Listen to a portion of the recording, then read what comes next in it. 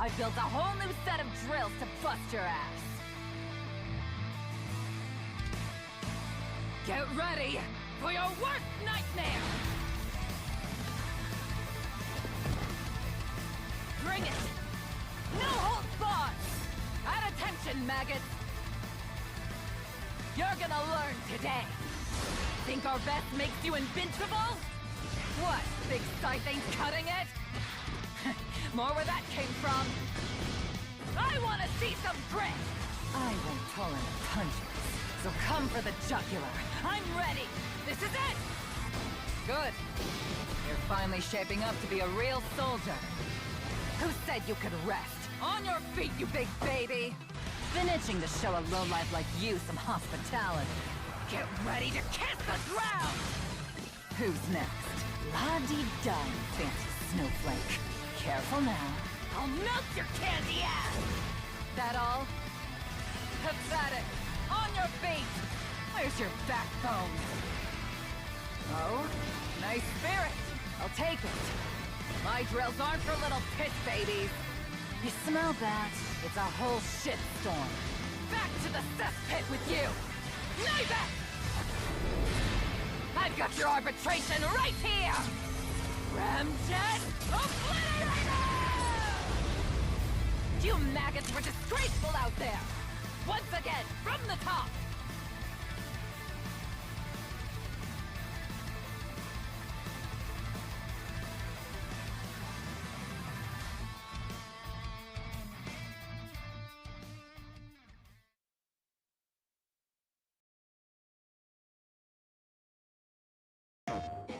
No two competitors are the same.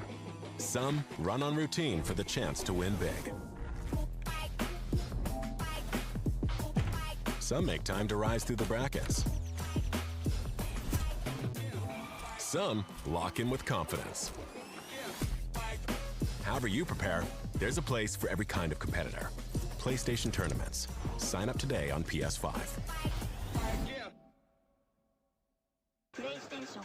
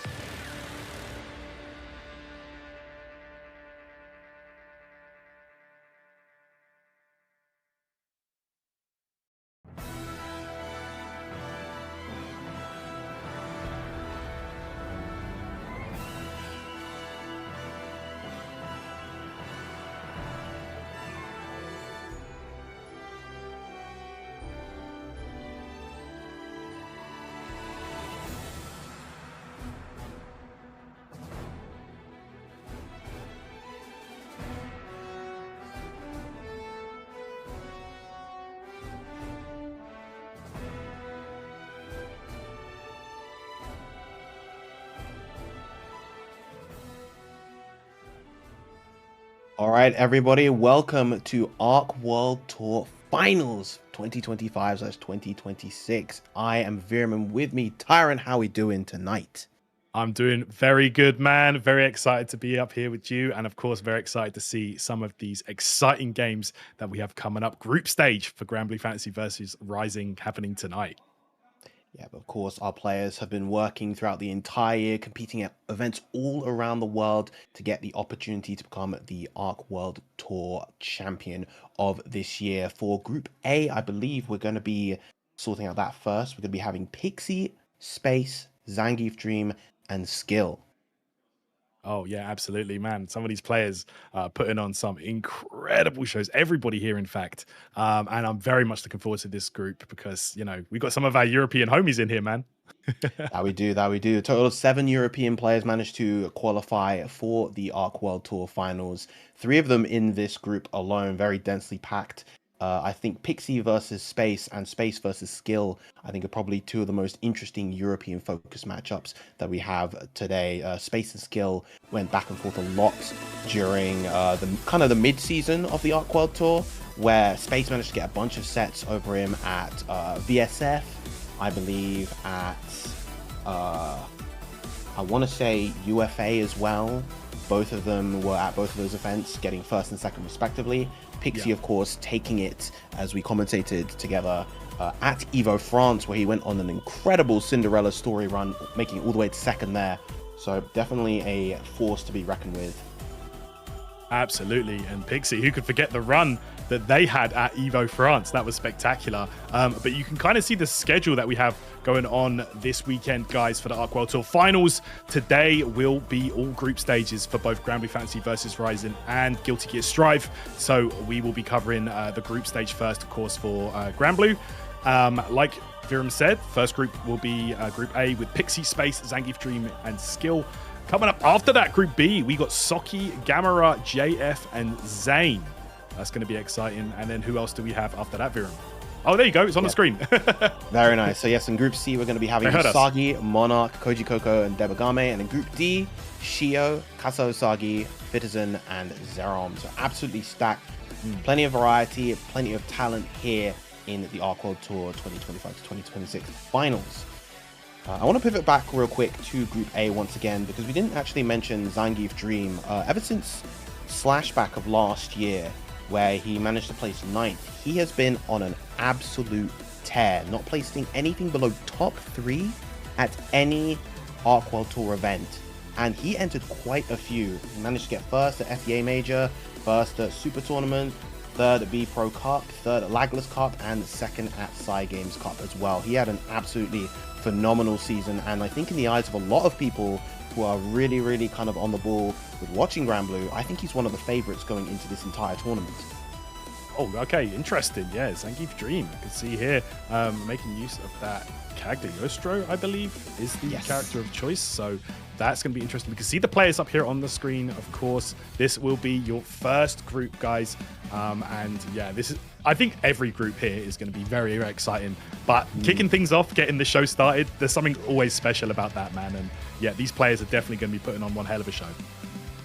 Absolutely. I know Pixie, especially as we mentioned before, coming off of that Evo France run, managed to do such a good job at entertaining the crowd. Really plays to that, really loves to kind of feel the crowd with that life, and I'm sure we're going to be seeing that here today. Managed to get the majority of his points at Evo France, thanks to that huge second placing, and still had some good placements outside of that. Managed to get 4th and outplayed as well as being one of the few European players to really travel outside of Europe. He managed to go to China to compete there at Fight Club Championship 6, where he managed to get top 8 there as well. Yeah, very impressive. And you know, who could forget? I think that was one of the highlights of Evo France, honestly, that top 8, with just the whole crowd getting into it, doing the Lowain dance, you know, getting hype. And when you play a fan favorite character like that, you know, you're always going to have the crowd behind you. So I don't think that's going to be any different here. I know it's an early start there, but how can you not love some Lowain, man? This crowd better be getting hype. Well, I think not everybody loves Lowain. I will be in that crowd of people who not a huge fan no dance from Virum. He's going to be sitting there arms crossed. If anybody knows me within the context of this scene for the past 5 years, I have not been the biggest Lowain supporter. However, I do love the Lowain players and how much joy and energy and whimsy they bring to the scene. And of course, on the other side, we have Space, an incredibly seasoned competitor, many years of experience across his incredibly prolific tenure as a competitor. As we mentioned before, many fantastic results, 2nd overall in the Arc World Tour rankings, thanks to those incredible results at VSF, at UFA, and at Crossover, and Evo France, even still managing to get top 3 there, falling short to Pixie himself. So we're going to get that major run back here between both Pixie and Space. Yeah, you know there's a score to settle here. You know Space has been thinking about that the whole time. And, you know, when they got grouped together, okay, it's time to get that run back and get that W. So let's see how this goes, man. We might see a repeat, but you never know. Space is just a player that just seems to somehow get better and better. Like, I don't know, like, it's crazy. Like, every time I see this guy play, it's just, he just leaps and bounds ahead of his previous results. So yeah, let's check it out. I'm very excited to get things underway here, guys, with our first game. And it's worth noting as well, a lot has changed since Evo France. You know, Evo France, about half a year ago now, So we've had a brand new patch since then. There have been changes to Lwane in particular. He suffered some of the nerfs here and there, particularly to that bro wheel. Nowhere near as strong as a defensive tool nowadays. And just both of these players have, while they've had relatively quiet competitive seasons, I mean, in Europe there weren't a ton of tournaments after Evo France.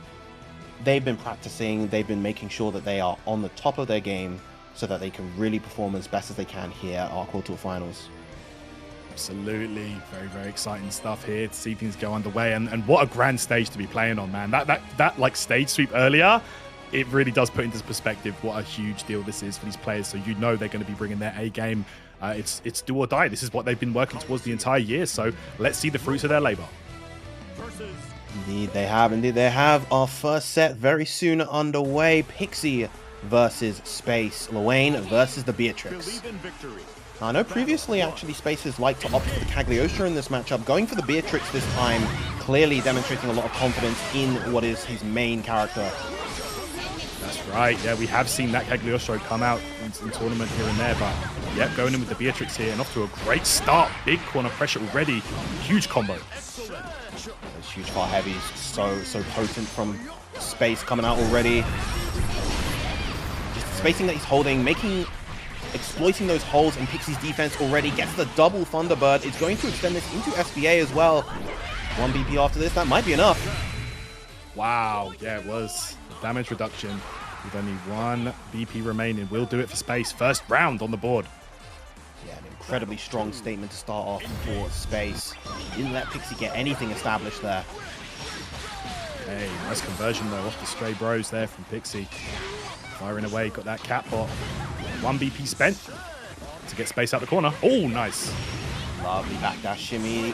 Just about missing the wall bounce there. Would have been a huge combo if he managed to get that. All right. Here we go. Oh, the late fireball hitting Meaty there allows for a full combo. Space going to make it count as well. Does have that super available, and there it is.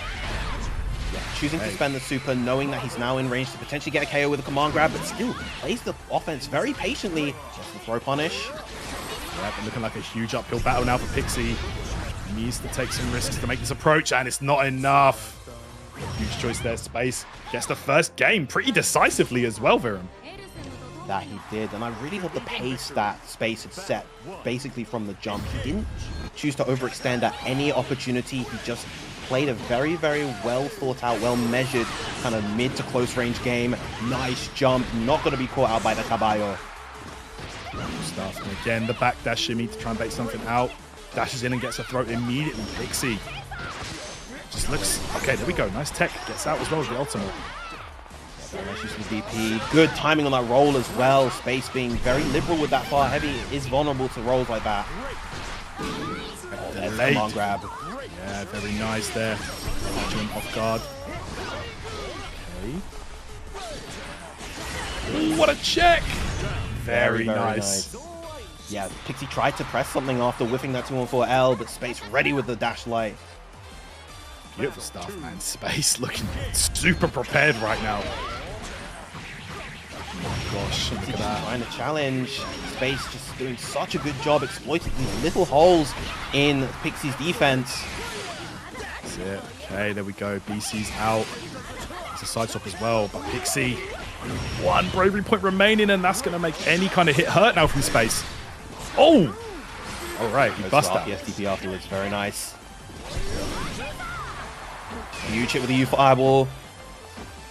Right. Again, Space just kind of structuring this offense to play really, really well around the BC and around the defensive ranges of Lwane. It's total control in the offense right now. Literally confirming everything beautifully. Maximizing every last hit. And there we go. Quick 2-0 lead for Space. Which is now going to have to dig deep, just try to find those ranges, but that 2-2M to start off is absolutely massive for Space. So much damage right from the round start. Oh, wow, that backdash at the last possible moment was beautiful to bait the throw. And look, Space once again maximizing every hit, gets the slowdown, and here we go. Not quite going to get the KO just yet, but you're going to have to guess the game here. That's it. Oh, stare down there. All right, Pixie. All right, evading Evading death just for now, at least. Oh, okay, the low. Neutral hits. Extend that all the way as well. Gonna get some nice damage here. Set up the Oki situation. Oh, so close. Oh, I actually got the throw. Actually baited it. Oh my gosh, and Pixie makes a full comeback. Wow. Literally from the brink of defeat. Incredible comeback from Pixie. At that time, we saw Pixie finally able to establish himself. And once he really had control of the offense there. It's just a complete back and forth between these two now. Absolutely. But what a beautiful whiff punish to kick us off here in the third round of the third game. Okay, a nice break again. This time Pixie does not bite on the throw attempt and goes low instead. Yeah, I like the switch to the delay mash instead of the delay throw right there. BC gets a knockdown. Oh, but that is definitely going to do a ton of damage. Not sure if it's going to be the round just yet. But that certainly is the 5U. Nothing is forever. Space now at set point here in our first set of the night. There we go. Pixie making some magic happen, but Space just shutting that down in an instant. There we go. Catbot finally gets to do something. Oh my word. Huge dash combo now. All right. And I really like that Space is going for the dash light to go for the punish right there. He wants to prioritize that corner carry in order to be able to establish his corner pressure and offense. That's where he's been getting most of the mileage, right? Like, that's just been where he's been getting so much damage. Okay, let's see. Pro wheel connects. Trade on both sides. Big jump coming out from no anti-air with the close heavy. Unfortunate for Pixie right there. Okay, oh, nice check there. Eliminates both bros. And look at this now, full combo with the EX. I think that's going to be enough to get the KO. Yeah. A little bit too greedy on Pixie's side to go for the 5U right there. And he's going to pay the ultimate price. A swift and mighty 3-0 from Space. What a statement to make here at our World Tour Finals. Absolutely. Space right in the wrongs of Evo France. Dominant 3-0 victory there over Pixie. And now that is a big uphill battle for Pixie moving forward in Group A. Wow. That it will be. What a first game, though. Like, Space just really setting the pace right here. Like, looking super impressive. My man is here to work, man. He's on job. Crazy stuff. Indeed. I mean, he's always had an incredible kind of understanding and feel for the game at a fundamental level. He's definitely one of the reasons why I think a character like Beatrix is seen in such high regard. She definitely is a character who rewards strong fundamentals and a strong understanding of the game. You know, being able to play those dash light ranges well, complementing very well with the far heavy. He just has an absolute mastery of that and has had that for many, many months. It just keeps improving those little by little bits every now and then. Absolutely, man. We see it every tournament. Just Space, somehow he's better than the last time we saw him, and this time's no different. Like, looking super, super good here at the Arc World Tour Finals, and that's when you need to be at your best. And it's definitely looking that way right now, at least if that game's anything to go by. So there you go, guys. That's the first game of today. But we got two other players here in Group A I'm really very much looking forward to here. Indeed we do. Zangief Dream versus Skill. Skill going to be likely locking in the Soras that we've seen time and time again in the past Art World Tour events. Meanwhile, Zangief Dream on the Cagliostro. And I think actually Skill is probably breathing a bit of a sigh of relief that this is his group, as opposed to having to deal with some of the more oppressive zoners for Soras like Kasazagi's Ferry or Monarch's Matera, for instance. I think Cagliostro, while it can be a bit difficult for Soras, is a character that he can manage to deal with a lot better. And Soras, outside of those zoners, is an incredibly strong character. Oh, yeah, man. And like, when Skill looks in on a character, I feel like it doesn't matter which game it is, which character it is. This guy is just... he goes in all or nothing, and he really has decided on this Soris to be his character. Like, he's tried other characters here and there, but no, this is his character, and he's going to take them all the way if he can. So I'm very much looking forward to this. And again, you know, Skill is very much similar in the vein of Space. We were saying they improve every time. Skill is also someone that does that. You know, he just, when he focuses, the other players better watch out, because this guy's a monster. So yeah, I'm really looking forward to this, man. For sure. Just, again, like Skill, I think probably the oldest person in this group and the most seasoned competitor, I would say, has a incredible profile across multiple different fighting games and has just really performed in a bunch of them. But I think to a lot of people has really made his name here in Grand Blue Fantasy versus Rising. Meanwhile, on the other side of things, though, Zangief Dream, on the other side, the youngest competitor here in this group, has really made a name for himself just over the past year and has just kind of forged himself both in the offline and online environments. You know, he's a frequent to the Tatakai Tuesday weeklies. He's been to many events across the world. As we see here, the first place at Super Tournament, but that is just one of multiple victories that he's had across the year. And as I mentioned, also, you know, since around May of last year, he has not placed outside of top 3 at any event that he's entered. Yeah, that's crazy. That's kind of ridiculous. You know, you got to give him their props there. Looking super, super crazy there. 790 points first on the leaderboard. Zangief Dream.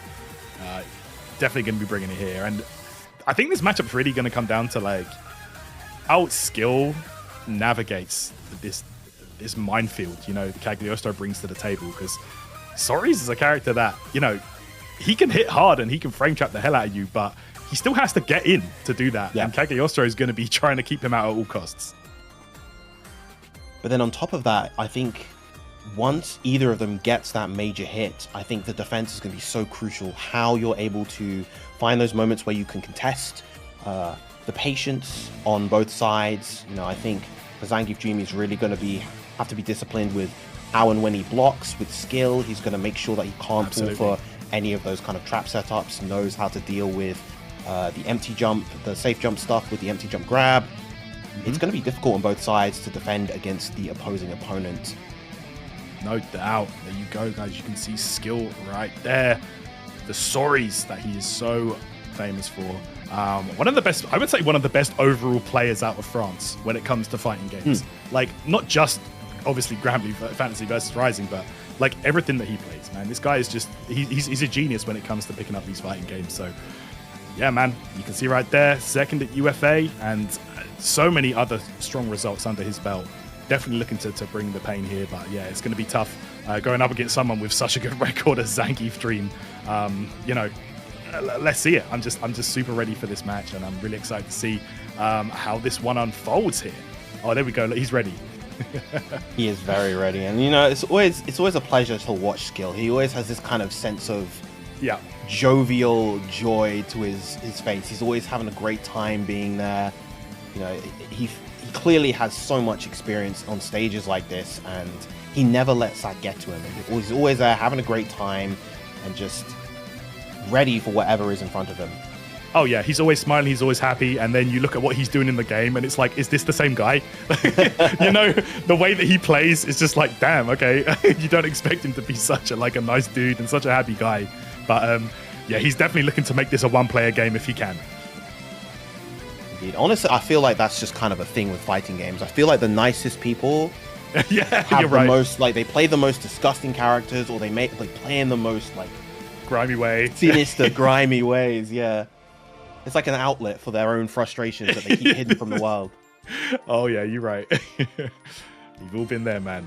All right, but let's get it, man. We're here ready for the next game of Group A. Let's go. Zangief Dream on the Cagliostro, skill on the Soris. Let's get it.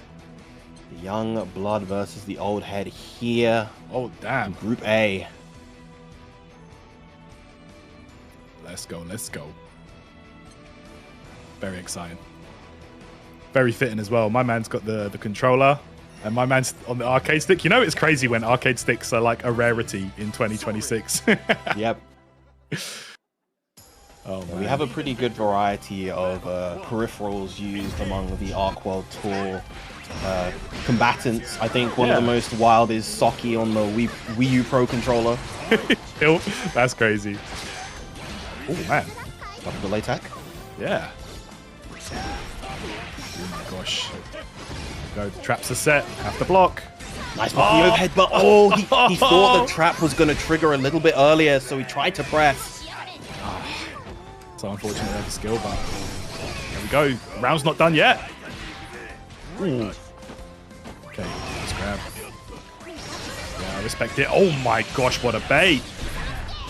Very nice. And we saw that skill has been doing a lot of that delay mash in order to tech against the throws. So Zangief Dream calling that out beautifully with the air teleport. Yeah, very nice. Great start for Zangief Dream. Okay. It's worth noting that Cagliostro is another character that has seen a couple of nerfs in the most recent patch, particularly towards the grounded version of the H teleport as well as the trap duration. They don't last on the screen as long. Let's see how it affects this matchup, though. You think it's much of a game changer here against Soris, or not so much? I think the biggest game changer probably has to be with the H teleport. That not being as strong of a pressure option on the ground is very significant, I would say. Nice challenge this time from Skill. Catches the backdash. That is a massive hit for him right there. Yeah, where you going? Not enough to close this out, but does get a delayed 5-0, and there you have it, Skill. Firing back here. He is not going down without a fight. Let's go. Fierce and mighty response from the fierce and mighty Soris Maestro himself. No doubt. Oh my gosh, Zangief Dream doing such a good job of checking this approach attempt from Skill. All the way back to that corner now. And now here we go. Breaks. Oh my word. Unfortunately, Skill. Incredible staggers on the pressure right there. And sets up. Nice. Not challenging right there. Zangief Dream trying to go for the 50-50 to beat out those delay mashes. That's right. There we go. We BC out. Right back at ya. Okay, goes low. Skill. Willing to spend those bravery points. Realizing the life's getting low. Do or die situation here. Oh, how delayed was that? So good. Zangief Dream just picking those perfect moments to go for the air teleport to beat out the delay defense from Skill.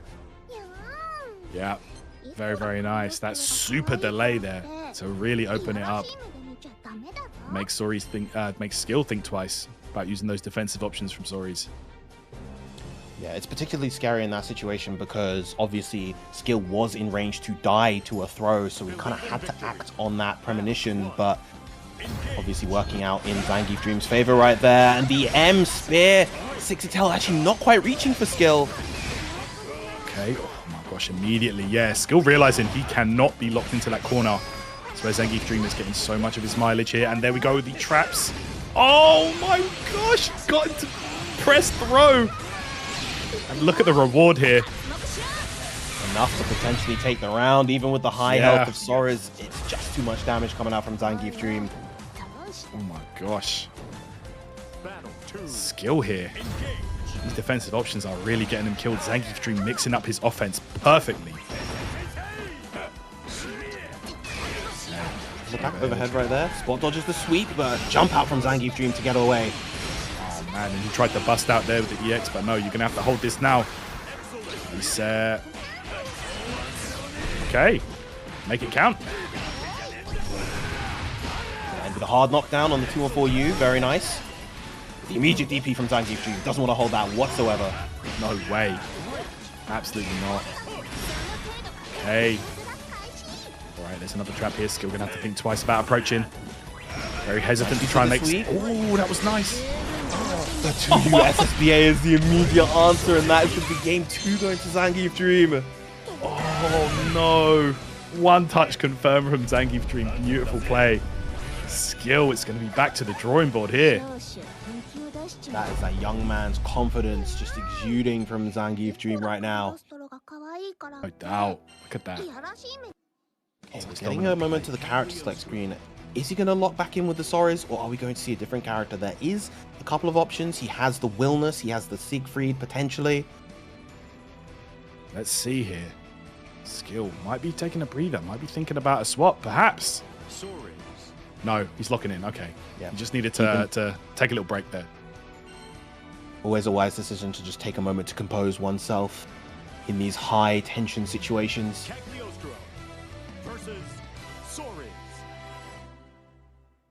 Down 0-2, how do you fight back if you are Skill? Again, I think just what it really comes down to is not allowing Zangief Dream to establish himself in neutral, which he already has right now. Oh my gosh, and look at that. Like, Zangief Dream has just been making absolute bank off of these traps from Cagliostro. And look at this, full confirm in the corner here. Using the charged rock as well. That is a buff that this character actually did receive. She did receive some nerfs, but they did adjust how the rock combos work. Oh, and just gets caught out by the U-trap. No block or anything. Now set point for Zangief Dream. That's right. Look at this. Yeah, skill has just been challenging at all the wrong moments. I imagine this is a very frustrating matchup.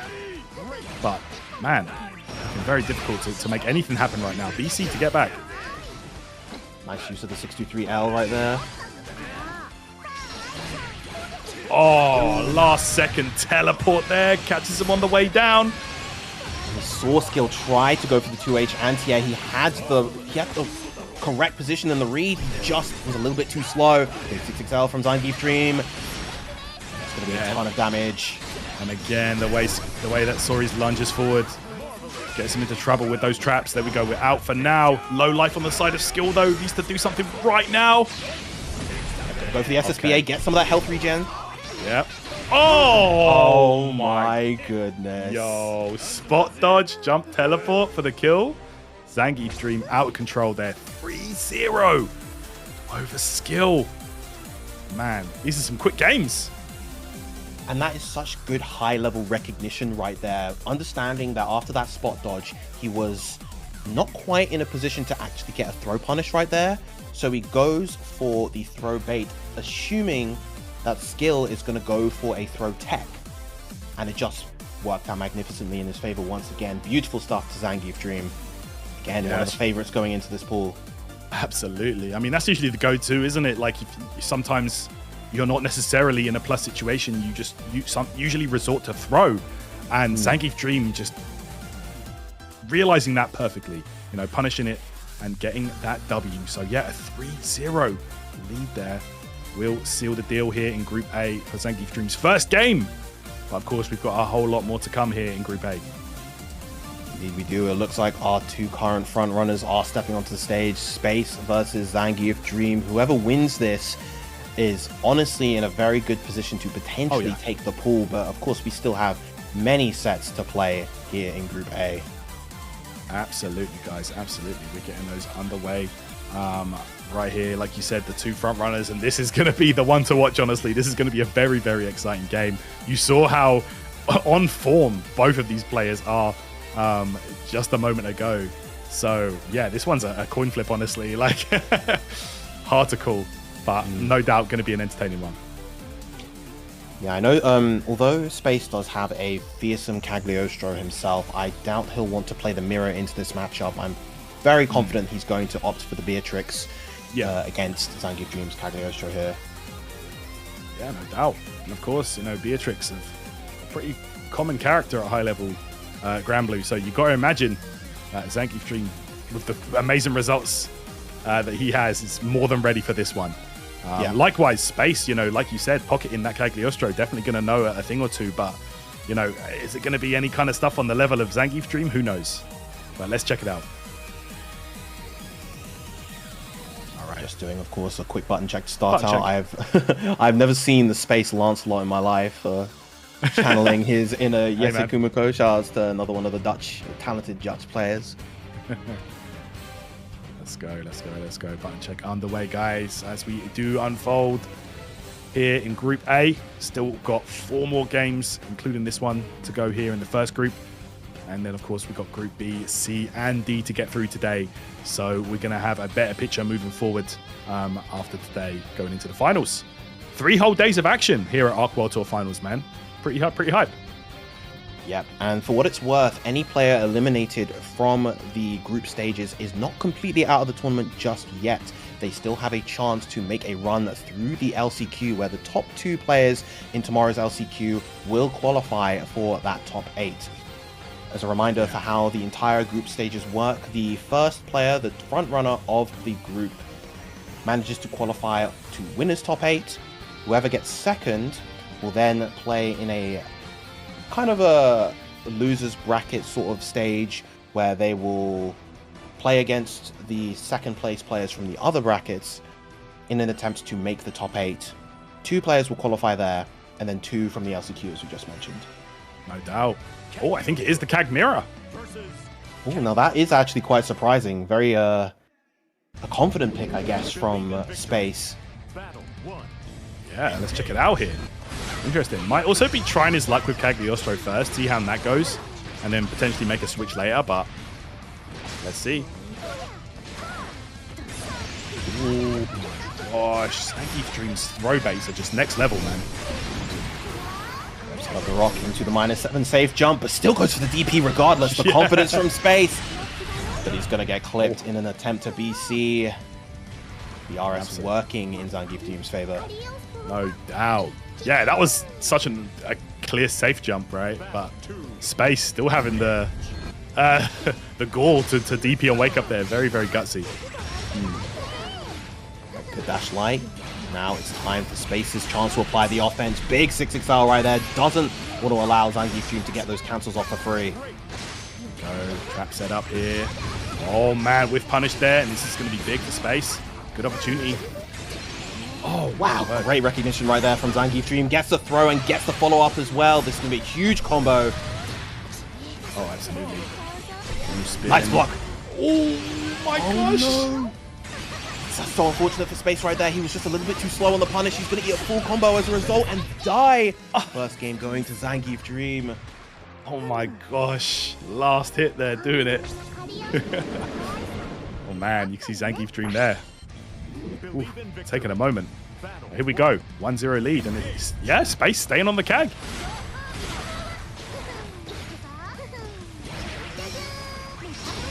At the very least, one thing that Space is doing incredibly well, he's playing that 6XL game beautifully. Of course, everybody's favorite in Grand Blue Fantasy vs. Rising. Okay, again! Man. Saw it with skill, he tried to get the anti-air there, but unfortunate, just a little bit too slow on the timing. That's all of Space's BP burned right here.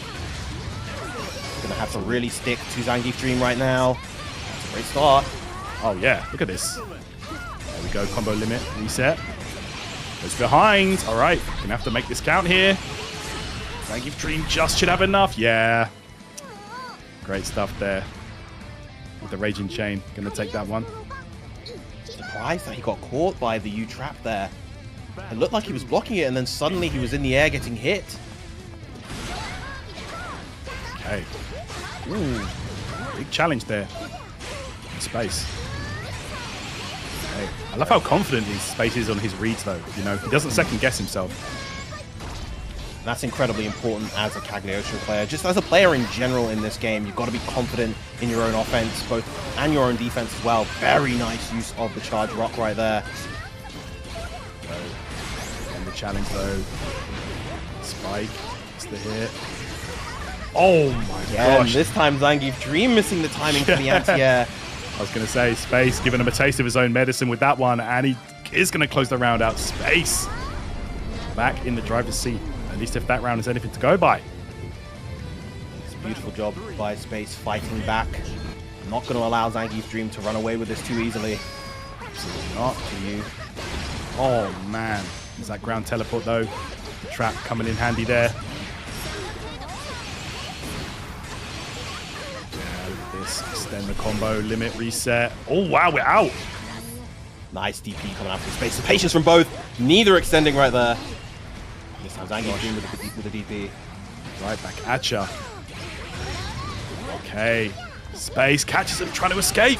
The challenge! He knew that shimmy was on the way. Zangief Dream. Again, confident reads paying off, and that's another game. Zangief Dream, 5 straight games here at Arc World Tour Finals. He is on absolute fire right now.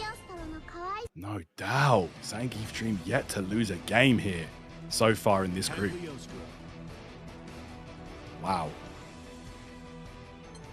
Look at this, man. And again, like you said, Viren, this win here could almost seal, you know, the winner's spot for the time being, at least anyway. Let's see. Oh, okay. We are swapping over to that Beatrix. Yeah, this time the character select screen actually marking a shift in the character. And the Beatrix looks so strong against Pixie. Let's see how it performs here against Zangief Dream's Cagliostro. No doubt. Very, very different matchup to the Lane matchup, but let's see. Immediately starting off strong here with the dive. Back throw, though, right off the bat. Pick up back throw incident. Nice challenge, knowing that that is -1. A lot of Cagliostros like to try to press there as a spacing trap, using that 2U in particular. Very nice. Zangief Dream taking his turn. Oh, and a back throw again. This time Space taking control. Oh, just out of range for that throw. This could be huge damage. Oh, yeah, that's going to hurt a lot. Let's see. Gets a whoop, gets a bounce here. It's the combo limit, but what a match from Space. This is 1 BP as well. This is going to hurt. Oh, yeah. Let's see. And then with SSBA. Okay, there we go. That should do it, right? It's going to be very close, Siren. Let's see. Not oh, just. Magic Pixel! Oh, the run-up DP. Oh, man. Crazy. Because Zangief Dream wasn't at chip point there, so had he managed to block that, that would have been the round for him and would have put him on set point. Yeah. Space. All the confidence in the world. No doubt. Again, it's that confident gameplay we were alluding to earlier. Counter hit there from Zangief Dream. The challenge, though, Space. Gets a hit, and he's going to optimize this. There we go. Gonna go for the 2-1-4U ender, get that hard knockdown into the safe jump. Wow. And the DP. Yeah, look delayed as well. Okay. Oh, man. Mash catch. Very nice from Zangief Dream. Gonna put himself most likely at set point with this. Yeah, Zangief Dream keeping it frame tight, setting it up. Went low immediately. Meaty on Space's wake up. And here we go. Set point Zangief Dream. With the M riding free.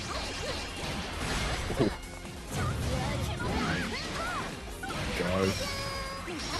Sets up. The challenge on the teleport. Great stuff. Not close enough for that trap to activate.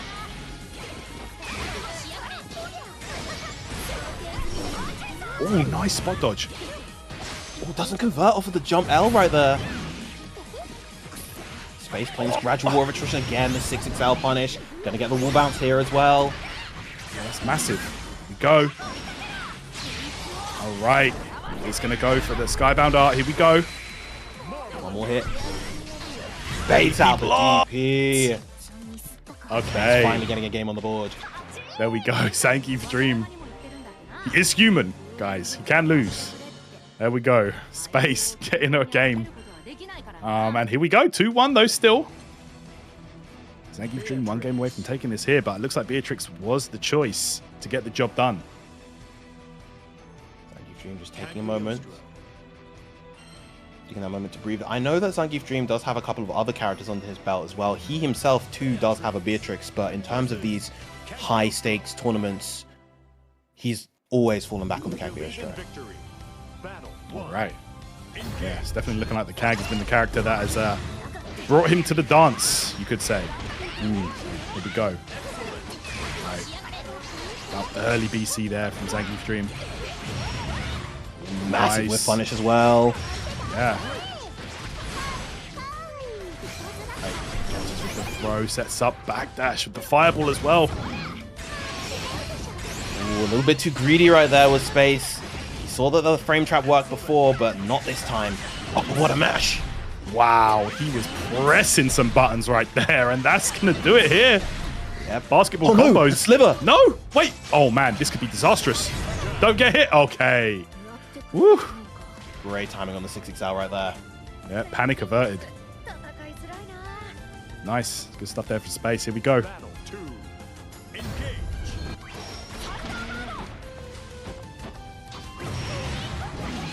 Wow, just sent out the H riding free, excuse me. Gets the full combo once again into the U Thunderbird as well. That's it. Everything paying off now. Space in the driver's seat. Zangief Dream going to have to make some magic happen right now. It's not looking good for him. It's not, but Zangief Dream, for the most part, has been really, really good on defense. There we go. Finally getting that backdash shimmy. He's been looking for that time and time again. Zangief Dream defending against it really well for the most part until this moment here. Hold on. Oh, I thought we were going to see the U Thunderbird ender, but there it is. Regardless, taking game 4 to set this to 2-2. Indeed. Space there, making some magic happen. Firing back, bringing us to 2-2 here. The reverse sweep could be underway. Zangief Dream taking a breather there. Deep thought. And you could see that the difference in these players' demeanors. You know, Space looking somewhat, well, I say somewhat, I would say a lot more calmer collected as opposed to Zangief Dream, who is obviously, you know, having those stage nerves, you know, taking a long time between rounds just to take breathers and stuff like that. But let's see how this one unfolds here. Who is going to win? Another backdash shimmy. As you mentioned before, the confidence from Space has really been instilled right now. Absolutely. Go. Safe jump. Delayed BC there to get Zangief Dream out of danger, at least for now.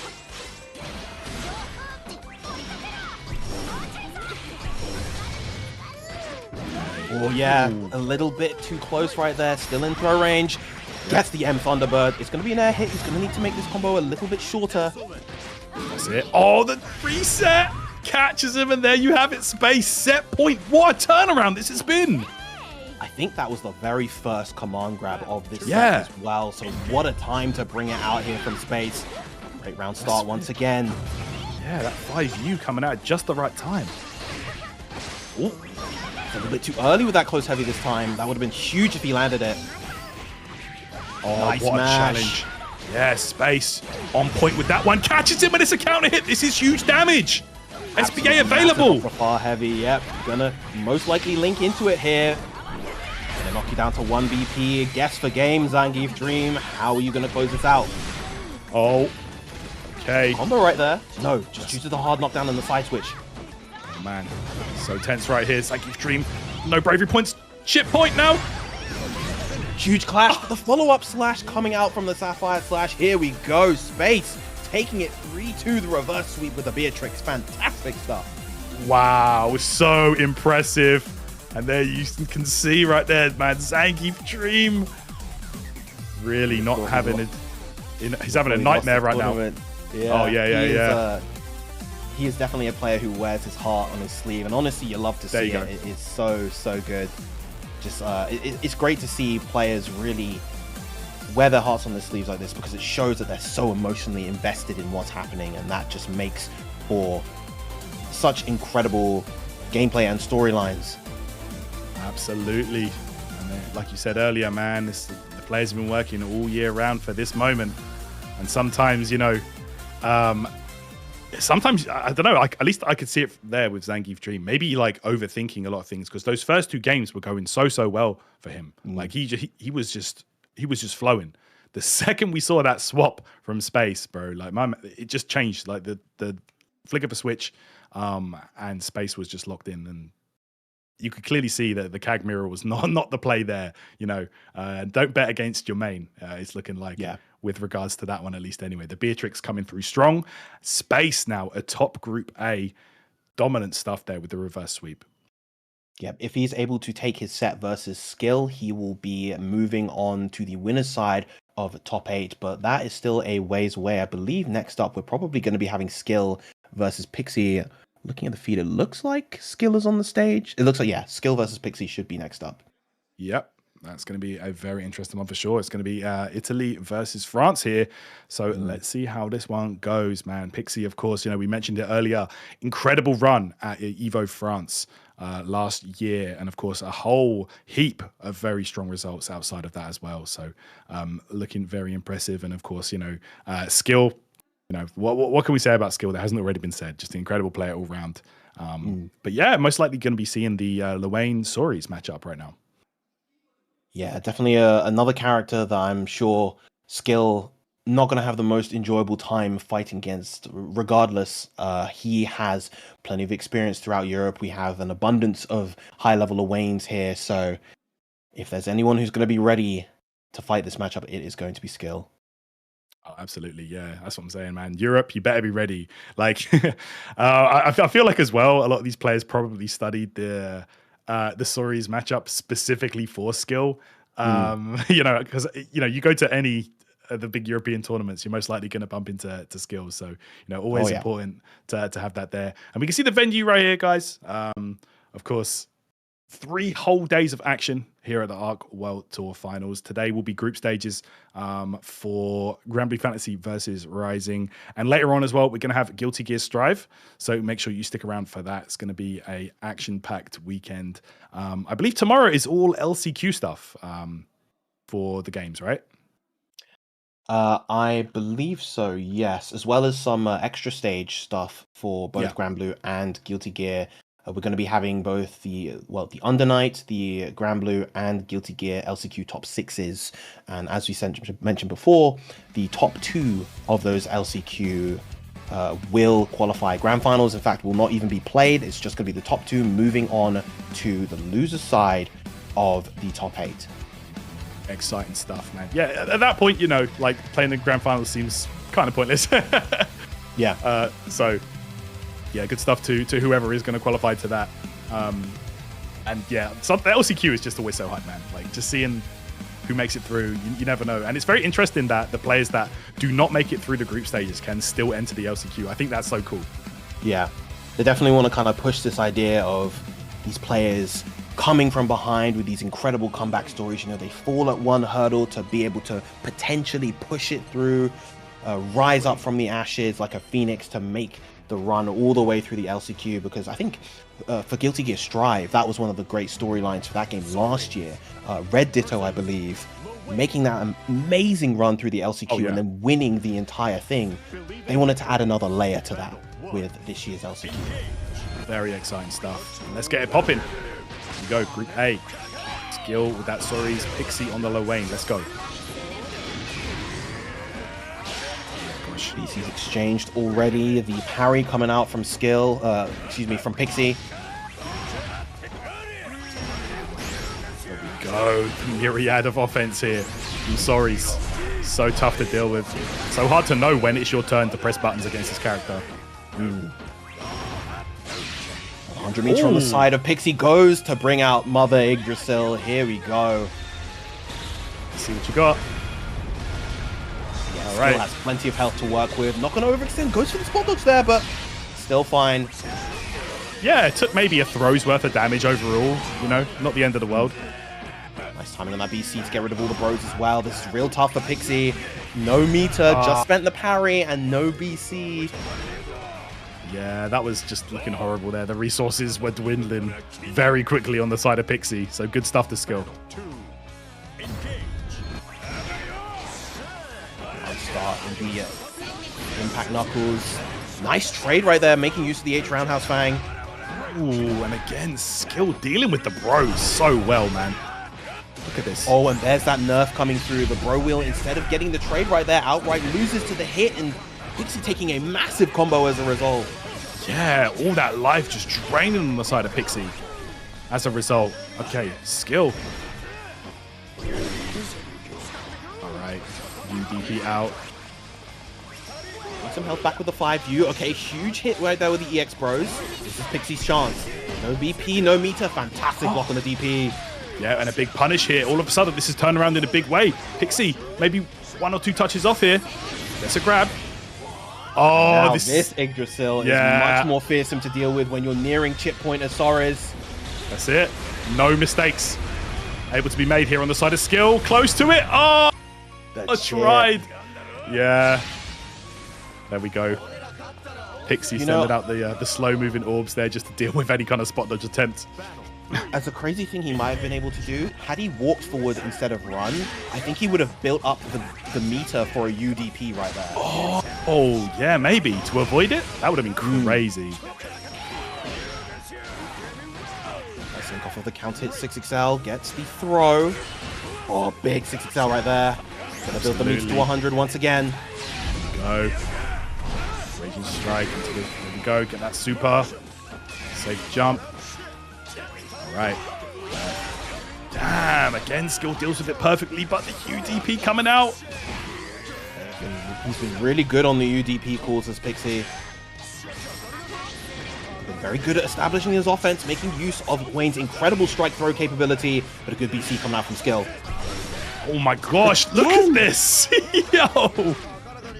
Oh, the grab in between. That was so good. The grab. Again, we're seeing what we saw in the previous round. Yeah, skill. I think skill realized it. Right, he's running away with this. I need to stop it now. The dash grab there. Great play from skill.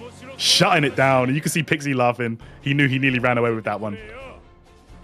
Yeah, if there is a character and a player who is so good at reversing that momentum, it is Pixie. Oh, yeah. You can see it right there. All the reads were on point for the most part, but skill just in the nick of time. And again, that dash button to just deal with the bros and the DP on reaction. Amazing use of the roundhouse fang right there. The U-dash punch coming through, dealing a massive metric ton of damage. Oh, yeah, look at this. No bravery points either. Pixie, this is looking tough.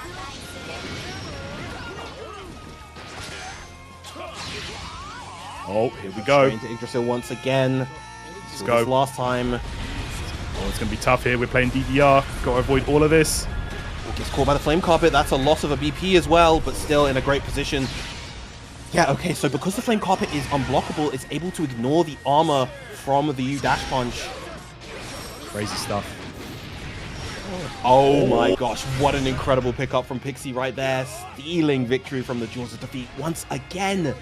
Yeah, off those catbot missiles, and let's go. We dancing now. Flashbacks from Evo France. Okay.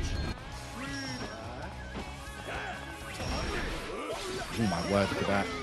And you can see Pixie just trying his best to just get out of range here. Trying to make whatever skill tries with. Those dash punches, the buttons, whatever. Okay. Oh, nice. UDP, the side switch as well. Yep. Okay, counter coming through. There's the missiles again. Bros on deck. Everything being thrown right now. Having blocked all of that, Pixie managed to get so much screen positioning back. Those parries are just working so wonderfully versus the 6XL skill. Absolutely. Nice spot goes there to avoid the wheel. Oh, man. All the armor. Oh, huge. And gets a counter hit, able to extend into 6XL as a result. Skill getting that round back. Very clean. Skill here. Could be on the verge of running away with this one. Pixie really does need to tie this up here with this round. That is most certainly not the way to do it. Go low, DC out immediately. Wow. The fake out there with the grab attempt. Skill not having any of it. Ooh, just a little bit too slow on the punish right there. Yeah, I think you want to go for a 5-frame punish. Just for that extra stability. Doesn't quite get the backdash. Man, there we go. Skill holding his ground there. Late BC. Pixie, though. No bravery points remaining on his side. Next hit will potentially do it. We've seen this situation before, though, but finally gets to confirm into the U-Impact Knuckles. Skill now up 2-0 against Pixie. Amazing buffer right there from Skill, just in case. And it paid off big time. There we go. 2-0 lead on the side of Skill here. Pixie is not looking good so far. No games won yet in this Group A. Big timing on that 6XL. Can get the full corner conversion with a double roundhouse fang into the U. Punch the stars. Very, very nice. The grab as well. Pixie here turning things around if he can. There's that UDP, busts out. Side swap as well. Let's counter VC right there. Gets another throw. All right. Not a bad trade there for Skill. And there we go. Anti-air. We've got Rage's Strike. That's going to be enough here. Yes, it is. Even after clearing away the bros, still had the time to sneak that 2H in. Skill now at set point. There we go. See now, Pixie can still make this happen, but Skill trying to shut this down as quickly as possible.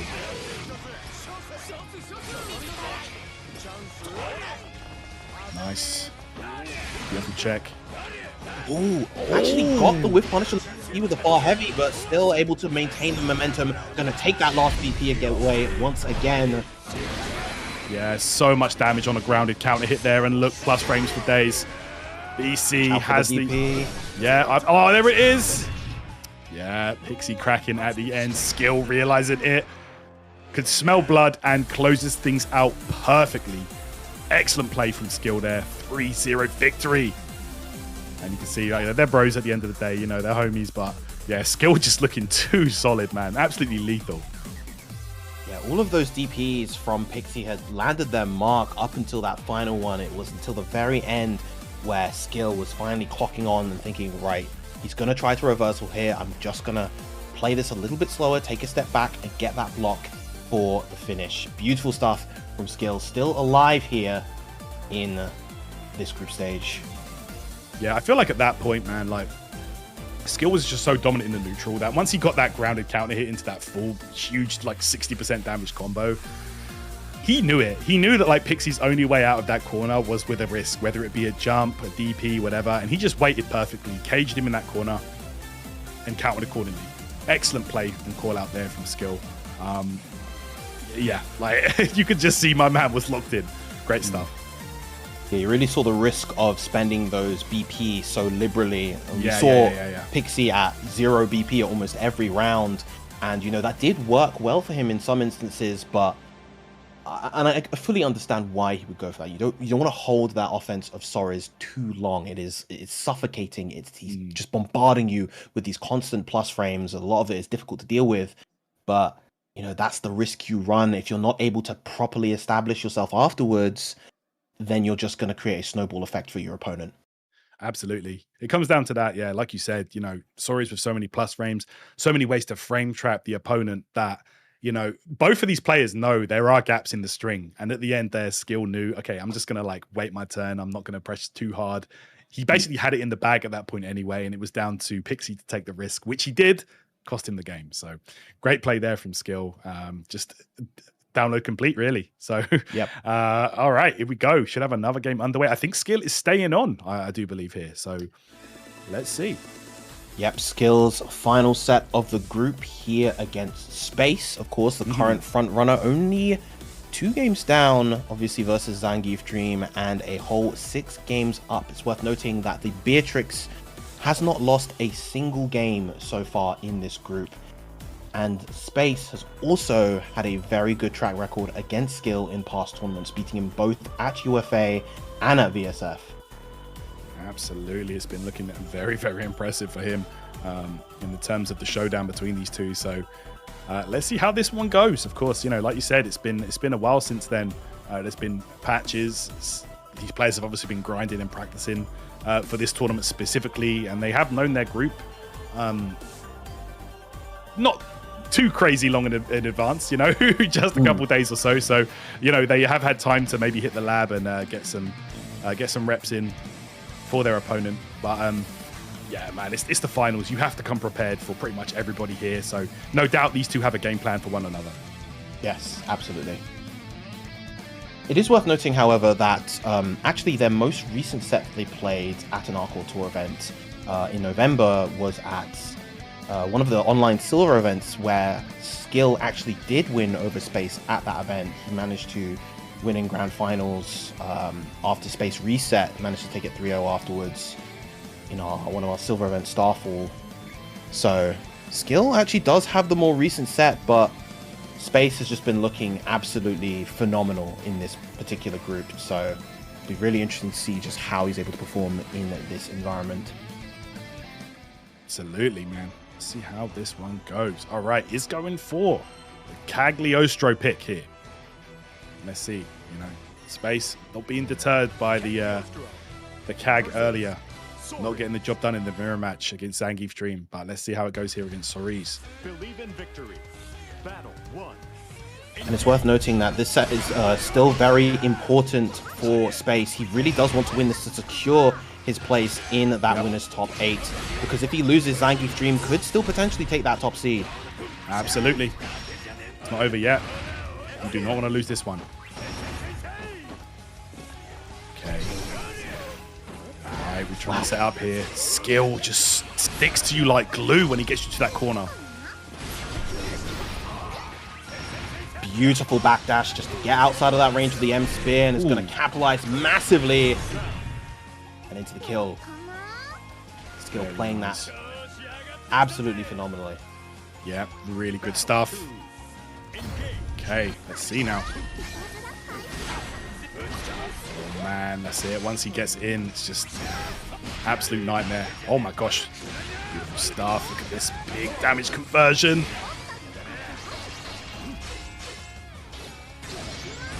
Okay, Skill all of a sudden just looks incredibly comfortable in a way that he just was not versus Zangief Dreams. Cagliostro, the different styles just working out so much better in Skill's favor. Absolutely, yeah. You've got to imagine, you know, Skill. He's played against Space specifically, I know many times before, but you know, maybe not having that matchup experience against Zangief Dream specifically might have been what was throwing him off there, because he looks so comfortable right here against Space's Cag. Believe in victory. Battle 1. Engage. Oh man, he's just choosing all of the right opportunities to work his way in, just knowing exactly when Space wants to go for the spear, when he wants to set up the traps, and just using that H-dash punch so well. Good conversion there. Skill here. Okay, yeah, you can't even deal with that dash punch on block. You know that fight. Sorry, 2-2, 6-6L. Immediately BC to push him back. Oh man! And again, catching the backdash this time. Skill looking so confident in the way that he's playing offense right now, and gets the KO as a result. My goodness. Skill could be on the verge of running away with this one. I wonder if this goes poorly, if Space will consider a swap. But who knows?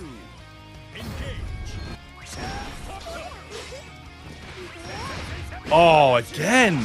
Just interrupting there. That 2M. Oh. Tried to get the pickup with the H teleport right there, but finally Space establishing a little bit of momentum here. Gets Skill in the corner, making use of that. JL, not quite sure if that's what Space wanted there, but still working out in his favor. But great challenge from Skill right there. No doubt. Look at this now. And some huge damage on board. Skybound art. Okay, the DP out. Oh, that doesn't actually get the side swap there after the DP. Okay. Oh, a side swap at Space now. Oh, that's massive. Is it enough? Doesn't have BP, unfortunately, but still might be enough. Yes, it is just about. Cagliostro damage high regardless. Absolutely. Space here, hanging on by the skin of his teeth right there. All right.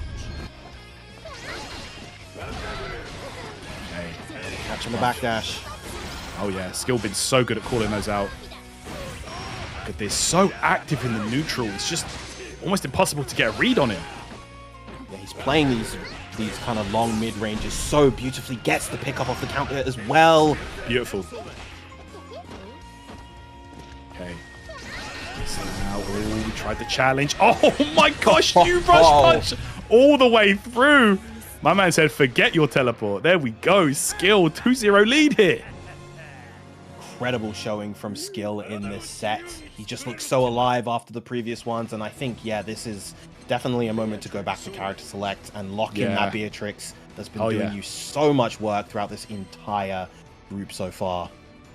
Absolutely. It's been the crutch of Space, you know. If the CAG doesn't work out, the Beatrix will. That's what secured the W against Zangief Dream earlier. Can he do it here against the Sorries from Skill? Wow. Down start. EC spent for both players, actually. Does not want to hold anything. Gets the double roundhouse fang again, but not quite close enough for the pickup. Oh my gosh. Going up on the fireball, still gets a hit right there. Just continuing this pressure with the DP coming out from Skill. That's it. Get that side swap as well. Thunderbird in. Gets... Okay.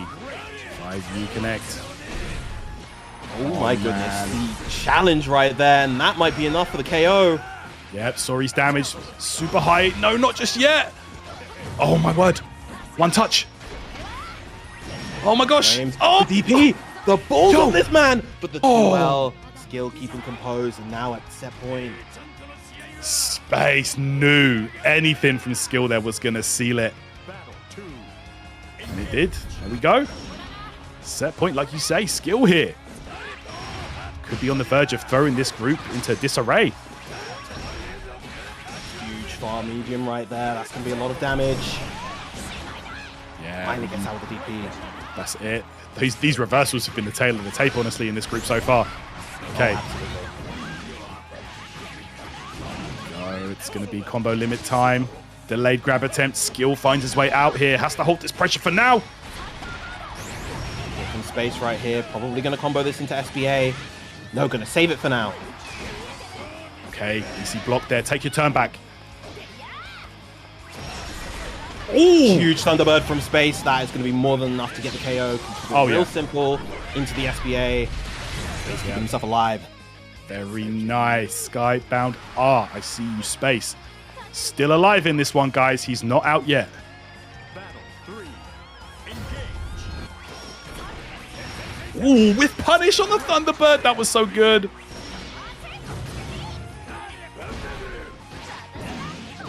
Wow, the throw to interrupt the offense. Very nice. Oh, he tried to go for the command grab. Yeah, he did. Skill find this way out there. The delay mash. Okay. Throw coming out from space. Yep. Tries to go for the close heavy to beat out the delay mash from Skill. Okay. 6L challenge there. And again, both players down to 1 bravery point here. There we go. BC. Yep.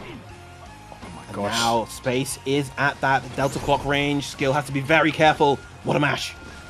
Absolutely. Such a flurry of offense here from both players in this game. Okay, nice. Oh man, we're playing with fire right now. Next touch could... Oh, this is huge. Oh my gosh. Damage. Oh, he did it. Did it catch? No, it didn't.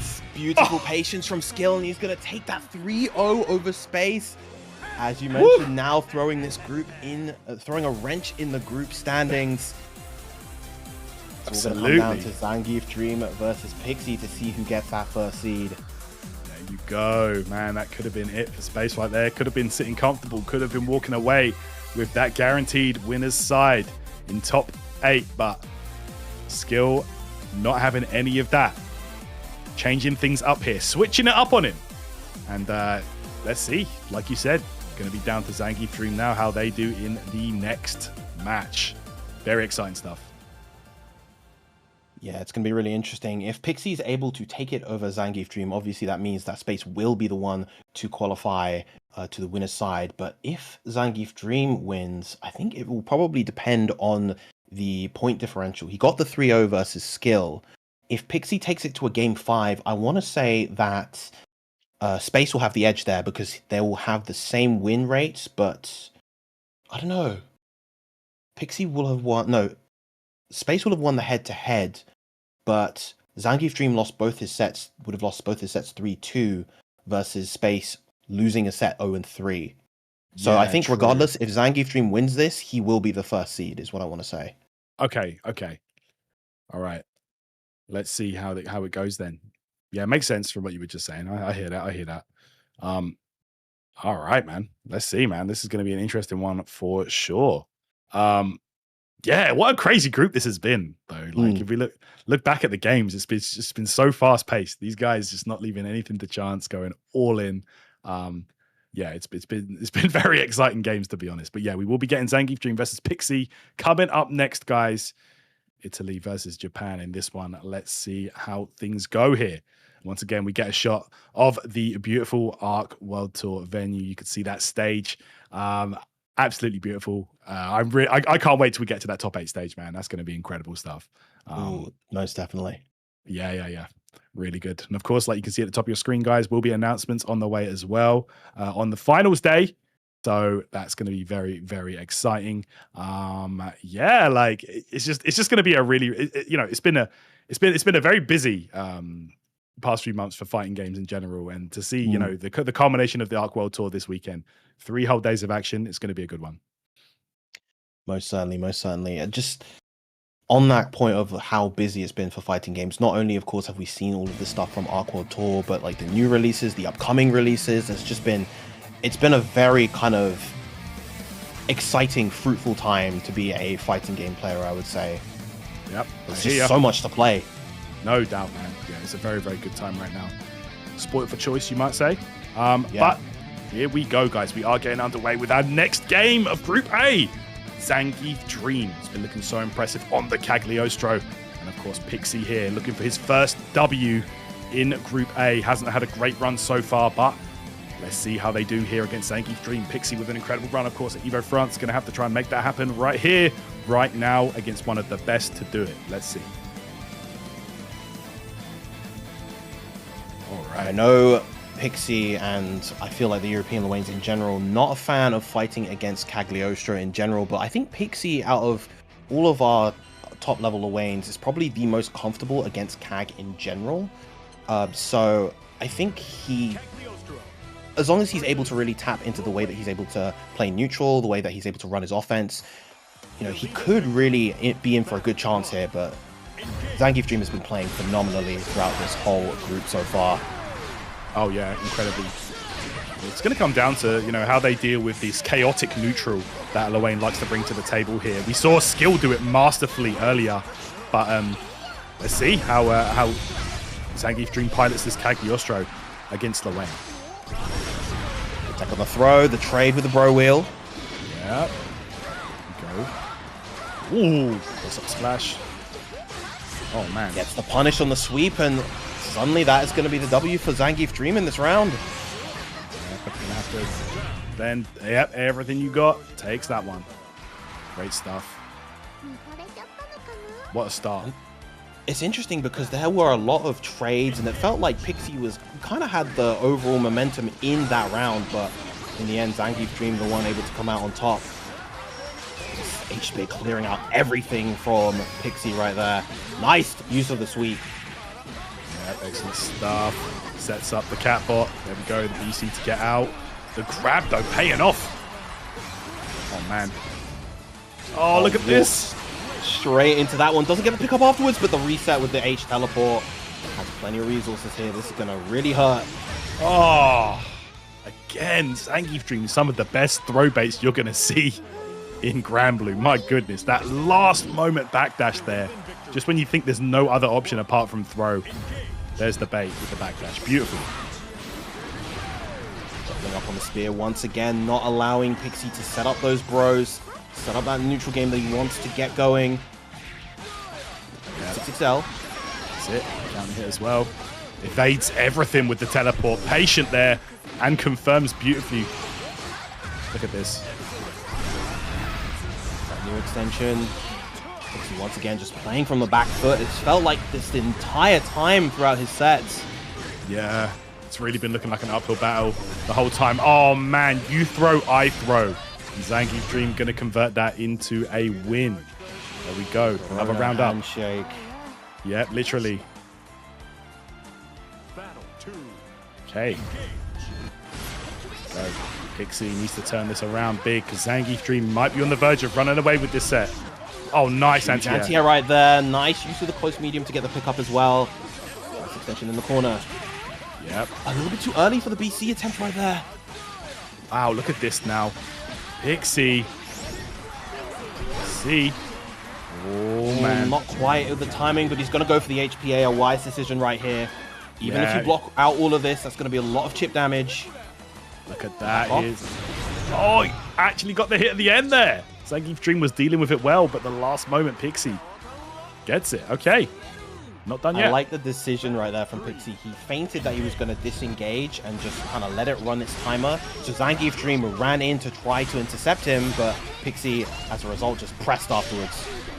Yeah, that HPA there coming out strong. Nice to you once again. Oh, there we go. No big conversion, though, off of that counter hit. Yeah, I really thought we were going to see the conversion into 214U. Pixie not opting for it that time. Oh, goes for the parry, but out of range. The punish, unfortunate right there. Yeah, that was the L parry as well, so that would have led to a full combo. No doubt, and it was a back throw ready, waiting for Zangief Dream. But a conversion again. Pixie looking good this round. Nice arrow unlockable right there, and it's going to stabilize it. Pixie getting his first game here in the group, tying this 1-1 against Zandru. There we go. So good right there. Able to, you know, to get your first win of the group against this guy. All right, I see you, Pixie. It's a weight off the shoulders, most certainly. Yeah. Just, you know, always feels bad to make your way all the way to the finals and then potentially lose 0-9 in the groups. But Pixie at least proving that he really deserves to belong here. Absolutely, man. World Tour Finals. Okay, here we go. Catbot set up. Grab though. And just outside of the range for the parry right there. Yeah, Zangief Dream setting things up at such a good range here, making it really difficult for Pixie to get anything going. Okay, good break. Oh, punishes the recovery on that parry. Here we go. Quite gonna build the meter to 100 here, so gonna go for the reset with the U-trap. Nice backdash and gets the hit. Another round for Zangief Dream. Absolutely. Here we go. Looking impressive here. Pixie's been so good at matching the pace though, so let's see if they can continue to do so.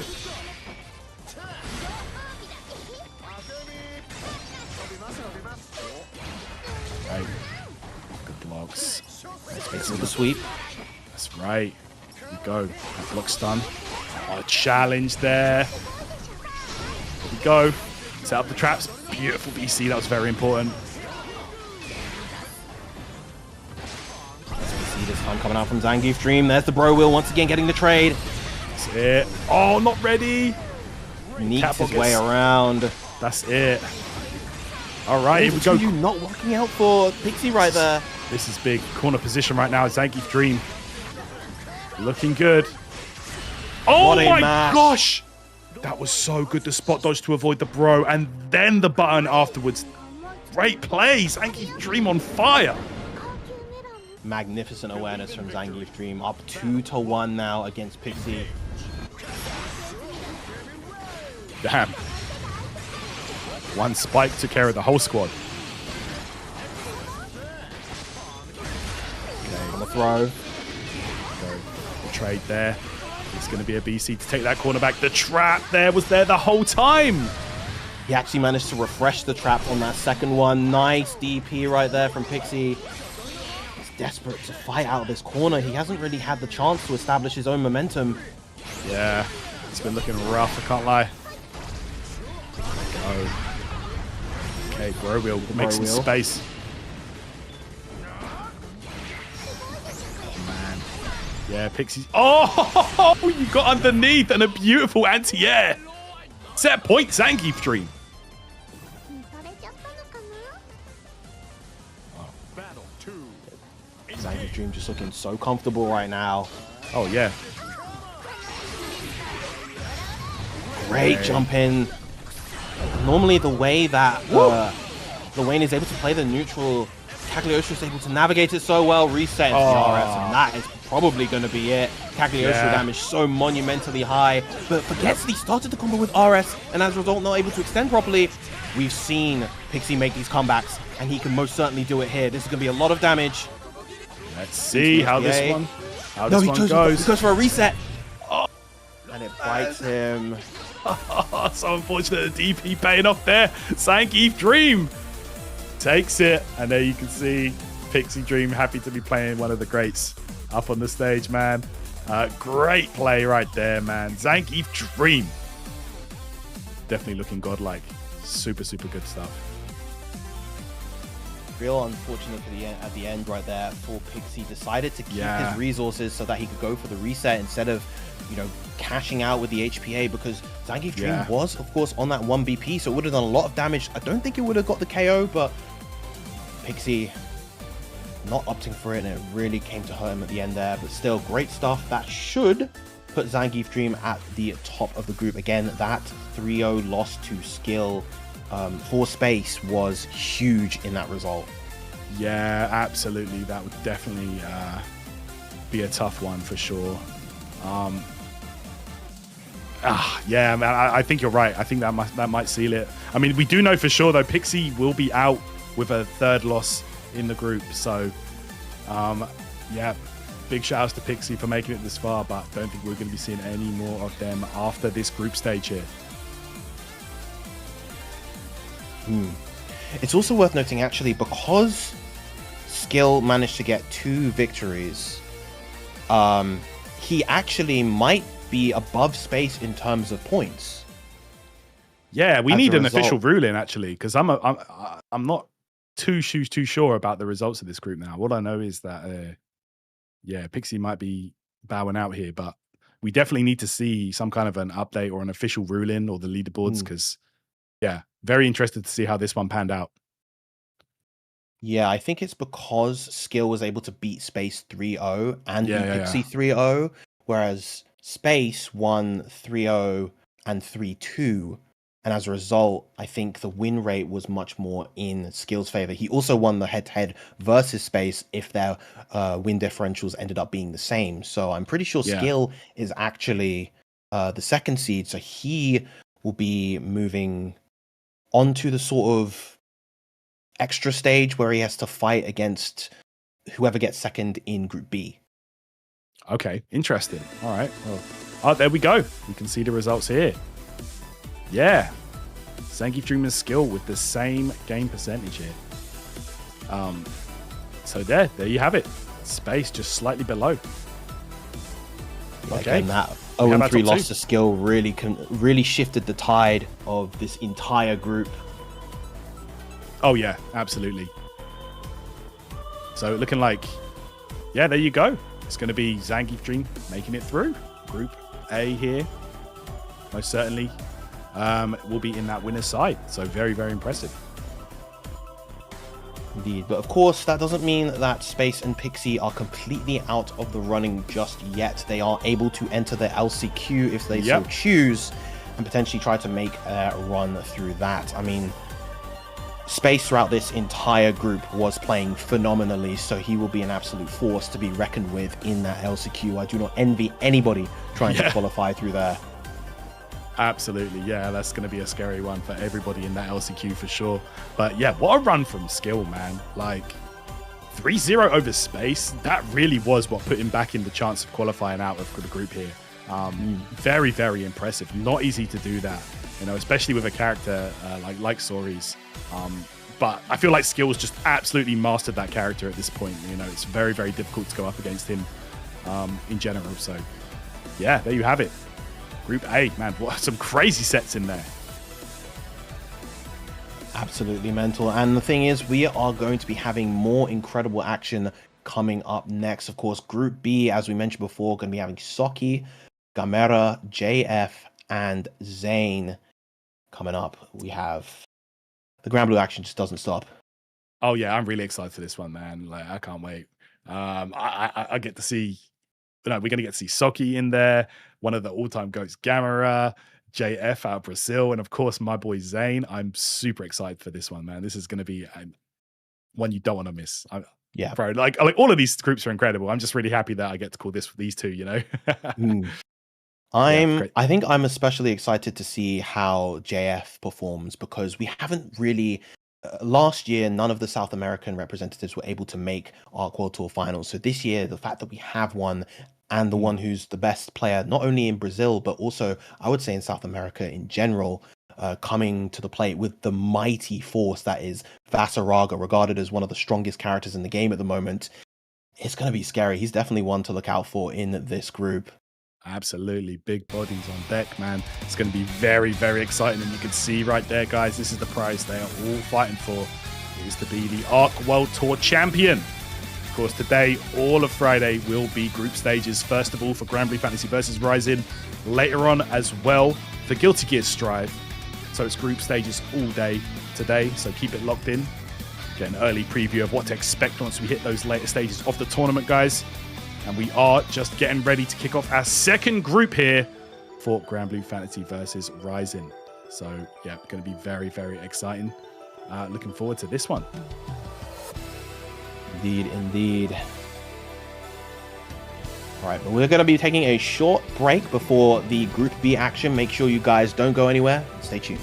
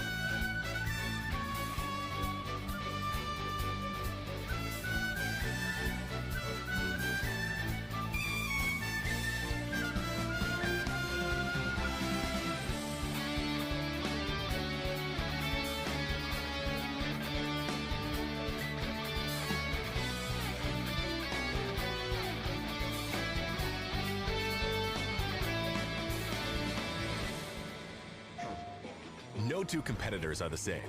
Some run on routine for the chance to win big. Some make time to rise through the brackets. Some lock in with confidence. However you prepare, there's a place for every kind of competitor. PlayStation Tournaments. Sign up today on PS5. プレイステーション怖いのか安心してくれ俺は絶対に負けたりしねえよようやくこの時が来た正真正銘最後の夜か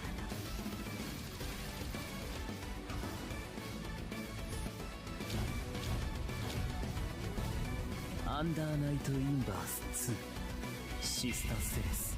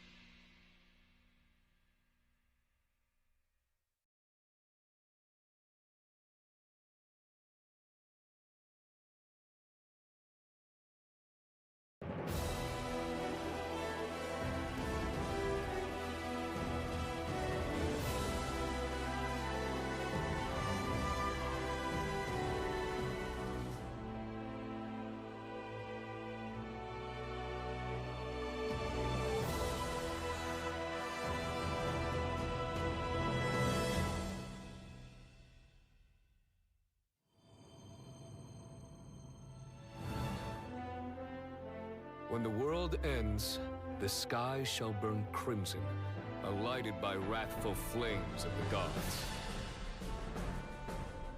Show us no mercy. If you hope to survive against them, you'll need to be ruthless. Yo! What did I say? Never stood a chance! Keep formation, Beatrix. Pierce the darkness! Fight me like you mean it! I'll help with my summoning powers. Heck yeah! Glad to have you in the ring with us, Lyria. Messenger of catastrophe, rain judgment on our foes! Prove yourself worthy of the apex. I shall await your arrival. Ready yourself. By sword and shield, or fang and claw. We will keep this realm safe. Just wonder if that god is satisfied with its vessel.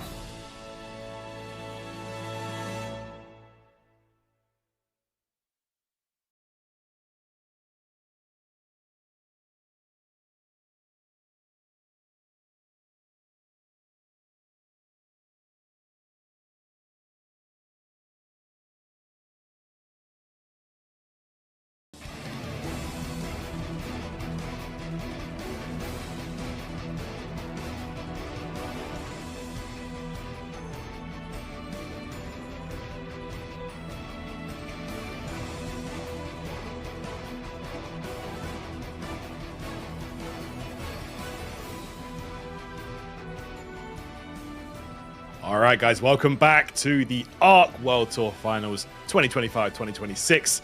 It is the group stages today for both Granblue Fantasy versus Rising and GBVSR Drive. But we're in the group stages of Granblue right now, being joined by my man Viram. Bro, how are you doing after those first few matches? I am honestly just excited to see even more Granblue action. Of course, before we had Zangief Dream coming out as the top seed of his group, very, very close sets between the top three in that group: Space, Zangief Dream, and Skill. But of course, Zangief Dream able to take it in the end. Coming up next, of course, in Group B, we will be having Saki, Gamera, JF, and Zane. Absolutely, guys. Group B, of course, of 4 groups that we're going to be getting today. And this one, a very, very interesting one. I'm really looking forward to seeing this one play. Some fan favorites as well as some... JF, like, I'm really looking forward to seeing how this guy does, man. Like you said earlier, the Brazilian with some incredible results under his belt, rocketing that Vasaraga. I feel like that's definitely going to be the wild card in today's group here, from some players that we're pretty familiar with seeing here in Granblue at this point, you know? Yep, of course, Saki and Gamera. Well, Saki, Gamera, and Zane, both multi-time here in ARC World Tour Finals, or all 3 of them making the finals of last year as well. Saki, and the interesting thing about this group as well, all 4 of our players are from different kind of major regions. We've got North America, South America, Europe, and Japan all represented in this one pool. Saki, of course, had a very kind of consistent, well-rounded season, placed very well at a lot of gold events. Wasn't able to win anything super big from what I recall, outside of winning a Clash of the Olympians, but he was able to just about make it through points. Meanwhile, Gamera had a bit of an up and down season, I would say. Got first at BAM back in Australia near the start of the season, as well as getting second at Lagless Cup, but aside from that, you know, he had the 4th at Evo France, but the 13th at Psy Games Cup, not quite what we would expect from a player of Gamera's caliber. Meanwhile, of course, JF competed exclusively in South America, but won literally every event he entered during the ARC World Tour season. First at Battle Coliseum, first at Ragnarok, and he managed to win the silver events as well. And of course, Zane having a particularly strong mid-year, mid-early season of the ARC World Tour. First at CEO, first at Chain Shift, second at Evo, and just, yeah, an absolutely incredible player that needs no introduction here. Yeah, definitely. Another, similar to Skill that we saw earlier. Zane, another multi-game talent. Like, whatever Zane plays, he's going to crush it. Yeah, really looking forward to seeing how this one unfolds, man. Like, I really can't call it. You've got a bit of everything in this group, and I think that we're in for a treat, honestly, with Group B. That we are. Quite an eclectic mix of characters as well. Saki, known throughout this season a lot for his Catalina, but more lately has been shifting towards the Luane, actually, towards the past few months. Of course, rather unfortunately for him, Luane did get that nerf to the bro wheel, which is kind of instrumental to how he plays defense with that character. But nonetheless, one has to watch out for him. Ranked 16th overall in the tour and managed to qualify actually due to the result at Frosty Faustings, of all things. Had Monarch not gotten the result that he did, I think Saki would not have been able to qualify. So it was one of those instances similar to Zerom last year, where the result of another player was able to affect his ability to qualify. So still managing to make it here and hoping to perform even better than he did last year. That's it, yeah. And you mentioned qualifying through the points there. Saki literally just making it in here as the 16th competitor in here to be making it into the group stage. So let's go. Really excited for this one. Saki, of course, one of the stronger players out of Europe, been playing this title for many years now, and pretty consistent placing player, to be honest. It has some very, very strong training partners, including Fitterson, that we'll be seeing later on. So very much looking forward to seeing how Saki does here.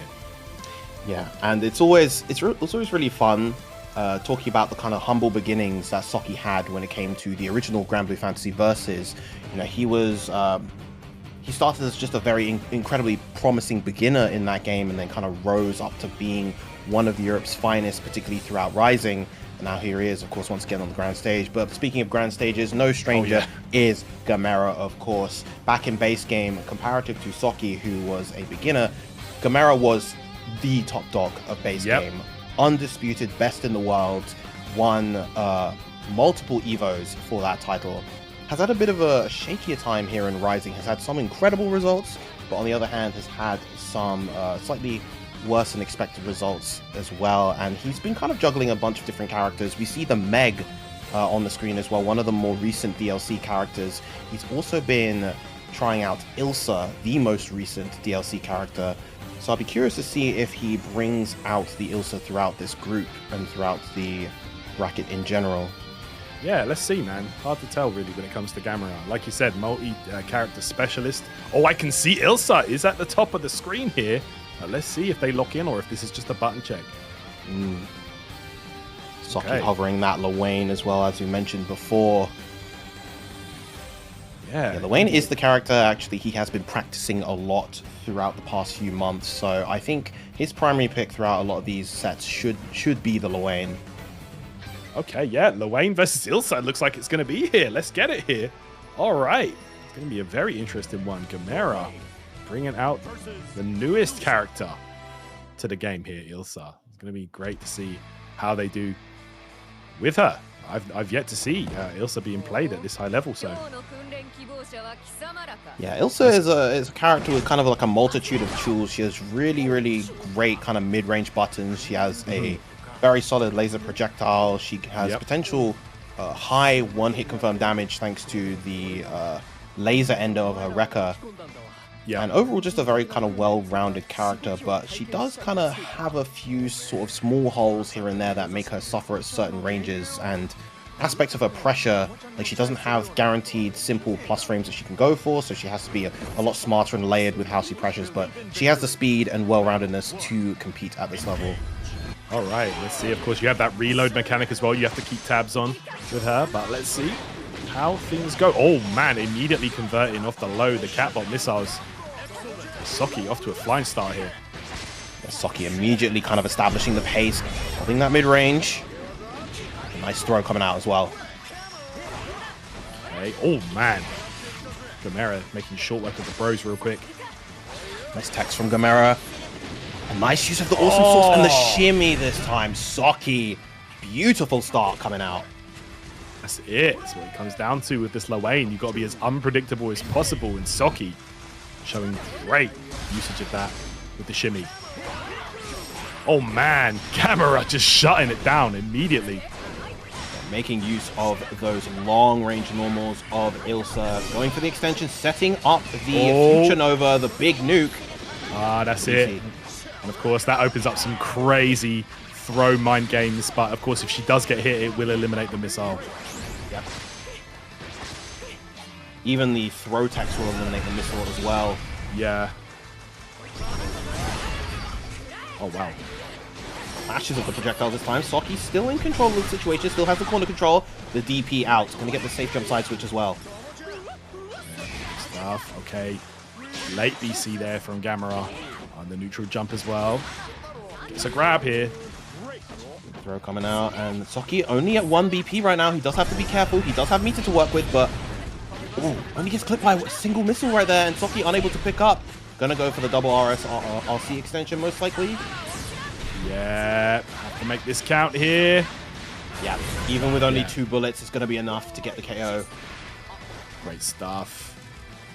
Good calculation there from Gamera. 1 round apiece here. Back and forth match so far. Oh, wow. With the far heavy. Yeah, round start challenge there. Oh my gosh, anything Soki's calling, whether it be the bros, the catbot, Gamera just makes complete short work of it. Okay. Bro wheel here forces the situation. Gets the back throw, finally has the stage positioning. Nice catch on the back dash with the close heavy. Not quite close enough to get the wall bounce, however. Okay. Grab here. Oh, we setting up here. Have to hold it. Okay. That is a ton of chip damage. Tries to go for the wish confirm right there, but it's not going to land. Gamera taking that first game. Very nice. Good stuff. And on the first missile challenge, you know, Soki was able to escape and eliminate it. That time, Gamera keeping it somewhat frame tight, really, really making it difficult for Soki to deal with. So, good calculation there. Battle 1. And knowing at that point, Soki didn't really have the resources to contest either. Yeah. Nice dash light in. Gamera gonna convert this to full damage. Oh, but unfortunate right there. Goes for an ill-advised reload. Oh my gosh. Challenge there. Taking out the bro. There's the missiles again. Soki just dashing up. Almost baiting Gamera into trying anything, but here we go.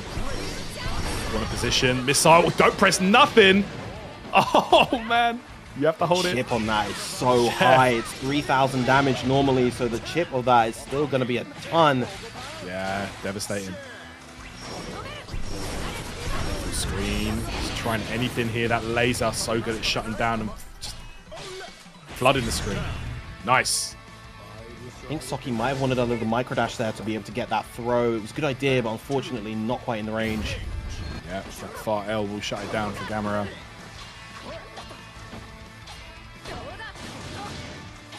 Oh, nice backdash to avoid the wrecker, but unfortunately not able to capitalize.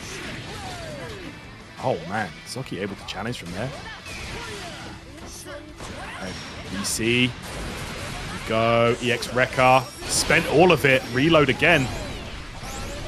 Huge hit for Soki right there. Gonna extend this almost all the way to the corner. Tries to backdash shimmy, but a beautiful match from Gamera.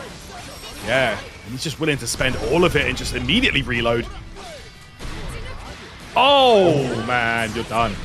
Yeah, that's a colossal counter hit right there. Has all the resources in the world. Gamera gonna keep this ultra simple. That's it. Nice. There we go. Didn't have to do much there. Triple RS combo. Basketball dribbling. Are we going to see the switch from Soki, or is he just taking that breather? He may want to go for the Catalina just to have those stronger buttons at mid-range to contest against Ilsa. Yeah, I could see the cat being a little bit more favorable. Like Lowain, I feel like all the offense is just getting stuffed at every opportunity, but okay. Soki believing, looking back in on the Lowain here. Was thinking about the cat swap, but no, we're sticking with the squad here. I think the key thing for Gamera right now is that he's playing the defense incredibly disciplined, and Soki's just having a very hard time opening him up, even when he manages to win neutral and start his own offense. I know, right? Go, MP conversion sets up the bomb. Oh my gosh. Constant checks from Gamera, just not allowing any of these Lowain tools to get online. But finally, Soki gets a solid hit right here. There we go. Be the start of something big. There we go. Combo limit reset. Double overhead. Okay. Oh, nice, all parry right there. Yeah, I like that. He knew Gamera would challenge, so that parry coming through. And a wonderful bait on the DP as well to seal the round. Soki locking in and finally creating those openings for his offense to flourish. Yeah. But do you see the kind of reads he has to make to shut down Gamera's play? Like, let's see if he can do this consistently, because there were a sequence of extremely hard reads there. Let's see how Soki does. Okay, sets it up. But that's exactly what makes this high-level gameplay so fascinating to watch. Seeing these kind of reads and commitments between these players. Tries to get the anti-air attempt. Unfortunate, Soki already committed to the throw. Oh, wow. There's the BC. Okay. Clears the screen there. Does Gamera. Right, we reloaded. And I like Soki's willingness to disengage when he loses those guaranteed pressure situations. This is going to do a ton of damage, however. Oh no, doesn't extend much further than that. Okay, that's it. Oh my word. Soki almost at 100 meter, yep. Gotta make something happen right now. No bravery points. It could hurt if Gamera gets the hit. Oh, the challenge! What a magnificent check from Soki right here. If he optimizes this, this might be enough to get the KO. Oh, cat bottom, there it is. There you go. Magnificent from Soki right there, tying this up 1-1. Very, very clean there, closing things out with the cat drill. 2-1 now. Gamera does have the option to swap, but I think the Ilsa is working out pretty good here.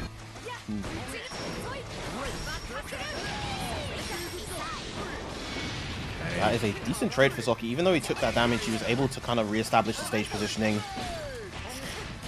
Ah, unfortunate right there, not getting the proper confirm. There we go, and again, it's going to send Lowain back full screen. And get a reload and recover all those bullets. And all that damage, potentially.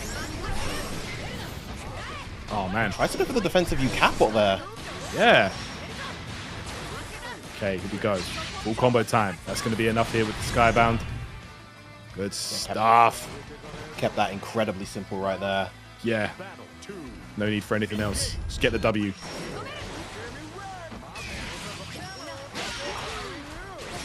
Nice. Uses parry once again. Come at me, bro. Nice anti-air with the close medium as well. Oh, that's a massive 2H. Yeah, huge. Late tech though. Soki, and again. Here we go. EC. Oh no, that's gonna hurt. Again. Gamera just doing such a good job this time, calling out Soki on the defense. That U laser is just clearing out the bros, not allowing Soki to get anything started. Oh my gosh, you see the movement from Gamera right there. And that is going to seal it. He whiff punished that RS with his own RS. That's kind of wild. Yeah, man. This guy looking locked in. Gamera looking to add another huge trophy to that already stacked cabinet with the ARC World Tour Finals this year, man. That was a great start to Group B. My word. That set went by so fast. I actually didn't realize that was game 4 as opposed to game 3. Like my brain was like, oh yeah, you know, Soki still has one more shot. No, that was a real strong showing in the games that he won from Gamera. Literally, and Gamera knew that. Like, he was not leaving anything to chance there. Absolutely shutting things down. And yeah, man, Soki unfortunately not off to a great start here in Group B, but there's still a long way ahead, and there's still plenty more games for Soki to turn things around here. So let's see. That is. But coming up next, of course, we're going to be having a North American versus South American brawl here. Zane versus JF, Grimnir versus Vasaraga. Now, Zane, I believe, has taken a trip to South America previously and actually not able to quite come out on top at the events there. So it'll be interesting to see how he manages to deal with the JF Vasaraga. Meanwhile, I would say that for JF, not having that kind of global experience that a player like Zane has, maybe he's not quite as well prepared for some of these rarer matchups. Grimnir, in particular, not being the most common character, but I do know that there are a couple of strong Grimnirs in South America that are definitely worthwhile sparring partners. But are they on the level of Zane is the question. Yeah, Zane, definitely the mad scientist, man. Whatever game he touches, he's going to figure something crazy out. And yeah, we've seen it, you know, in recent years, pretty much shifting his full focus when it comes to fighting games to Granblue Fantasy versus Ryzen, and just coming up with an extremely solid strategy with this Grimnir, you know. Very, very impressive stuff. And, you know, the results speak for themselves, honestly. So let's see how this one goes here against the big bad Vass. It's going to be a great one. That it will be.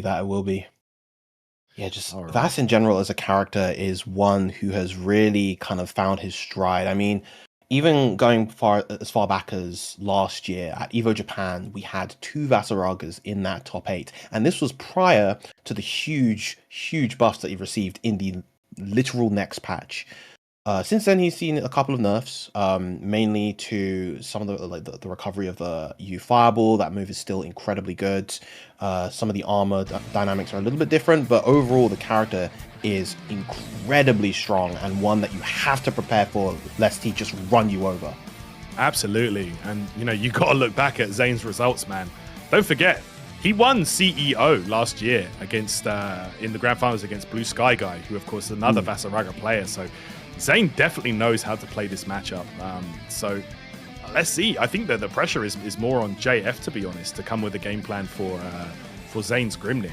So let's see how this one goes. I'm really looking forward to it regardless. Yeah, I mean, as I mentioned, Grimnir despite how powerful he is, he's a very unique character, and as a result, he's one of the rarer kind of top cut characters that you see there are a couple of very good South American Grimnir players. From the top of my head, I know that there's Cals from Chile as well as Musketeer, also from Brazil. I believe they both play Grimnir to a higher level, but again, are you going to be ready for Zane's particular brand of Grimnir? Are you going to be ready for that movement, ready for that offense? Absolutely. You can see right there, man, this guy, he racks up those points, whatever the World Tour is that he wants to participate in, let me tell you. So I'm very, very much looking forward to see this guy play, man. Like he's one of my good friends as well. So yeah, it's going to be an exciting game. And yeah, man, like I just can't wait. Like I know I keep repeating myself, but I really can't wait to watch this set. Yeah, both these characters and just these players, very unique ways of playing the game. We're going to see kind of dynamics that you don't commonly see among a lot of the characters in this game play out throughout this matchup. And that in and of itself, I think is going to be very exciting to see. Absolutely. No doubt. Very, very different character play styles, obviously. And yeah, let's see how this goes, man. Vasaraga, of course, you know, can wreak havoc once he gets close, but okay, let's see how this one goes. Like Zane, you know, like he's so good at controlling the screen, so good at setting up. I could see Avatar Belial on the screen. Oh, no, okay. He was teasing with teasing us with that for the button check. Oh yeah. I know he does actually play a bit of that character, but yeah, no, he is going to be locking in on the Grimnir for sure. Yep, of course, good sportsmanship as always from Zane. Yeah, I think the strokes would have to be very dire for Zane to bring out the Avatar Belial. I mean, that character, he's kind of a funny one because you look at how that character operates and like the tools that he has and the way that he's able to just create control and deal damage. It looks kind of insane, and then you realize that the character is made of paper, which literally creates a layer of volatility that no other character has, and it makes it very difficult to actually perform at this kind of level with the character. By picking Avatar Belial, even at the character select screen, you've basically done half the work for your opponent because you're going to be hurting yourself most of the game anyway, you know? Yeah. All right, here we go. Believe in victory. Battle 1. JF versus Zane. Round 1. Oh! And already off to a strong start with the light tackle. Literally closing that gap immediately, not letting Zane set up shop by any means. Here we go. The anti-air command grab. GSG not allowing Zane to escape. Beautiful timing with the armor on the M tackle as well. Spacing the constant plus frames. Wow, Zane cannot get any kind of space right here. JF just smothering this fella. Not allowing him out the corner, but there we go. Zane finds his way out here. Oh my gosh, what a U fireball coming out from JF right there. Yeah. Okay, here we go. Oh, man. 2M, that could have led to a lot of that. Oh, no. Yo! And the U Instinction once again. Oh, my gosh. Yeah, you're going to be seeing a lot of these U skills coming out from Vasaraga. Okay. Beautiful M just to close the gap. Here's the pressure coming out from Zane's Grimnir. Yeah, patient on the defense. Right, late tech there. What a check right there. Yeah, JF challenging at these perfect moments.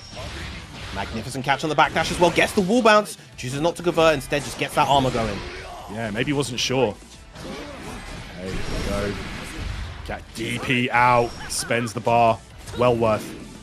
Absolutely. Oh, finally a clean hit from Zane. Doesn't actually get the follow-up with the wind seal though, but gets a reset right there. The forward dash is going to be a nice chunk of damage. Going to reset into Solidoki as well. That's right. Guessing the high-low.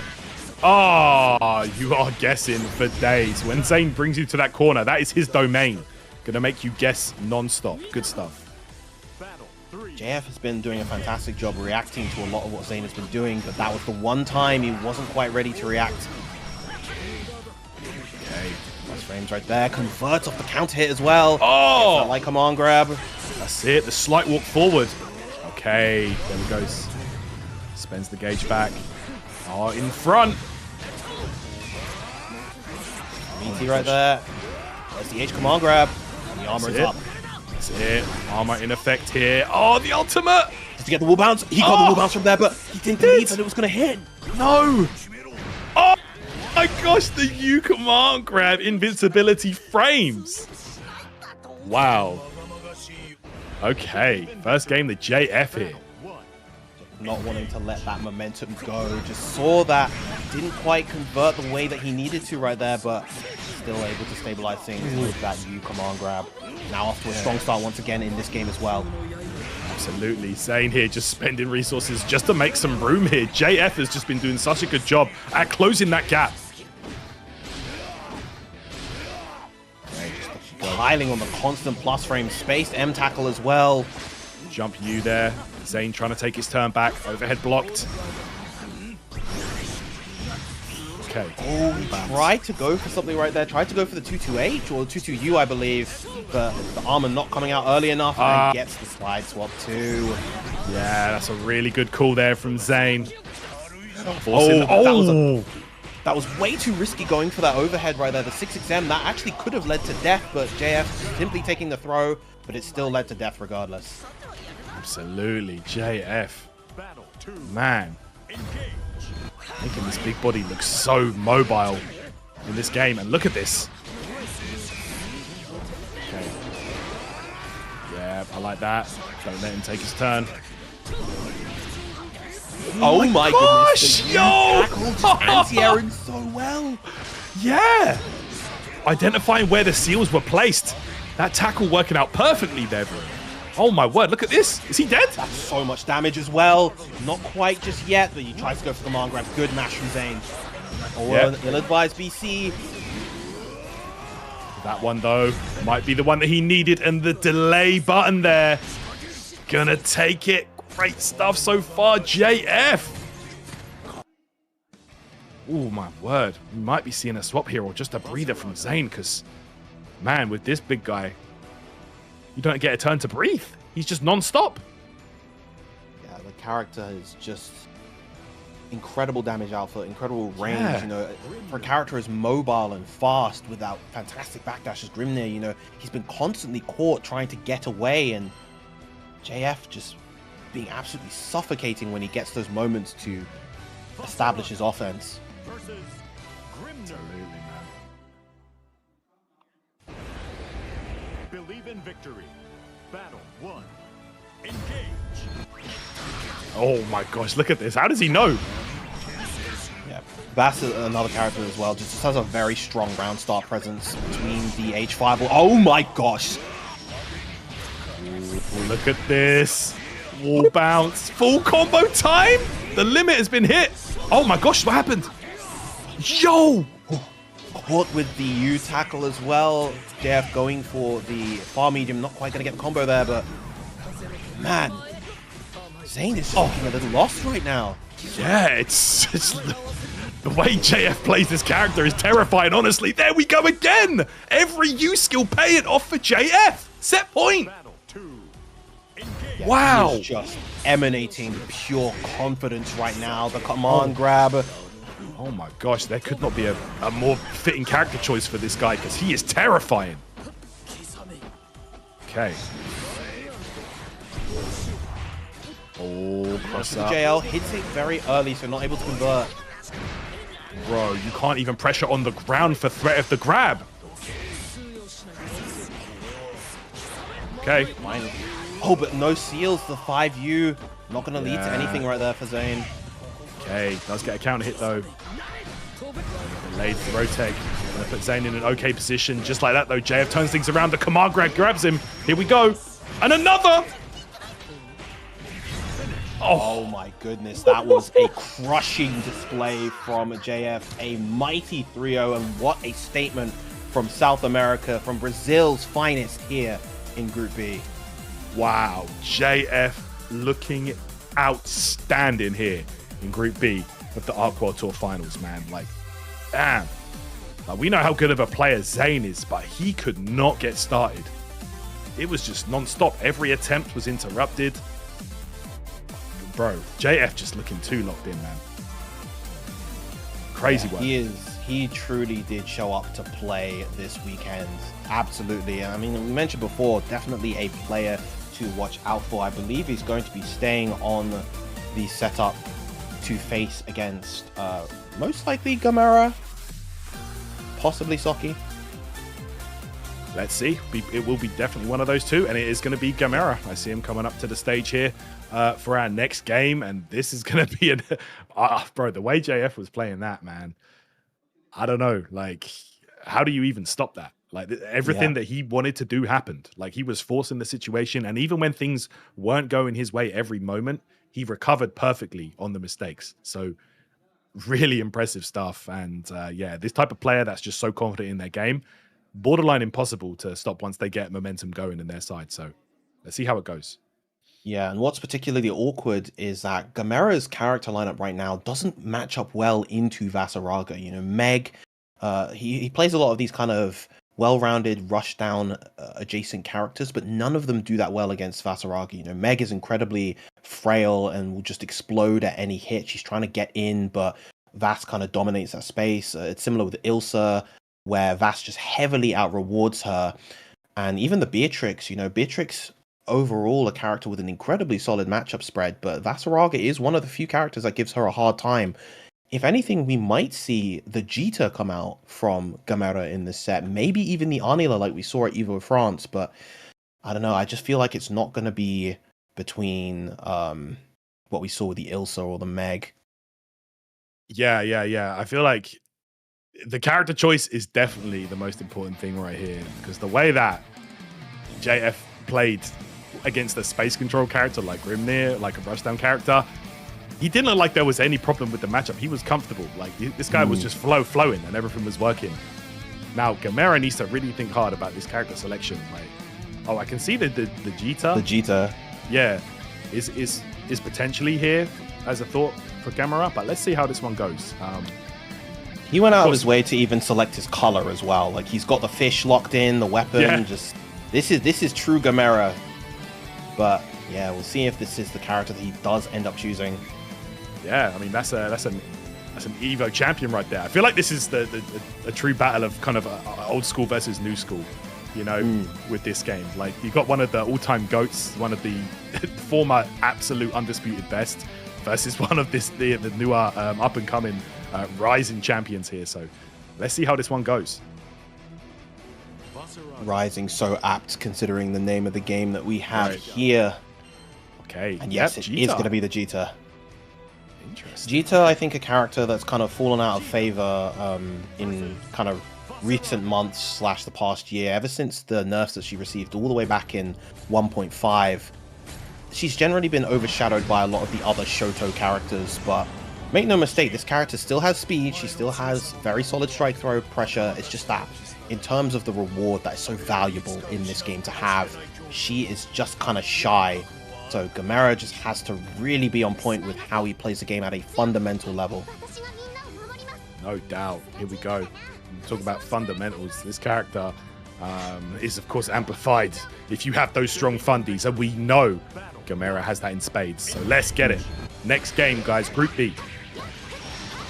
Wow, starts around with that big jump. Yeah, and a full Rekka sequence all the way towards the corner. Baits out the grab too. Again, because the Rekka had been spent, she didn't really have the reward without spending BP there. Exactly. Maybe not wanting to commit too quickly there. Spot dodges the projectile. Notices that wasn't quite plus at that range, so chooses to challenge. Oh, what a contest right there. Oh, yeah. JF, of course, like we saw against Zane, is going to make every last bit of that count. Reset time, scoop. There's that command grab. That's offense so difficult to deal with because of that unreactable command grab. There isn't really a stable way to contest him. Yeah, it's very, very scary once he gets going on you. Once he's got that armor as well in effect, as he does right now. Okay. Armor running out. Again, we see Gamera keeping this pressure very tight with the U command grab. Yep, not going to be enough to get that kill yet, though. BC, Gamera still has a chance. There it is again. Another one. Yeah, we spend in those 50% all day. In those wise words of DJ Khaled. You already know. There we go, another command grab coming out from JF. And the armor just... Yo! Flexing! He is incredibly comfortable right now, and to be that comfortable against a player like Gamera is just... I don't know if it's a sign of confidence or a sign of foolhardiness, but... Yeah. Here come the throws. That's it. I feel like JF just not thinking too hard about this. He's just playing his game. All right, Gamera gets a clean hit. Wrecker sequence here. Was that corner, DP, and the follow-up. Gonna root to maintain the fireball cooldown. I like that, but good block from JF. That U fireball, very powerful to have in the corner because it is BC safe as well. Absolutely. Good call there. Okay, we're closing that gap. Here we go, and it's going to be enough right here. JF going to take the first game. JF not blocking low after that reset and gonna get that KO with the 2M. Feeling like the Jita not quite enough, maybe, considering the switch right here. Look at this. JF just comfortable. Just chilling, playing his game. Gamera, though, in deep thought. Might see a swap. And like you said earlier, plenty of characters under his belt to try here. Ilsa, okay. So we are getting the Ilsa here and now. Yeah. Gonna be locking in on her. A few more tools to control the neutral, perhaps.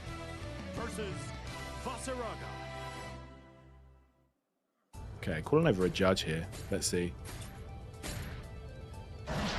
Believe in victory. Battle 1.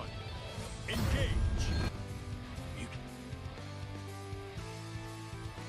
All right. Not sure what we are doing right now, but oh, he might not want the stage. Maybe. We had the stage last game, but it is, I think, one of the more visually distracting stages. It's just the bright red is kind of abrasive to look at times. I get it. Okay, so they're both deciding. Okay. They got the stage again anyway. Oh no. Believe in victory. Battle 1. Engage. Okay, yeah, we're gonna do that. At this point, they might as well just select. Just pick something stage. different. Yeah.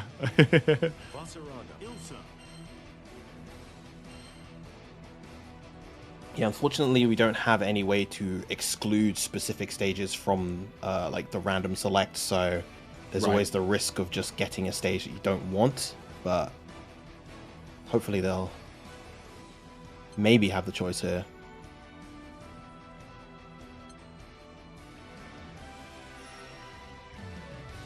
Okay, third time's the charm? No Never mind. way! Never mind. Bro, what is going on? Wow. Rigged. Believe in victory. Battle 1. Did I have to play it now? Oh, I don't think he was... Okay, I don't think he was picking random. Oh. And then I think once they did pick random, it got this stage anyway. So I guess... I think that's the tournament rules. They have to play on a random stage. Yeah. Okay. Well, there you go. We're getting this stage anyway. Here we go. Shout out to Destroy Damage. Here we go.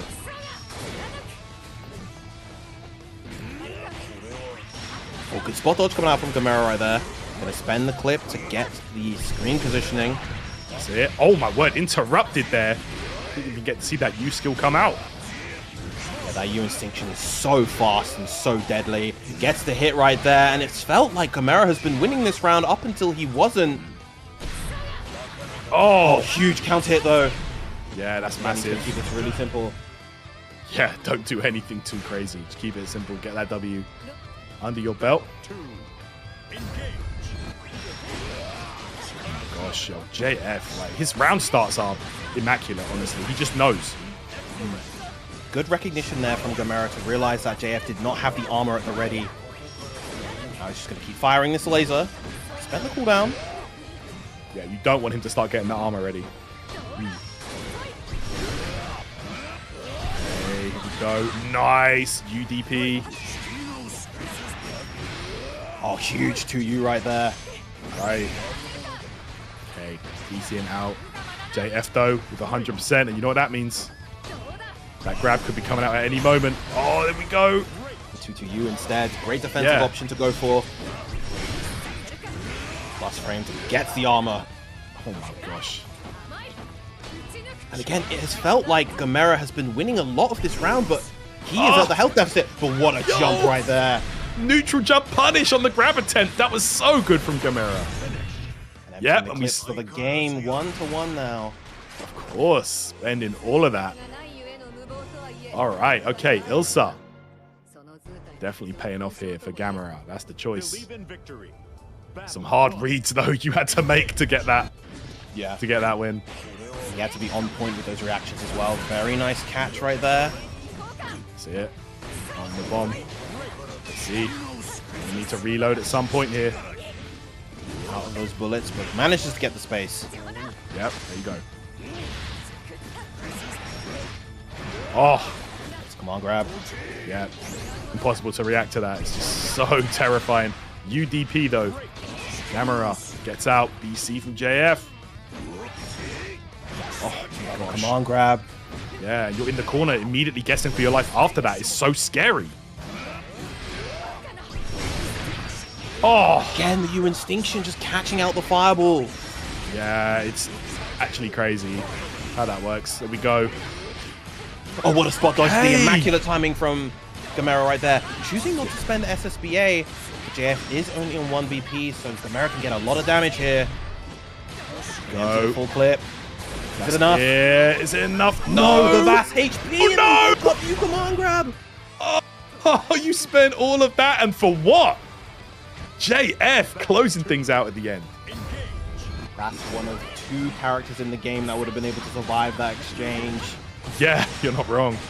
Hanging on. Big body privilege right there.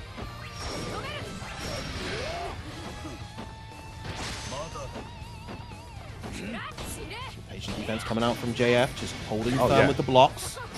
Doesn't want to overextend. Loving that patient defense. Go the tackle. Yeah, nice delay there. Got it. Immediately getting JF off of him. They potentially got a lot more from that instead of the UDP there, but still Gamera playing this disciplined, doesn't want to overextend with anything, knows the threat that JF is exerting. Absolutely. Okay, and a nice throw here. Here goes the missile. What's it going to be? Oh my god, immediately puts him on chip point. Wow. And yeah, that was absolutely a checkmate situation. You cannot spot dodge that Wrecker. It lasts for so long to catch the spot dodge recovery. Excellent awareness. Even with the round start jump, not able to get the punish there. Oh. Back throw in. Safe jumping in as well. That command grab coming out yet again. Been paying off so well for JF. We armored up. Oh. Great defense from Gamera. And it's crazy. He defended so well in that situation and still is half his health down. I know, right? That's actually wild to think about. Combo limit. Here we go. Missile time. We BC out. Straight back, though. Gamera BCing back. Wonderful spot dodge right there. You can actually punish that even harder with a heavy button if you spot dodge at that kind of timing, but Gamera just taking the safe guaranteed damage. Here comes another command grab. Oh. Man, not having any of that. Not dealing with the missile. The command grab paying off big. Even with the even with the backdash, it was still able to catch. Yeah, I know, right? The range on this guy.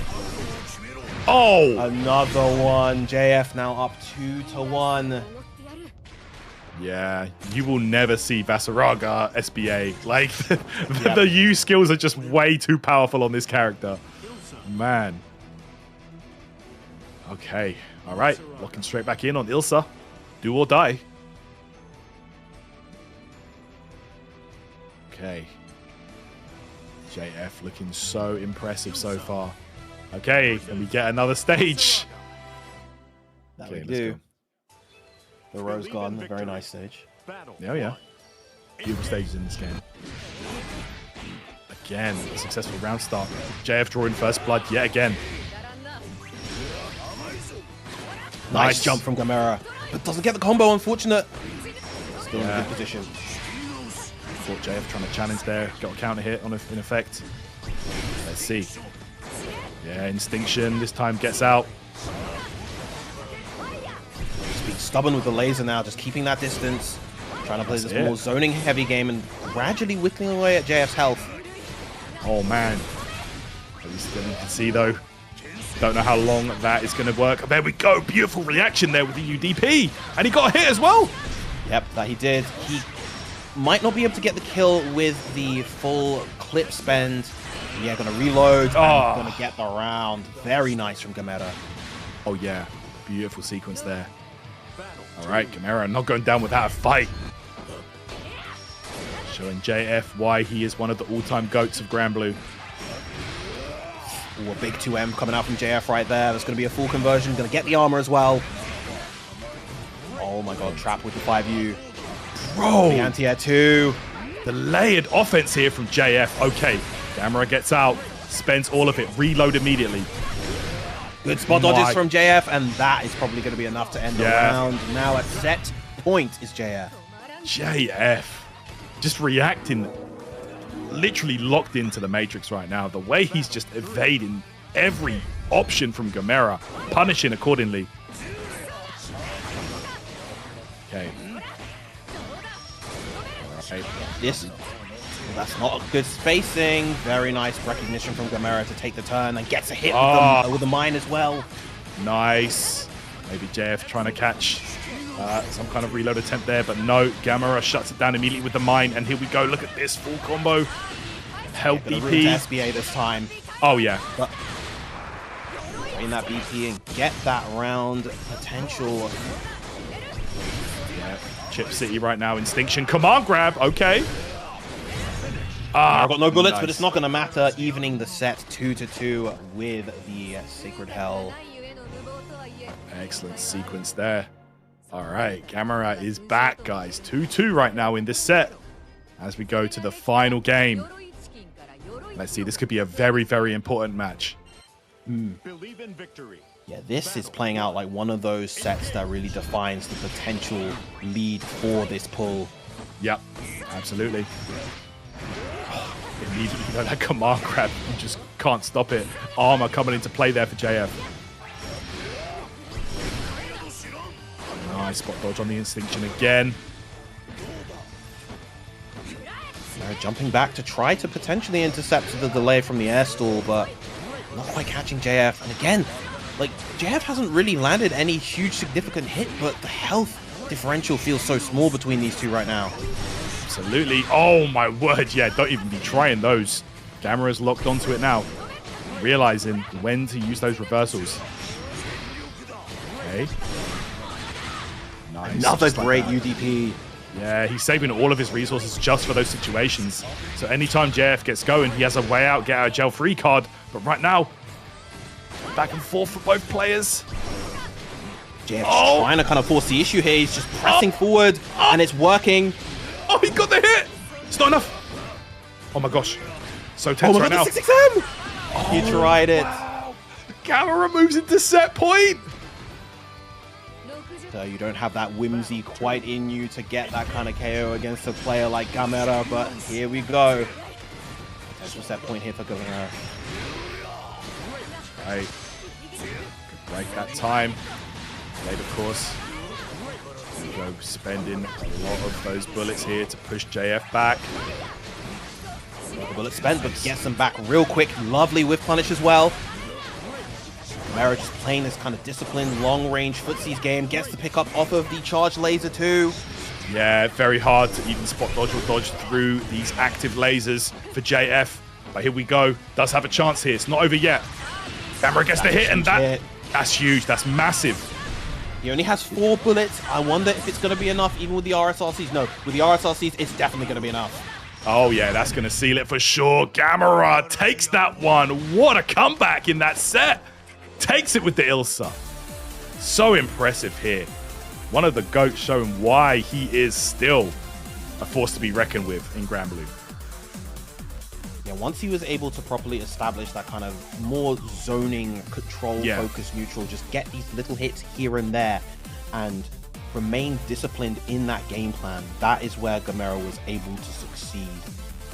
You know, JF, I think, started kind of forcing the issue a little bit in the latter part of that set, really tried desperately to get in, but as a result, you know, created openings that Gamera was able to properly capitalize on, and eventually win the set as a result. Absolutely, yeah. Once Gamera kind of like calmed down and really established his game plan of what he wanted to go for, the full screen spacing, the active lasers, like cashing out on every single confirm and just whittling down that huge health bar of Vasaraga. That's when things really started going his way. You know, he started making the hard reads as well, jumping away from the command grabs, DP through the strings, just everything that you need to do against Vas. You know, Gamera just playing his game plan perfectly. Yeah. Both the reads and the reactions, super on point with the Ilsa on Gamera's side for sure. But of course, coming up next, we're going to be having Soki versus Zane. The Grimnir most likely versus the Luane here. All right, let's get it. Very excited for this one. Yeah, let's see how this one goes, man. So Zane, of course. Yeah, we're going to be seeing Grimnir here for sure. And Soki, like he's not been playing Cat at all lately, or he's been playing her a lot less. So okay. I genuinely don't think that we're going to see much, if any, of the Catalina coming out through this group. Yeah, especially in the set versus JF, I think he's going to go for the Luane. Oh yeah, I can see it for sure. Okay. Yep, let's get into it here, guys. Zane versus Soki. North America versus Europe right now. Yep, getting that button check once again. I can see once again that avatar Belial. Probably the only time we're going to be seeing him on the screen from Zane. Yeah, I mean, to be fair, I think as much as solid as the variety is throughout our groups, there are definitely going to be plenty of characters, even ones that are regarded as strong ones, that are not going to see play throughout this bracket, unfortunately. You know, you've got characters like, I think, the newly buffed Seox. He's looking pretty strong. Lancelot. Who's another strong character? Vera has been looking real strong as of late. The newly buffed Zeta as well. Wilness, another character that we're probably not really going to see in this bracket, despite being regarded as one of the strongest in the game at the moment. But you know, this game has a lot of characters, and there's only so many you can choose from for an event like this. Yeah, I feel like they shake things up so much as well with each patch. Like things can drastically change in this game, you know. Let's see now. Let's get into this next match here. Group B, of course, guys. We've got 4 groups today for Grand Prix Fantasy versus Ryzen. Will be followed up by 4 groups of Guilty Gear Strive as well a little bit later on. So you're definitely going to be getting your fill of ArcSys game action today. And there we go. We can see the my man's sponsor out here. Let's go. Big ups Kaguya as well, holding it down for Soki. He always brings that plush with him to every single event that he travels to. Good stuff, man. You love to see it, man. These fellas out here expressing themselves up on the grand stage. You love to see it, man. It's one of the best things about our community. Indeed. It's a shame we haven't been seeing any like crowd views with the signs, stickers. Yeah, I know the Korean talent there. They do have the shrimp signs. They showed them a bit earlier, but let's go. Yeah, it's a shame that we haven't seen like a crowd with them. I'm assuming that we're probably going to see that during the top 8. Oh, I yeah, hope so, at least. Yeah, for sure, man. It's one of the best parts about these events, especially the World Tour Finals. You know. Yep. All right, here we go, guys. Getting ready to kick things off here. Next game in Group B. Of course, we've got an all-star lineup coming to you as well with Group C and D. But let's go, man. We are not even halfway through this group stage, guys. So let's get into it. Let's enjoy these matches. And let's get some players qualified to that top 8.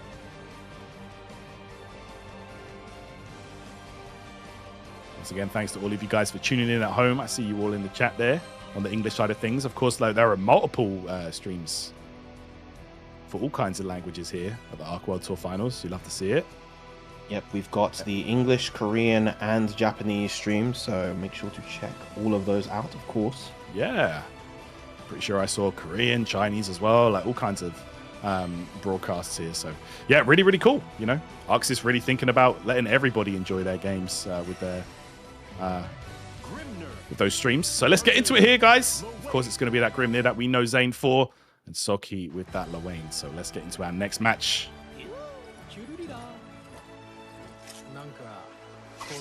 Oh, I do hope they let this intro play. It's very fun.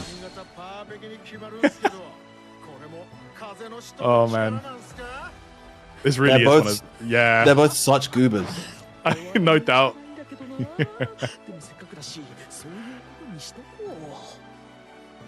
really hit him with the Booker T. Booker! Let's go. Believe in victory. Battle 1. Yeah, this really is one of like the best looking fighting games out there, man. Right? Yep. It's so good. All right, here we go. Oh man, back throw here. Incident. Yeah. Another throw coming out from Soki. Ooh. Ooh, but not getting the connection. Probably wanted to go for a close medium there, but was just a little bit too far and got the far instead.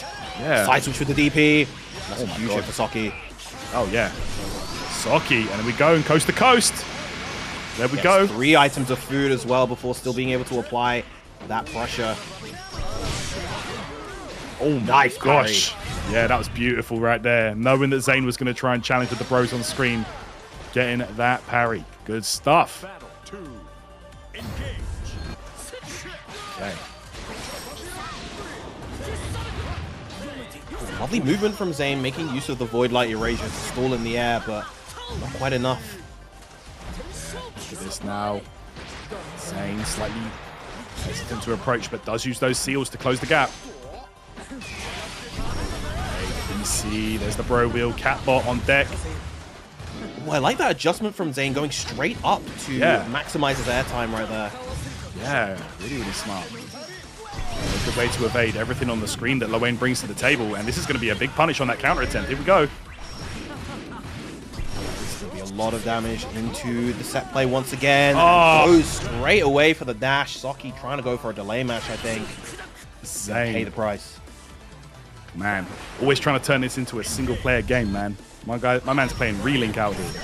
Not allowed to play. RPG mode. Okay. Okay. Trade. Fortunate for Zane. And that Soki not able to convert. And a nice pickup. Doesn't go for the Atrium from Source right there.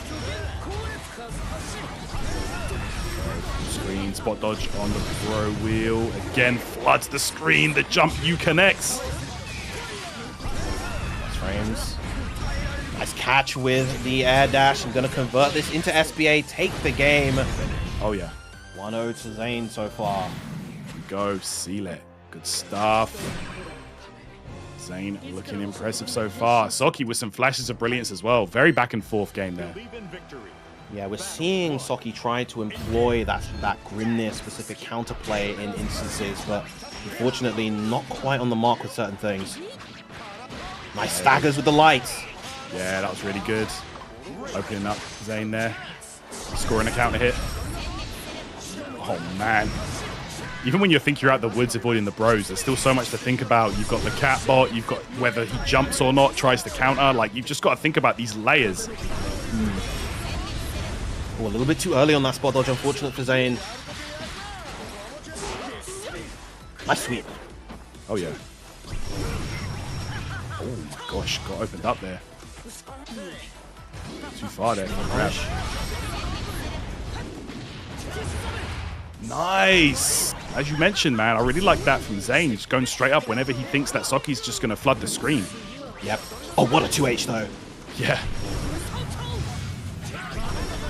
Oh, man. Oh, again, he's not getting his 2-1-4 convergence here. He's going for the bro wheel instead, but it's not going to matter here. Soki's still going to be able to seal out this round. Oh, that's going to be it. Good stuff. One of the more back and forth games we've seen so far in today's tournament. Battle 2. Engage. You guys adapting to each other on the fly.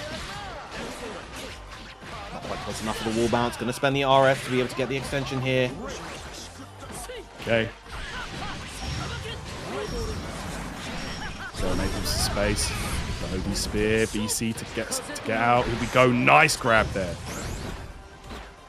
The grabs from Grimnir are, I feel like, easier to land just because of the threat factor of the seal damage. Oh, yeah. I hear that. Go. Respecting all of that offense. Nice XXL, but not quite at the spacing to be able to convert. Yeah, Zane was a bit too close. Okay, another throw. And again, these guys are going round for round here. I think it's been back and forth every single time.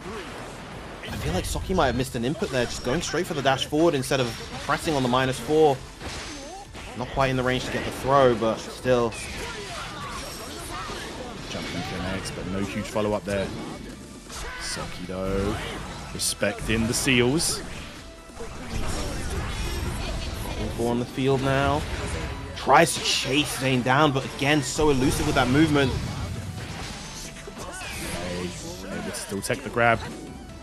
Oh, yeah, Sockie not biting on anything. Waits, BC's patiently. BC for BC, back and forth constantly. Great jump back from Zane once again. Oh, but the clip finally lands its mark, and this is going to be a ton of damage straight to the SBA once again. Zane up 2-0. Yeah, Zane didn't need anything flashy there. Just saw the hit confirm. Optimized it just easy into the SBA. Didn't do anything too crazy. No bravery points means that would be huge damage. Okay, 2-0 down here. Let's see. Sockie thinking about it.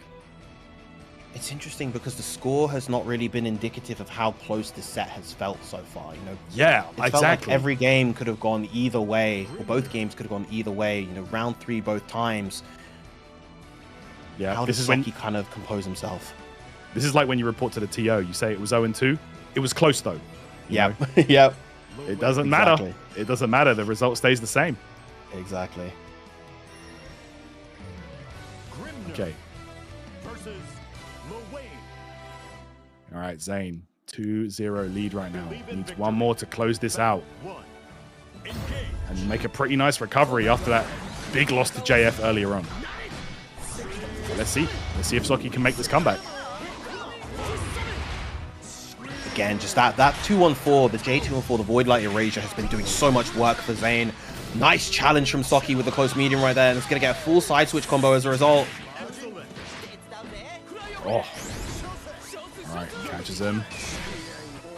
Discipline on the defense. Oh, wow, what a reverse. What? That was crazy from Zane. What a confirm. Seals up. On deck. Nice spot dodge. Oh my gosh. The U-Tornado. And what a pickup as well. Going to stabilize this with the RSRC. Zane now at set point. No, not quite. Oh, for the 6XM. Yeah. Luckily, that overhead coming in clutch there for Zane. All right, set point.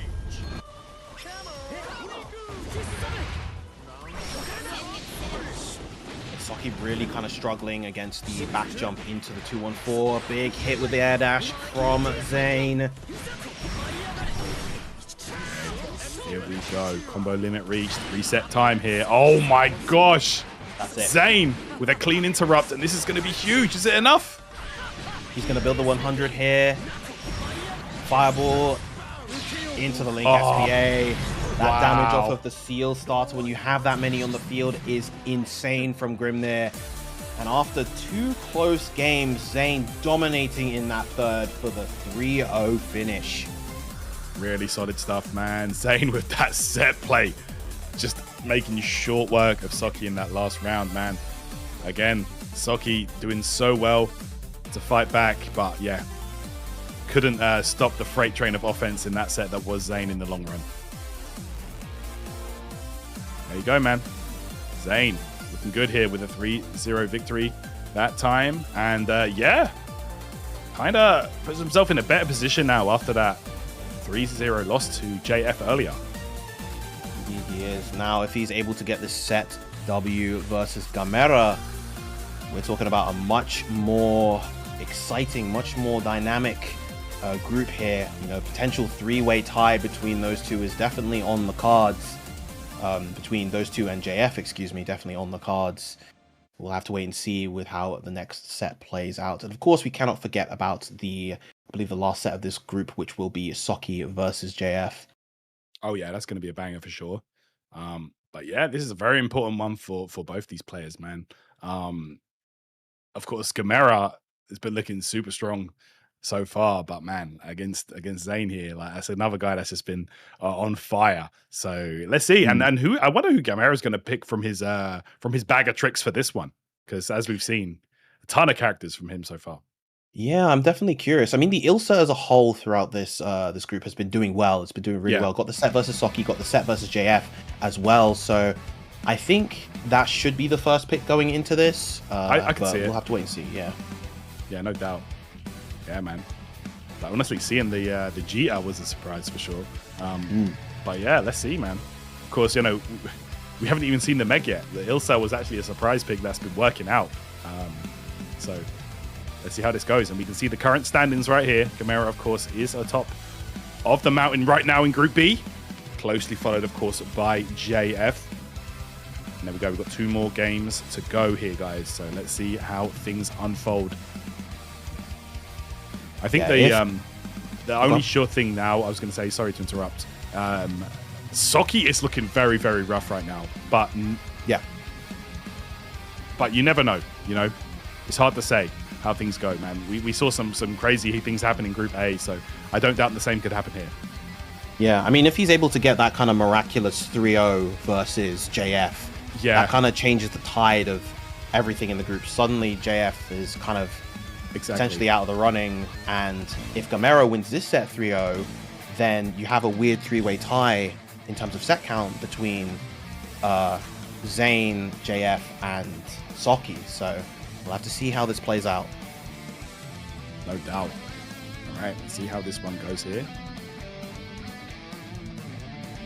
Should be a fun one for sure.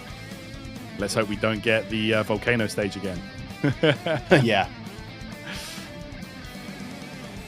All right. Yep, it is going to be Ilsa.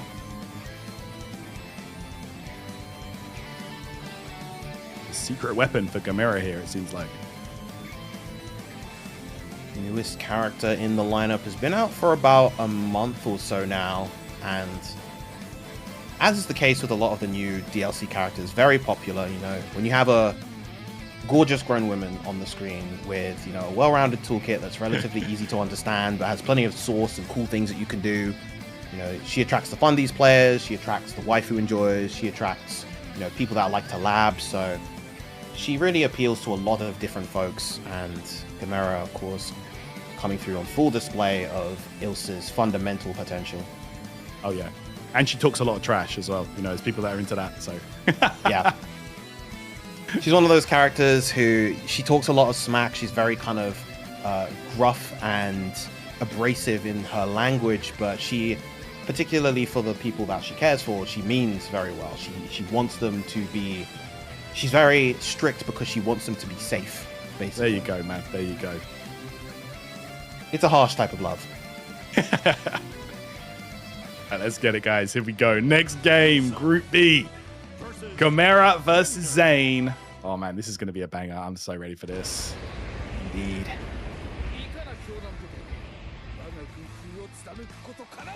We got Ilsa Steam playing as well. Oh, yeah. Yeah, that's going to hype him up.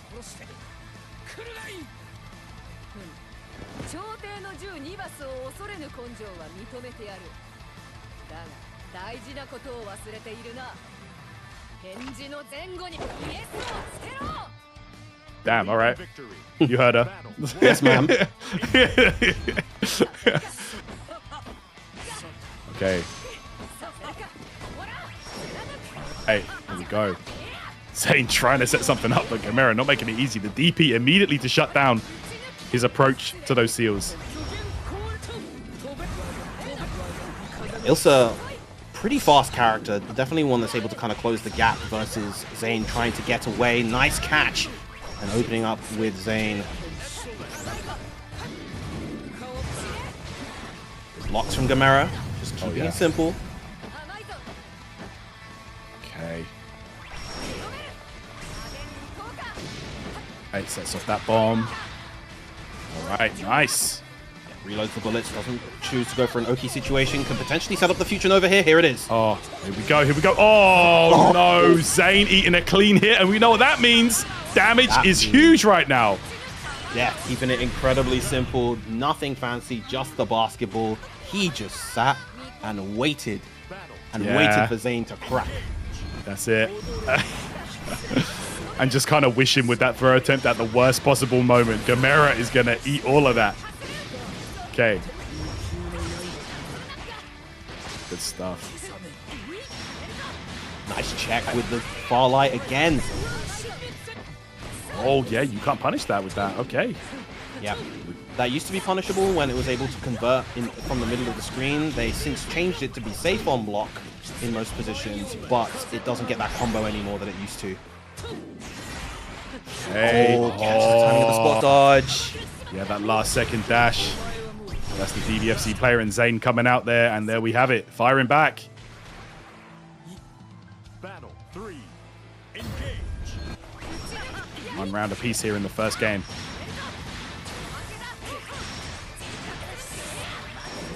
Using those cooldowns. Pressures the bullets as well, and the spot dodge. The fake BC. Yeah. Really smart stuff there. Gamera just reacting. So nice. Oh, okay. Immediately challenge. Yeah, see Zane. He is not sitting still. Oh, no, but you might have to because you're taking this huge combo right now. Gonna empty. Not gonna empty the clip just yet. Instead, gonna reset into the drone. Oh, that could have been it. Yeah. BC, though. Zane not on chip point just yet. Is now. There you have it. Yep, Man. there is a gap there. Zane had to risk the roll in order to be able to beat and punish that. Instead, Gamera going to take that first game. Damn. What a tooth and nail game, though. They were slugging. Believe in victory. All right, here we go. Next match. Very entertaining so far, man. Okay. Round start for Zane, going for the 2-on-4. Again, just these far light checks from Gamera have just been fantastic so far. Oh, yeah. Go. Good spacing there from Zane. And again, faking out with these seals. Just moving between them so nicely. Despite all of this offense, despite all of this pressure, Gamera has remained steadfast on the defense, not biting at any of these opportunities until then. Again, he's choosing these moments so well. Really, really is. And cashing out huge there. Getting about 40% damage with that combo. And this might actually do it here.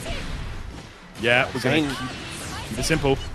Zane desperately wanting that BC to be able to get back to his seals, but Gamera keeping it so tight with the close light. Absolutely. Battle 2. Incredible stuff so far from Gamera. Look the clip, set up the mine, gets the hit as well, but didn't have the tools to really convert there. Yeah, bit of an awkward hit. Okay, Zane BCs. Now you do have these seals on deck. They are online. Okay. All of these plus frames, goes for the run up 2-2U, but doesn't actually get the conversion. And gonna get no escape thrown in the corner for his troubles. Oh no! Oh the no! Overhead. Oh my goodness, and that is your life gone. Oh, devastating. There we go, Gamera. Making such good use of that 2-2U. That missile is just devastating, man. Jeez. Taking a break on the character select screen. I really don't think we see the hour double R. I think Zane is just taking the moment. Yeah, he's just having a moment here. Just to think things through. Just to think about those matchups and how things went down. Let's see. Right, we are locking back in here, and Zane in deep thought, trying to just figure out how do you solve this puzzle that is Gamera.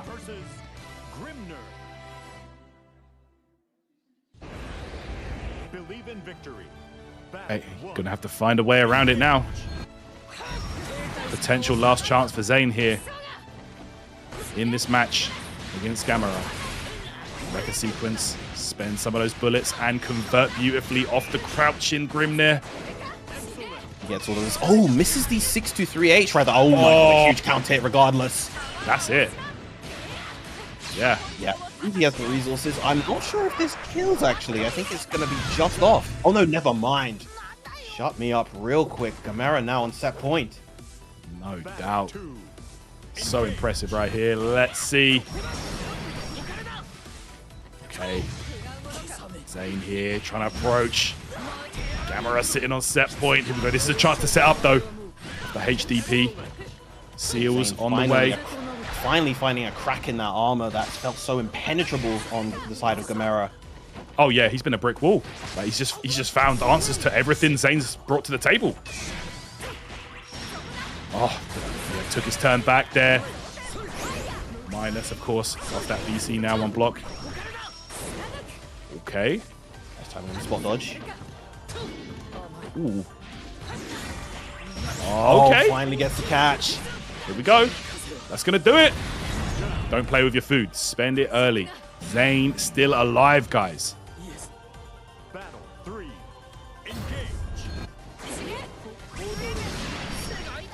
Hey. Nice 6XL. Gonna be able to get a very solid combo here. Gets a 63H extension. Probably going to set up into another future Nova. Yep. Oh, here we go. All right, I like that delay into the BC from Zane. Does not want to eat another one of those missiles to the face. Ooh, didn't believe quite enough in the hit right there, and that's going to be a full combo for Zane. All the way to the wall. Oh, but the side switch. Probably yeah, the side switch. No, you've got to imagine that might have been a mistake. Oh no, here it comes. Okay. Oh my God, he avoided it. He actually evaded it, yeah. That's huge, actually. But no more bravery points on the side of Zane. It's do or die. Just about timed that spot dodge correctly. Oh, PC. Gamera spending that. Oh my gosh, the full screen U laser closes it out for Gamera. Taking things 3-0 here against Zane. Wow. Secure Gamera spot as the top seed in this pool. Emphatic showing coming out from one of Granblue's finest here in Group B. One of the absolute GOATs, man. Like I said earlier, looking to add another trophy to the cabinet here at the Arc World Tour Finals 2025-2026. Zane, though, man, like, couldn't really get anything going. And that match was looking really, really rough, unfortunately for him. And this Ilsa is looking like a problem, bro. My word.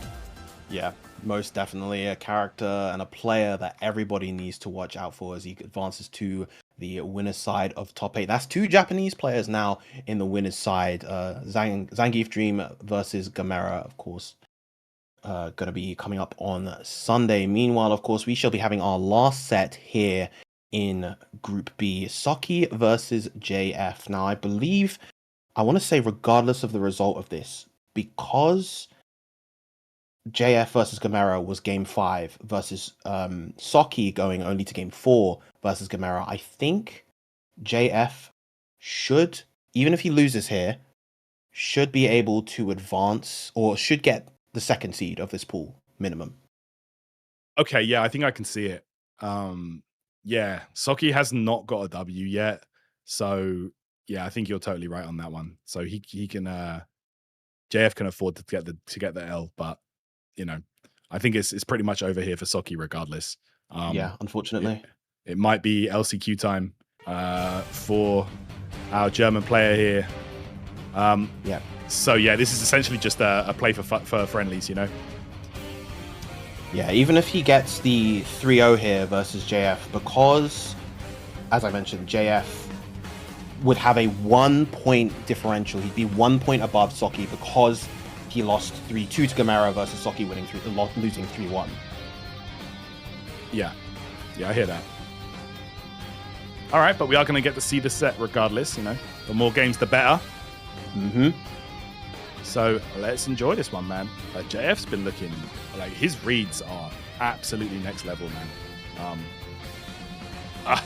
I could definitely see this player going far. Yeah, he has been looking ferocious, to say the least. Yeah, man. I really can't think of a more fitting character for him than Basaraga. Like, it's like we were talking about earlier. You know, I'm sure a real nice person outside of the game. In the game, though, oh, don't try and shake my hand after that. All right, let's get it. And of course, it's worth noting as well, whoever gets the second seed of this pool will be fighting against Skill to try to make the top 8 as well.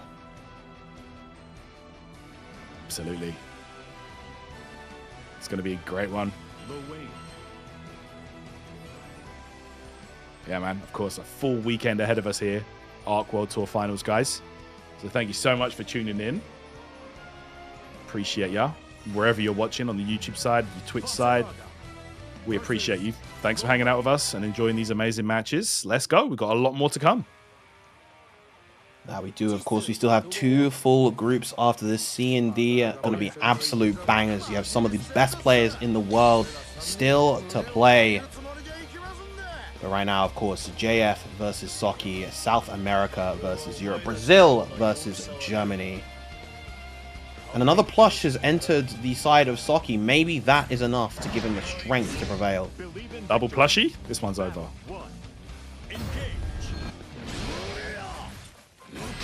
Let's see now. Ooh, immediately reacting nicely there with the counter. Oh. What a jump versus the command grab attempt straight away, and gets the backdash as well, but not quite getting the punishes Socky's looking for. Right, bro, wheel, spot dodge there. Oh my gosh, Instinction just deleting everything on the screen. That really clears every missile. Most U projectiles don't do that. I guess the hitbox is just so wide, right? Tries to BC, and he's probably going to die for it. Yep, young man reactions, bro. And there's our first and possibly only Vasaraga SBA of the day. Rare footage. First time anyone ever saw Vasaraga's SBA. Crazy stuff. Those U skills are just so powerful with him. A worthwhile trade for Socky, I would say. Gets the anti-air with the close medium as well. Yeah. All right. Making it count. I like that. Let's go, Socky. Very fortunate right there as well. He only got a single hit of the close medium, so he was able to get a nice counter hit conversion. Oh. Yeah, not going to work out. All right, JF challenging here. Socky with the BC to make some space. Yeah, those bros just aren't having a good day, man. They're not allowed to play the game right now. No. Plus frames galore once again. Just so difficult to contest Vass when you're defending against him in the corner like this. Okay, good block there. All right, okay. Got back throw as well, but JF is sitting on so much in terms of resources. He has all the meter, all the BP. All right, missiles on deck there. Actually coming into play. Oh, that armor. Oh no! New command grab coming through once again. And what do you do with Socky? You spend the meter once again for the DP. Absolutely. Okay, got a hit right there. That's it. All right, Socky. I see you, Bran. I see you. Good stuff. Miraculous right there. Really felt like Socky was gonna lose that one, but still managing to clutch victory from the jaws of defeat. Still alive in this, man. Don't count out Socky. Absolutely not. There's one thing that both our Wayne players have been managing so far. It's managing these comeback situations. Yeah, hear that. Again, Instinction flooding the screen, and there we have it. Full combo time. Juggles for days in the corner. My gosh. Looping to save all of the resources. Nice DP right there. Go. Another low. That's it. Counter. Nice from Socky. There's the cat laser. Bro wheel. On the bro wheel. Oh. JF just holding firm in this corner. Good techs on the throws. Good spot dodge as well. Oh. And catches the backdash. How is he so consistent with those? Oh my gosh. JF shuts it down. All three bros down with one foul swoop. My gosh. Once again, caught Socky trying to backdash away. Believe in victory. So hard to kind of create space against Vasaraga. You think because he's this big, slow hulk of a man that he'd be able to not threaten the space well, but just the opposite. Yeah, Al, you're not wrong. Like the way JF plays him, honestly, he looks like, yeah, it's crazy. It's like this fast rushdown character just in your face non-stop. Look at this now. Okay, we're out. Big hit for Socky right there. Okay, neutral jump here after the broken necks, and we're going for the RS. Side switch most likely. Yep. Coast to coast, Space Ghost. The parfait as well. He gets all his meter back. Oh, yeah, that's huge. Oh, but not huge enough. It's not going to matter. The U Instinction, an utterly insane move. Yeah, unfortunate there. Yeah, that was almost excellent there for Soki, but... All right, here we go. Scooped up once again.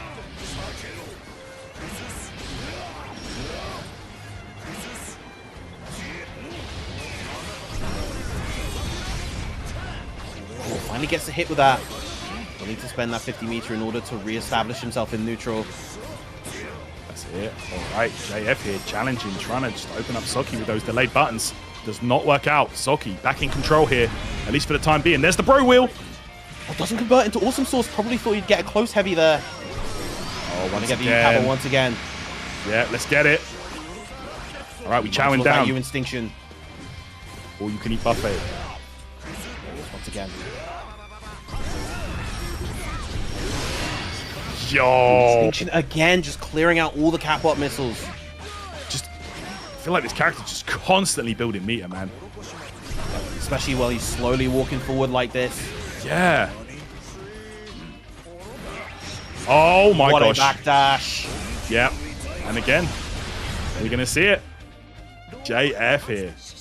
Looking solid, but Soki's been putting up a great fight. It's just JF's been running away with it in these clutch situations.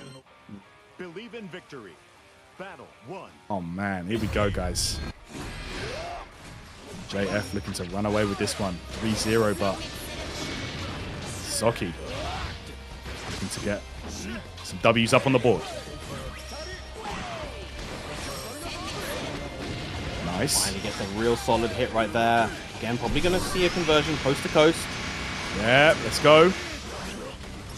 Oh, that's rather unfortunate on the RNG for the food right there. He got health restoration items when he was already at full health. Yeah. Yeah.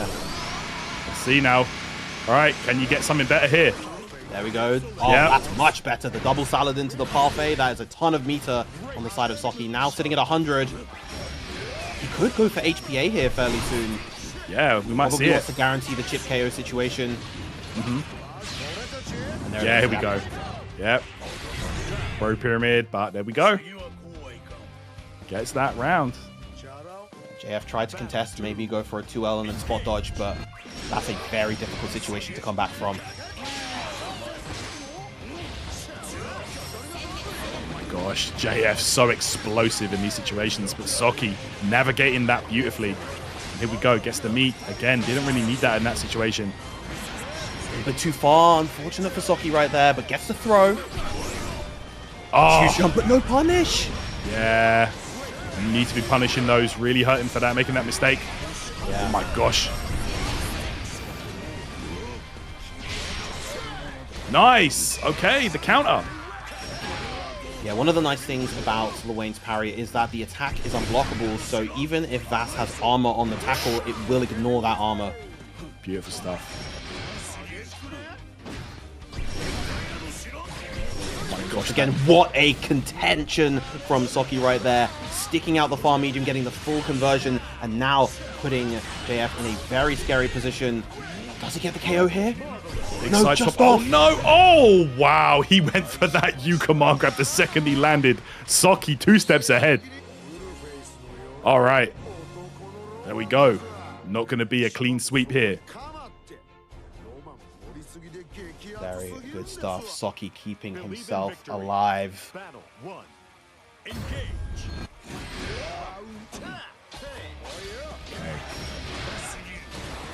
Right, knocked down here. With the low. Full bounce time. Soki. Oh, Nice. all right.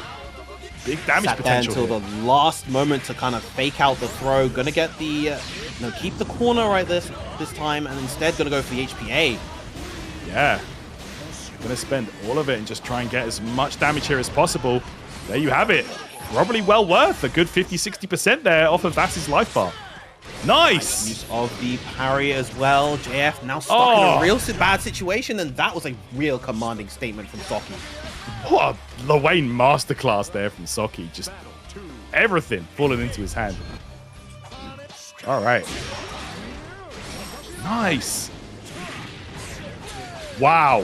What happened here? Saki, a completely different person this game. Soki's been looking so much more comfortable. Finally, JF landing a solid hit. These jumps actually working out really nicely for Saki. JF hasn't really anti-aired them, hasn't really contested them. And so Saki been able to get away with them. But not watching his toes. No, gotta be careful now. All right, Instinction evades it completely. Bro wheel as well. And the Again, punish. another jump coming through. Yeah. Gonna get the wall bounce extension with the 6XL. That's it. Knowing when to jump here has been the real game changer.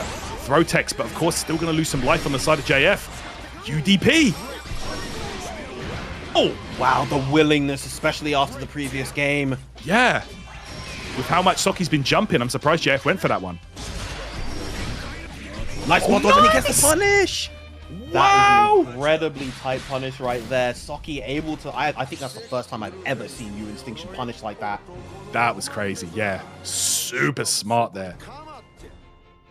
Perfect range to punish that. Okay. Okay, here we go, guys. 2-2 now. Soki just turning things around. Just absolutely locking in for these last couple matches here. Giving us a show at the end of Group B.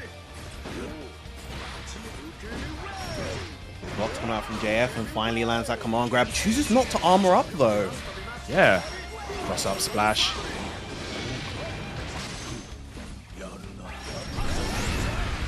Nice, bro wheel.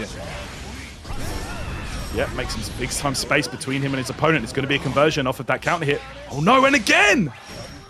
He neutral jumping so well. TVP spend, but nice. Able to block the U Instinction right there. Both throws been spent, you know, Soki's going to get that space. Oh my gosh, look at this. JF though. Starting to catch these jumps now from Soki. How long will they keep working? Go, BC, get away. Staggering the pressure there. Soki, no bravery points. It's going to hurt any kind of hit JF gets right now. Soki realizes it. Oh, was actually in prime position to whiff punish that. The 6XM went for the risk and it worked. Gosh, what a block. You Instinction. Oh my gosh, what a block from Soki. The spot dodge. Soki kind of scrambling at the moment, desperately trying to look for a hit that will work out in his favor and doesn't no! find it. The far light intercepting JF now at set point. Oh man, that could have been anyone's game right there. JF, set point.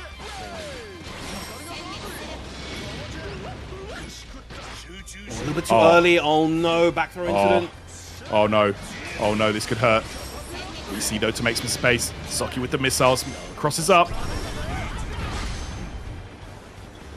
Again, just no anti-airs coming out from JF with all of these jumps that Soki is doing. Bro wheel, missiles, avoids the Instinction. Backdash Nice though. backdash. Yeah. Look at this. JF just, he's buffering. Still managed to get the block right there, even after the whiff parry. It's looking rough for Soki. He's taking a lot of chip, this kind of residual damage. He's only on about 30% health, and that should be it. JF looping for the finish into the SBA. There Very you close go. set. Oh, yeah, that was to the wire right there. Soki putting on one hell of a performance in the final game of Group B. But there you have it. JF will take it. And with that, we do have our top two from the group going through to top 8. And it will be, of course, Gamera and JF from Brazil. Great stuff to everybody in Group B. Those matches were super entertaining. That they were. Of course, as we mentioned, Gamera going to make it to the winner's side of this top 8, which will be, of course, on Sunday. Meanwhile, JF will have to fight Skill later on in the weekend in order to try to make a spot for that top 8. The winner of that set will be guaranteed a spot on the loser side of top 8. But of course, that is not all the action that we have here tonight. We still have groups C and D coming up for you guys relatively shortly. Tyron, I know it's been an incredible block, and I know that we're going to be signing out, passing off to the incredibly capable, I want to say, Jatsu and Zero coming up next. Oh, let's go. Two of my absolute goats. I'm really excited for that one, man. But yeah, that's going to be it from us here on day one of the Arc World Tour Finals 2025-2026, guys. Thank you so much for tuning in. And Viram, thank you so much. I know it's I'm no longer in the UK, but I know you're doing some demon hours right there, man. So yeah, appreciate you. And it's always a pleasure to be up here with you, man. Absolutely. The pleasure is all mine. Thank you guys for tuning in. Make sure you guys don't go anywhere. We've got even more action coming up very soon.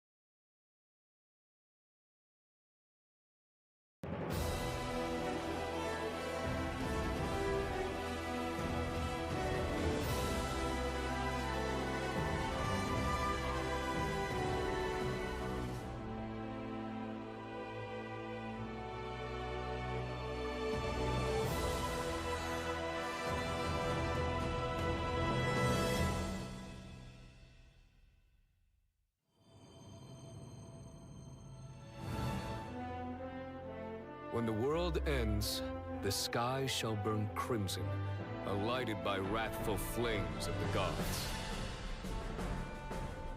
Show us no mercy. If you hope to survive against them, you'll need to be ruthless. Yo! What did I say? Never stood a chance! Keep formation, Beatrix. Pierce the darkness. Fight me like you mean it! I'll help with my summoning powers.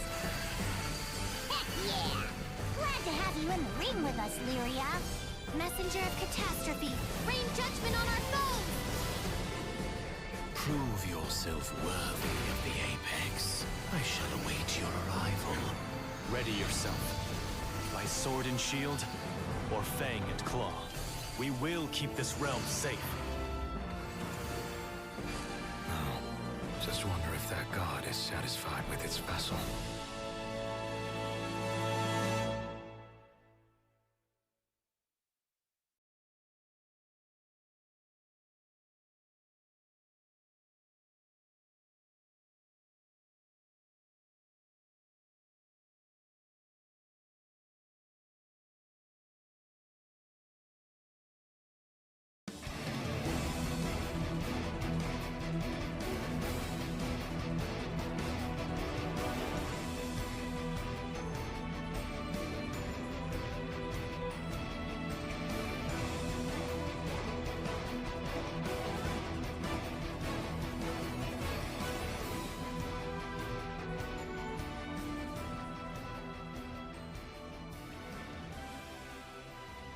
Good evening, everybody, and welcome to this glorious skyfaring adventure as we continue down this path of group stage for Grand Blue Fantasy vs. Rising here at the ARC World Tour Finals. Many stories began and now end out here in this tournament series, but still so much to unfold. It's the Beatrix and Zeta of Grand Blue Rising for the English broadcast, Zero alongside J2. How you doing, J2? I'm doing good, and I'm excited to see this action. I know you guys have been, tuning in, eyes peeled for Groups A and Group B, but we still have the other half, our next 8 competitors heading up here. And of course, we have our next 4 in Usagi, Monarch, Koji Coco, and Deba Game. Yeah, absolutely. A great series nonetheless across the first 2 blocks. I saw some folks really kind of eyeballing the decision for Skill to show up at Group A. And look, we see that Skill made a sound decision in terms of performance, but man, that Group B, what a story to be told across that, right? I mean, Gabera opting for the latest character, Ilsa, for this one. We've seen that change happen with the Meg as well, but it's been interesting to see how quickly players have been changing around for this final leg of the ARC World Tour Finals, including Saki on that Lowain. Yeah, exactly. And I mean, this is a character that we've seen so much in, the past half a year, the past year or so, right? And even with Flame Wheel being a little bit more toned down as like, okay, I'm just going to send this and get favorable trades as often as we can, still such a potent character that I'm sure we're going to be seeing a lot of throughout this weekend. Absolutely. I feel like Lowain has kind of taken over the space for the other half of the globe, right? Stateside, we've not quite seen as many Lowain changes, or at least like folks jumping into it outside of like even Koji Coco kind of dabbling a little bit in there, but that'll be in a later block to see, actually this block rather, to see who are going to be picking up, because we've seen Koji drop into Zoe for the latter half of the last few brackets here, but Monarch's still going to be sticking with the Matera, of course, and then Usagi and Deba Game to round out the block as well. So I'm definitely looking forward to seeing if we have any shakeups specifically in the Koji Coco camp, because we've seen quite a litany of characters across that tenure in the last couple of tournaments. But yeah, Deba Game also looking to make another standout performance here. Usagi, we saw earlier this year, climbing through the ranks, especially through Evo. So looking forward to seeing a return of this group. Again, like with that last moment, securing a position for Monarch at Frosty Faustings.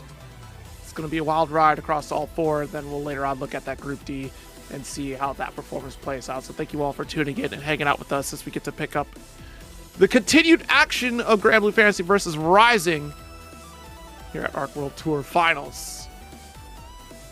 I'm definitely excited to see how how Monarch navigates the space, especially with Koji Koka. I'm trying to remember the last time those two had clashed against each other,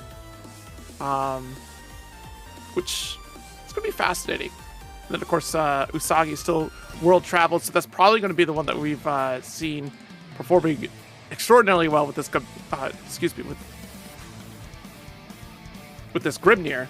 I had Gamera stuck in the brain. But yeah, Grimnir definitely going to be coming out on top as one of the few characters we still get to see very often outside of like Zane, right? So we're going to have to see how Usagi performs as that first round pick. I mean, across the cast that Usagi will have to perform against. I'm looking forward to seeing navigation around Matera specifically and see if we could come up against Monarch on that one. But there it is. Usagi pulling through. For Evo France, had an excellent performance out there. It's certainly one of the favorites to really kind of rise to the ranks on the European scene.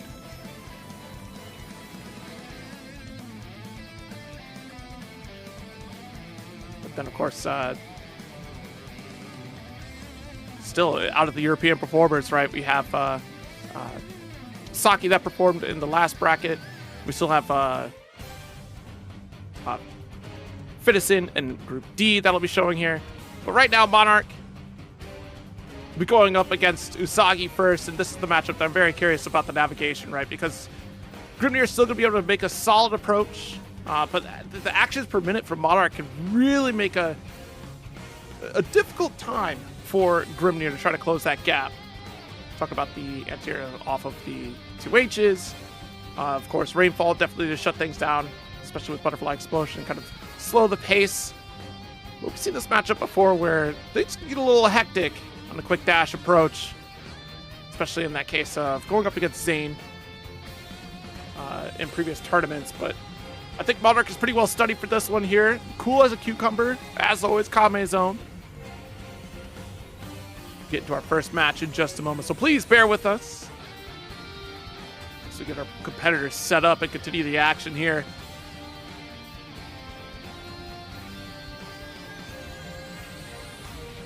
Long road ahead of us. Of course, I'm interested in seeing that opening gambit, right? Like, probably going to be playing that distance game on the side of Monarch, as per usual for Matera. Try to not give the opportunity for Seal setup. I don't think Usagi will really quite switch out for anything throughout this match, really. I mean, both are pretty well locked into the character loyalties, rather. And the battle is about to begin. Our first match of Group C. Grimnir against Matera. And a fantastic series thus far. If you missed out on any of the previous matches, definitely rewatch them, especially on YouTube. You're going to be able to get some rewind on that one, or even the VOD a little bit later. It's a lot to look forward to.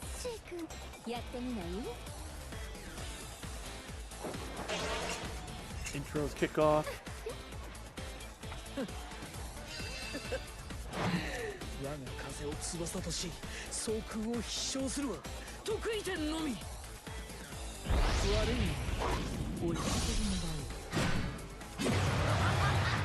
Believe in victory. Battle 1. Engage. Approach here to keep distance with the 5L. I like that patience right in front of the tornado.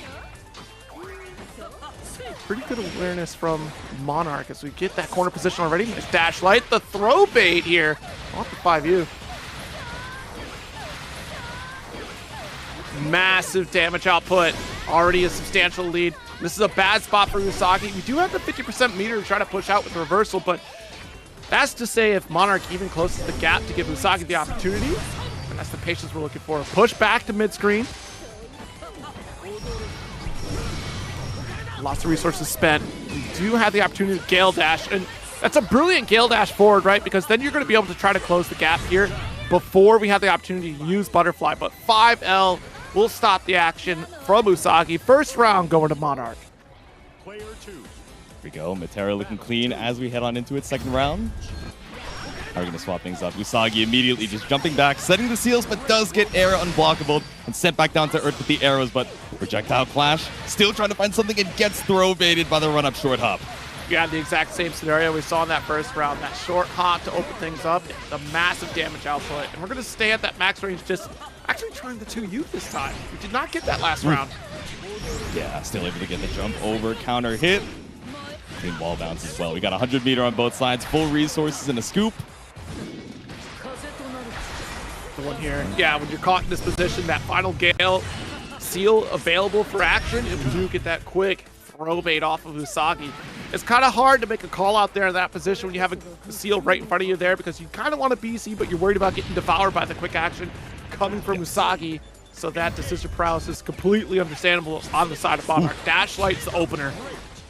There we go. Just wait out the 5L. Such a good kind of stop sign. Very safe way for Monterra to hold that space, but perfect timing to push you over to the corner. Able to escape, but still a decent amount of HP lost. No confirm off of the 6XL. Beats up the Brave counter, but comes out as a Raging Strike, but not enough meters to confirm. Spot dodge.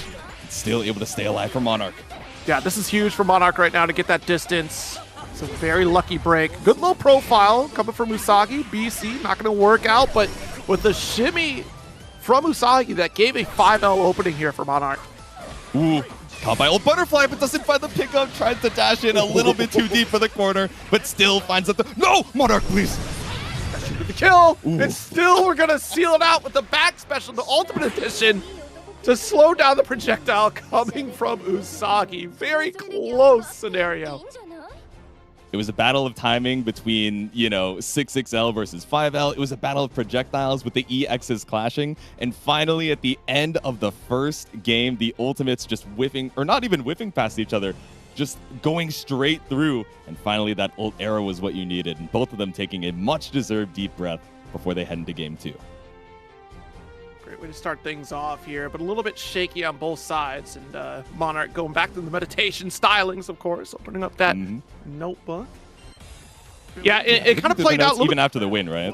Yeah, it played out a little bit differently than I thought at the initial outset. I thought we were kind of going to set up at a distance game, but then when you think about it, it allows for Grimnir to set up full seal, and that makes the ability to close the gap a little easier for Usagi there. So pushing the distance here, back to the mid screen, and look at the step back just so we can threaten the seal, but we're not even going to use it for an alt dash in. Yeah, I love that immediate reaction, right? Usagi just waiting for that old Psycho Crusher, saying, okay, if you're going to be greedy and set out this butterfly from the mid screen, I'm still going to look for a way to try and punish, but able to block this time and BC back out. BC away. Got caught with the 5L. Yep. Okay, looking for the spot dodge, but no, BC comes out. Usagi doesn't quite find the confirm off the 2L. Ring ball here. Keep the block stun going. Nice. Got the shutdown of the ultimate for a full extension. And we can just keep whittling away here, but the ult to fire the same option again, but this time the 5S ultimate. Great way to snipe things out. Battle 2. Go round up for Monarch, and these 50-meter thresholds are so important on both sides, right? Whether it's ultimate butterfly to just put that immediate threat on the screen, whether it's run up 5U finally getting mashed out with the 5L from Usagi to put Monarch up against his east coast corner and find another throw.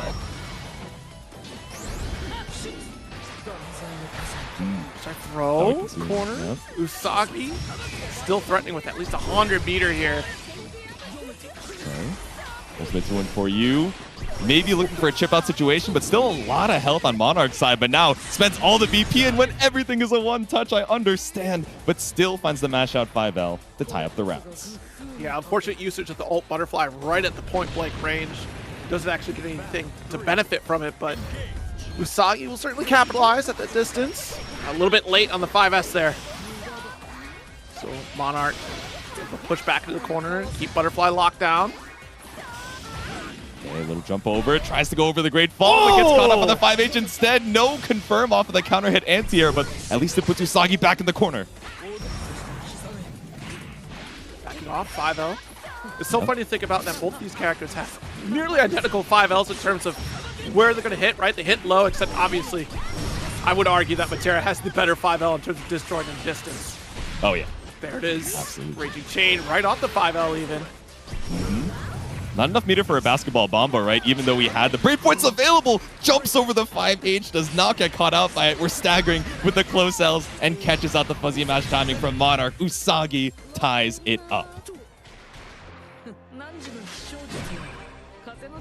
Good turnaround here, and again, the aggression from Usagi is the one thing to fear. So we saw in game one, Monarch really kind of pushing the issue, right? Trying to play that close quarters combat, get the corner first, and then really kind of overwhelm Usagi with just constant butterfly pressure.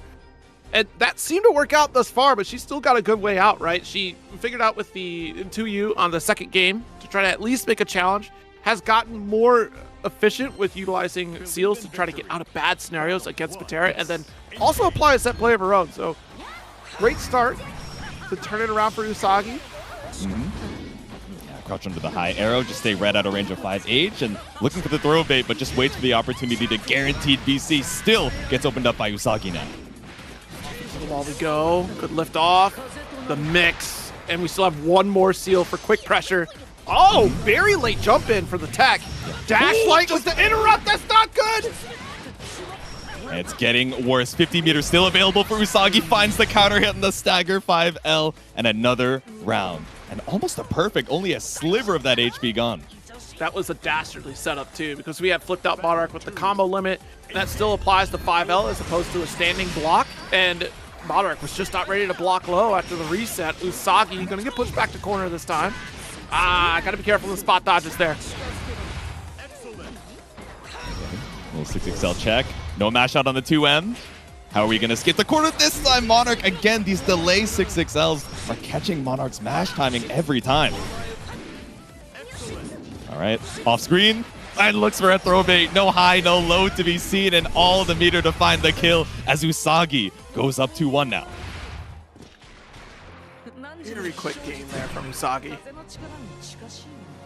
I mean, honestly, just the complete turnaround of stylings, right? Because now you're still having to hold that offense as opposed to getting in that comfort zone from Matera, being able to set up these butterflies. I think Usagi found a great answer. And just don't let it happen, ultimately. I don't want to see a butterfly show up whatsoever. Spring is not here in Seoul, South Korea, okay? We're going to have to wait at least a couple more months until this event is over. Yeah, let things warm up a little bit. And Usagi definitely seeming warmed up on her end, but not able to find anything off of the low arrow from Monarch. Again, we're just jumping in, trying to get our space, and clean counter hit 2H from Monarch. Great shot. For corner once again. There it is. Dash light. Goes for 5L stagger. Not a follow-up though. The ult every time coming from Monarch to deny these projectiles.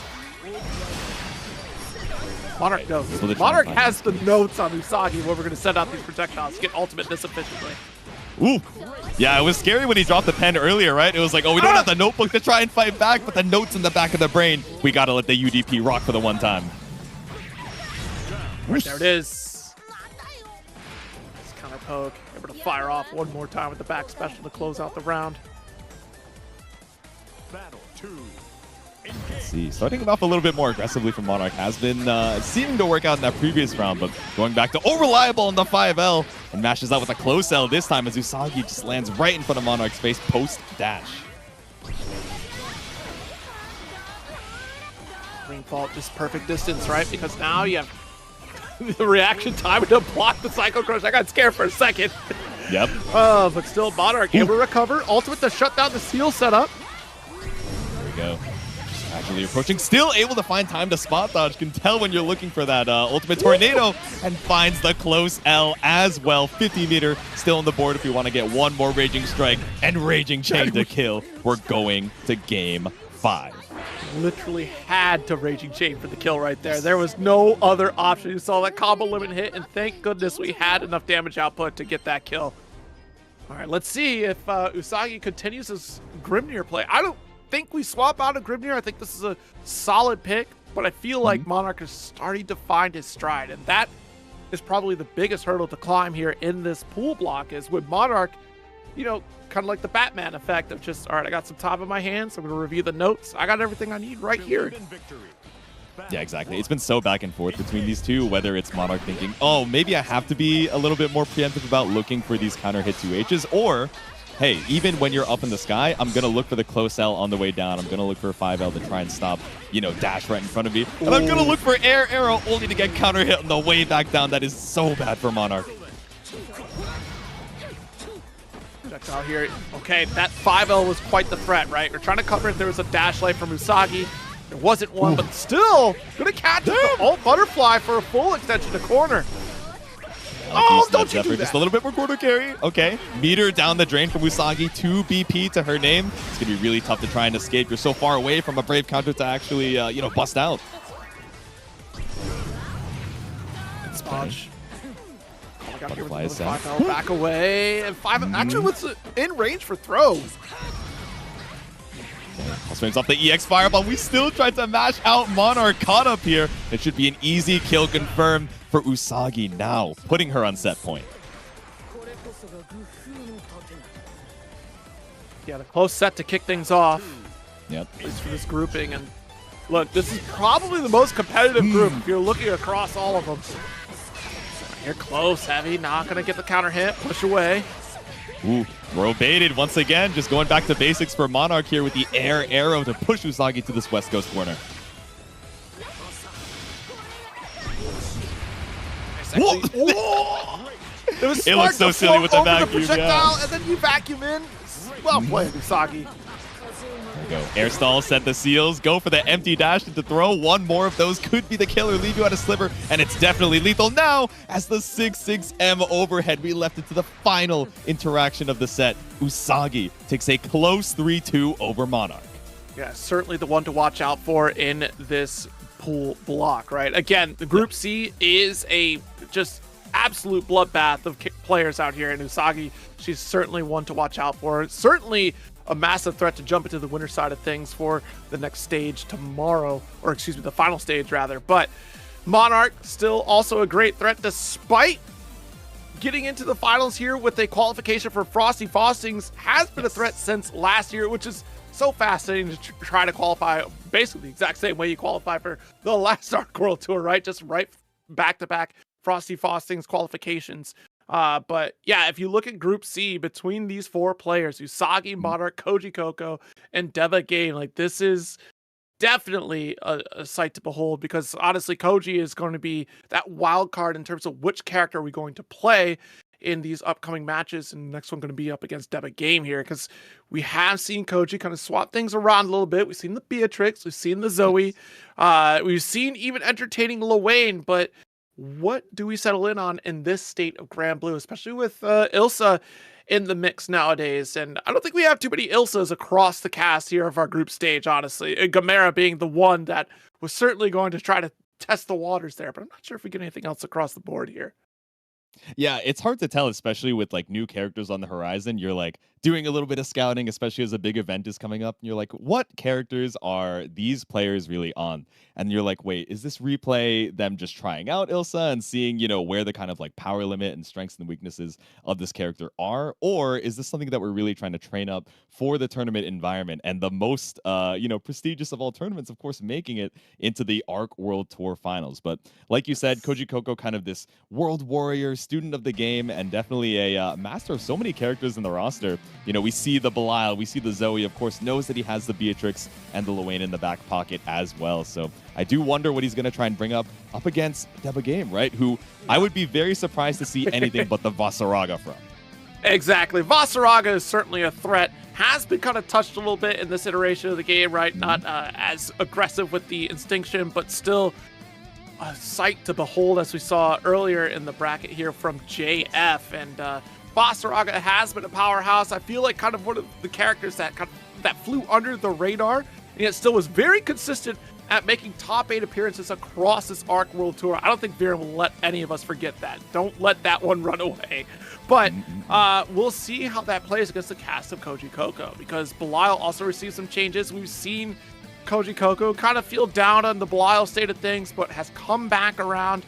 And Zoe, with the great combo conversions in this version, being able to ground bounce mid-screen, kind of get that corner here, I think that's also a big positive. And she's one of those characters that we haven't seen in quite some time. Is still a pretty potent character, if I do say so myself. Yeah, exactly. I mean, her dragon summons have always been very tricky to try and get around, but especially like you mentioned, right, when the corner carry is so much more consistent, putting you into that win con of, you know, playing strike throw with you up against the corner and that charged up dragon gauge. But speaking of win cons, right, we're thinking about Soulforge, this Vasaraga 5U, as he, you know, this big body just pulls up with the armored stomps, and all of a sudden you're fighting for your life just to try and escape the corner. And who better to represent Vasaraga up here in Group C than Devagame himself, the first place champion of Psy Games Cup.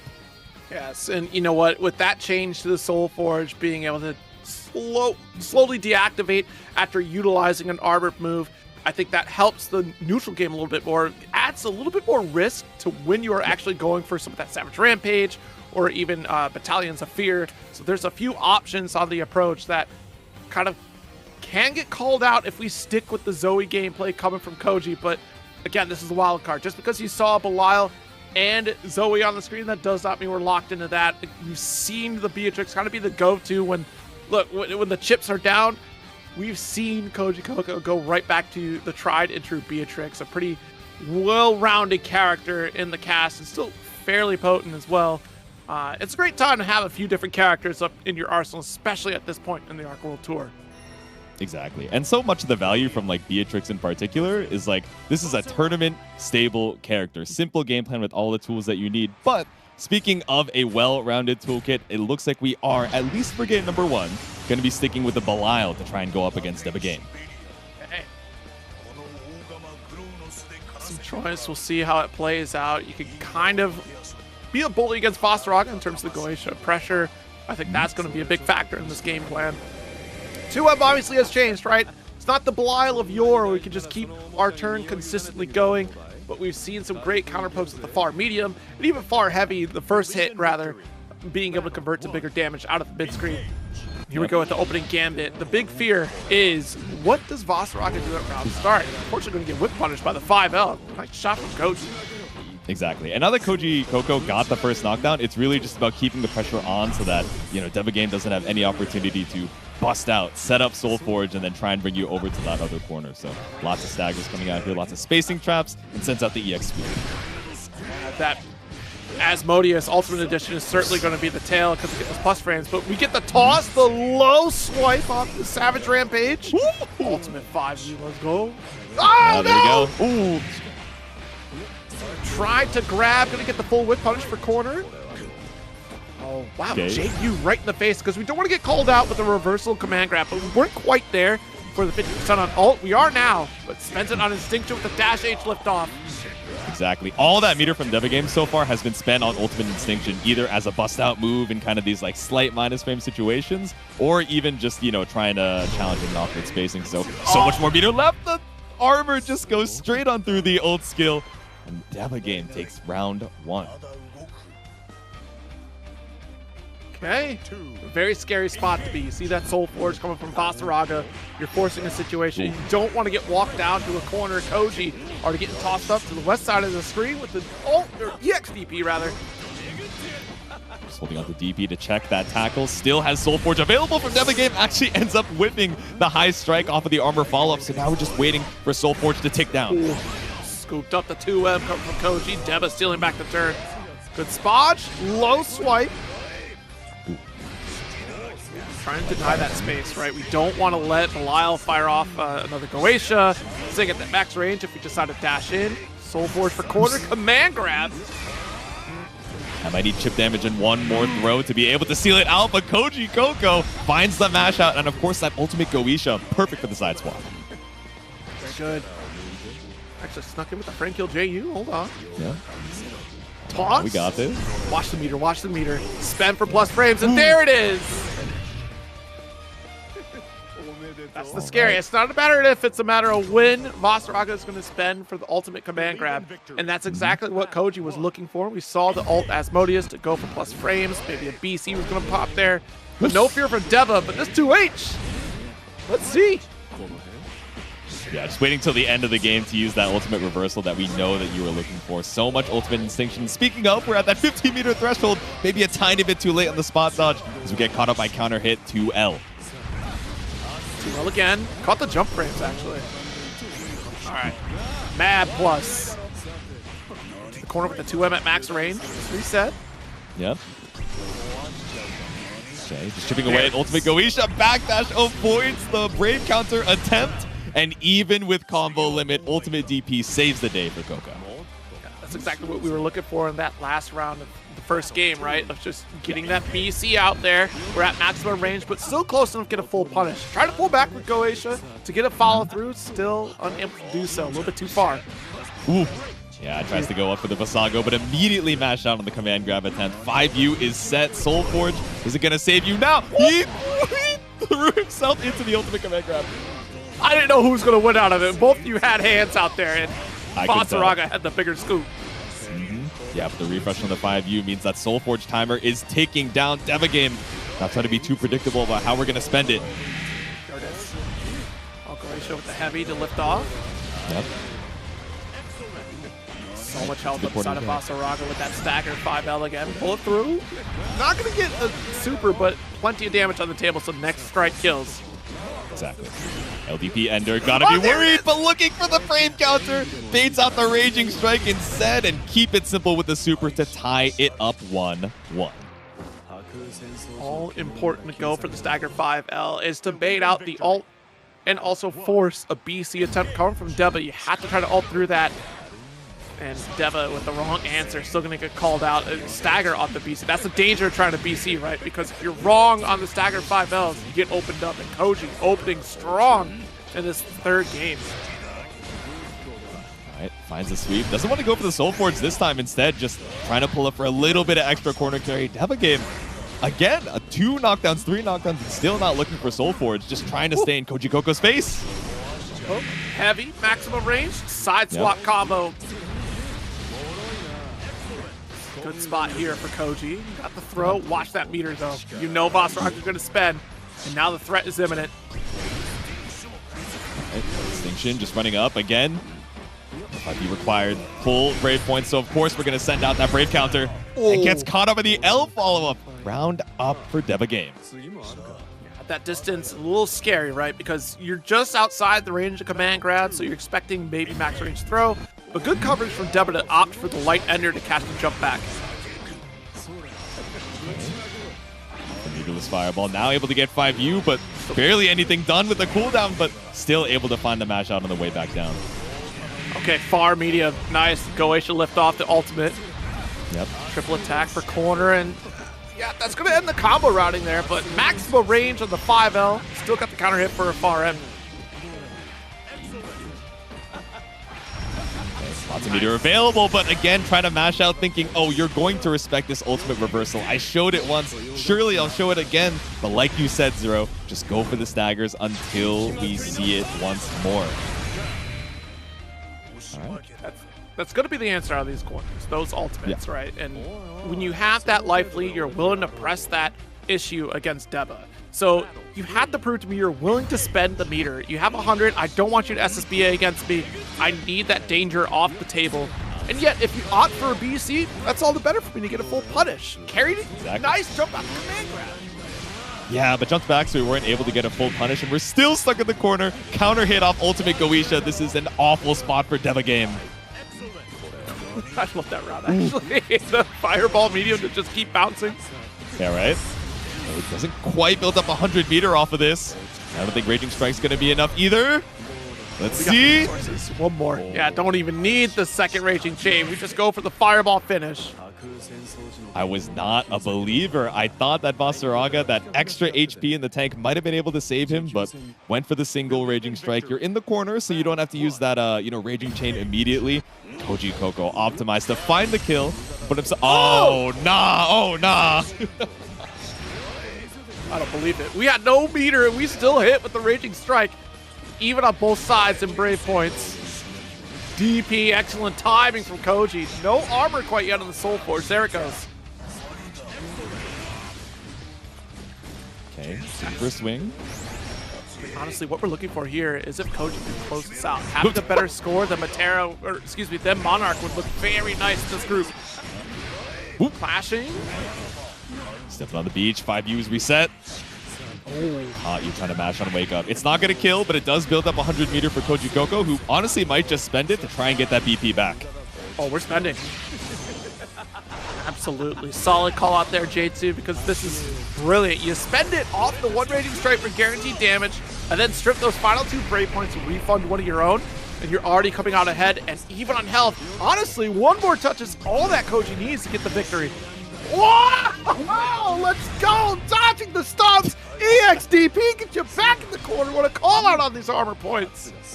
Stomp into dodge, and to Koji Coco remembering he's got a stomp of his own, and now on set point. Go. Dash light to push. Yep. Oh, get back here. There's no escape. There we go. Still has an opportunity to set up Soul Forge. Wake up, Fireball. Koji Coco just poking out here, but Devagame now past that 50-meter threshold finds the hit. Oh, this is going to hurt real bad. Might we see the ever-elusive Basaraga Super? I think we will. No, we're not going to. There it is. I can't believe it. The ever-elusive but we don't even get to sit Basaraga about it. Super. We don't count it. We're not putting that on the big list.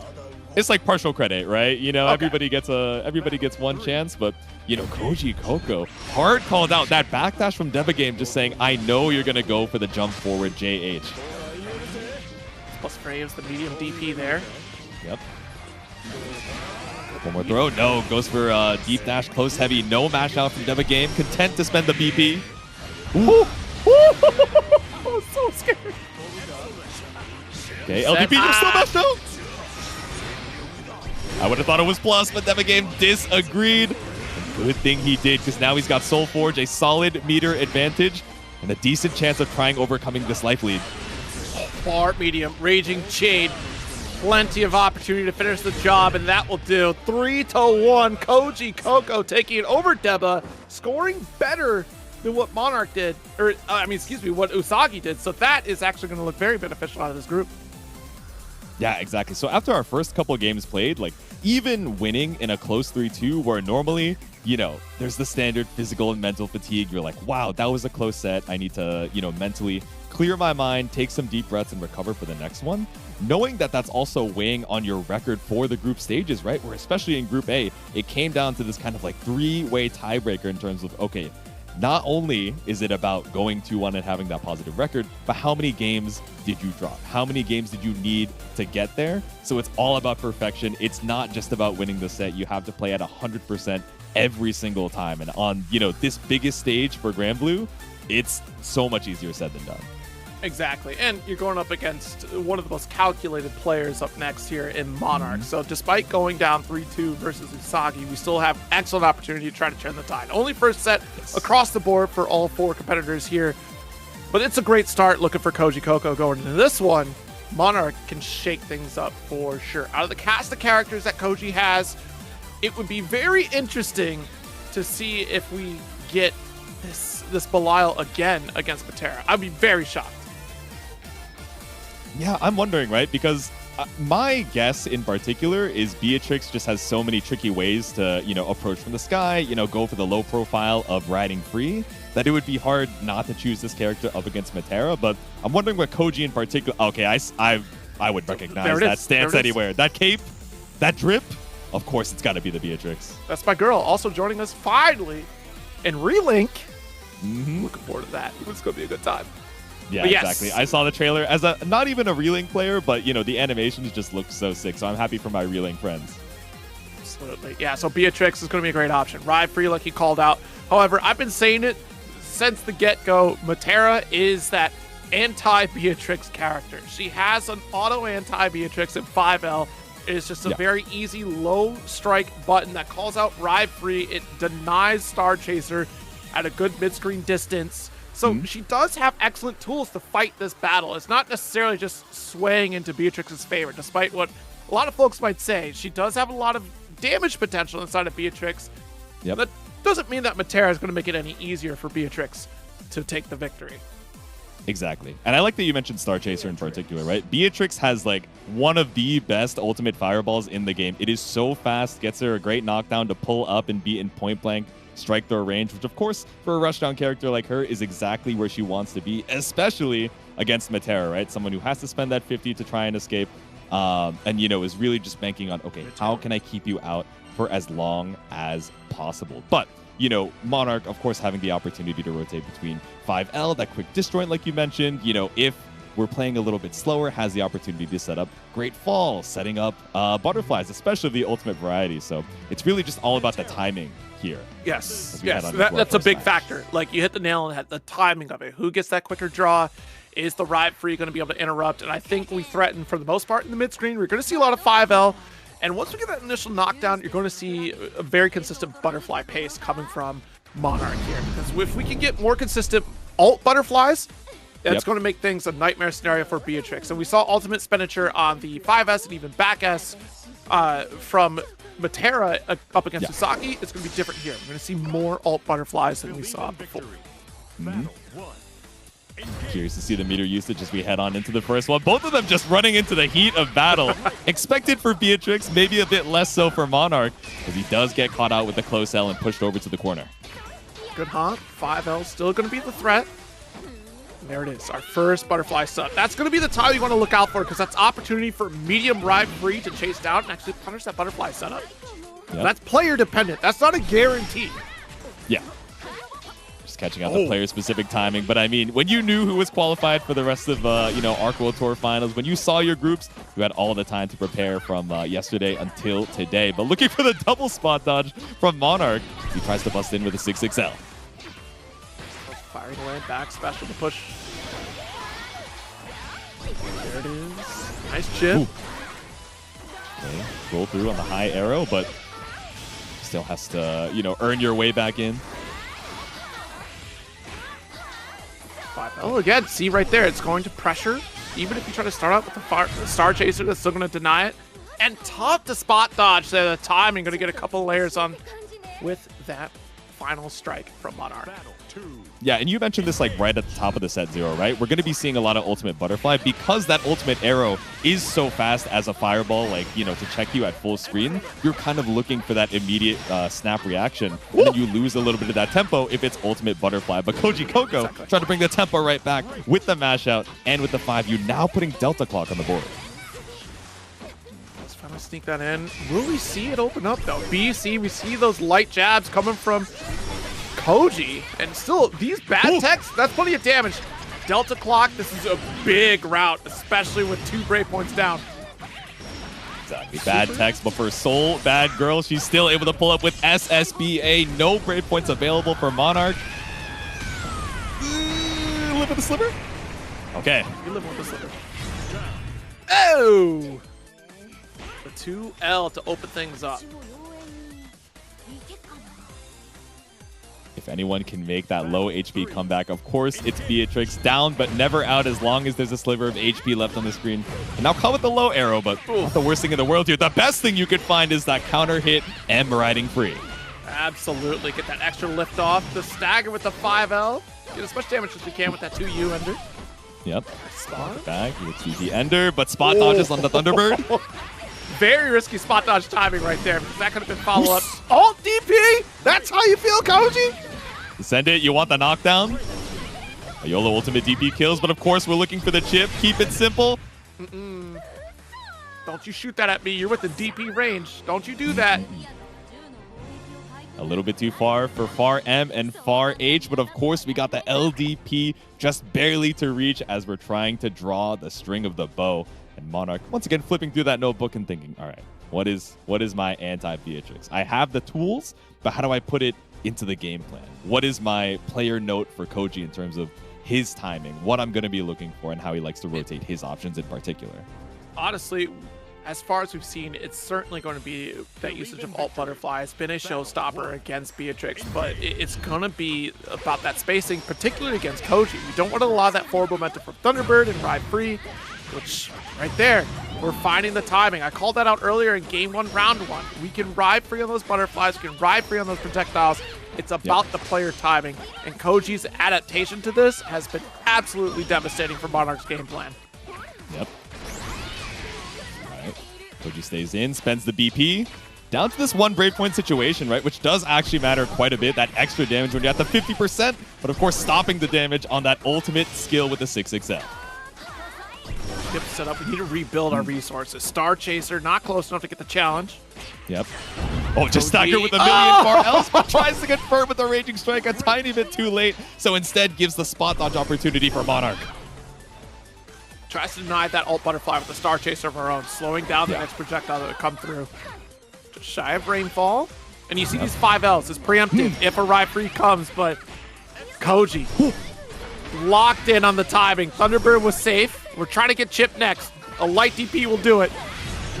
Ooh, and you called it perfectly. The gift of foresight bestowed upon Zero. I'm wondering if that last far L, like right before this, might have been able to like Raging Strike into lethal, but it was so far away, I think Koji Coco might have recognized the spacing was not there and just went for the knockdown. Wow, what a Thunderbird there. Yeah. Having the Star Chaser, 2N. Get away from me, please. Thank you. DP! EXDP, get away from me, and sends it with the ultimate Riding Free. You want a backdash? No, you're going back up against the corner. Massive combo for that ult Ride Free there. Ooh. Fortunate to not get the full follow-up after that counter hit 5L, though. Yeah, already committed to the stagger, but pushes you a little further to the corner off of the airborne 6XL. J2, I gotta call out these just defenses coming from Koji, building up all those resources. Imperative for Beatrix to get these callouts with the ult Ride Free, with the ult Star Chaser, a dash right to Raging Strike. It all layers upon itself. If I can keep getting resources, I can build for a kill.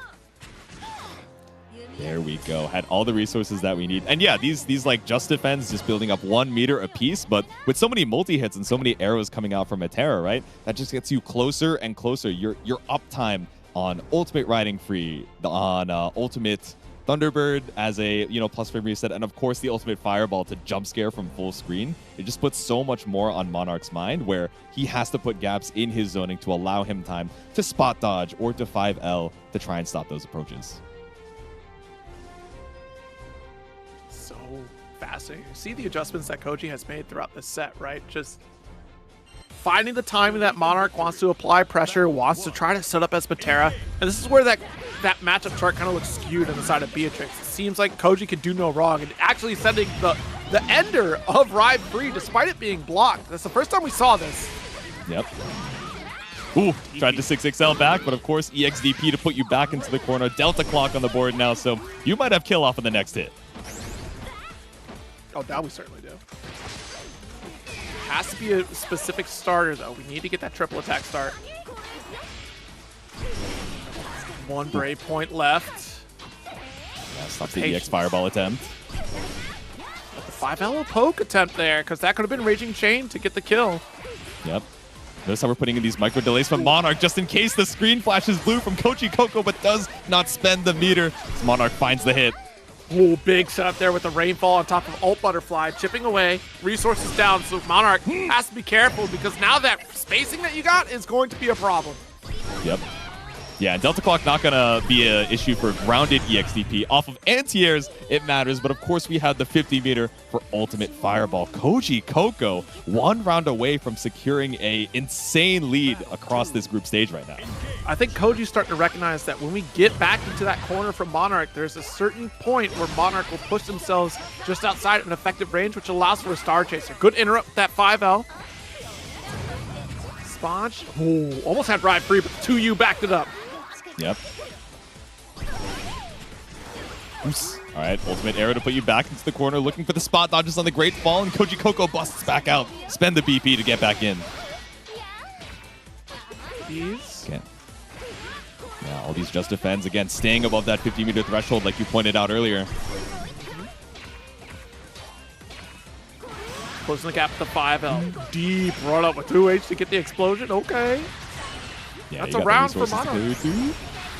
Just barely built up the 100, but didn't end up needing it. Routed in case we did, but it's still set point for Koji Coco. You are not out of the woods just yet.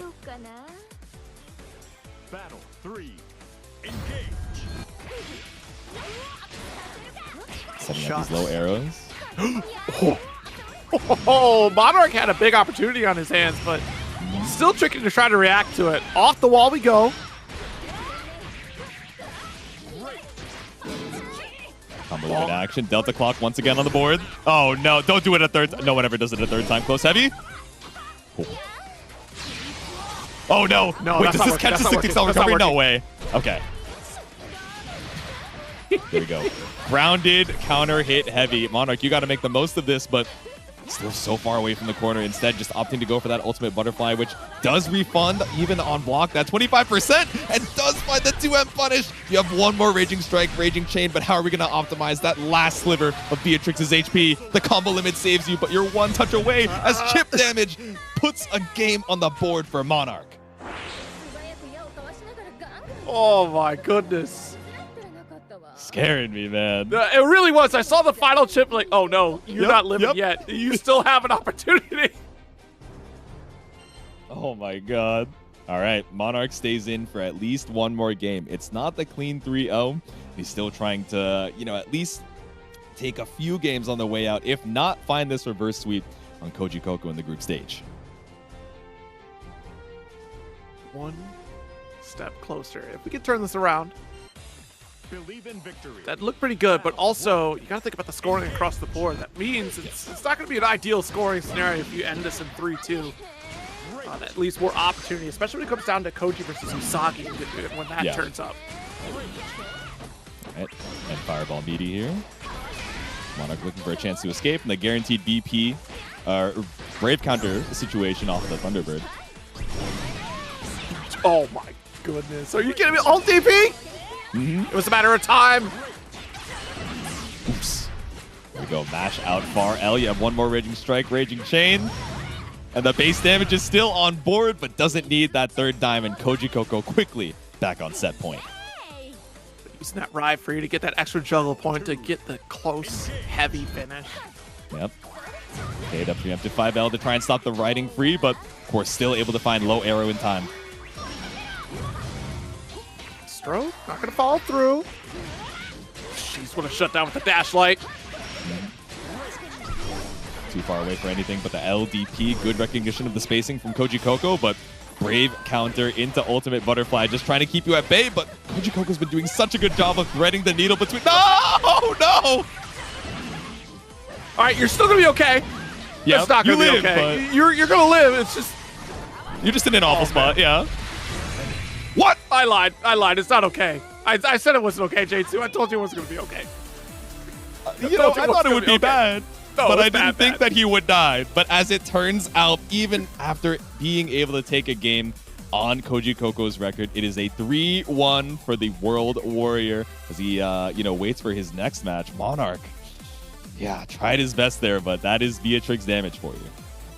Yeah, Beatrix, I mean, just a real masterclass of navigating that matchup. Again, I wasn't making it up when I said that Matera does give like a moment of pause to Beatrix. We saw that especially in that game one, and all it took was just Koji Coco taking a moment to recognize the patterns that Monarch was putting out there to try to navigate that space.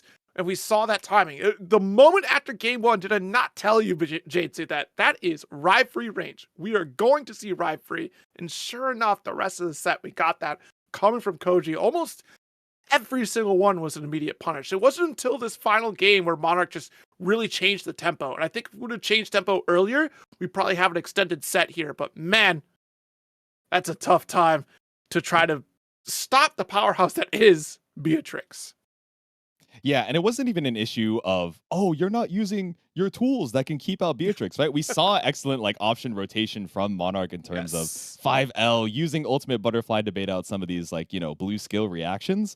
But in terms of timing, right, and in terms of just being in the right place at the right time, it's like you're saying, we were, in that sweet spot between Great Fall and being able to catch out the startup of an arrow, even in the ultimate version. We were able to throw out riding freeze at these unpredictable times, just changing it by, not fractions of a frame, but fractions of a second, just to throw off when Monarch is comfortable putting in these micro delays in between his zoning to try and scout out something from Koji Coco.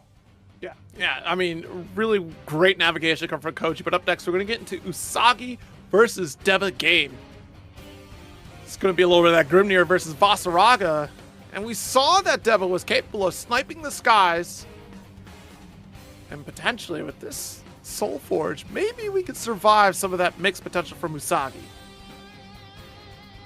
Yeah, let's see it. Just checking the buttons to make sure everything is all good. And like you said, right, we have the aerial mobility to maybe try and be tricky against Vasaraga, but the longer you take to set up your seals, try and be tricky with throw baits or, you know, bait out an anti-air, that's time that Vasaraga can just sit at the other side of the screen and go, okay, if you're not going to directly spend 2 seals to air dash or seal dash in my face, I'm just going to set up 5U and be armored for my next approach.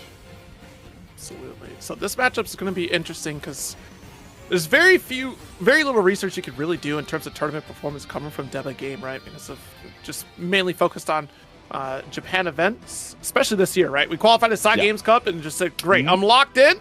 Don't worry about it. I'm just going to lab at home. Exactly. Just said, you know what? I don't need to pull up to more events. The travel time, sitting around waiting for my next match. I could be labbing. I could be playing my first attends, and I could be getting practice against the demons that are going to be pulled up in my pool. But do you have the experience up against the Grimnir to try and take down Usagi as we head into our next match? That's the crazy thing, right? We're talking about 2 characters that have maybe a character specialist per region. You know, like JF in South America, BSG in North America. We got Deba Game in Japan on Vasaraga. You know, so here for Usagi, we got Grimnir. And then I guess Zenith would be the next pick, right? The closest pick. So potentially labbing against Zenith would be the one to do it. All right. Off of the round start, just trying to look for a far M to stop an approach from Usagi, but instead she goes for the jump back, sets the seals, tries to get in Deba Game's face early. Good jump out already. You got to be watching out for those. I mean, Grimnir certainly going to be airborne. Oh, no! Ran right into the projectile, come from Deba, but massive counter hit. Okay, old Psycho Crusher. Again, these jump backs from Usagi have been catching out the command grabs every time, but because it's a jump back, no full punish. Ooh. Push, back to corner. Okay, old Fireball for old Fireball, just playing the spacing game between these two, and now we have that 4th seal set. Ooh, but we armor through even off of the throw bait. Deba Game takes round 1.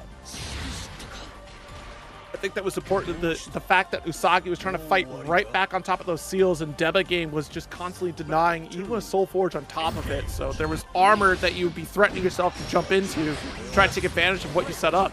Nice. Actually calling out low, not falling for the jump. Hit tackle, but off of the spaced out tackle, we're just fine to spend the 50. Tries to spend the 50 in return, but Deba Game caught out finally a neutral jump from Usagi to make sure we get all the damage off of the read.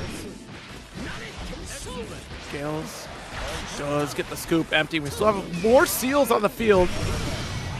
Oh, a little bit too late on the ult call out. The idea was certainly there for Usagi. They set the single seal, and again, that L follow-up. So far spaced out. Covers the skies in case we were looking for that jump off the single seal, but even just covering a lot of space too. Jump back on the command grab. Wait a minute. Is Deba going to be able to land a command grab this set? I don't know. We're at 0% right now. I don't know if it's... The odds definitely aren't looking great, but we're only 2 rounds in so far, tied up.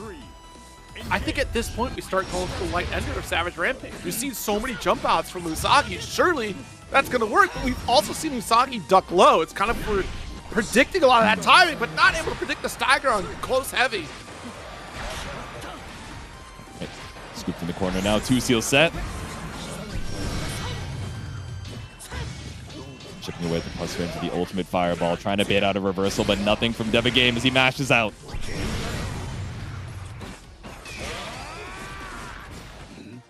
Ooh. No command throw, no throws. I don't know. We might just have to stick with the strikes here, Deba Game. Battalion of Fear still running low on that Soul Forge. And excellent throw time from Usagi. What are we buffering, Deba? Hold on. He's looking for the fabled Vasaraga 2-2, but there we go. Off of the 2-1-4-U. The multi-strikes from the sky. Usagi takes game 1.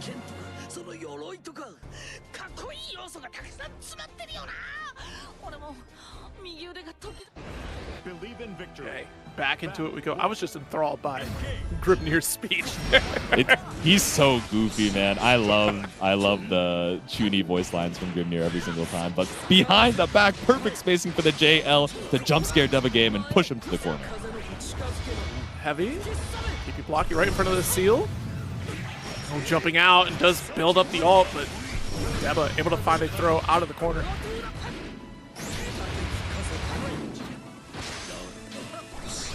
staggers off the close L's. Double spot dodge off the ultimate stomps too. Usagi keeping you locked down in the corner. One more touch, one more far L into a Raging Strike could be enough.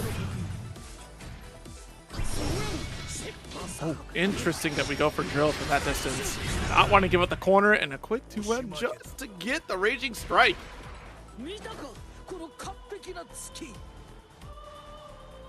Battle 2. Usagi now. So unfortunate. You get pushed back, round start with projectile, and that's a full setup for Usagi. Okay, just looking for the jump forward. Maybe just looking to air to air in case we consume that second seal. Tries to mash out again with a far heavy, but there's still so many more hits of that J214U. Good stand block from Deba. Guard button checks galore, and we lightly charge the heavy there. Doesn't want to let too much go off the wayside.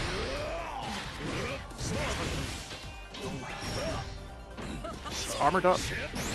Oh, 2L is the opener. Goes for Raging Chain. I think we could have killed the super. Oh no!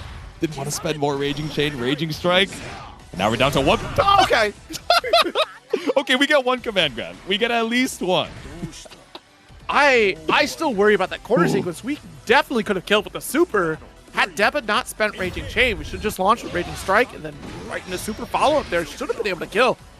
Guard Crush. Deba respecting projectiles. Hello. The 2L anti-air. Nah, stop. Yeah, stop the stomp to the multi-hit. And the extension off of the fourth seal too. Oh my, wait, it just keeps going. Just locked in a guard button. I'm not going to crouch until you land on the ground. Oh, tried to run up with the throw, but now the throws are starting to work out for Deba Game. Push away with Alt Tornado for corner. Late tech. Usagi, substantial lead at this point. 80%. Nice overhead. One more touch. Chip territory. Spodging? Ooh. Only for so long to survive. That's 2-0 lead for Usagi. Yeah, you're in that one-touch territory. You're like, okay, that's like perfect around the chip damage. But, you know, your opponent's aware of that too. You just put in, you randomize the delay in your head, and you're like, all right, I'm firing the gun of Ultimate Psycho Crusher and putting a second game on the board. Back, still get that charge. We were literally staring in the face of a projectile and was able to charge up a Battalion of Fear to blast right through. Yep. Scooping the Soul Forge. And we wait it out. The timer isn't ticking on 5 use. We have all the time in the world to walk down Usagi.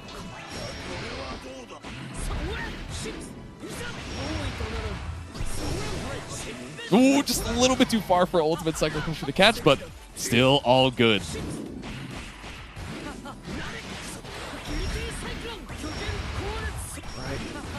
Endpoint here, still a couple seals up. Oh, the off-camera mix! Still able to jump out the ult command grab. I love the answer from Deba, but Usagi was a couple steps ahead. Evil work. We set up the ultimate seals, and we went coast to coast off of this one. Saucy route. I thought we were going to go for the 2 grounded seals, I'll be quite honest, to try to extend damage further, but since we already launched, that combo limit was certainly going to maximize pretty quickly, so I like making that audible to carry to that corner the way Usagi did. Exactly. Just get the knockdown where we can. Looking for a spot dodge to the jump in. It does get caught up at the L follow-up on stomps.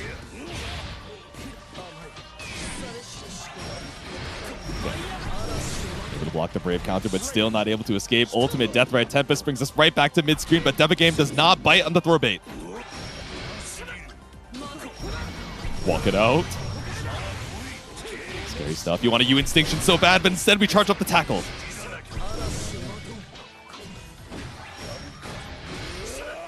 The guard crush. Oh, there we go. Caught up by the far M. Jumps over the ultimate Instinction, but it's not enough off of the JU. Usagi caught out of the skies, and we're not going to let Lethal fall out of our grasp with the Raging Strike this time. Absolutely not. Good way to send it home for Deba Game, but can we cross the finish line to put a game on the board? Or is Usagi going to sweep the rest of this one? Round start. Maximal range to call out Battalion of Fear, and still Deba showing no fear.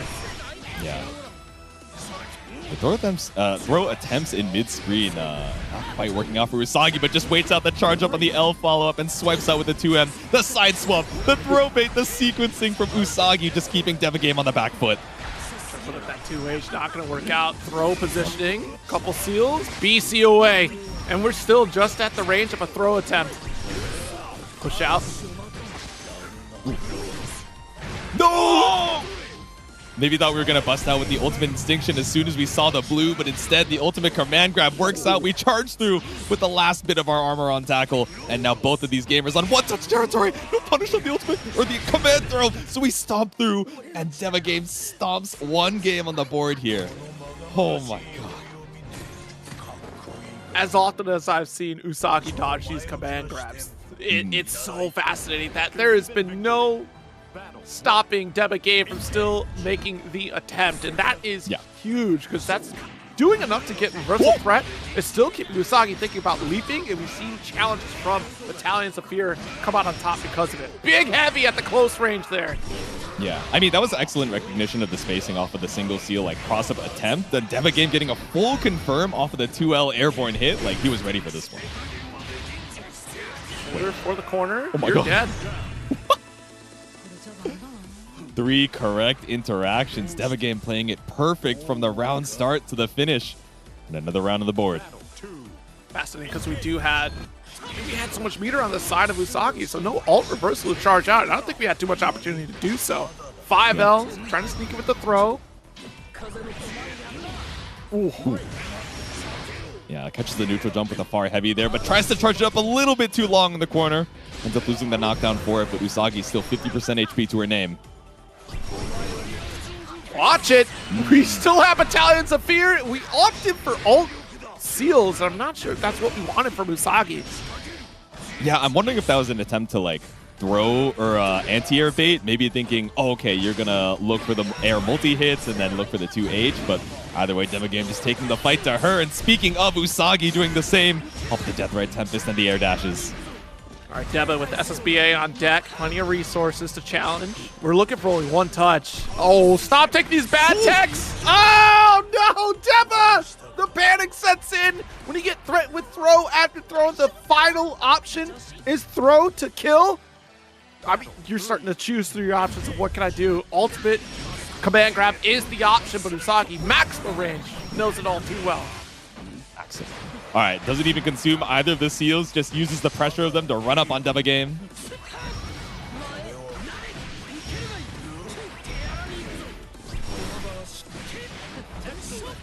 Gets the link into the ultimate seals to keep that meter situation healthy and runs up with a slight dash into the close cell, opening up Devagame, but even with the Raging Strike and the 100 meters spent, it's not going to kill him that boss HP. Wait. You sure about that? I can only be wrong so many times, Zero. Okay, lives with a sliver this time. You were testing my faith in my own call, but Devagame has faith in the back throw. It's true. Oh, but the same way we ended one of those previous games is the way we close out the set 3-1 against Devagame with a quick check on the 6-6M overhead from Usagi. Well played and a great way to kind of play around with Devagame's expectations. Honestly, the amount of times we saw command grab, it only worked out towards the end for Devagame, and that is nuts for a Vasaraga to see that inconsistency from command grab. Just waiting patiently for the fist bump. Says it was a solid fight, a valiant battle. But another 3-1 here on the side of Usagi, and another 3-1 in this group stage, right? So no one coming out unscathed from any of their sets just yet. Not at all. And I just noticed that golden Evo stick coming from Usagi. It's fascinating to see that Gamera's not the only one representing that golden first place Evo finish stick at Arc World Tour Finals. See how many champions are lined up at this event alone, because we have so many great competitors across the Evo field. And one more hopeful to see who we could take it over for Arc World Tour in Grand Blue Fantasy versus Rising. Monarch up against Devagame. We're looking at the score run up thus far. One more match ahead of us. A couple more, rather. Usagi and Koji Koko in the background, and then, of course, Monarch and Deba kicking it off. 1 to 3 scores for Deba Games. So this is kind of do or die for Deba. Yeah, exactly. The final match here to decide the placements for these gamers. Of course, as a reminder for those of you just tuning in, the top score, or the best score from each of these groups, moves on into the winner's side top 8 on Sunday, and the second place moves on to the extra stage, which will play out tomorrow evening, depending on where you're at. So they will be fighting it out against the second place from Group D to try and secure that spot in the loser's top 8. But if they don't succeed, if they fall on the extra stage, they have the same fate as, of course, that third and fourth place from the groups, fighting it out against the 84-plus entrants of the LCQ. Absolutely. I mean, looking at this run up here in terms of scores, we got to see this turnaround come from Monarch to really shake things up. And if we could... Gosh, I'm trying to think, honestly, we just have to get the sweep against Deba, right? Just to try to come out on top in terms of victories. So, tall order for Monarch until we get to potential extra stage position. Yeah. And for those of you folks wondering, oh, how does the extra stage actually work? So we have 4 groups, groups A, B, C, and D. Of course, like we mentioned, the first of those groups, each individual group is going to move on to winner's side, and then the second from each group moves on to extra stage. Group A and Group B's second places from groups are going to face off in a first to 3. Whoever wins secures that loser's side top 8 spot on Sunday. The loser, of course, can go back into the LCQ, and then we do the same for second place from Group C and Group D. And that's terrifying, that you're not locked in until LCQ day, potentially. So you want to get said and done, at least by day 2. Honestly, you want to sit comfortable by the night. Exactly. It's a scary situation because, you know, last year, of course, the group stage is taking place after the LCQ. So at least if you got knocked out in the group stages, like, you knew that you could chill out for the rest of the weekend. But knowing that no matter what happens in this group stage, you still have to at least pull up to play tomorrow, you know, keeps you a little bit more locked in. Yeah, I do like that. We get more competition across the group stages here. So it's not just so final, right, in terms of day 1 play. I mean, we're getting a nice little view of what the station is going to look like for LCQ potential in the arena here. Yeah, we see folks warming up for Under Night. We see folks warming up for Strive, and of course for Grand Blue as well. So those casual stations are open. Of course, the Tokon stage as well over to the side for anyone who's interested in that. Absolutely, and plenty of merch to be had. Look at the Marvel Toko. Yes. Oh, look at the setup. I'm so excited for this game. All right, I'm swimming over there right now. I gotta go. All right, yeah, you got it. I'll hold on strong. You know, I'll tell Monarch and Deba Game to play as slow as possible so you have time to come back. Oh, man. Yeah, and the merch they got at the pop-up shop. I gotta figure out who I gotta bug for that merch. That's what I'm saying. I'm like hitting folks up on Discord, and I'm like, you have a little bit of downtime, right? You already made it into winner's side top 8. You don't need to practice for Sunday. You wanna stop on by the merch shop for me real quick. But of course, no more time for fun and games as we head into our next match, the second to last of this group, Monarch versus Deba Game. All right, this can't be fun for Deba. Right? Surely it's not going to be fun. Like, yes, you have tackle. Yes. Oh, once he gets the armor, he has a way to make in past the Great Fall and past the arrows. But how are you safely going to set up Soul Forge, right? We're maybe looking for a way to leverage Instinction, right? The ultimate fireball once we hit that 50 meter, but it's going to be a slow trek up the hill until we get there. Chip away, late tech. Monarch with a strong start. We did get that Soul Forge at round start as well, but anti-air opportunity, the unblockable. Stuck in the corner now, and you built your 50, but you're in the corner, right? So you have no room to actually use that ultimate fireball. A little bit more now, though. Let me see, get away from me. Unhand me. Oh, off the wall! We got the old butterfly! It's definitely big. Double butterfly setup, going to be hard to open up. And look at the distance. Same thing that we played earlier against Usagi. You're just trying to get in that perfect position to not get caught by BC attempts, not get caught by reversal. Ooh. Get shoulder check here. And now we're just chipping away, right? We don't even need to find another hit. Chip damage is the way we're looking to close this out. The arrow blockable does not find the hit from Monarch, but we fade away with the air arrow and baits out the BC for round 1. Oh. So scared. I thought we'd go for the 2M. I think that had to be a 5L that we try to put out there. Either way, a game up for Monarch, or round up rather for Monarch. Butterfly put the butterfly between you and me. Okay. We've been doing a good job, I think, from Deva Game, whether it's against Grimnir, you know, checking with the 2L, you know, on the cross up, or the 5L to catch out the short hop. But either way, still stuck in the corner here for Deva Game. Oh. Coming at you real fast with shoulder check. And still, Monarch, there's that nightmare scenario I was talking about with ult butterfly, constant rainfall pressure. Yep. Reward of 100 meters. All right, the Scythe and the Stone. Utilize the armor to find the knockdown here, but of course, Monarch still with the HP lead. And has so much space to kind of move back as well. Oh, okay. Still able to find 5U even with that trade. Wow, the low swipe saved by the Soul Forge. There's 5L interrupt. Oh my goodness, ever closer to the corner. Monarch with 50 meter does have a reversal option just in case. Oh, but spent it on Fireball. Okay, jumps over the low arrow, but still able to find his turn afterwards. Monarch mashes out for game 1. It's been an interesting series of events, and I hope we didn't sign ourselves up for a flag here, because look, we're 1 game up, and Monarch at the draft picking was like, I feel comfortable against these players that are in my group. I think I should be okay. And still caught on the back foot after a couple sets thus far. At least wanting to come out with 1 victory on our side. Believe in victory. Yeah, exactly. And I mean, the set scores are still looking definitely in Koju Koko and Usagi's favor in this group, but hey, who's to say what happens in that final match? So still just trying to get as many games as possible. All right, going up for the throw.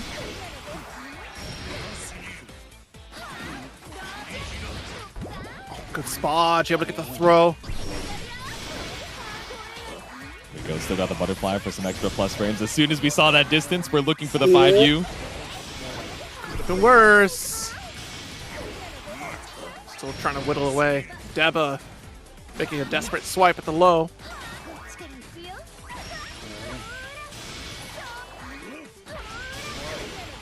Butterfly set. Yeah, rough spot. You have full resources, but the most important resource, that HP, just ticking down. And Monarch just looking for any 5L, any way to stop the roll through. And another round is on the board. Battle 2. Engage. Oh! Caught you with the tackle. But even with that round start, you know, slight victory, that knockdown does not give you the momentum you need to get in on Monarch. Good hop. Actually, beautiful setup here.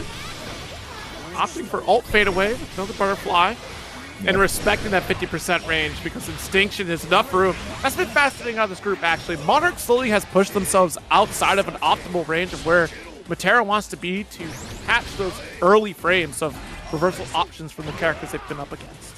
Exactly, yeah. Unless you're spending some of these, you know, EXs or ultimate versions of the skills, like, especially the 5H, right? Just that standard arrow has the travel time that, with the ult skill slowdown, might get caught out or counter hit with the ultimate Instinction. All right, butterflies are set. Spot dodge on the sweep. Still got 1 more butterfly to trigger off of the Great Ball. Spaced out and minus frames on the DP2. Monarch's having fun. Oh my god. Spodge, perfect position for a snipe. 2-0 lead for Monarch right now. Shot out of the sky with a great fall. Deva Game just sitting back up in the chair and wondering, what am I supposed to do? Is able to find some of these situations where we're at perfect spacing for, you know, the tip range of tackle, even, you know, finding some of these gaps in the zoning patterns to set up maybe a 5U. But by that point, we're already down 50% HP. We're already just a few steps away from either this left or this right side corner. So finding these situations is just coming up a little bit too late to do anything about it. Huh? Wait, hold on. what happened? What happened? Oh, the armor's still not enough. Soul Forge can't save you from the multi-hit to the arrows. Got the butterfly lockdown pressure. Yep. Still Okay, trying to run open up beta off these time. hops. There's no command grabs, no throw from... Almost no throw. Oh my god, behind the back! Ended up putting himself out of the corner on that forward movement from the ultimate reversal. Now back out to the mid screen. We bash out on the ultimate butterfly set. So that's not going to hurt me until you shoot it. Oops. Toss. Walk it out. All right, the last little bit of your Soul Forge caught out by the mash out. Low arrow. Doesn't pick up into the butterfly, but still a perfect position for Monarch here. Chip damage about to be on the way. Devagame finds the perfectly spaced tackle. Oh my god. Caught the jump frames? Okay, okay. Able to send out a little 5H action. Devagame snipes you out of the sky to put a round up. Battle 2. Engage. Still JM on the approach here. Immediate BC to push back to the mid screen. And we're earning ourselves this corner. There's no 50% meter on the side of Deba, so we could have sat comfortable at that full screen a little bit to zone a tad more. Close to the gap, though, we do get challenged. Deba's been very anxious to press a button as we get closer. Yeah, even below that 50-meter threshold, right? Where, oh, okay, I'm mashing because you're afraid of the ultimate reversal. He said, no, I still have brave points, right? So maybe you're looking for that too, and does find the escape. Shot, actually, speaking of, 2 brave points down on the side of Monarch. This is certainly doable for Deba if we get a strike. Yeah. I mean, good recognition on the, max range 6XL, just getting as much corner care as we can off that EX arrow. Oh. Ult DP, unhand me. First set that we've seen ult DP is coming from Monarch, actually, so. Yeah, exactly. A little jump scare action. Okay. Spot dodge on the ultimate instinction. We're below that 50-meter threshold. Gotta be careful of the air unblockable situation. Potentially EX tackle to put you right in range, but jumps with the air arrow to avoid that command grab. The far medium, trying to connect, and nice! Actually gonna call out the whiff punish with the heavy thanks to the air arrow. It's set point for Monarch off of the jump back here. Again, can we put a game on the board? Fade away once more. Woo! Beautiful trade. Yeah, that's certainly gonna be helpful for Deba. Oh my god. Wait! Massive counter hit on the heavy, that was 50%! Mm-hmm. Alright, plus frames off the EX arrow, swiping at the skies in case we jump forward, but no short hop to be seen, so we tackle, we scoop, and Devagame now one like confirm away from putting a game on the board. Can we do it though, as Monarch still has so many resources to fight back? Survive that extinction. Yeah. Deep run, but Deba's still mashing too low! Mm-hmm. Hey, I got the lead though. On the board. Exactly. That's all that we needed, was at least a little bit of life lead to try to mash up that 2L and feel brave enough. And what do you have to lose at this point? Yeah, I'm wondering if in that situation up against the corner, we had 100 meter, which did give us the SSBA opportunity, but you spent 2 ult skills worth of resources to not get that much damage off of a non-cinematic hit, right? And then off of that last hit situation, you had no meter, no threat of your incredible ult skills on Mitera to actually try and mount that comeback. So maybe Monarch shaking his head, realizing that as we head into game number 4. Yo, there's no stopping Deba from pressing. Yeah. Shoulder tackle, maximum combo limit though. Mm-hmm. All right, meter refund off the ultimate butterfly. Still back up against the wall here. This is a pretty good start for Devagame. Ooh. Caught with a great fall. Projectile being continues here. Look, the IBs coming from Deba. Massive resource build. Again, just throwing out the 5L to try and be preemptive about the tackles. Okay. Oh. Solid roll from Devagame. We can walk this down, actually, until you make a shot, because then we get the IB. Yeah. Gradually chipping away, though. Chip damage on the horizon. Certainly threatened for it. I mean, 30 seconds left on the clock. We're on the cusp of chip victory here. We need a couple more hits. And, hey, we'll just take the straight strike. Yeah, we had a lot of meter to maybe threaten ultimate fireball. Again, I think Devagame thinking, okay, you will respect this threat and put some more gaps into your zoning pressure. But Monarch said, oh, I have the health to, survive a mash out with the ultimate skill. I'll be fine. I'm just going to keep zoning and see if you walk into it. Oh. Not much we can get on either side from that, so fair enough to try to challenge there. Monarch in prime position right now. Gotta watch out for that Instinction. That is certainly imminent. Yep. Low arrows just waiting for that butterfly to travel over and keep the game locked down. The chip damage, again, just keeps adding up. Oh, no. Oh. Didn't get too much off of it, but still was able to find the 5H off the air unblockable. I was ready for everything else except for the throw. Mm-hmm. Oh, there we go. The full crumple state off of the ultimate butterfly. All the combo limit we need to work with, and the Raging Strike secures the 3-1 for Monarch. There it is. Monarch coming out on top with at least one victory under his belt in this group stage. Mm-hmm. Great way to close it out at the very least. But a tough matchup nonetheless. I mean, Deba showing no fear throughout the set, able to jab out so consistently against Monarch.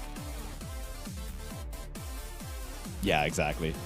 You know, we saw those 2 Ls against Usagi as well, right? And realizing, oh, okay, I need to try and match out on some of these, like, just barely above the ground air dashes, and had the same idea when we were looking for a lot of these Zephyrs, right? These short hops coming out from Monarch's Matera, but still wasn't enough to try and bring it back when he realized, oh, I don't have to risk running into Vasaraga's face and looking for strike throw off these Thor baits and being in the space where if Deba game is right, he can get his knockdown and go into Soul Forge. I am so fine with just going for zoning, letting him build up that meter, and playing around his ultimate Instinction.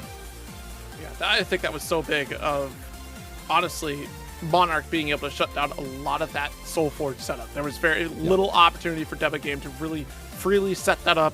And once we did, it was kind of a Monarch's own creation, right? In terms of pushing ourselves out of that corner to give that opportunity for Deba to try to push back out with either the Battalion of Fear, especially Alt Instinction. There were a couple options there that I think that's the one thing we'll look back on these sets from Monarch, in that we've kind of put ourselves into that scenario that gave room to our opponents to try to challenge out with various options. Granted, going up against Koji Coco on the side of Beatrix, her DP and even Rifree is kind of built to close that gap regardless. So if you give that moment of pause, she's still going to close the gap. It's very difficult to try to stop her. And in terms of Grimnir on the side of Usagi, like we're talking about the Gale dashing out of the corner, which was very tricky to stop. There wasn't too many air-to-air options. We could have tried to dominate in the skies to keep Usagi at bay. But it all comes down to this, Koji and Usagi. And this is a matchup that I've been really excited to see. Koji, of course, that world travel competitor, and there's not one person from Europe that hasn't said that Usagi is the one to beat. Like, you're lucky Usagi is not here at this event. If she was not at one of those tournaments, you were just fortunate to miss her. Exactly. And both of these gamers' records in the groups, like you're mentioning, like these are the respective demons of Group C. I want to say Koji Coco with 2 3-1s under his belt, and Usagi with a 3-1 and a 3-2. So to get into that first place, I believe has to win 3-1 over Koji Coco, which I think would put her above in that record. But 3-2, I think, ends up putting them in a tiebreaker situation. So you have to win pretty decisively here to secure that winner's side top 8 spot. Right, here we go. We're locking in Belial.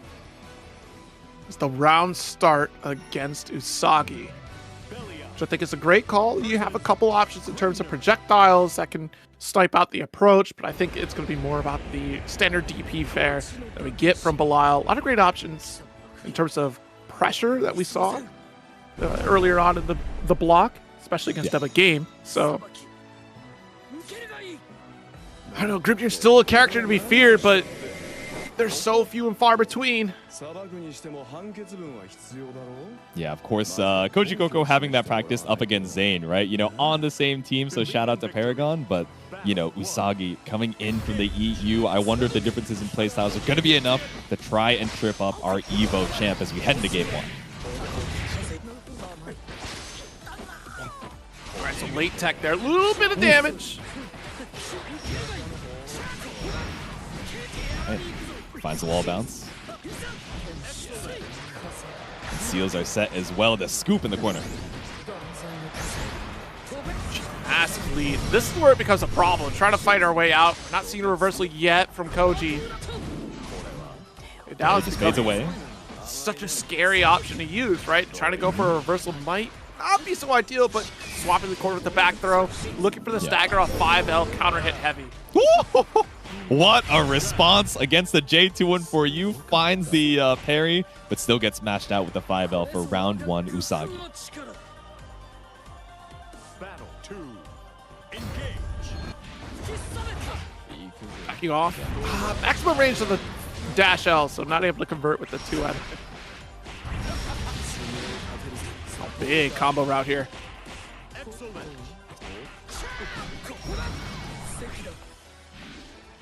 Just standing on the seal.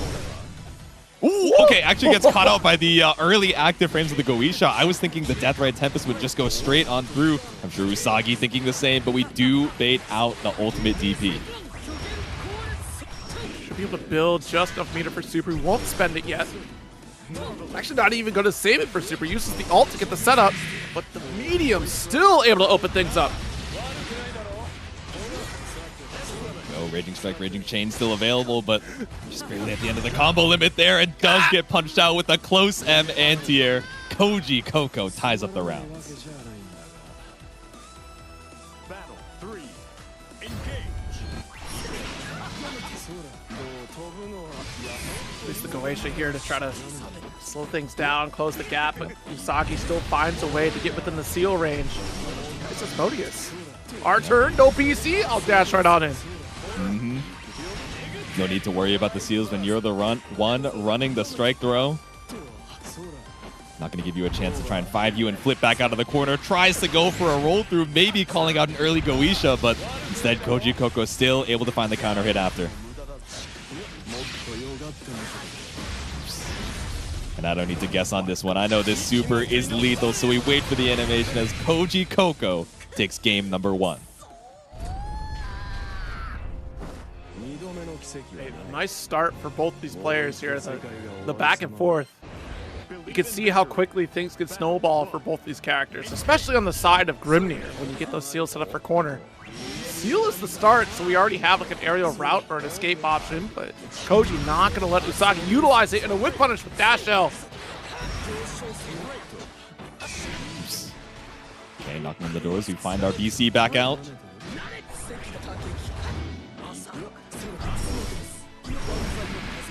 Oh, yeah, put a button into it. I think that was 2U startup that got devoured.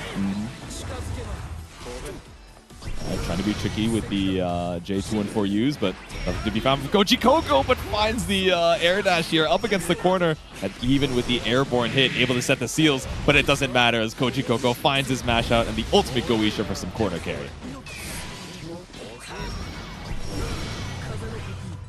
Push away, get a little bit of distance. Usagi is actually within a kill range here because of the lack of BC, and the far M able to maximize this combo route.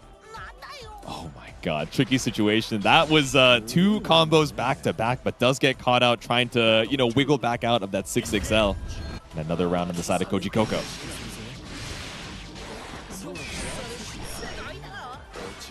Dash light, no whip punish there. I think that's the one missing piece from Usagi, is that we're letting Koji Coco get away with some of these maximum range normals. To win? I don't know. Oh! Good spot. Still having to hold that far heavy coming from Usagi.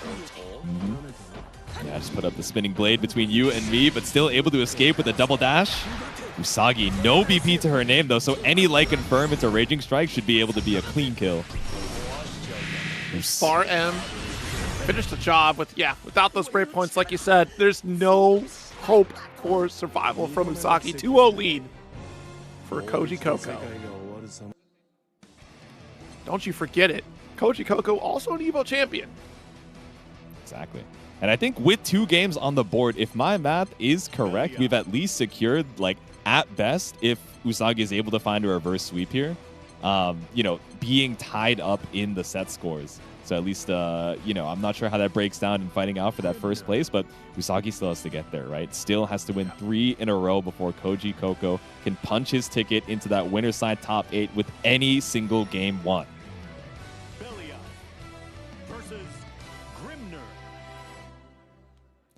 Teasing a character swap. Still sticking with Grimnir. Battle 1. And Usagi, is this going to be your final game in Group C or the first start of the reverse sweep? Tries to go for the triangle trajectory on the Goisha, but only gets really a 5L off of it for Usagi. Oh, back for corner. Oh, yeah, I wouldn't suspect a jump medium like that either. Yeah. All right, Clink in front from Usagi. Do we set the ultimate seals? Indeed we do.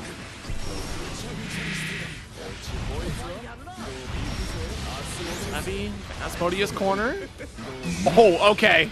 Yeah, meaty recall in the Goisha. That's a cute little setup. It went off the screen like, that doesn't exist anymore. And they came back Yeah. like, oh no!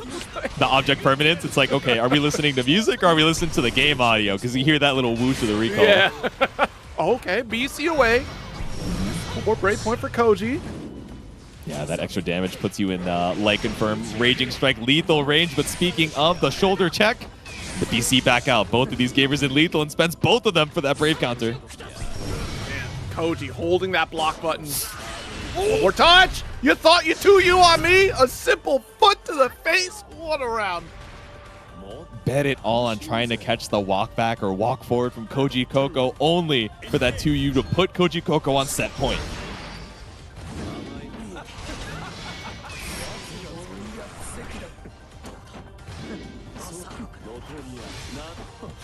Plus frames. Not going to spend the guaranteed Brave counter there just because we've already spent one. We don't want to put ourselves in that extra damage situation so early.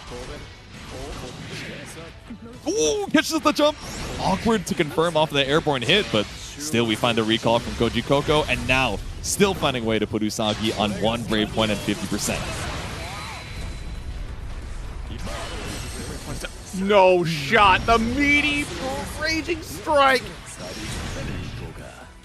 The young king asserting dominance, checking the reaction on the Raging Strike, and with no more BP to your name to look for that Brave counter, it's a clean kill and a clean 3-0 for Koji Coco, punching his ticket to winner's side top 8 this Sunday. World-renowned champion. Of course, we saw that performance at Psy Games Cup, one of the only American performers to make that top 8. Still rising through the ranks at this Arc World Tour Finals. And that actually rounds up that Group C, in fact. Like, that's all matches said and done for Group C.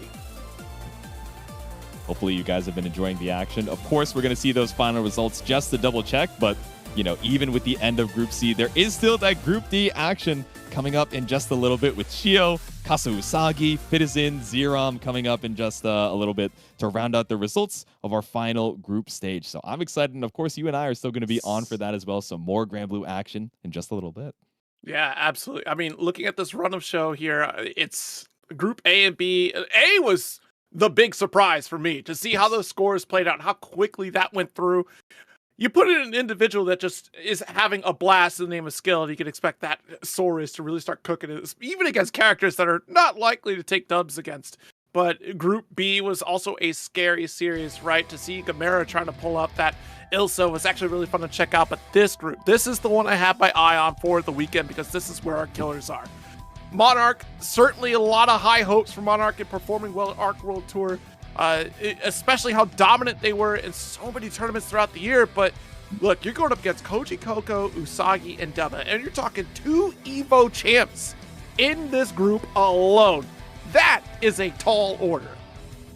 Exactly. It would be, you know, it would be pretty accurate to call this one a death group with 2 EVO champions and Monarch being so close, just a single game away from potentially getting that, you know, second place chance into the extra stage and, you know, fighting it out for that loser side of top 8. But Monarch and Deva Games still have the opportunity to try and punch their ticket into that top 8 on Sunday through the last chance qualifier. But Zero, just looking through that attendees list, it is not going to be an easy path. Oh, it certainly isn't, right? Like, that attendees list has got some folks that have qualified previously for Arc World Tour trying to make one last run, and we'll keep the surprises for tomorrow because those stories are going to be a sight to behold when we get to that day. But, I mean, looking ahead here in tonight's round robin series in Group D, which we'll get an intro for that a little bit later, we're talking Shio, Kasu Usagi, like you said, and Fitizen and Zerom.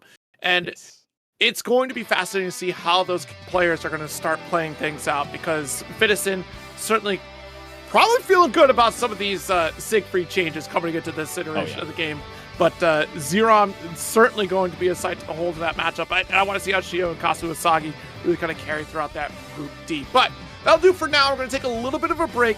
At 2 a.m. Eastern is when Group D will kick off. So stretch your legs, get a little bit of a snack, and we'll be back with more Arc World Tour Finals action right after this.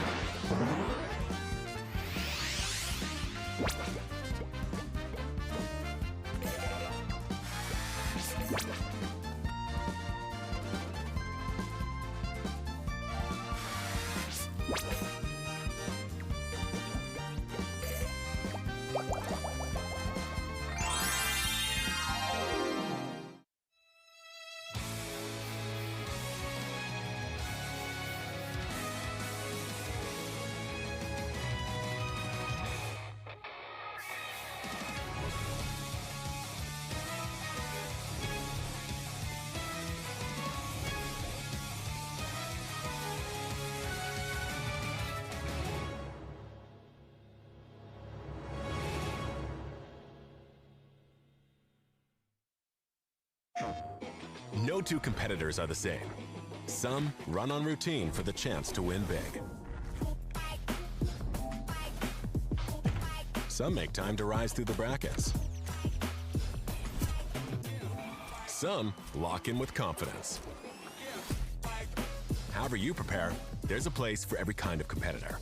PlayStation Tournaments. Sign up today on PS5. PlayStation.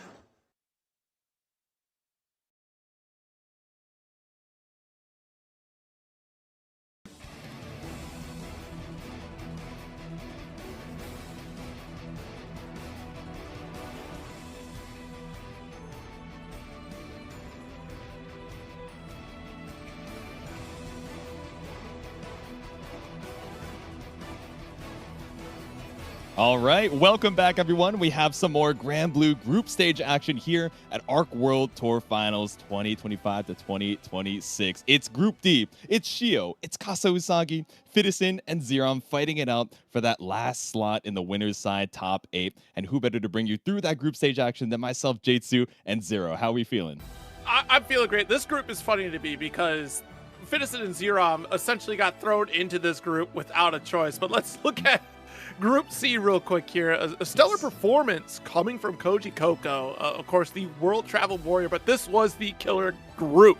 The EVO champions collide here outside of Gamera, right? So this is certainly a tale to look over and definitely look back at that Usagi versus Koji Koko set. That was a very strong set from Koji to really kind of dismantle some of that offense that gave trouble to the likes of Monarch and Deva game out here. But look at that, 82% win rate even for Koji. Goodness gracious. So, Group D, as we talked about, to get to the lore of it, if you missed out on the draft pick for group stage selection, Zerom did not get to choose their position, was locked into D, just tossed into it. So, this is kind of just, everything is going to unfold the way it is for Zerom here. And Fitison, feeling really comfortable for this one here as well, was claiming that they got to avoid the players that didn't want to fight off the rip, which I don't know who they are. I'm willing to bet Usagi's probably one. I'm going to have to assume that, but yeah. And then we're looking at Kasu Usagi up against Shio to start things off. Shio has been very persistent at competing in Grand Blue Fantasy versus Rising throughout this ARC World Tour series with many performances across like B Pro Cup, Tiger Uppercut, and Lagless Cup, taking first at those three. And the one performance that was kind of interesting was the Psy Games Cup, where Kazu Usagi ended up taking a top 8 position there. Yeah, exactly. And Shio actually having a relatively, lower position, but still with first at, like you said, Lagless, Tiger Uppercut, B Pro Cup, a 49th place is like, you know what, I've already secured my qualification. Let me give a little bit more room to some other folks to try and qualify. And Kazu Usagi, like you mentioned, taking that spot with the Fairy. Of course, Fitison tearing it up at that first place at Mix Up.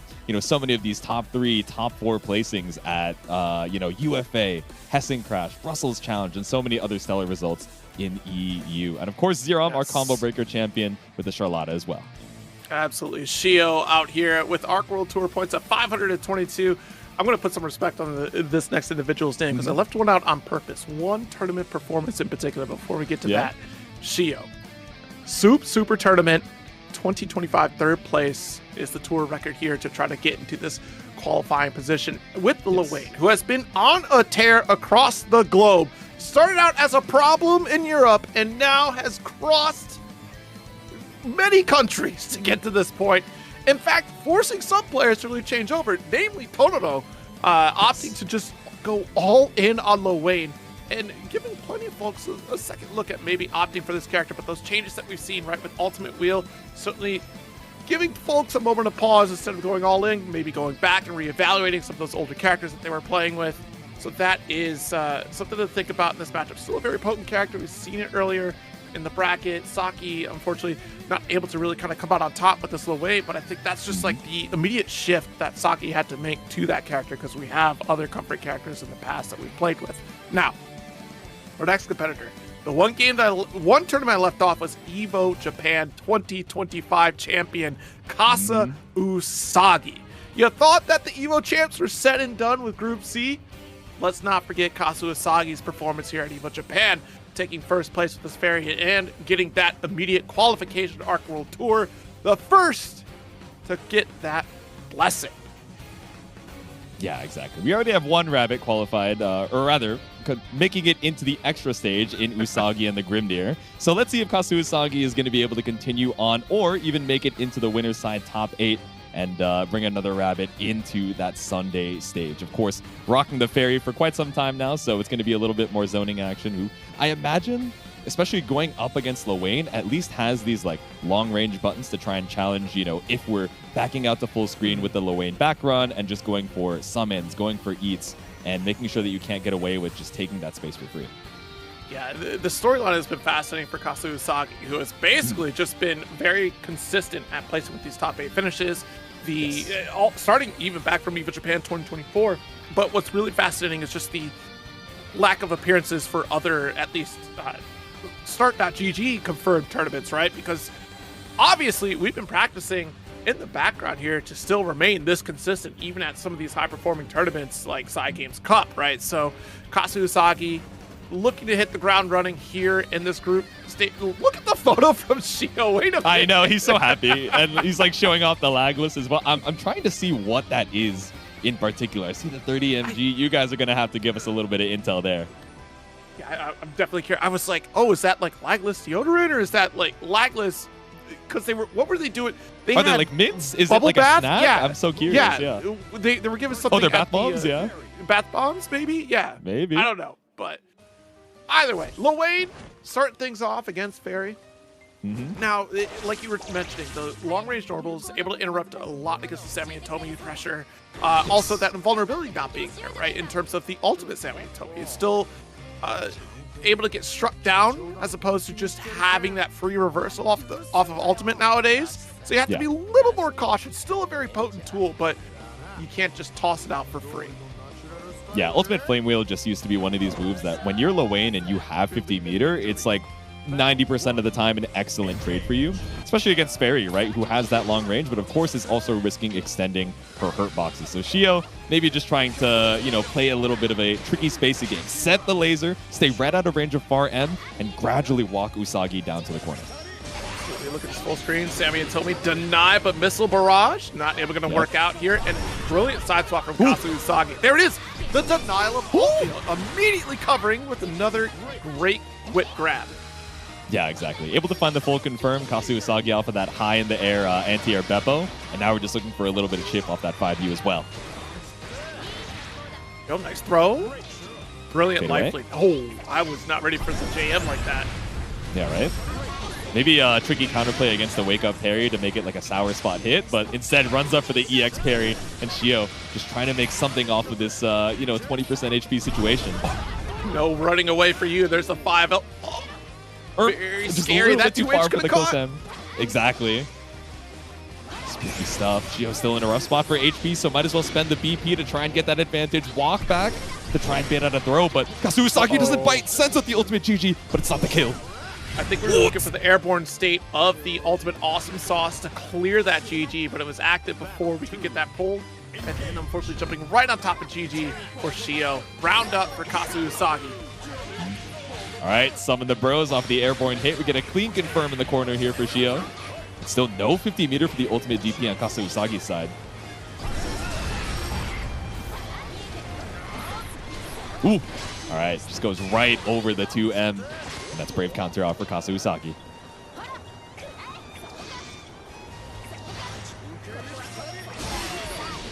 Oh, shut down both Sammy. Wait, oh my god, you get a nice little confirm off of that too. The airborne hit on the ultimate awesome sauce to try and anti-air, but the falling button from Fairy able to get a solid knockdown.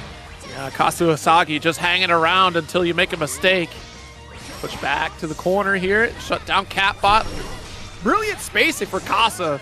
Not able to get the kill quite yet, but we are on the cusp of victory. There we go, keeping Lowain at bay, stopping the flame wheel even when we do try to spend the 50 meter for it. These far M's and these GG sets doing the job for game number 1. Stay safe on the dive. Yeah. Okay, able to challenge the summon once again with the whip.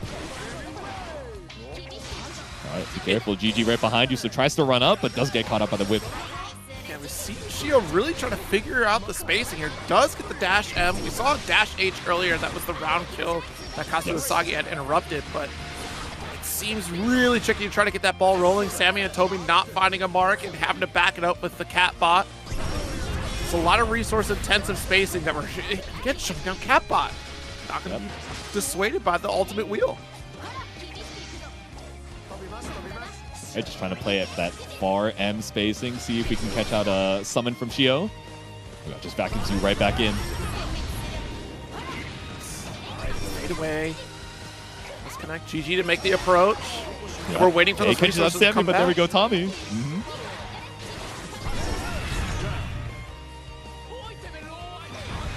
Complete dominance for Kazuya Usagi there, even with the alt wheel coming through. Just making solid calls and just overwhelming the Shio with these options, especially with far medium here, going for the 5S. And just really active on shutting down Sammy and Toby. There's no linear pressure at all coming from Shio at this point. Yeah, exactly. Setting up GG every opportunity we get, just swapping up the whip timing, the spot dodges to try and bait out a spot dodge from Shio as well. Just keeping UFA with the far L. Right, fade away. Again. Far medium, far heavy, just keep it simple. Ooh, actually splash got the disconnect. Box, yeah.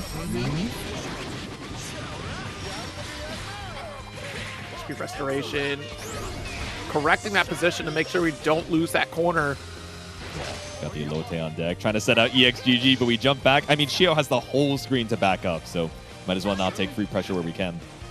I'm not even agreeing with the backing away, though. That's been the problem. Yeah. The full screen spacing you're not able to set up. Exactly. Kazuya Usagi, I think, has just been doing such a good job of making sure that we're putting enough gaps in the zoning patterns that, we have the opportunity to challenge Sammy and Tommy's setup. Occasionally, we've been caught by a cap-out laser, but very rarely. And it might be a situation, because of the lack of 5S coming from Kazuya Usagi, just relying on medium and heavy, we're looking for a 5S, and Shio just not finding it, able to get a spot dodge to try to slow down the recovery of Kazuya Usagi so we can close the gap. I think that's what we're kind of locking in on, but not finding opportunities to at least apply that standard pressure or threaten a roll forward to be within range of a reversal awesome sauce in those scenarios. So a few options on the table as we go back to the character select screen, and we're just not seeing that navigation trying to close the gap come from Shio quite yet. Yeah, I mean, Kazuya Usagi has just been doing an excellent job of keeping Shio at bay. So waiting it out on the character select screen, that we're still going to be sticking with the Luane, but thinking, okay, how am I going to swap up this game plan? Like you said, backing up and looking for these summons has a very low success rate. So I wonder if we're just going to, do a 180, put pedal to the metal, and just try and look for a really aggressive approach here in the potential final game. All right, here we go. Already backing off, and yeah, these homies are not helping you out whatsoever. Actually, interesting hurt box right there with the heavy. Yeah, right? Catches out the retraction there with the far heavy. I like the use of the EX Awesome Sauce just to buy ourselves a little bit of space. But still, Kazuya Usagi just runs up to bring it right back. Okay, dash M. But GG still set off of the Brave counter. Nice light poke. Don't follow through, but we don't have the resources to really follow up. We could go for Raging Strike and Chain, but at what cost at that point? Trying to be tricky. Blocked out the EX Awesome Sauce and goes for TK Dive.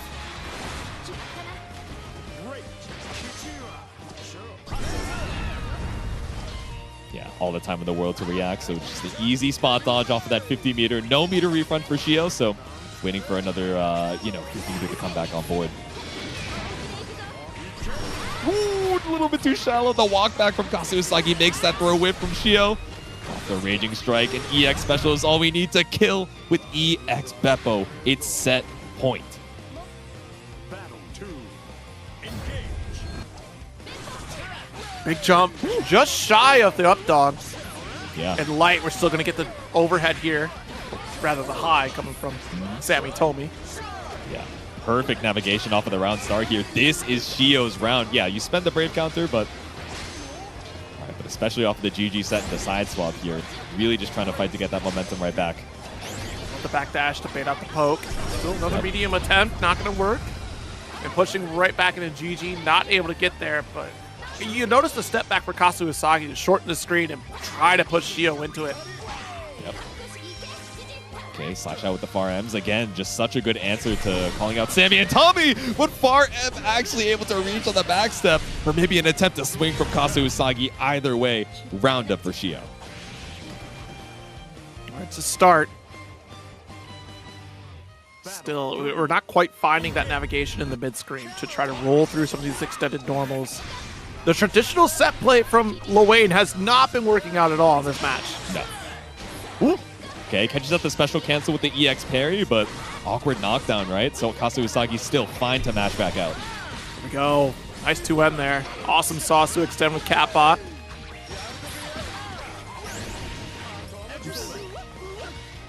Let's get set up. No reversal from Kazu Usagi, though. Okay, run it up. 2M, but the spot dodge on the EX Hula. Light awesome. Parry. Doesn't save the homies. Yep.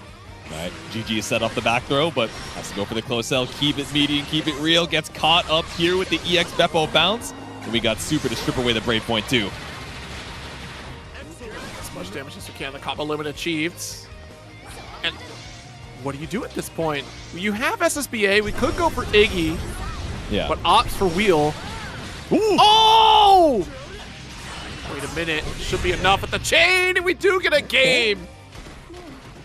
There we go. The last time that happened, right, it was up against the corner. You know, theoretically, a better position for Shio to look for that anti-air ultimate awesome sauce, but ended up getting hit by, you know, Fairy Jump H on the way back down. This time, the exact clean hit that you needed to look for that kill, and now we finally have a little bit of steam in our Lil Wayne sails.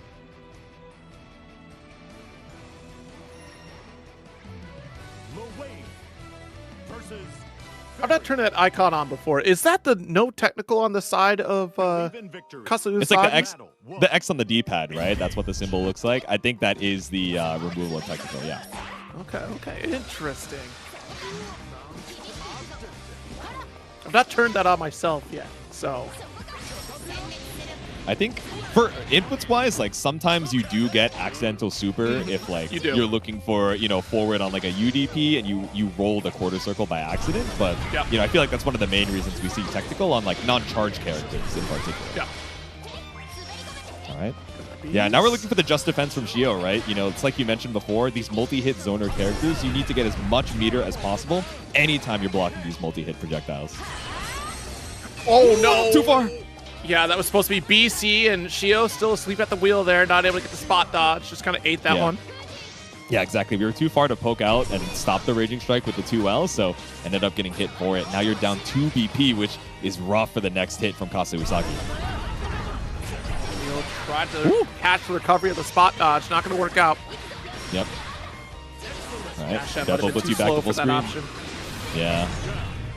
Ooh, double spot dodge into back throw. Kazu Usagi said, surely you're looking for a delay strike here. And surely he's looking to try and close it out 3-1. Now on set point. Look the low profile with the 2M. We do get the stun from Catbot, but it's not enough. We get that missile barrage out. Yeah, nice thing about the Catbot set, whether it's the rockets or the laser, that far M just whipping right on top of it, right? So unless we're kind of sending that 2M like Kazu Usagi is sometimes doing at the full screen, might be tricky to try and challenge there. Parry there off the ult forward special cover from Shio. It does negate that GG setup. The dash M will get punished. Yep, EX Woohoo to put you back full screen and set out that MGG. It bounced off of both of the bros! Oh no! Alright, EX GG set. Oh! Alright, shut down the ult wheel. It's a nice little win there for Casa. Yep. Okay, IBs on the multi-hits from GG. Puts you right above that 50 meter. And Brave counters the bot. Doesn't quite catch Lil Wayne, but at least it takes off one of the summons from the screen.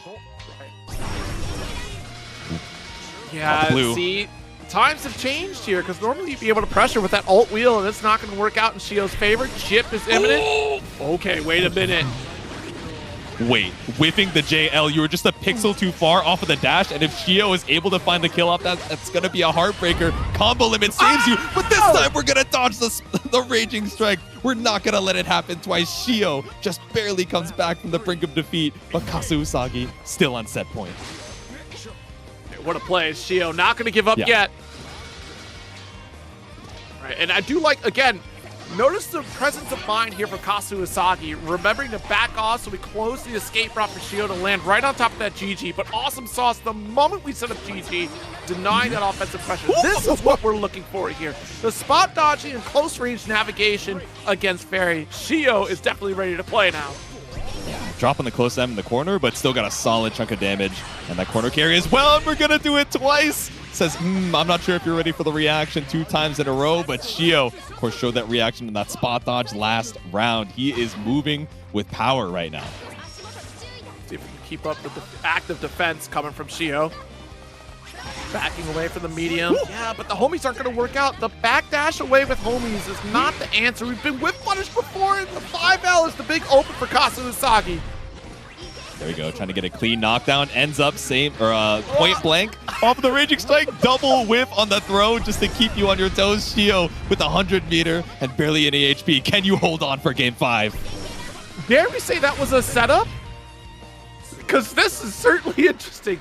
Was it just outside of range for whiff throw, and we want you to also whiff throw so you would eat the GG on top of you? Were you... Just bait out the reactions on that. You're like, oh, surely he'll do it a 3rd time. Surely he's just waiting for me to wake up, and it's the most elaborate frame kill I've ever seen in my life. But Kazu Usagi, a little bit of a nail biter there in that final game, but still able to seal out a solid win. Hey, that's the evil champ mentality right there. I'm going to whiff throw in your face, so you're going to do nothing about it because you're going to get caught by GG. That's right. That's right. No. Give me my golden stick, please. Thank you. Mm-hmm. So damn, my pressure is nice. whiff throw into counter hit. But honestly, Shio, I feel like, just was not playing the right game. Was very stuck with that layer 1 and didn't adjust to a different game plan throughout that set. Going full screen, constantly calling for Sammy Atomi, and then backing up with Cap-Out was just not getting any mileage. And what we should have probably done is tried to go for some of those roll scenarios, try to bring the pressure to Kazu Usagi. And we saw a lot of great return on investment for doing that in that final game, right? Like keeping close, making it more of a risk to try to press with the medium and heavy, and it certainly paid off for corner setup, right? But every time we backed off, it was so troublesome for Shio throughout that set. Yeah, I definitely agree, right? Like the game that we were able to win, and that final game, which was still a loss for Shio for the set, but still so much closer than game 1 and game 2, ended up being, okay, I need to be in your face and, you know, participate in the RPS of, are you going to special cancel? Are you going to not? Is my spot dodge or roll going to be caught out here, or am I going to be counter hit by the delay? Yeah, we saw that. We saw that picture. Yeah, said, oh, I want to take in the moment. Yo, get you a friend that gasses you up as much as Saki and Fitison gas each other up in Grand Blue. These two, both German competitors out here. Fitison showcasing this. Siegfried has been on a little bit of a soul search as of late. Last I talked with Fitison was out at Versus Fighting and really having that deep conversation of like, I'm not quite sure where the game is going to go forward as far as my character and how I should be proceeding in terms of performing in Arc World Tour Finals, and you know, opting to try to get some more practice in other spaces and kind of exploring options in terms of how he can level up and evolve in this new era of Grand Blue. And frankly, I think Siegfried is probably in a very good spot in this iteration of the game. Being able to ground bounce with dash heavy and convert mid-screen combos a little more consistently. Plus, who could forget that armor point on the ultimate back special coming from Siegfried? That is insane. I mean, this character was already, he was a demon when he dropped and still very solid after, you know, a swath of nerfs to his power level. And then, you know, now, like you're mentioning with the ground bounces and with, you know, his 5U buffs as well, like this is a character that is very capable of like 1.5 shotting you, right? But are we going to have that opportunity up against Zerom, right? Our combo breaker champion, still one of the main representatives of Charlotta in North America, and who is unafraid to let LDP rock, let the Charlotta ball rock as well, to try and make our way in and make sure that you don't feel comfortable, you know, setting up that 5U. Yeah, honestly, I think if there's one character that can kind of stop the playstyle of Zerom, it's probably Siegfried, in terms of that large fireball, being able to strike with a beautiful 2H, has an excellent DP, and other options to kind of negate some of that little hoppy pressure that we see coming from Zerom Charlotta. So we'll see how that plays out. Of course, Zerom is no slouch to this type of matchup, right? Has been very consistent in terms of seizing victory with a character that has honestly not been considered at the upper echelons of tiers, right? And still finding a lot of great success playing nothing but Charlotta since vanilla. Yeah, exactly. I'm sure has labbed out, tried some other characters and casuals just to get a feel for them and understand them from the from the first-person POV. But of course, has been standing strong on this character since vanilla, right? This is a master of Charlotta we have up here. All right, so we're about to begin tensions in this next set. Fitison up against Zerom Charlotta. Yeah, 5U. Man, need not remind y'all, this 5U change for Siegfried could be devastating. It's much more accessible now because now you don't have that timer. You just kind of stack it up and you let it rock. And honestly, there's a reason to go for install super now with this version of Siegfried. I don't think we'll see that because of how much benefit you get off of just doing SBA and even some reversal SSBA. So we're probably not going to see too much of that. But standard install for 5U is certainly on the table here in this matchup. Let's see how Fitison has adapted to this. Exactly. Setting up the slam, trying to be preemptive in case Zerom tries to bust in with the ball, but finds the counter hit to start things off. Yeah, notice already has that one stack of the 5U. 2M. You up there with the 2M. Yeah. Fitison had always been kind of that early adopter of the 2M pressure as opposed to 2U. We see a lot of Siegfried players had tried to make that adjustment in the previous patch where 2U was kind of the go-to, but Fitison was already sitting ready for it. Oh my god, Zerom ready for a 5U in that pressure. Escape the corner with a roll through afterwards, but definitely taking quite a bit of damage here with the big bonk. EX ball, but nothing found on Fitison's side. I'm checking the jump in either. Shimmy. Okay, big whiff on the Shining Onslaught. Yeah, Raging Chain to follow up. Nice finish here from Fitison. Able to get the whip punish with that dash light to start things off. Yep. First round Fitison looking for the far M from Zerom, but a little bit too late on the anti-air, so finds a clean jump in. Whoa! Too late for the anti-air attempt coming from Zerom. 2H! Yeah, like you said, great anti-air, incredible range from Fitison, even on such a tricky jump arc, but yeah, big block on the DP here, but actually catches out the blue flash here from Zerom's side. That's supposed to be the ultimate Orkin startup there. Nice DP! Yep. Walk it back out. Brave counter. Oh, but caught up by the Sword of Lumiel. It's not a full confirm off that light version, but still just keeping Fitison on his toes with the special cancels. Here, far heavy.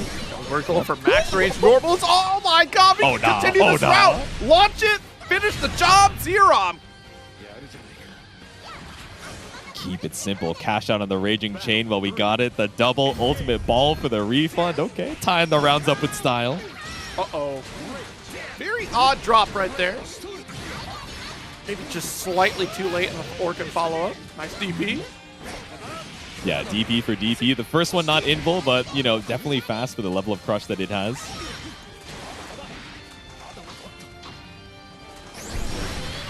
Oh, ultimate Holy Ladder. No escape out of the corner, which is a great spot for Zerom because we can constantly chip pressure here. Oh, not the Callisto. The wake up 2U straight up into the super.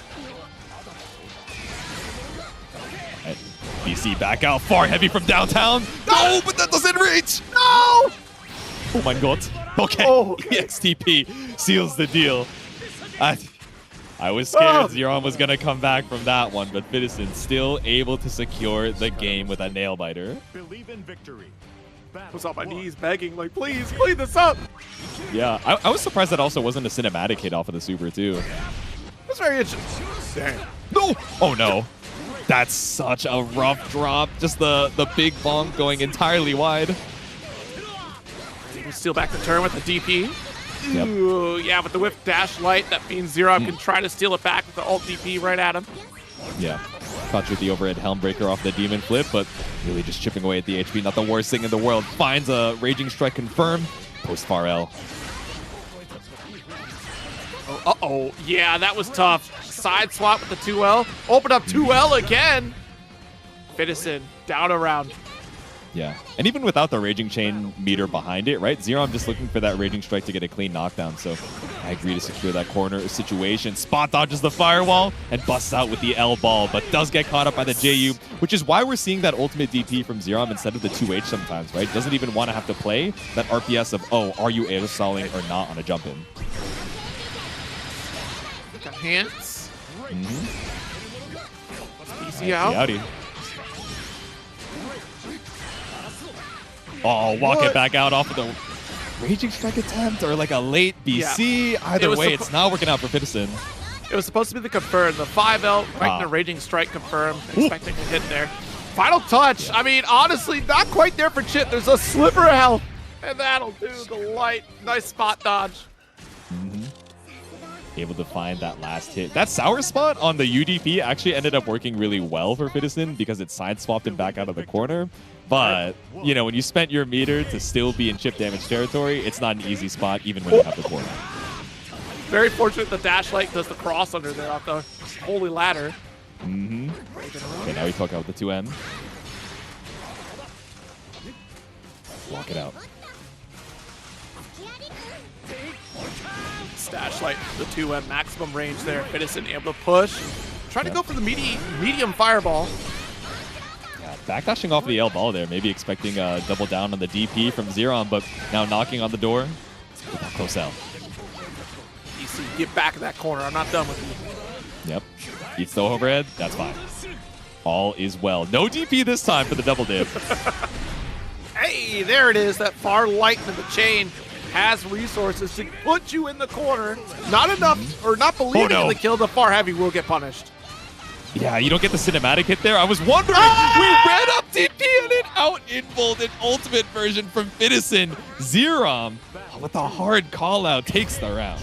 That's a Zerom shenanigan. Zerom would do that. I'm not even surprised. That is a Zerom move. I'm calling Kame right now. Look at what your boy is doing. He said, yoink. EX Firewall. Also spaced out off of the Brave counter. I thought that far L would have got caught. Actually cornered. Already hit maximum combo limits and no follow-up there. Yeah, no super available. Take it to the skies. Double down with the old DP. Ooh. Dash to side swap off the jump too. Far heavy with the spot. All right, try to lock it down. It does go for the EX back special. Come on and slam. The EX Shining Onslaught not going to save you here. Charlotta ball runs right into the bonk. 1 round, 1 game apiece. Oh, all right, good jump out. Gotta be careful on those throws. The JU. Look, I don't think we're ever going to see Fitison stop using JU. After using the tournament win off of JU at mix-up, yep, we'll never see it happen again. Exactly. All right. Ooh, big whip on the 6XL, but locked into the recovery of that spot dodge. That spends the Brave point. Oh! No! Oh, no. You were so smart, but because the SBA doesn't kick flip right up off the ground, it entirely whiffs on the reversal. All right, poke for corner. Big follow-up for Zerom. This next sequence means kill with the ult stocked up with a DP. Yep. DP's your plus frames. Brave counters your turn. Now 1 diamond available for Fitison. It's a one-touch situation for both of these players with 50 meter on the board. Swing. Run up throw. No Brave points. That's a game. Here we go. Fitison up 2-1. That 50% extra damage. Of course that throw was lethal, but no time on the rematch screen as we head right into game 4. Brilliant DP there. Yep. It does get the stock. That's extended damage here for Fitison. Okay, and follow up. Don't you jump out on me! Unhand me. Brave counter out. It's fine for the EX Helmbreaker. Again, just chipping away with that overhead. Uh-oh. Yeah, wrong ult. Projectile will win that every time. Yep. Ooh. Okay, tapped out. Waits out the plus frames, knowing you're looking for that EXDP off L ball on hit, and Zerom gets a 6-6-8 start. Oh, this is devastating. Oh, too high! Ooh. They're gonna Maybe throw. a There's a Frenkiel button press situation. there. Tricky. Yeah. Side swap off the SSBA. Not going to find the kill, but still just puts you in a terrible spot. Up against the wall. Just knew. Genius play. Bet it all on the DP and knew that it would have been lethal unless he went up for the block, but because it wasn't chip damage territory, you didn't have to risk it on the spot dodge either. Ooh. Saw you stand blocking the demon flip there, but thankfully just went for the mid plus frames. Watch it. Ooh. JL just mad active, landing upon the dome of Fitison.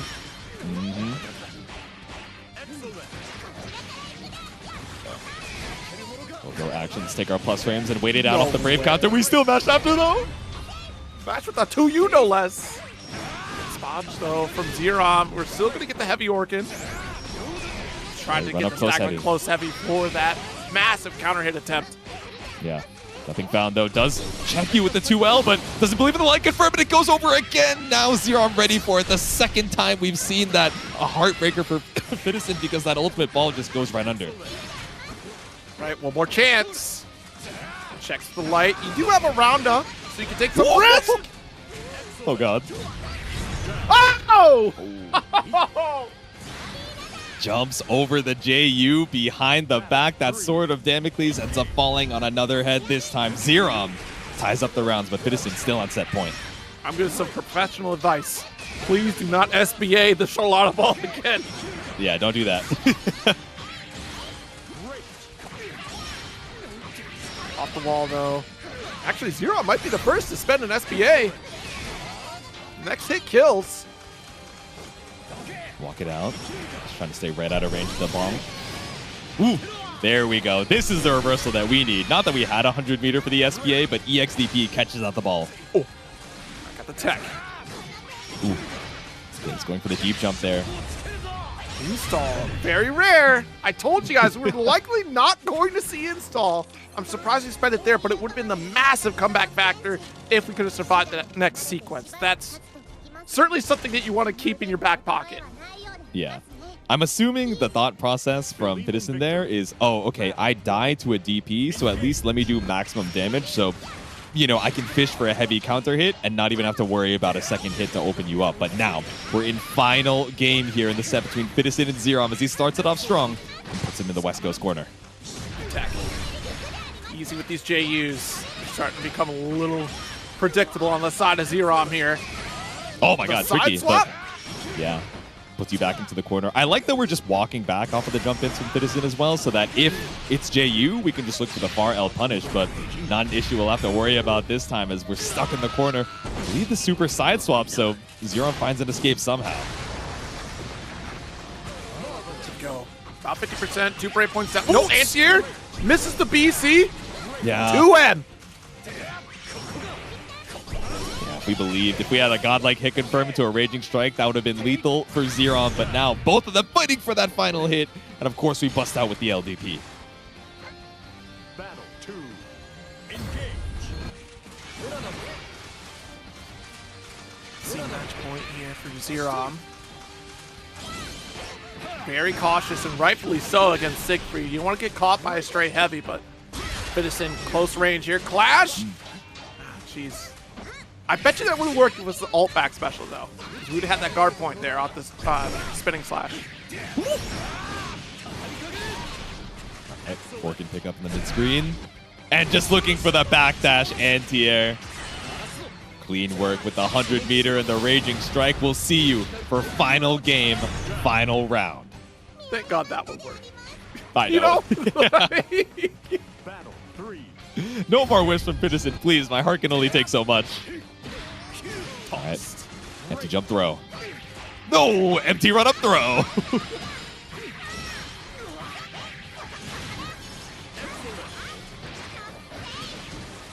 No tech, but you're at least out of that corner. Oh, no.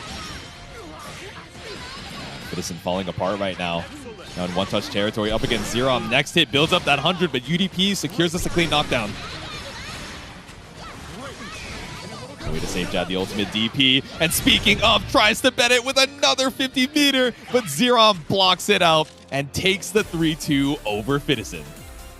unfortunate. If we didn't BC that ultimate noble strategy, we would have been able to punish it. But that's some of the fear that you deal with on Charlotta. I talked about this the other day on Paragon Line, actually, that sometimes you know that it's a minus scenario, but yet still something inside of you just wants you to push away with the BC, even though you're in a -6 scenario that you could have tried to punish that.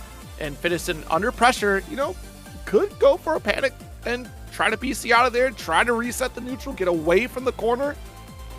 Tough to play against Charlotta when she's barreling down on you like that in the offense. Yeah, exactly. And maybe thinking, okay, I'm blocking out this multi-hit, so maybe this is going to put me in chip damage range. So instead of taking the punish and being at that sliver of health where, you know, any block special is going to kill me, I'm fine with taking this, you know, semi-neutral situation, slightly advantage at the full screen, and at least having one more hit to block and work with. But hard decision to make in the heat of the moment, like you said, against that combo breaker champion. So 3-2 for Zeron, but Fiddison still stays up at the stand, because now Kasa Usagi back up to the station to fight it out. Yeah, this will be a fun one. I think, yeah, Fairy Siegfried. Yeah, Fairy Siegfried might be the play here. I don't think Fiddison will change off the Siegfried. I think we're kind of fully settled back into the character with this version. Yes.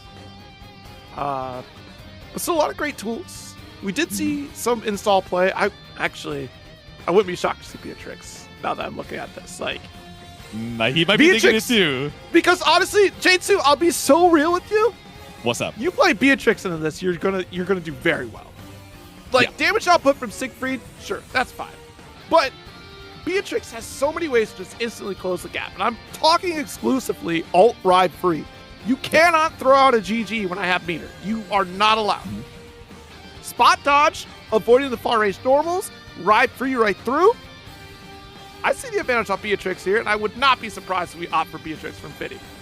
Yeah. And I mean, it's terrifying, right? You know, we already have the hover over on the Beatrix where, you know, Siegfried, yes, incredible damage, solid toolkit. Like, if you want to solo main someone, he is an excellent choice, especially right now. But if you have the Beatrix in the back pocket, we've mentioned it time and time before, the explosiveness of her approach and the, you know, fact that you have to cover very specific parts of the screen in case she wants to bust out with riding free, in case she just challenges the middle of the screen with ultimate fireball as well, which comes out incredibly fast. Or of course, she decides to try and jump in with that EX Thunderbird. It's terrifying to consistently keep her out. Absolutely. And it's one of those matchups that I've personally been labbing quite a bit because I'm sick and tired of fairies bullying me at full screen.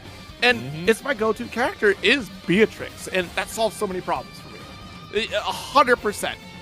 Sure, I could play Ilsa. Sure, I could try to play Belial and have some fun with that. You know, I've been jumping around the cast, especially as of late. You know, Meg has been cool, but, you know, can someone give me that Giovanna standee, please? Or at least the acrylic? Just, please. I'm going to put it out there. Someone mail it to me. Don't ask for my address unless if I actually know you. Anyways, but yeah, Beatrix has been far easier for me to try to close that gap against Fairy because of those tools. Yeah, exactly. The explosivity of the approach. And also the fact that your damage definitely, you know, when you make your way in, it also just counts so much, whether or not you have Delta Clock, right? Yeah, that's the big fact. You still get your damage output, not quite to the degree of Siegfried, but Beatrix does not need the help to do extra damage, that's for sure. She will be okay. And it looks like Fiddison giving the okay to at least start things off with the Beatrix. We definitely agree with the pick here as we head into our third match of Group D, Kasa Usagi versus Fiddison.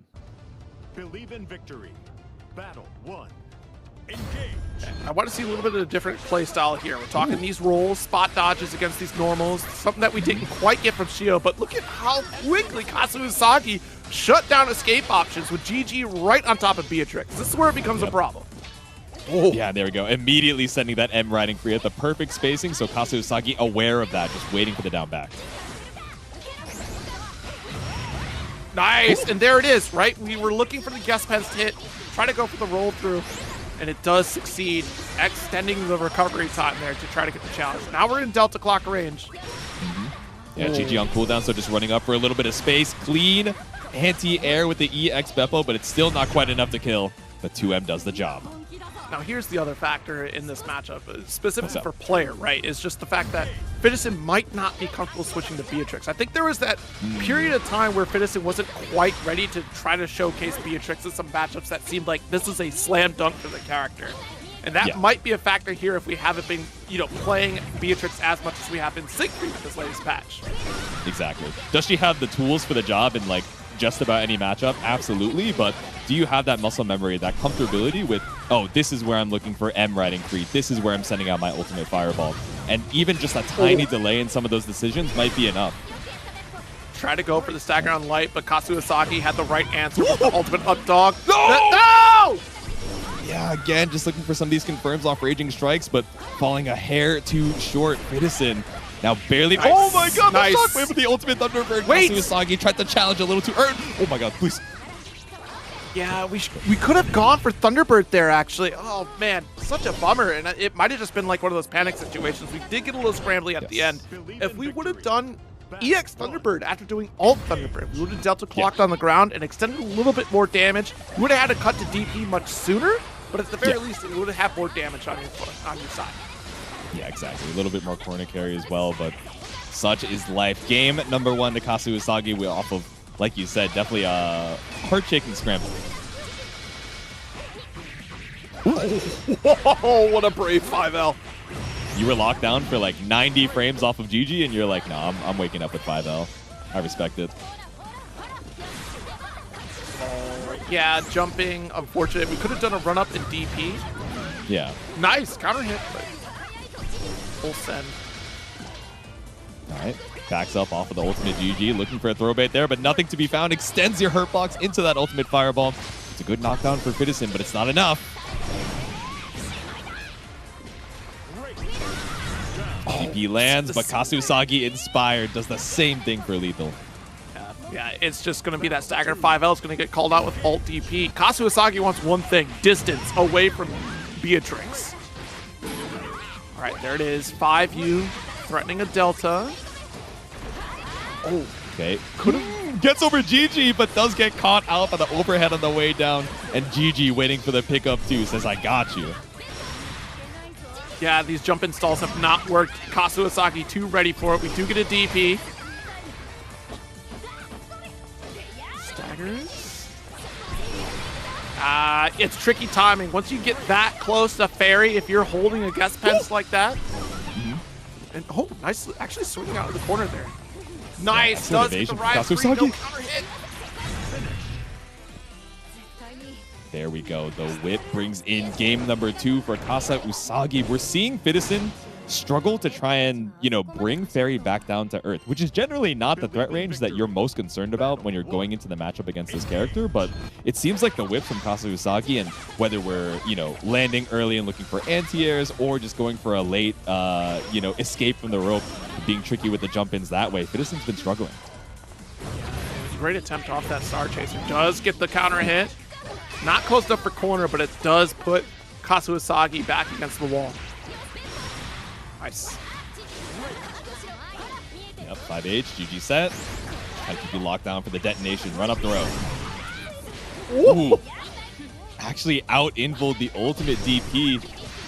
So Fidison avoiding a very rough situation off of ultimate DP pickup. That will counter a ride free there too. We're going to see these 2Ms really come into play. Oh my god. Yeah, I wonder if Ult Thunderbird is what we wanted there, if that was a misinput on Ultimate Fireball, but either way, knocked out of the skies. GG off the backboard. Kazuhasaki 1 round away from 3-0ing Fidison. Battle 2. Engage. Oh no, caught low. That's the thing, Kazuhasaki is not predictable with their timing. It's very tricky to try to roll through these things, and that just shows the caliber of zoner that Kazuhasaki is. Okay, whip to keep you at bay. These single steps are important because we're trying to build up 50 so we can get an alt ride free or even alt fireball. Does get the counter hit medium. There we go. Yeah, waited it out thinking we would look for UDP to try and bust our way back out of the corner. But again, these ultimate Thunderbird calls have not been working out for Fidison as an anti-air, as a way to make your way back into the corner. Kazuhasaki is 1 step ahead, but 1 step too far for that ult DP to reach. Too close. Does get SSBA. Go with the extra.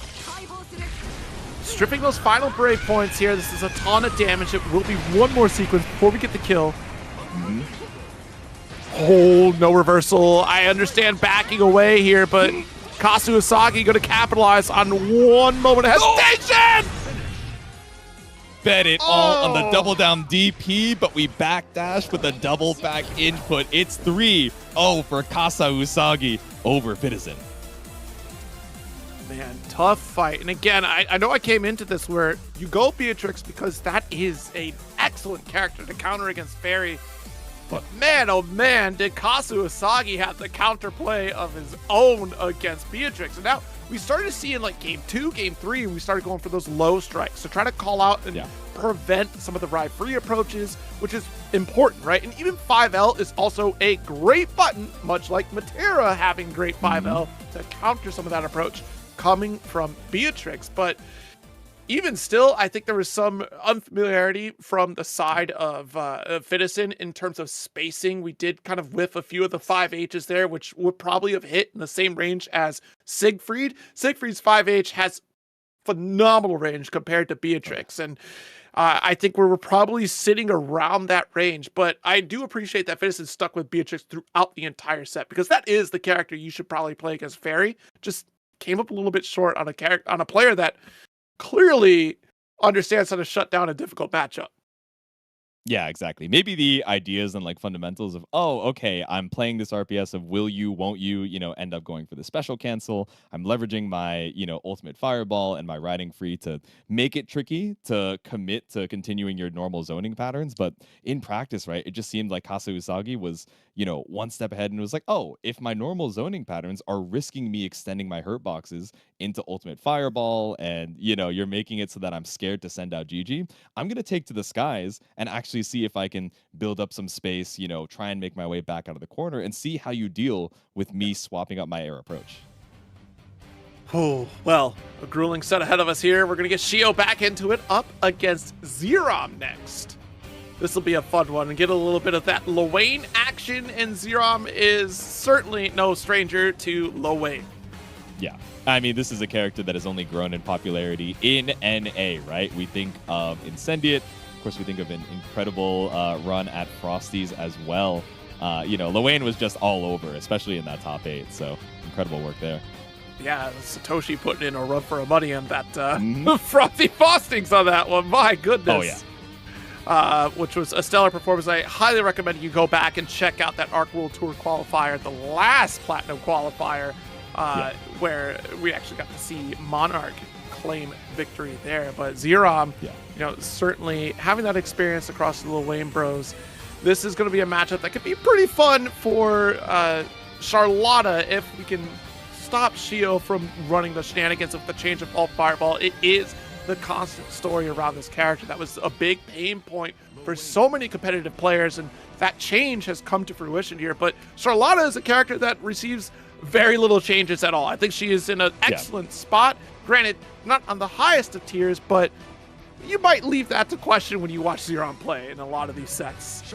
Exactly. She is stable, at least in terms of her strength and her routing, right? So few fundamental changes to her in Grand Blue Rising. So Zerom still just sticking on the number 1.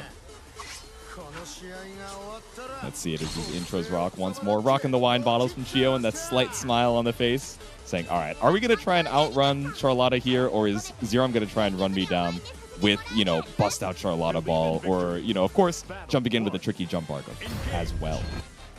Yeah, we see a lot of movement on this side, but look at that. Shining Onslaught all ready to deny both Sammy and Tomi.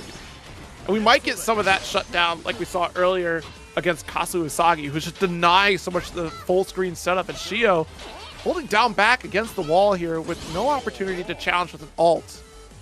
And now just getting the 50. We're waiting for parry. There it is. Yeah, parry the ultimate fireball. Just waiting for it. You have a lot more time to react as well. It used to be so much faster when you were back up against the corner, and that travel time was barely anything, but still got a lot of summon time as well. Able to EX parry as you try and ultimate ball through the bro summon. This is the thing. Zerom is going to be willing to take their time. They don't need to press the issue. If you don't want to open up, look, I have this life lead. I got 50 seconds to relax. It's fine. Got all the time in the world. Charlotta, not really a character that like has excellent chip damage checkmates, but definitely some ways to slowly chip away, right? And with 40 seconds left on the clock, she's in no rush. Awesome sauce for the side swap. We can get a few setups in the corner, but we gotta start thinking about ultimate. Oh, wait a minute. Oh, Oh, cat bot to the other corner? Triple E. The double parfait. That's mad meter. Not quite as much as it used to be, but that meter's not gonna matter with Zerom. Runs up with the far L to take round 1. Battle 2. Engage. Jeez. Sliding on through with the 6-6M. Mm-hmm.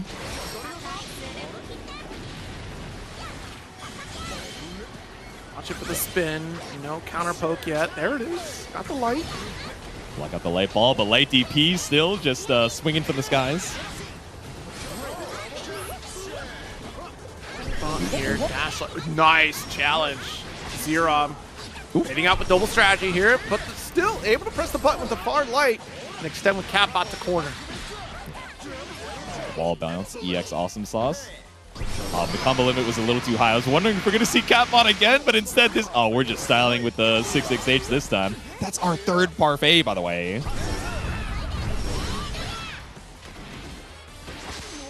Oops. If I'm not mistaken, those item rates were a little bit adjusted, right? Meter down, but the chance is up. But either way, you're looking up at the sky while the slide secures a tied round situation here for Shio.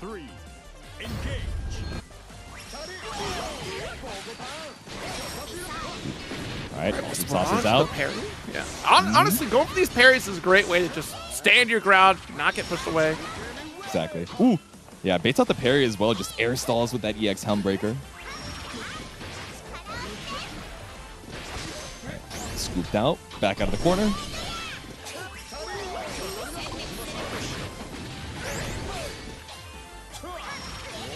Oh, nice. Can I get the flip? Oof. Big counter hit, 2H. Gives us all the time in the world to walk back and get the link for Ultimate Awesome Sauce too. So we are so healthy on the meter situation with another parfait. Double elote. Okay. Solid on the meter situation. Already back up to 100 while just cashing out on damage against Zerom.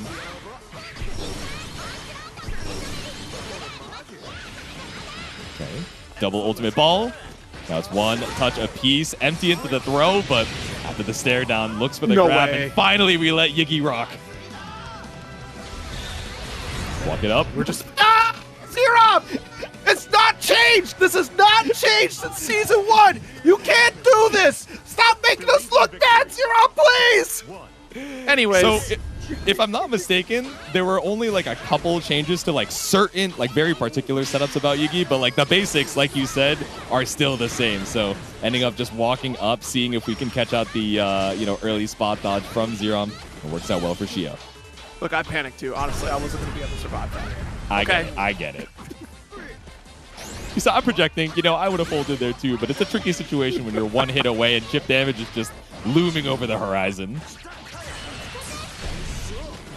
Good chain. Able to answer back in kind.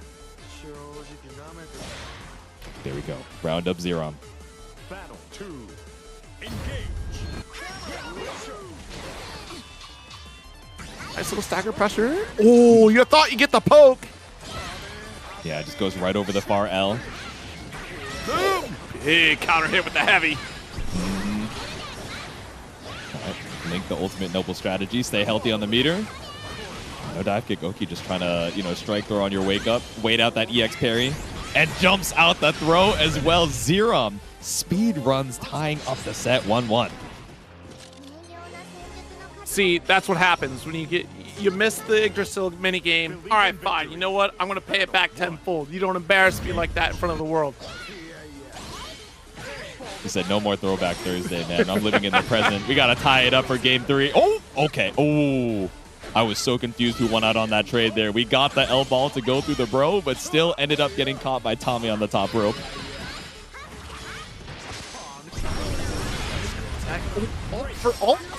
Unfortunately, Zerom does not win out there.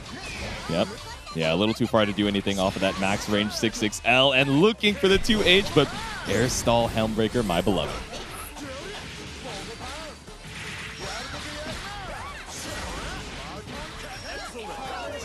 Tons of height to work with. Fade away. Let the bros do the job. Eat the parry. Attack, still SSBA potential. Zero, I'm going to have to be very cautious, though. Ooh, does that catch a summon? No, you got all the time in the world. Spot dodge on the super. I wasn't expecting Lil Wayne to pull up with the wine bottle to pop you over the head with that one. It looked insane. I thought that wine bottle would have been pierced by the holy light of the sword, but unfortunately Excalibur not able to save us there. Herb, do it again. Do a third LDP. Oh, nice. And too close on that parry, so the projectile will pull you through.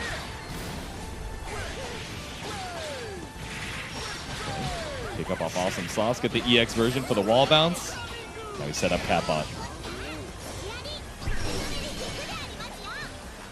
Yeah, a lot of these back runs in the mid screen from Shio, just trying to space out 6XM, trying to space out a far light as well. About tied up in terms of health. The threat is coming from Zero. Literally, if we can get a touch, I think we're going to go alt spend. Oh no, we're spending super. Just barely living with the sliver right now. Chip damage a factor, but still just trying to mitigate all of that with the elote, with the mutton, and catches out the Brave counter attempt. The raw raging strike. Oh my god, you get a link? Unbelievable. Wait, hold on now. I have not seen that. I've not seen that. You gotta watch for Tommy on the top rope. Shio now up to what? We launch, and this is why we call it the awesome sauce, because we can still get the combo to continue to the corner.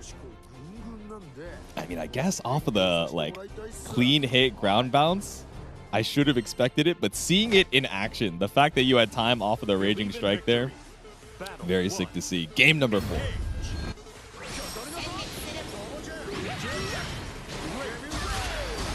Oh, Clash? Someone throw DP. That's also a great option. There we go. High crush level there coming out from Zero. Any opportunity to use light DP, we'll take it. Range dash light. Shio blocking for dear life, biding their time. Yep. Caught up by ultimate burrow wheel. Able to spot dodge it this time, but still a good amount of meter for Shio. Oh, but not a good amount of HP. I see that 100 Zero. Keep it simple with the Raging Strike, Raging Chain.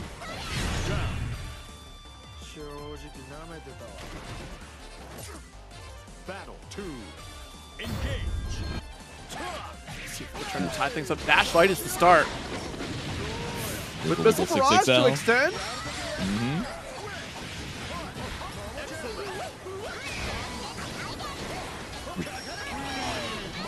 Brave countered out, dives through Tommy.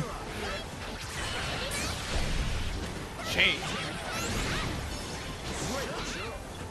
Let's actually get the off-screen little mix. It does open up with a throw. But down I feel like 2H would have just whipped there entirely. Oh, yes, parry to go through the ultimate. Nice. Got the spot dash through the missiles. Has to be so careful. If Lagless can get a touch, we got the game. Oh no, Zero! Yeah, massive whiff, so Shio just cashes out with the meter. Ultimate awesome sauce for the clean hit, and now on set point. Battle 3. Engage.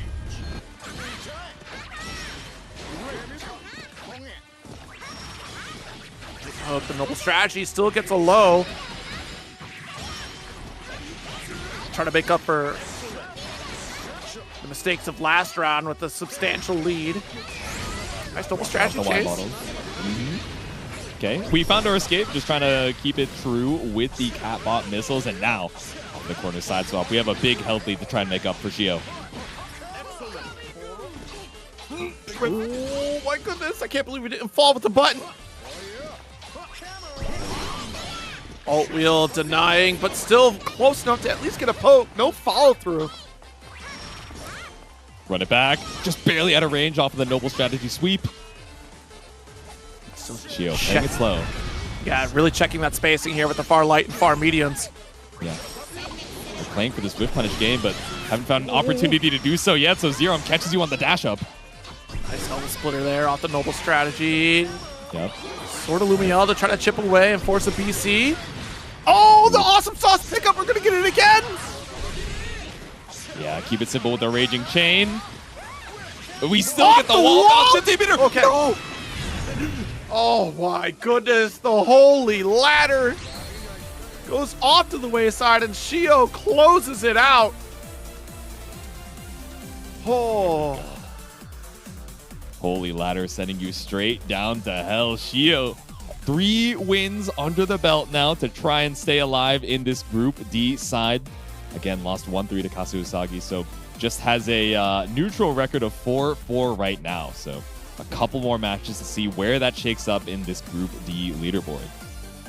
Yeah, I mean, it's been quite a nail-biter, these matches, and really interested to see how this continues to shake down in this group series, because, man, a few mistakes like that can really cost you. And Zerom, I think, got caught at maximum range, little scramble situations where normally Zerom comes out on top in the scramble scenario and just, man, that max distance on the DP, maybe we thought we were going to go for that far medium that we've seen so consistently from Shio, or maybe we're trying to blow right through an awesome sauce, like short range pressure for that.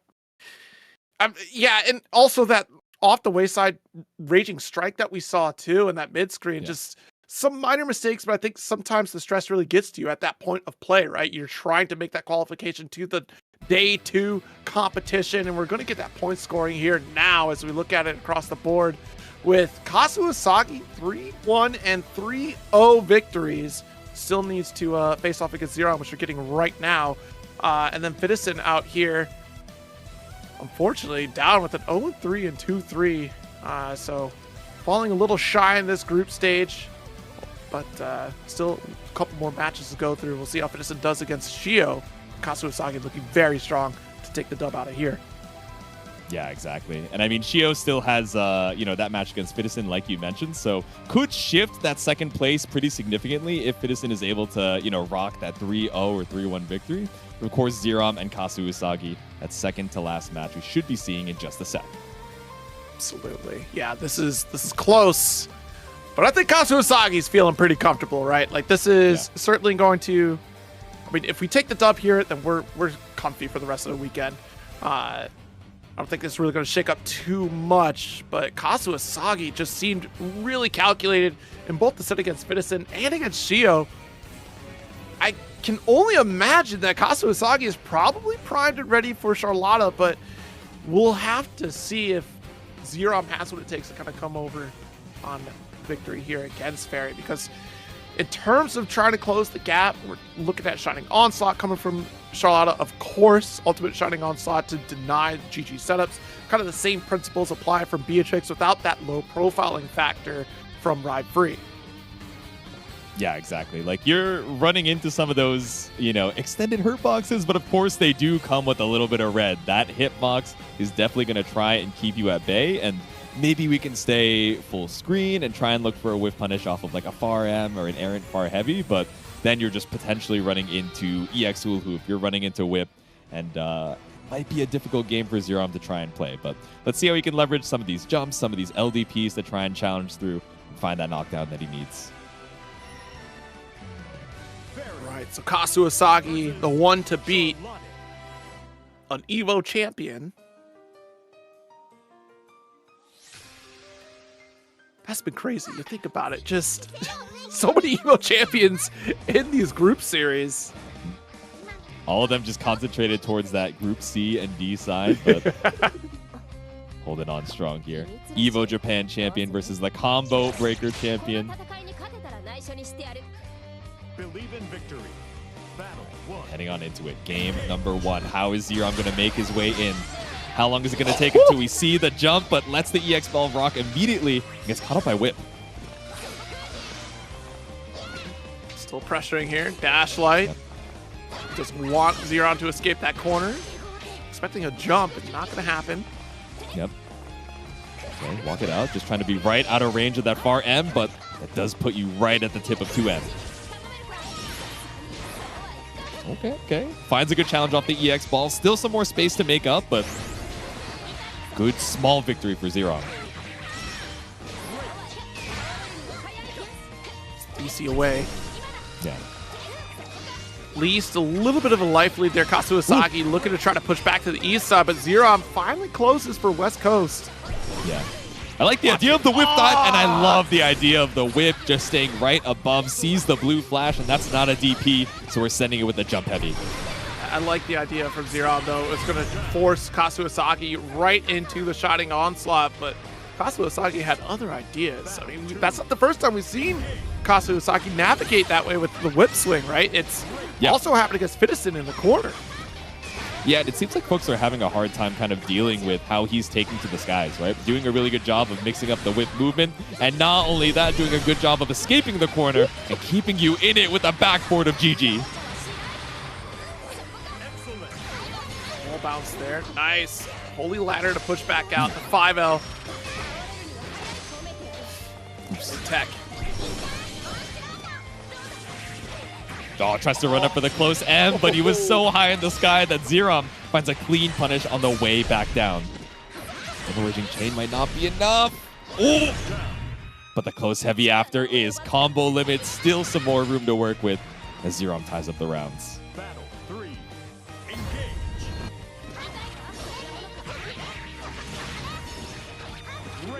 Next quarter carry. Oh, too far for the Helm Splitter. Yeah. We did see that quite a bit earlier, but not going to find any mileage against Kasuosagi on this one. Holy ladder, maximum height, does get the close heavy, but the attempt is there. Oops. All right, ultimate hula hoop, and we side swap with 66H. But not with the LDP, so not going to be able to find a punish here.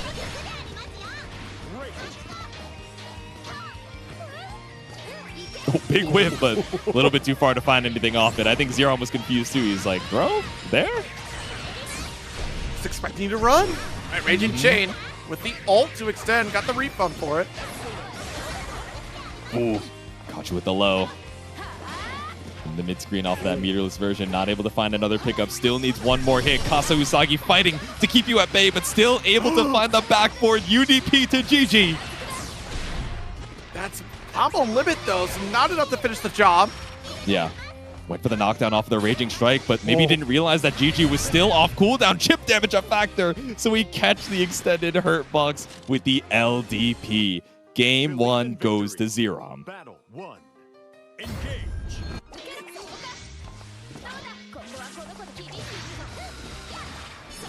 Best throw out there. Nice dive. Okay, big whiff on the L ball, but slow reaction from Kasuosagi to challenge. Watch it. Oh no! Wasn't able to get down to the ground in time. Beautiful 2H. Yeah, swept up with the whip too. There we go, Zerom. How are we going to find her advance? Already down to 30%. Maybe thought it'd be a wake-up jump. Does not get caught up with the GG extension. Woo! Very quick reaction from Kasa. Yeah. Oh, there we go. I don't know about the this back one, No, it's so slow. There we go. Just press the medium right after the holy light, too. Sometimes folks get caught up by the animation, just don't press right after, but Kasa really quick to get the reversal timing there. Exactly. Ready for the punish and ready for the anti-air close medium as well. GG, do the job. I'm taking to the skies. Ooh, and I'm sniping the skies too. Counter hit 2H. Okay. No attempt to stand up on the GG shenanigans. Didn't get caught by 2U just yet. Jeez, no way. Full screen run up. I'm just going to throw you. Alt DP. Okay, a little too far for GG to, find a pickup there, but still rough trading that 50 for 50. Watch it.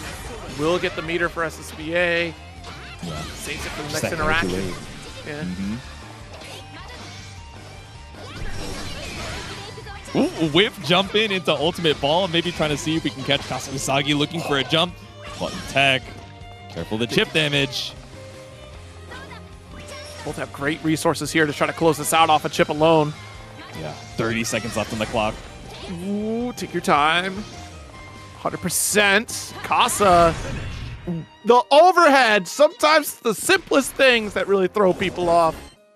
Believe in victory. Yeah, fine to spend it in game number 2. We've been seeing a lot of these overheads come in these like game-winning situations, these set-winning situations. For Kazu Usagi, fine to let that be on the mental stack a little bit earlier.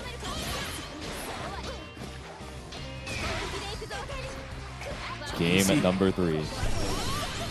Shout, brilliant timing for the ult. Shining onslaught, but still gonna get updogged here. Okay.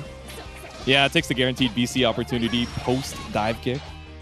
Not going to do it again, though. Kazu Usagi only 1 PP to his name, but does get caught out here with the counter hit by Zerom.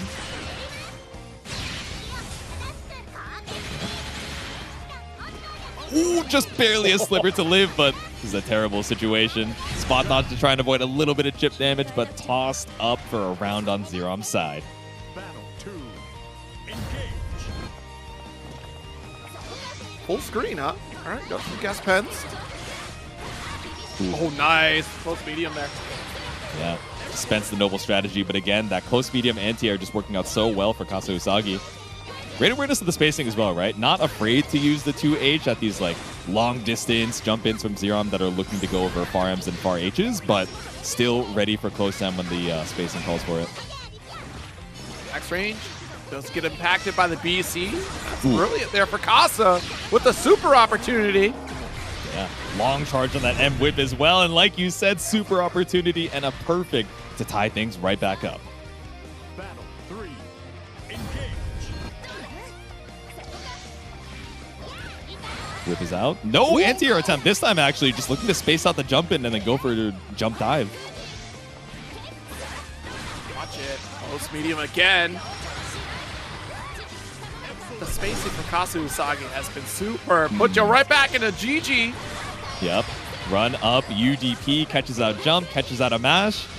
Finds the pickup off of GG as well.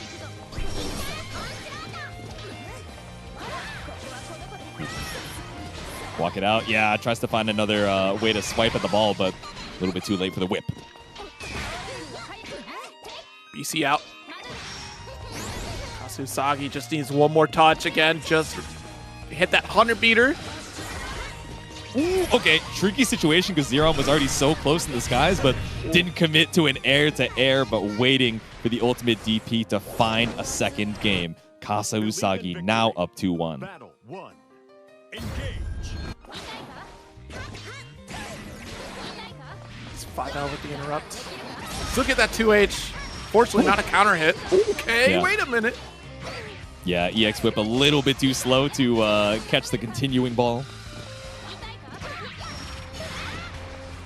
Okay, 2M overhead.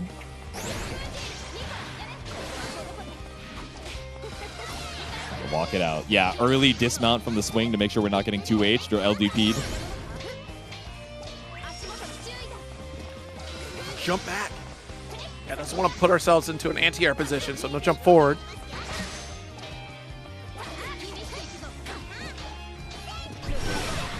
Cool. Oh, no. Yeah. Sends the UDP to try and get out of these stagger shenanigans. Finds the escape out of the corner here, but okay, baited on the Brave counter attempt. But still, that counter hit, close M, so much meter to your name, but you just barely didn't have super available. Yeah, you're at 98. Oh, what a call out on the Holy Ladder, though. Nice finish. Kazu Usagi, 1 round away from closing this one out. Yep.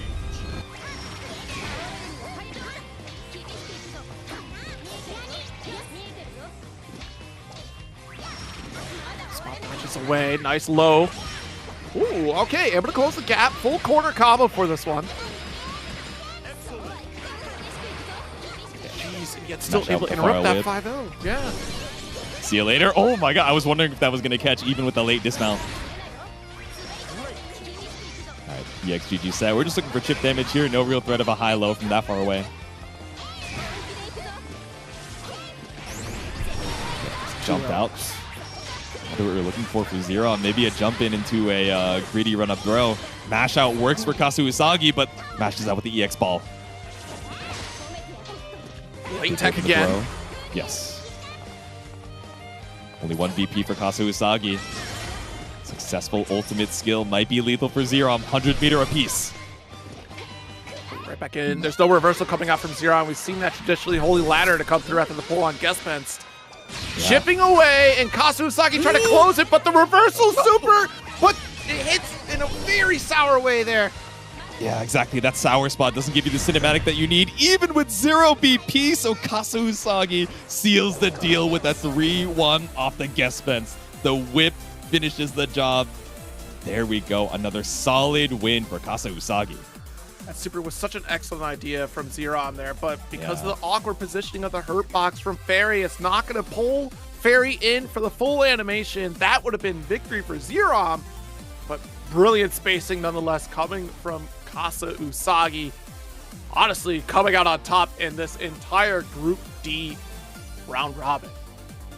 Coming out with a 9-3 record, so very securely securing his spot into the winner's side top 8, if I'm not mistaken. I don't think there's any other record, even, with the results of our last match, Fitison versus Shio, that can shake that up. So really, we're all just fighting for the second place. The opportunity to fight it out tomorrow for the extra stage up against the second place from Group C, which is Usagi. So of course, everyone who drops out does get that second opportunity right in LCQ, which the Yes. competition is going to be fierce. There's some second opportunities, some Cinderella stories that are potentially on the table in LCQ tomorrow, and for group stage wrapping up tomorrow as well. So all for that Arc World Tour Championship, which, by the way, if you've been enjoying this content and you've been enjoying these games, Guilty Gear coming up actually after our group stage of Grand Blue. There'll be a little bit of intermission before we get into that, but all the Arc games are actually on sale, and Grand Blue currently 61% off for the first Season 1 cast characters. So you get the entire cast plus Season 1, and you can jump into the action. Or, if you were curious about the game, play it for free. The entire roster is unlocked for you to check out, with the exception of 2B. I'm not sure why, but 2B not playable in the free weekend for the cast. But regardless, that's a lot of characters to check out. See how you can explore the new cast, see who you like. And in fact, you can also earn currency in the game to purchase DLC characters. So definitely check it out. It's on sale right now. Grand Blue Fantasy vs. Rising is a great game to jump into if you've enjoyed what you've seen thus far. I highly recommend it. There's so many tools in-game for you to learn how to play and perform at top-level competitions, just like this. Yeah, exactly. If you guys have been checking out this game and you've been on the fence for a while, if you guys are just seeing this for the first time while you're waiting for Guilty Gear Strive groups to start up and you're like, wait, Grand Blue looks pretty sick, but I don't know if it's the game for me. Like Zero said, you have the opportunity to try it out in the free edition. Get a feel for the game, see if it's for you, and look, you're seeing it on the big stage now. It is a beautiful game, and I'm sure there's a character for you guys if you want to stop on by and check it out. Absolutely. So again, our warm-up here. Fitison likely going to be committing to the Siegfried, going up against Shio's Lowain.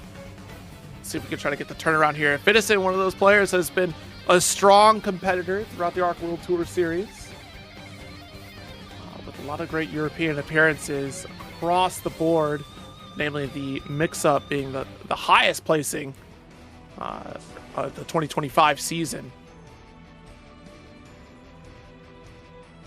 Let's see if he can carry that energy here into the group stage. Once again, our final match of Group D. Fitison was at that 2-6 record right now, so really trying to recuperate some of those earlier losses. See if we can secure a spot with a 3-0 right now. Yeah. Beatrix. Oh, opted for Beatrix. Okay. Okay.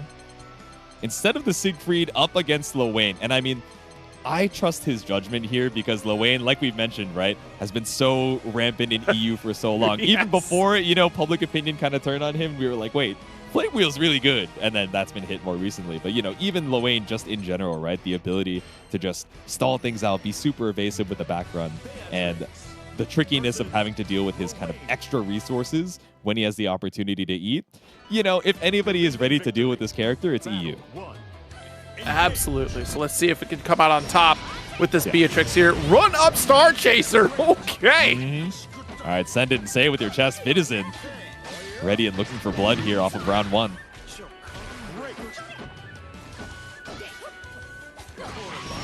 Oh, nice whip punish. That's the fundamental skills that Fitison has developed over the years.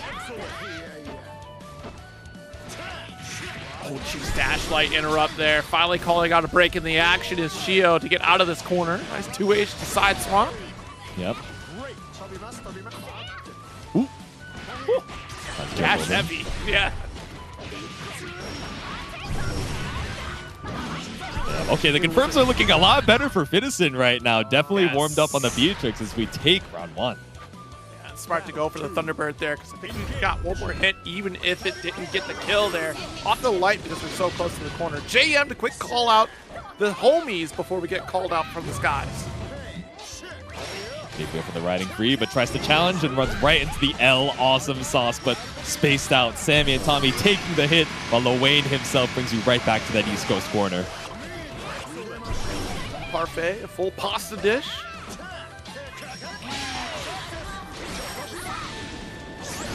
Miss Mirage, great anti-air, the awesome sauce to bring it down.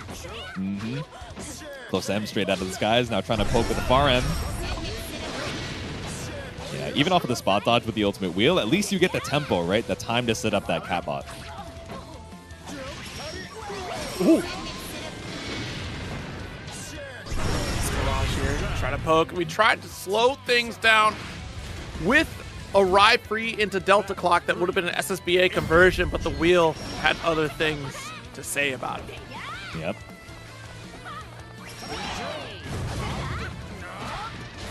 Ooh.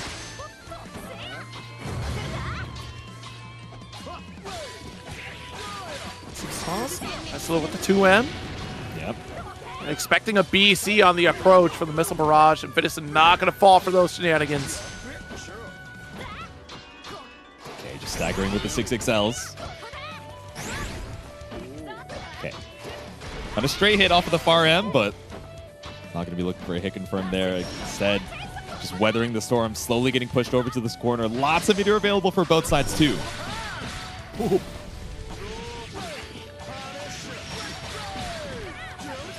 Songs there. Actually gonna go. It's so fascinating that Shio wants to take you to the corner. No matter which direction we're going, we'll use the cat bot to push, and it's to build those extra resources. I like the setup.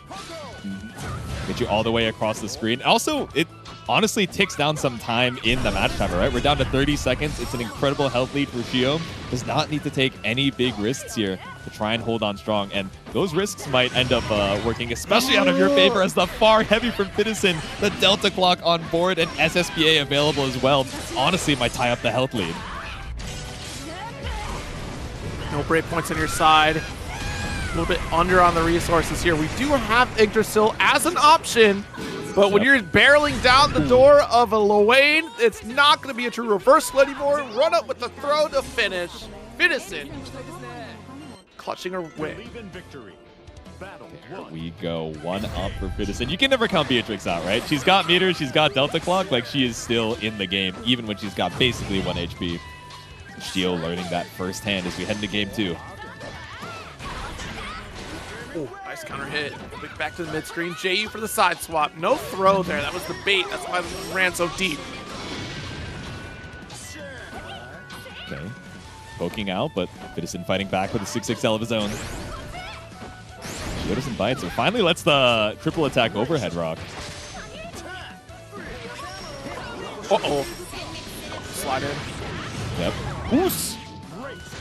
Yeah, swinging at you for, you know, taking a break with the parfait.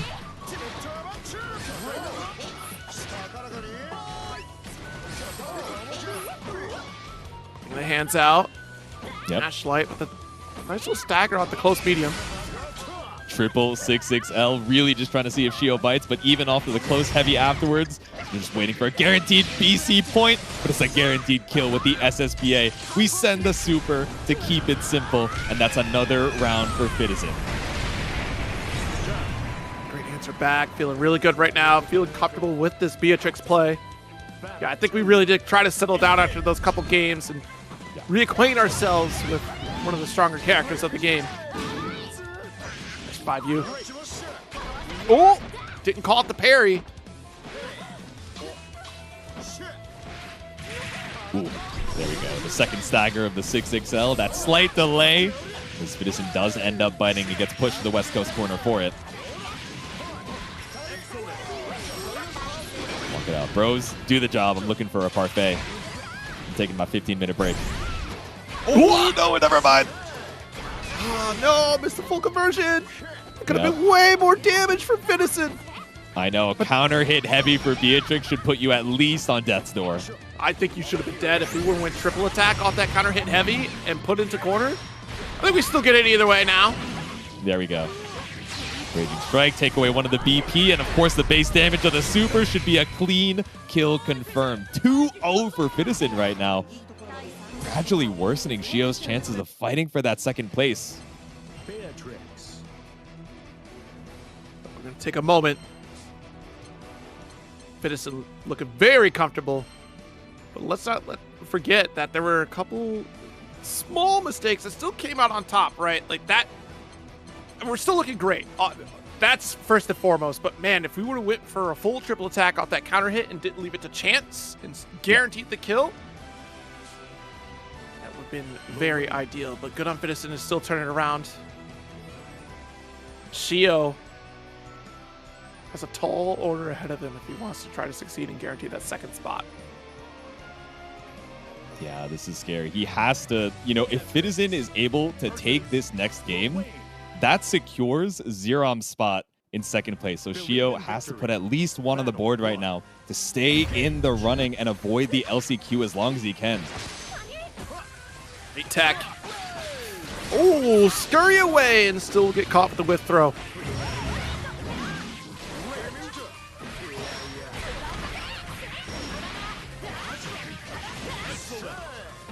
Against the wall here, LDP Ender.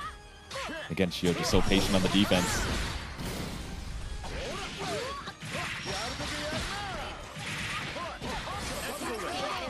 Health lead evened up. But after the bro summon, ultimate DP just goes through everything. The bot, the bro, and of course, Lil Wayne himself.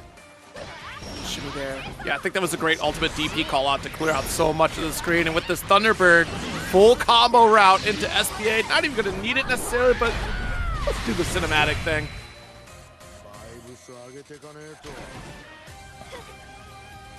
Fitison putting Shio on death's door on set point.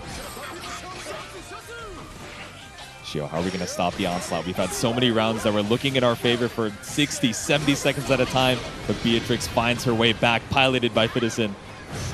Secure around 6XL. Woo! Big whip throw, but no punish.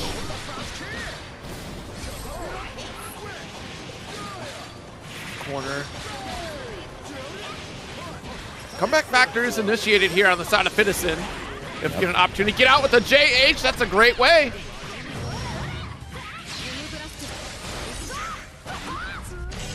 Send it with the SSBA super. Push it to that corner. One more break point on the side of Shio. Yeah. Oh! All right, open low. There we go. HPA, the first time we've seen it. Good blocks here from Fitison thus far. Just going to guard right through it. There's no threat of chip, but there is threat of kill if we get opened up, and it's the low. Oh, just barely that final hit. So if Shio was able to put a game on the board, he does secure that second place spot. So this is the decider for second place, this final round, essentially. Get away off of the jump back. Fitison still holding on strong, catches you with the EX fighting free. So smart to go for the dash H to extend the combo a little bit further. Oh, the stagger with the close heavy counter hit. We're not going to let that damage stay on the table this time. It's a full confirm from Fitison. One more touch kills Shio. Frames off that Star Chaser, trying to build back the meter. Next touch is a kill for Fitison. Throw. Just do it one more time, and one more time does the trick. Our command grab, the 5U from Beatrix, secures a 3-0 for Fitison. Well done from Fitison, finding our groove in this Beatrix. Huge, absolutely huge. Does deny that second place from Shio and guarantee Zerom. By the looks of it here. Wait a minute. So Zerom was 4-5 before and ended up losing 3-1. Fitison was 2-6 before and ended up 3-0ing. Where does that put us, Zerom? At 5 wins, 8 losses. Fitison at 5 wins, 6 losses. I think with that 3-0, Fitison has just secured his spot into day 2 extra stage. Oh my goodness. Massive turnaround. We'll have to wait and see how it all breaks down, but you got the math in front of you. You've been writing it down, I know, so. I feel so bad. I had phrased this as, oh, is Fitison going to allow Shio to get the second place, or is he going to let Zerom have that chance? But I didn't think about the possibility of his ratio ending up over Zerom with that 3-0. So solid work. I mean, Fitison had a rough spot going into that final set of Group D. Really had to, put his all to qualify into that second place. And I'm still waiting for this final results screen, right? I don't want to give you guys the wrong math. I want that triple check just to make sure. But Fitison, man, the first set we saw that Beatrix, it was looking shaky, right? We were having a hard time catching Kazu Usagi out of the skies. We were dropping a couple of these crucial confirms and leaving damage on the table for Beatrix. Right. But the second time we saw her, it was like whatever practice he had on those open setups, whatever notes he gave to himself were definitely enough. Yeah, I think that's the key factor here. I think we had a strong conversation with Saki, the homie, to see how we could gas ourselves up for that final set against Shio, and really showed up and showed out here with that Beatrix, honestly, because that was everything right there in terms of complete dominance and understanding the matchup, the spacing, and being able to convert to massive damage as we know Beatrix can do. Really well played, and I think some of that practice came to fruition. Going through the Lowain gauntlet clearly paid off in that final set. The 3-0 victory right there on the board for Fitison. Mm-hmm. There we go. We have our final results. Kasa Usagi has secured his spot with a 9-2 record in Group D for winner's side top 8. So we will be seeing him on Sunday. But Fitison with a 3-0 over Shio just barely secures his spot as the second place of Group D. So we'll be seeing him fighting up against Usagi for the extra stage tomorrow at 8:30 p.m. Eastern Standard Time, as Zerom and Shio now have to fight it back out through the last chance qualifier for one last shot of making it into Sunday's top 8. Yeah, that is an absolutely crazy turn of events for Fitison, who went down in the first 2 sets. I mean, look at that. 0-3 against Kazu Usagi and 2-3 against Zerom to turn it around with that 3-0. Changes everything on its head. But Kazu Usagi coming out on top. I mean, a completely dominant performance in Group D. An EVO championship performance at this point, right? Like, That's the pose, that's the demeanor, and that is the record of an EVO champion. You see the stance, you see the seriousness of his eyes. He was like, no. I did not make it all the way to ARC World Tour Finals to fall now. So a very solid chance of making it into that top 8 now in the winner's side. Absolutely. You get that little bit of a reminder on the group stages here. We still have Guilty Gear Strive, but we will take a little bit of an intermission before that happens. And then again, day 2, that extra stage starting bright and early tomorrow. At least in Korean time here. It's going to be a little bit later for us, but we'll still get through all that action, including LCQ and the LCQ top 6. So keep your eyes locked in. And again, day 3 action starting off with Uni 2, and that's where all the announcements are going to be played off here. So definitely keep your eyes up for that one. I'm looking forward to the weekend events, and it's going to be a spectacular time. Isn't that right, J2? Oh, it's going to be incredible. And yes, we have our extra stage here. For those of you guys who tuned in for Group A versus Group B, we're going to be seeing Skill versus JF fighting it out for a loser side top 8 spot on Sunday. And of course, Usagi versus Fitison. 2 folks who have seen each other time and time again. So I'm sure a matchup that they both have their own notes prepared for, and a heartbreaker potentially, right? I'm sure they were cheering each other on in their separate groups, but now running into each other as fellow competitors for that second match of the extra stage. Yeah, I'm loving it. Outstanding performance from all of our competitors here. I'm really excited to see how those final extra stage matches play out. So I'm definitely going to be locked in for that one here. I mean, Fitison putting on a stellar show in that Group D, and then Usagi also putting on an awesome show in Group C, showcasing why she is an EVO champ. So this is going to be interesting. Usagi versus Fitison is going to be an enjoyable treat for sure. And who knows what we end up picking out of that matchup here. If it goes into the Beatrix territory, if we stick with Siegfried for that one, it might be a Siegfried return. Time will tell, but that does wrap up the Grand Blue side of things, J2. It's been a real pleasure hanging out with you, but don't go away, folks. Guilty Gear Strive coming up after this intermission.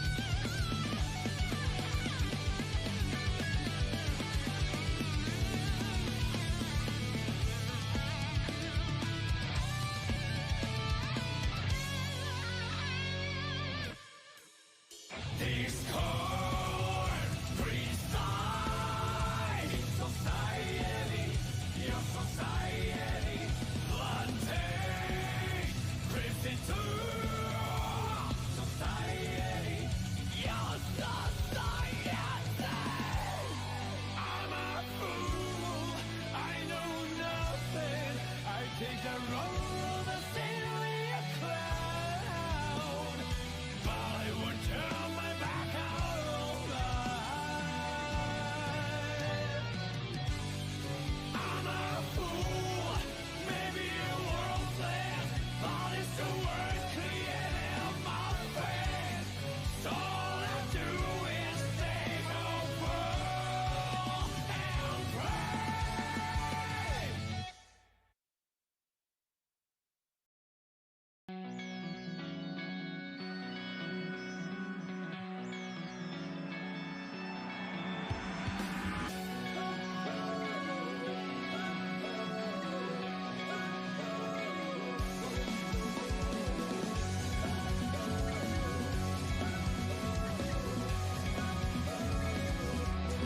All day today, the same day has come, a different day from everyone.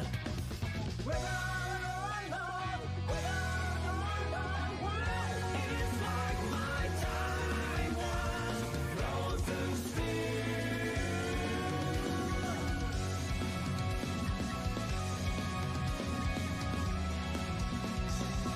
I grew past my attacks, back well, the smell from that cafe makes me hungry. I knew all about it. It's like my time was frozen still. Not much, no problem, even if the world doesn't change. I'm a cloud that don't have shades. My password is out of there. Out of the box. Out of the box.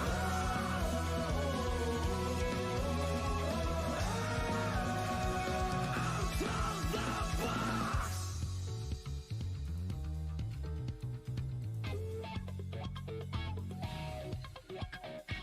Happiness is your plenty, it will still come out alright. There is a conviction, but is this so? I walk this path every day, but somehow there is a world out there yet to be discovered. That's right, no problem even if the world doesn't change. Like the wind, I'm everywhere. My password is out of there.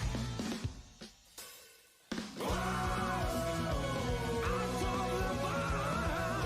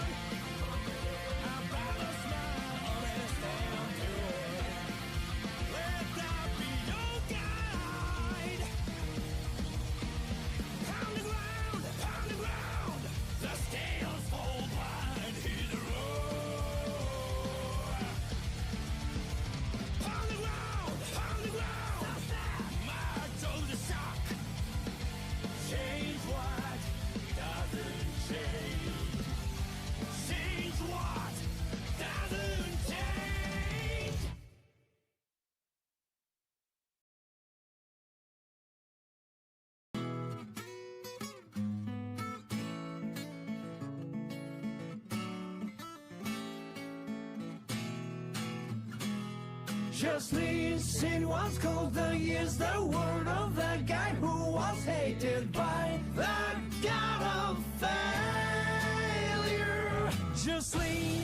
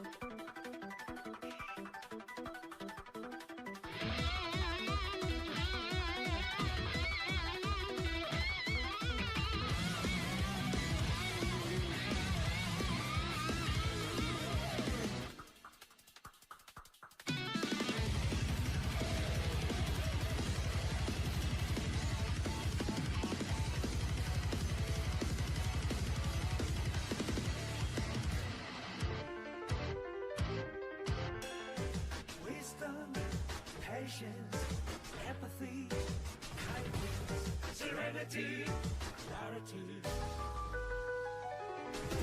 Break out, turn the key to a world untold. Life fades away by the wind burns. Blah, blah, blah, blah, blah, blah, blah, blah, blah. Sinking higher, normal, no big deal. I'm just coffee note in the symphony.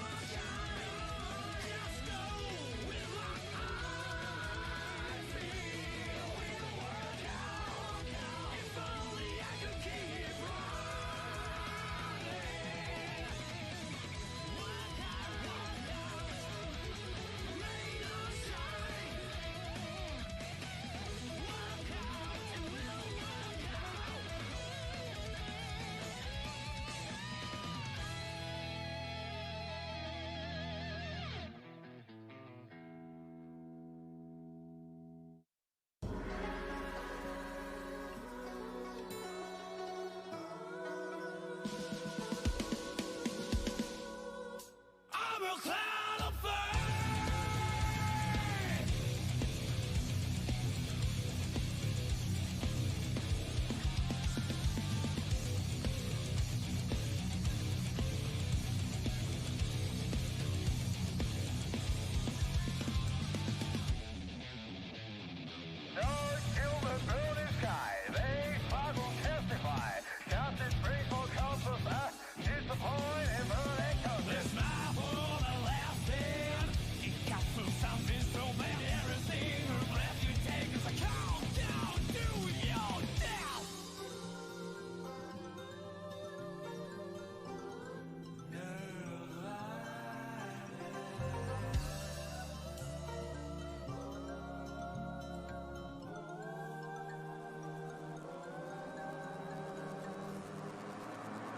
Discord preside in society, your society. One day, crimson to society, your society. I'm a fool, I know nothing. I may sound like a silly clown, but I won't turn my back on life. One day I'll be run away. All I do is embrace the one that's all. I'm a cloud of fire.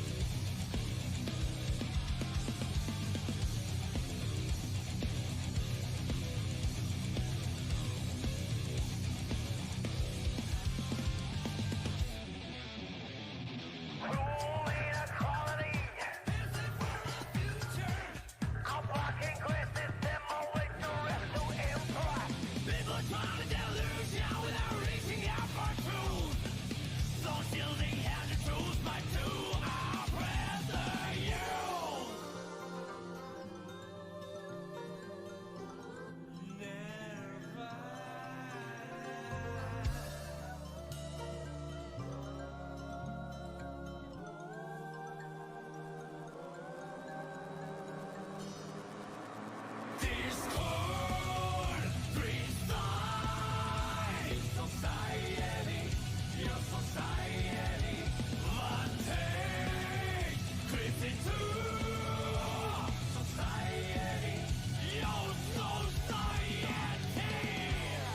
I'm a fool, I know nothing.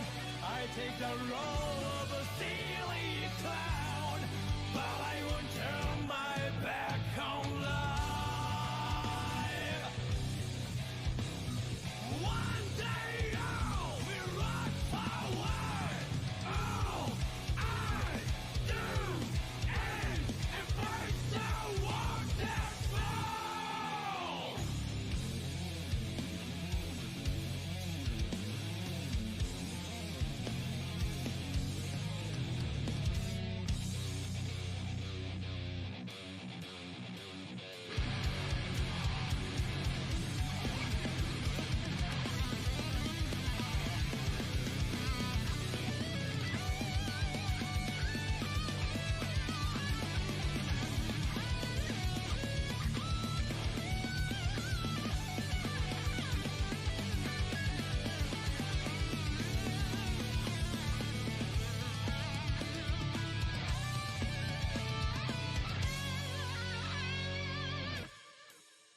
Discord preside in society, your society.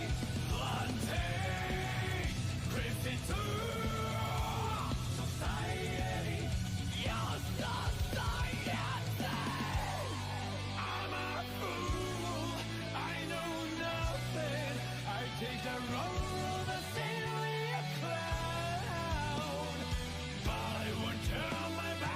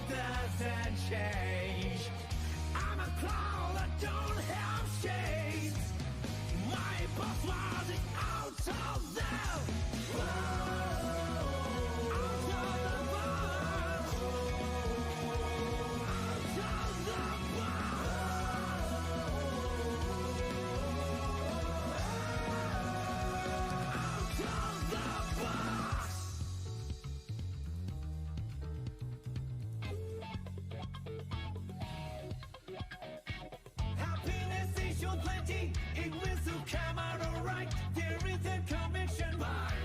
Is this so? I walk this path every day, but somehow there is a world out there yet to be discovered. That's right. No problem if the world doesn't change. Like the wind, I'm everywhere. My password is out of the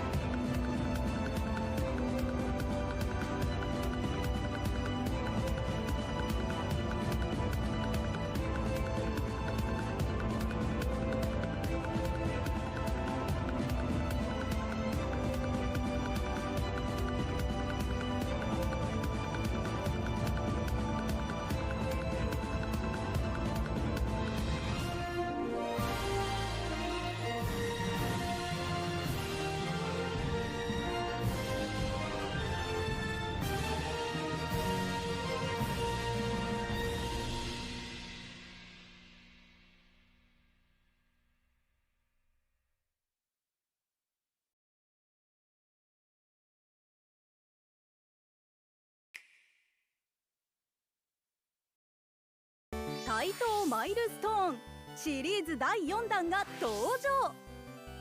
あのアクション、スポーツ、パドルやトラックボール対応のゲームがここに復活。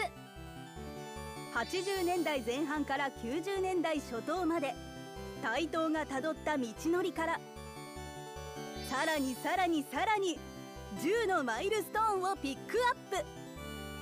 対等マイルストーン4、母船アルカノイドへ帰還せよ。異次元の迷宮から脱出すべくマウスでエナジーボールを弾き返せ。ブロック崩しの決定版アルカノイド。複雑な迷路を抜け待ち受けるボスと対決。全方位シューティングサイバリオン。世界を回してボールをゴールへ導こう。くるくるくるくる最速を目指せ。キャメルトライ。ウォータースキー、ザ運動会、女三四郎、地獄巡り、栗きんとん、どんどこどん、忍者キッズ。名作アーケードゲームを10タイトル収録。ゲームの中断データを作成し後から再開可能。ゲームプレイをサポートする機能も充実。任天堂スイッチ用ソフト対等マイルストーン4、2026年3月26日発売。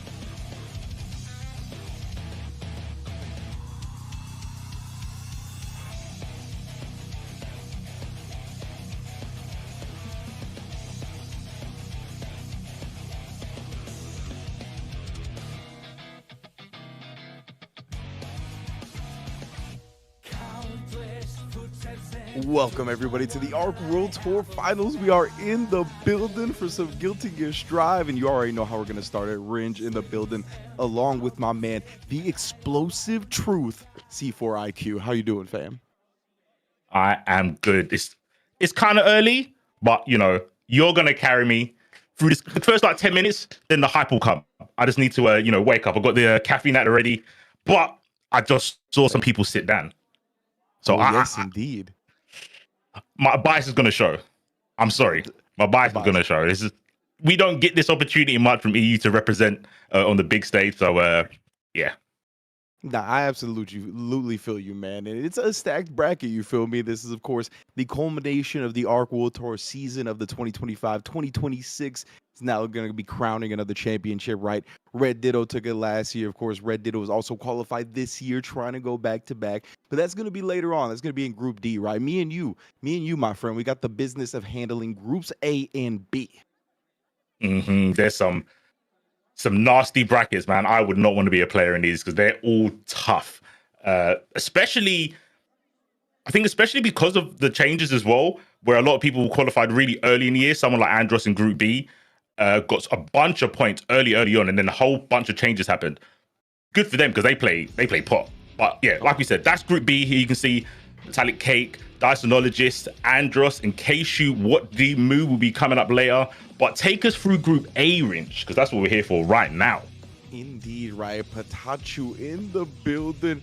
Going to be qualifying, I believe. What was it through? Was it through the leaderboard? I believe so. Yeah, through the leaderboard. Yes. We got Jack, of course, qualifying at Frosty Faustings this year, latest qualifier. We got Chihuahua following him there. We got YMST as well, some other leaderboard qualification members with Chihuahua. And then, of course, YMST won the SOOP Super Tournament as well. So, yeah, over Chihuahua, actually. So they have some history in this bracket. We're going to see that again because this is all round robin, right? So everybody's going to get to play each other, really get a feel for how they're coming into the finals. Yeah, going on with the round robin thing, I know sometimes it's a bit stressful having to play everyone. You can't, rely on like bracket seeding to get past some players. But it's really cool, this bracket. Like you said, with YMST or Yumist and Chiraru having a couple of battles to get to this point. There's also the Patachu and Chirara because they played a Brussels Challenge and we got to see, I think like the only time I've seen it, a top level Sin mirror match.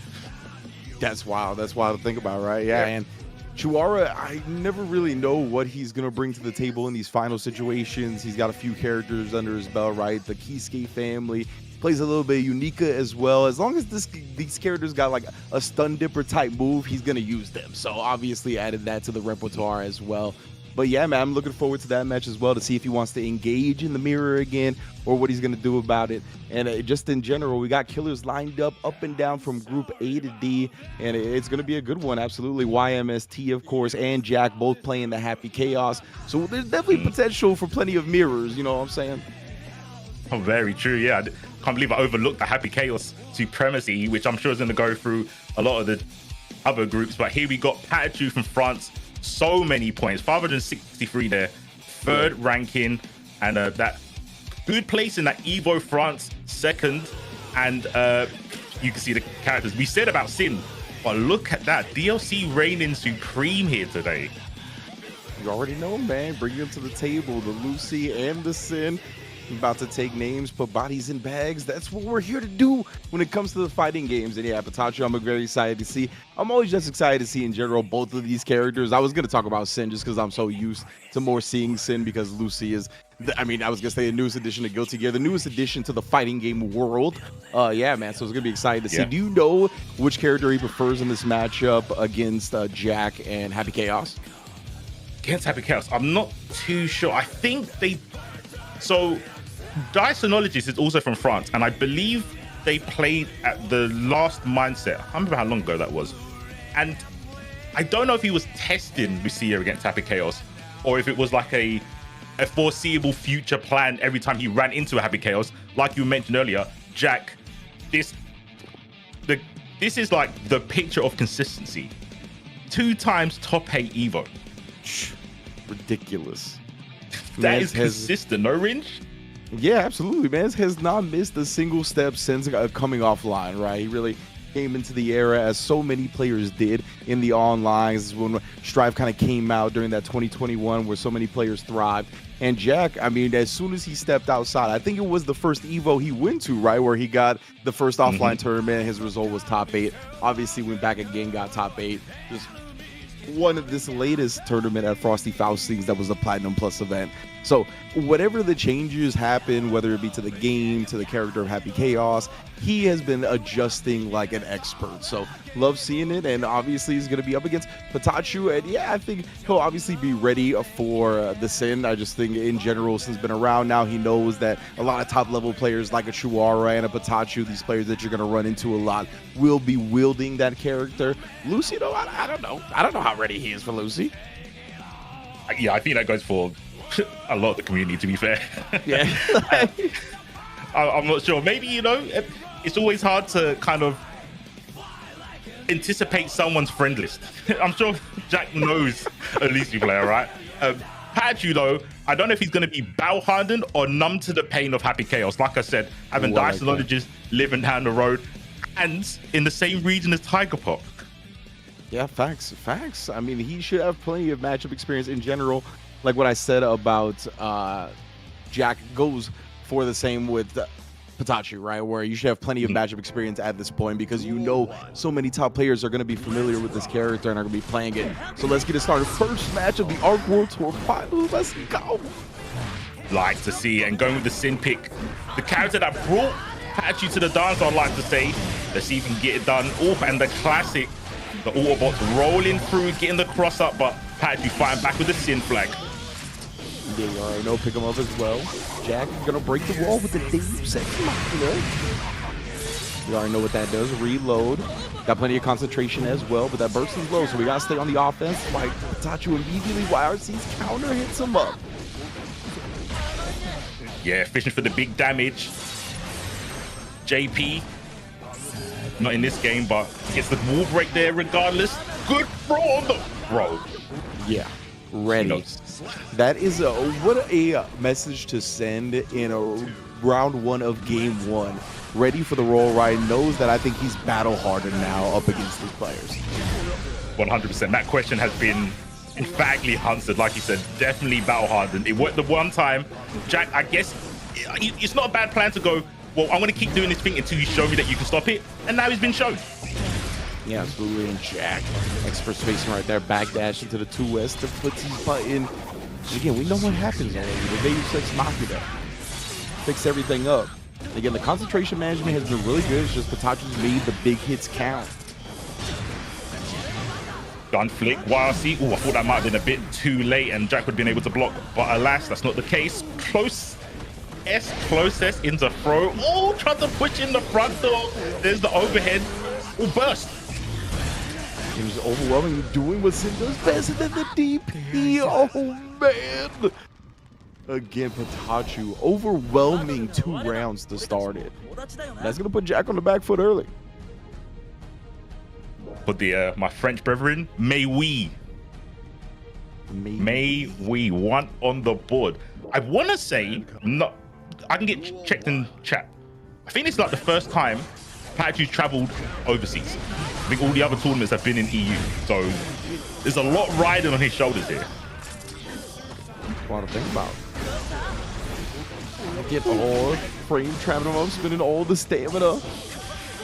Oh, but Jack in the jump out, he will take advantage. Quick burst from Patachi. Doesn't want to give him all that while the stamina builds back up, but why Jack's pushing the throttle now, picks him up, not for long. Oh yeah, Patachi scrambling. Jack's taking full advantage of it, going for the Deus Ex. I won't catch a corpse, but the advantage is on Jack's side for sure. Meter-wise, they both got a bar. There's the BRC, goes for the low. Delayed YRC from Patachi. Can he turn it around? Oh, good PRC from Jack. He's saving his life. There's been so much damage otherwise. And Tears just with the P and then whiffs on the juggle button. Oh, it's unfortunate for Patachi. Not sure if he was looking for a juggle or if that just hit meaty, but either way, came up short. And I like right at the end there, Jack. Just delaying the last hit because the burst did come on the table. Speaking of, Patachi does it early, and I gasped as well mentally. that was a round start. Yeah, I mean, he looked like he instant blocked the bullet. I'm so surprised he didn't get the throw afterwards, but unfortunate for him. It's not effect blocks done after all, and then Jack right back where we left him. Another wall break. This time at least low on concentration, so the options are more limited. That's why you try to buy time with the throw. Patachi read it though. Yeah, I gotta focus up. He was just about out of concentration. Yep. There's the dust though. Still gonna be alive, got an opportunity. Sin can definitely claw this back. He's got the meter on his side. Patachi just needs to get the clean hit. It's not gonna be easy though, because Jack is gonna be schmoving. Big shot as well, but he throws him. Big punish. Well done from Jack right there. No free pressure afterwards. Yep. And I think that's repaying in kind, right? But okay. I think Jack didn't do any roll-through mixes up then. And he said, oh yeah, you can't just freely go into Elkan because I'll throw that. So yeah, no more gaps. So both of them showing that they're ready, and that's exactly what you expect, man. The finalists, but the roll through is so tough to consistently defend against, right? That's why even when you see it thrown early, the Happy Chaoses are still definitely going to do it, and then picking up the juggle off the toe tap. Man, Jack, yeah, like we talked about, right? Master of this character, all angles of it. Oh, the haymaker. Yeah, Shin got his jaw spun there. Can't lie. Can't lie. Yeah, this ain't no exhibition. No towels are being thrown in. Gotta straight up take this L. Right now, Patachu, they're obviously still in it. Was cursed up early. Oh, but DP's the pressure away. Use of stamina, pursue. It's a little trade off the sweep, but a big throw again. Jack exposing the gaps in the pressure. Meets him in the middle with a 5K as well. Immediate wall splat. You know what it is. I'm empty clip, not anymore. Positive. For Jack here. Backdash. Oh, trying to get the help here. Gonna catch a backdash. Airborne as well. It's pretty decent damage here. Oh, munchies. Cheeky Nando's. Gets a little bit of a buff, but has to contend with Happy Chaos with BRC after the wall transition. Yeah, exactly. No overdrive break, no wall advantage, right? Jack immediately pinned in detention, burn a hole in his pocket. Putting Patachu on the back foot right now. With the BRC into the quick L hunt. YRC pushes Jack back with the BRC afterwards, not close enough to punish. Scared to roll through, I'm guessing. Yep, keeping it basic. What a trade. What a trade. Patachu pretty much having to lose that round with burst intact, just didn't have enough health to pop it, right? Unless he went for, I mean, the EU Classic run-up burst, try to get that easy positive bonus. But, you know, this is the big stage. Maybe he doesn't want to go out like that. Now, you got to go in with what brought you to the dance, man. Or at least go out with it, you know what I'm saying? So I hope we get to see maybe sometimes players take a little bit of games to loosen up, really remember that against their old game. And really, I think the last couple of games have just been on the back of Jack's defense. Like, it's been so much better. Patachu hasn't been able to overwhelm him as much, and then the same side stomp again. Oh, counter hit as well. Such a tough move to anti-air C4. Indeed, indeed. Deos, X. Great life lead here. Paragon's Jack. Goes back to neutral, right? Just putting the curse up, getting some space, finding their mark. And I would say that's like a seasoned player, right? Even though I know Jack played a lot of online, just to be like, even though this is Sin and I've seen the elk can't hit me just like that, I'm still okay with playing at this kind of like full to third quarter screen range. Yeah, like definitely not too scared of playing in that comfort zone of Sin, just because he knows, or just because Jack knows that Happy Chaos could definitely thrive in it as well. Little burst to the other side. Oh, trying to open up. Good block in the overhead as well. Jack's defense has stepped it up so much. Trade on the anti-air as well. We're trying to ride the lightning. Oh, and it connects. Okay. Like that. Yeah, that was ballsy. That was gutsy. I guess it was kind of pushed. Patachu was pushed into that position. I like the quick RC off the first hit of the ride the lightning to be like, just in case you burst, because you might feel a type of way getting hit by this. Yeah, absolutely. And like the gun was out, I'm not sure if Jack would have been able to like put it away and then block in time. I've been a part of the quick RC decision as well, but ends up getting the throw. Oh, quick little tech throw as well, trying to close that distance, then cancels to the overhead lane, blocks the burst as well. Patachu is what we were talking about, right? That's 3 out of 5, making the most of it. Oh, yes, the counter lead. hit. Jack trying to get a little bit too aggressive. Jack knows the win was close, right? So wanted to get aggressive. I think got a little bit overzealous, smelled the blood in the water, and Patachu took advantage of it. And that's really where Patachu has been thriving, when he's been able to overwhelm and get scrappy and get in the mud with Jack. And Jack's got to kind of like be a little bit more concise and thoughtful about the pressure. That's when it's really got his way. Yeah, I think that's like paramount and like a cue to what happened at the last game, because Jack's been really good at blocking the overheads, and the one time he didn't, he got counter hit for poking low. So like you said, it's about identifying the pressure, because Jack has shown that he can block the high lows. A lot of the time he's getting caught backdashing or pressing the button. Pressing buttons now pulling the trigger. Jack again with the life lead, but like you said, it's 2-2.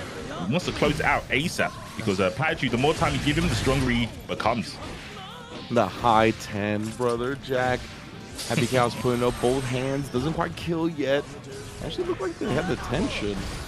Not sure what was up with that one, but either way, Pikachu maybe didn't have the time to actually execute the super, but the guns will get the job done. And Jack 1 round away. Yeah, these pokes are so scary for Sin. Even if you see like fast slash, it feels like you got so much recovery that Happy Chaos can just shoot you willy-nilly. But right now, he's getting in his face. The stomps, bro. And then A-Town stomping all over Pikachu right now, and it's so much damage. What a starter it was. Pikachu, though, just needs a chance here. Finally got 50% tension. Are we going to get that chance? Jack builds it as well. Going to lock him out with the burst. It's going to be enough. I don't think so, right? Oh. We got Sliver. We got Hope. We got Prayer. We got the Gold Burst.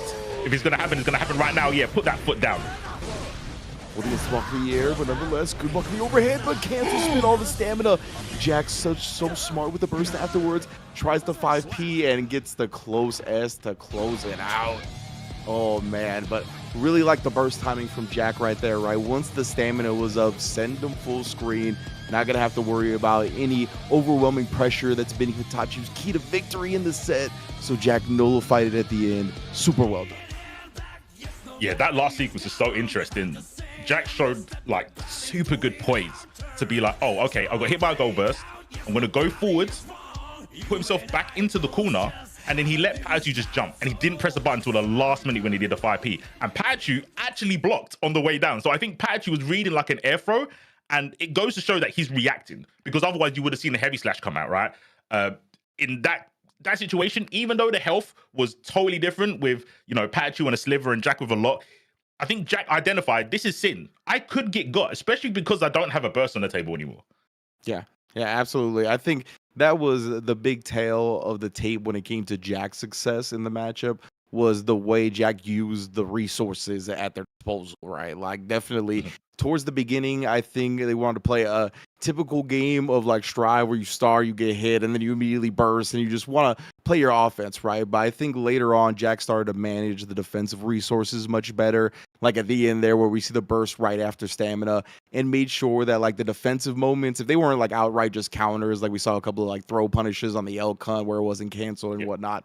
If it wasn't one of those situations, like Jack made sure to maximize the defensive choice and the reward Jack got from it. So definitely love the switch up. And I think Pikachu really thrived in the offensive scenarios when it got into the mud, right? When they got stamina, when it was close, Pikachu just started overwhelming them. So definitely still dangerous. And yeah, both of them look sharp. Indeed.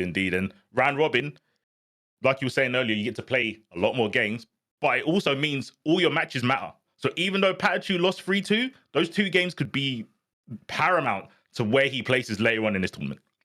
Yeah, absolutely right. And yeah, just to go over the format for everybody a little bit, because we didn't go over at the top, right? We got the 4 groups of 4 players. Everybody's going to be playing the round robin. The group winners advance to the winner's side of finals. The finals is going to be a double elimination bracket, so they're going to be in the winner's side, all of the top placers in the various groups. The runner-ups, the second place players, are going to go into a second place decider match. Those are going to be 2 advancement matches. I'm not sure if it's like Group A versus Group B or Group A versus Group D or whatever. We'll get to that when we get to that. But basically, those 4 second place finishers are going to battle it out, and those 2 winners are going to go into the loser side, if I'm not mistaken, of the finals. And then after that, the losers of those second place matches are going to go into the LCQ. So as well with all of the other players that did not win in the groups will also be in the LCQ. I didn't want to put you on the spot and ask you, but Ringe always got me covered. He knows. Because it's kind of complicated. It's a little bit complicated. Just like his man Churara, bro. Churara, though, repping the Kisk family, bro. Proud. Always. I love this man's pose, bro. He definitely... I love when players match their characters in terms of expression and just vibe, you know what I'm saying? Churara is definitely that. Yeah. When I grow up, I say that like I'm young, but in a couple of weeks, hopefully I can be like Churara and main a bloodline. I want to main a bloodline. I don't want to main a character. That is so That's like crazy. 80s, bro. I want to name it. It's so sick as well, because even though even though they're kind of similar in terms of they've got a really far hitting low and an overhead, right? Fundamentally, they're the same. But like you said, I feel Sin matches Chihuahua's nature a little bit better, right? A little bit more like he frolics. Sin's like a frolicking character. He's very like, I mean, he takes a bit more off the Dizzy, where he's just like, la la la la la, I'm gonna hit you with this and do mad damage. Where when he plays Kai, he's so much more concentrated in when he does his pokes and goes for his big damage. That is a great point, is that like his play styles also represent the type of characters that they are, right? I think he really understands, that's a testament, to be fair, the Guilty Gear series in general, doing a good job of like matching the vibe of the character, like with the play style and the aesthetics and personality and all that. And Juar really takes advantage of all that. With Sin, he's a little bit more wild, more willing to throw out some things, get aggressive, because that's what Sin's good at. And as you mentioned with Kai, definitely a bit more calculated. And then, of course, you missed on the other side, repping the Happy Chaos. We ain't going to get away from it all weekend. Don't worry about that. Get used to that Happy Chaos. Got the halo above his head, ready to do damage with the Gats. Yeah, I mean... Sorry to interrupt you. Does my man's sweater just say tacos, but is it like an acronym? What is this? What does tacos stand for? Yo, chat, wrong answers only. Wrong answers only. But don't get yourself banned. I'm going to be thinking about that between breaks. Oh, man. But yeah, so I feel like the last time, and then again, we talked about, right, at the SOOP Super Tournament, the first place, that's right, how you misqualified into the finals in the first place. And in that grand finals, defeated Chihuahua. So definitely going to be a run back. I'm not sure who Chihuahua used in that grand finals. Let me see if I can find out real quick. I assume he likes the Sin in these matchups. It looks like he might have even tried the Unica at this tournament. But yeah, we're going to find out shortly. Yeah, I haven't got that down in my notes. All I've got is he lost 3-2. Also got denied by Hatuma at Arc Revo Tenzin in the Side Games Cup. Oh, okay. So yeah, I mean, they're big names to lose to, Chirara and Tatuma. Nothing to scoff at. Look, it's fine to be the bridesmaid for the rest of the season as long as you bride at the championship. You know what I'm saying? Bro, you know what I'm saying? 100% concur that. 100%. That's how you build character. When you're born at the top. Exactly. Where's the Kinda story? lame, We bro. can't make a movie without a struggle. We got to see the struggle, bro. Let's see. Some people might say Chirara's he's on the struggle bus today, going up against Happy Chaos at the moment, having a he's got 100% win rate. Shouts to Jack. Let's see if it continues. Oh man, the privilege. Everybody immediately a victim up against Happy Chaos. Chihuahua maybe just be the latest one. Will he fight back? We're about to find out. Game 2. First meeting between these two. First matches for these two at all. Got an early burst from your miss as Chihuahua using those long Sid normals to get him early in the roll, of course. Chihuahua tried to do something, but got counter here in the process. Both bursts already off the table, C4. Yeah, unfortunate for one. Absolutely amazing for the other. Deus Ex, not close enough to the walls, so no break. Oh, nearly elk hunt underneath the curse, but did get clipped, but it doesn't matter though. Gonna get the flag to land on Happy Chaos, so the curse, the voodoo spell, has been broken. Oh, already though. Back up on it, speed casting. What? I don't know why you got fast slash there. I'll be kind of tired. Definitely. Yeah, kind of mad. It was good adjustment from your miss though. Oh my goodness, the rolls though, man. It's so tough, and you know, is doing a good job of staying close and immediately going for the rolls, right? Not giving Chihuahua a chance to really fall his defense him out of the way or anything like that. One more shot. Yo, you missed his play, and he's aggravating me just by the way he's played. Like, I've never seen a Happy Chaos jump to be like to play stalling. Oh my god, no punish there. Yeah, he's so airborne when he's trying to you know, keep the life lead, which is interesting. Very scary. Ooh, so he's whipping the throw. Man, massive damage as well. Trying to connect. Yeah, get the first frames going. Trying to bait out a reaction from YMST. Not getting it to him though. Wow, the IBFD to push him away. Get some breathing room, but not for long. Again, the burst, a little bit of a First safe route, but Yamis is going to make sure to save it for the next round. Keep it hosted. Glad you identified it and called it out there, Ringe, with the dive kick. Just giving a little bit of delay just in case there was a burst. Didn't come out in the end, but always when I have that contingency plan, wow, that could have been dangerous. Indeed, man. Both players trying to use the resources at their disposal to keep their opponent away, but it's so tough in this process. And get the 2S reach and counter hitting. Both of these characters got some power normals, but no messing it up at the end. Yamis gonna take full advantage, let the shots ring out. Not even, just cursed up. The high 10. Beating what it looked like the Elk Hunt. Now we're gonna let the shots ring out, best believe. Still alive though. Sin with the flag. Can he get close? Not today, he can't. Take one to the dome. Happy Chaos. Don't adjust your screens. Yes, we're getting another Happy Chaos versus Sin. And so far, the results are looking like they're going to end the same. Unless Churara can turn it around. Stinking. Is he going to hit rematch or go back to carrot select? You know, I was gonna say, why did it just dawn on me at the end of game one that it's the same matchup we just saw? Like, why didn't I realize that going into the match? But yeah, man, it's just, pretty much what we saw. Sometimes Sin has to take a little bit bigger risk with like the Elk Hunt and whatnot to get forward. And I mean, Happy Chaos has big buttons to put out. Oh my goodness, like the 2S right there, like the far S to just interrupt the pressure trying to get started. Backdash. Damn, he jumped over the crosshair and he still has to block it. Yeah. Instantly brought to the ground as well, and the concentration was out for a little while, but Churara finally gets out. A nice job connecting on the fadeaway button, using the 6P and all of that. Nice FD, pushing him away. Try to reset with the 6K for a plus frames pressure, right? Did not let all of that happen. And you spotted it last time, right? The IBFDs basically completely scuffing up Sin's pressure, so he doesn't even have to worry about the overhead.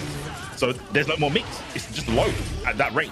So yeah, it's really causing problems for Churara to maintain the space that he gets. And I think that kind of shows that he's more susceptible to throws, I'd say, on your Mystic side. If he's ready to IBFD all the time. Yeah, maybe we see that adjustment going forward right now. That's what he needs. Churara on the back foot. This has looked very convincing for you in this so far. Like, I'm not going to front. Oh, yes, the tap on the dust connecting with a shot. Churara didn't want to see the end of that. Was going to be positive bonus, but burst right back at you. 6P. Oh, man, I got the crown on for a reason. Deus Ex Machina. We're going to be saying that a lot, I feel. Today. Oh yeah. Oh yeah. Oh my god. You got one mixtape, bro. Caught him reaching. You didn't have to be a Miami Heat rep to call that one. We all clearly saw the reach in. You missed 2-0 to start. That is doing so much mental damage. I can't get over it, bro. It was such a slight shimmy as well. He didn't even he moved back like a centimeter, but a lot of it was just I ran and I stood out of range anyway. So why are you flinching? I was never in throw range. Those are the demoralizing ones. So when it's like barely any movement, you're like, oh nah, like I'm really skittish right now. Like I gotta look in the mirror. I gotta reevaluate myself. I'm honestly surprised he's going back in with the Sin. I thought we were gonna try something else. Yamis looks so ready for this character. It's tough. I'm a fan of this do or die energy. Be better if it pays off. Nice air throw. Like I said, Yamis likes to jump over a lot. And you know what? It kind of makes sense because I feel, especially in Strive, the punishment for jumping isn't that big.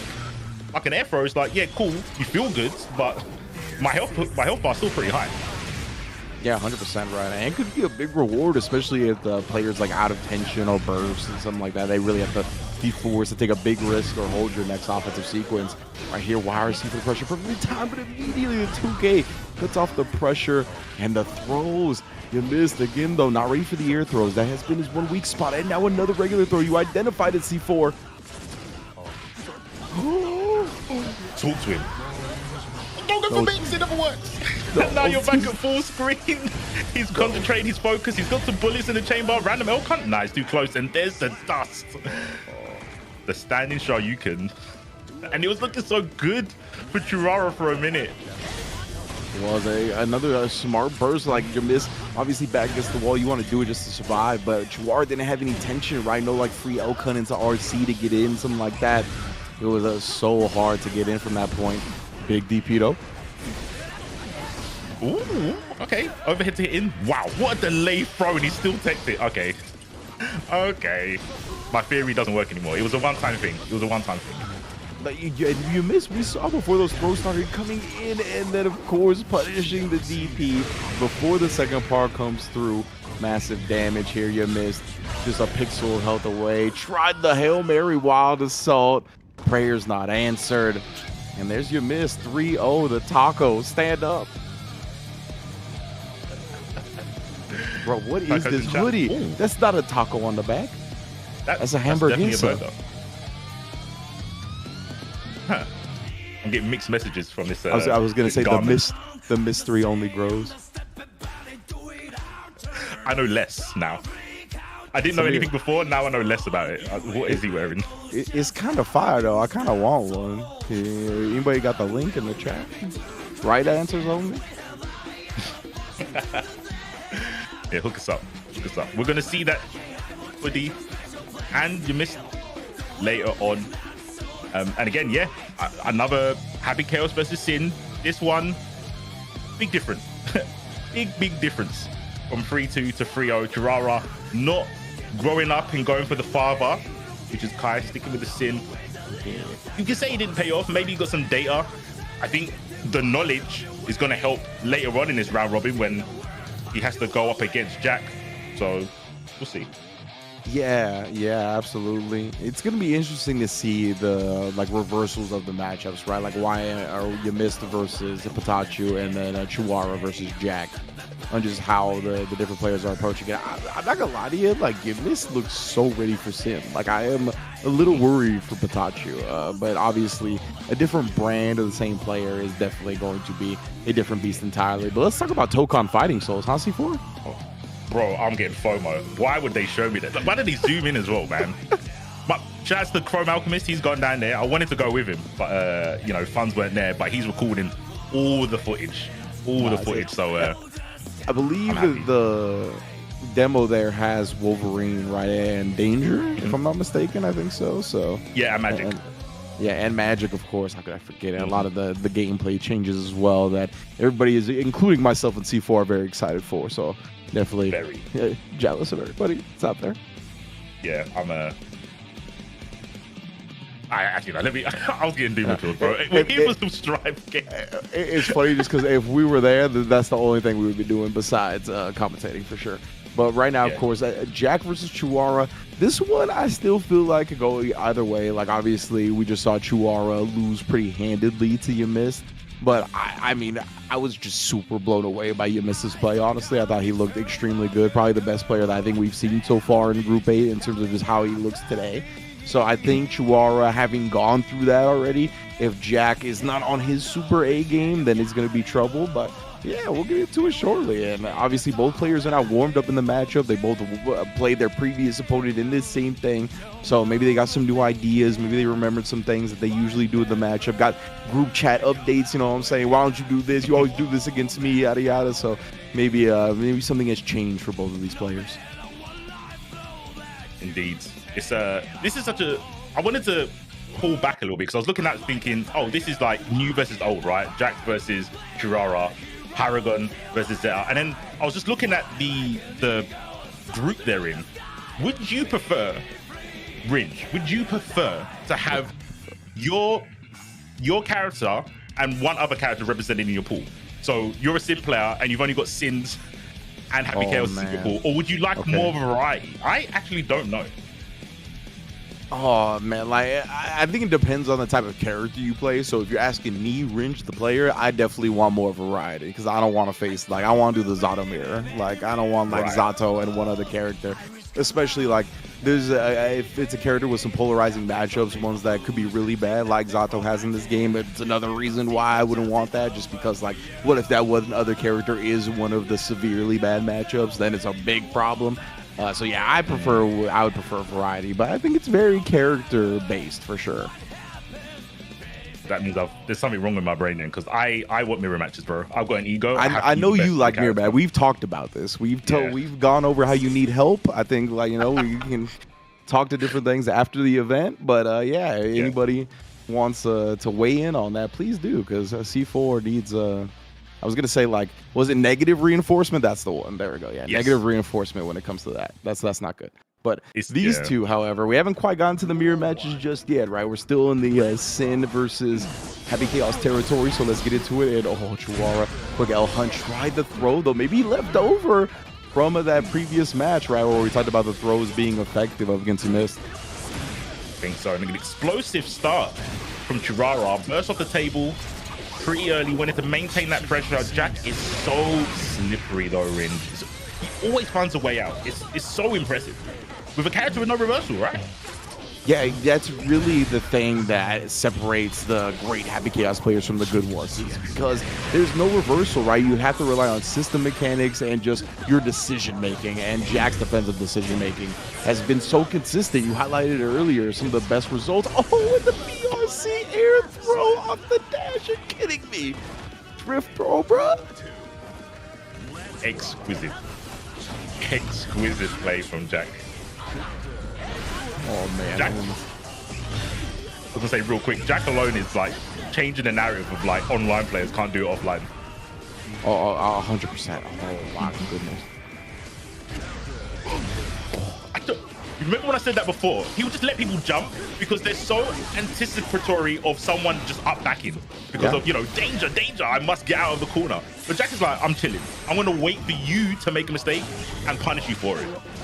It's another thing that we saw in the Mist match, right? Mist was up backing a lot. We saw the air throws come out successful for Chihuahua in that set, and Jack kind of staying a step ahead. But despite that, Chihuahua really got together in that round. We'll see who takes game one. A high-tech whiff punish. Oh, man. Beautiful movement at the start. Obviously, Chihuahua not having the attention to cover it with an RC. Oh. Was stand blocking and got hit by the overhead. I like it. You can poke with mix, guys. Facts. Again, the weaving in and out, and the jump 2K mix-ups have been so potent for Jack. It's on the other side this time, blocked, but then goes low right after. It's got to be mind-shattering to be like, I block the cross-up jump. That was the 50-50, and then there's another layer behind it. Yeah, 100%, man. Like, his character, and then it's one of those things, right? Go low in that situation. It could immediately go low, like 2K into roll, right? Like, you're immediately in another mix-up. Like, this character, it can then just be so threatening from so many different ways that it's so tough to do anything with himself. Yeah, that's what we've seen so far in this group, as Mist was able to take the dub. Jack took the first dub as well. Chihuahua trying to fight it. Not going to 0-2 deficit. Wow, that was such a Kai throw. I love it. Pre-committed. After the jump from Jack, Chihuahua went, nope, I'm still doing this throw. Still doing it. Oh, man. To the line of lightning. Yes, sir. Doesn't spend the remaining tension to get more damage on it. Believes there's the dust, gets the RC off of it. Dive kick roots, and Jack bursted and still lost the round. This is Churara to just, be super explosive and don't give Jack enough time to recollect themselves. There you go, breaking the 2K poke with an overhead. What's the motive now? Oh, bro, the hoof stomps. They are working out so heavily. Remember, and then the big instant block. Big throw tech as well, Chihuahua.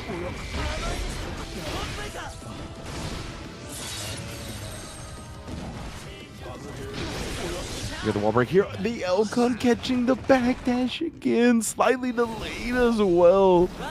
I like the timing change from Chihuahua right there. These hoof stomps are plaguing Jack as well. Mainly acting as like a low crush, like going over the 2S and whatnot, the 2K, the buttons that Jack really likes to poke with. But the long distance roll, we're starting it early and no escape for another one. There you go again. Ooh, okay. That might have been a glimpse into Jack's mind. That got like a guess. And I've been seeing Jack react a lot. So that's an interesting thing to notice. Oh, okay. Chirara, you gonna let him do that to you? Yeah, the instant show 2K. Opened him up, locked him down with the gunshot. Yeah, Jack is Jack was Zato coded there, bro. He woke up with all the 2-piece. Oh yeah. I'm saying it's one of those things, right? When you're playing those characters that don't have the reversals, sometimes you just gotta pray and mash. I'm not mad at it. Ooh, don't be mad at that damage though. That is sin. Oh, my whiff punish him with the gunshot. Dorada still with burst. Run up 6p. That's what I mean. Jack can react. That's why I'm surprised I saw him guessing a couple of times. Boy, man, cut him off at the pass. Immediate knockout. Wow, back to the same side. Are you kidding me? Sorry for heaving on mic, bro, but that was disgusting.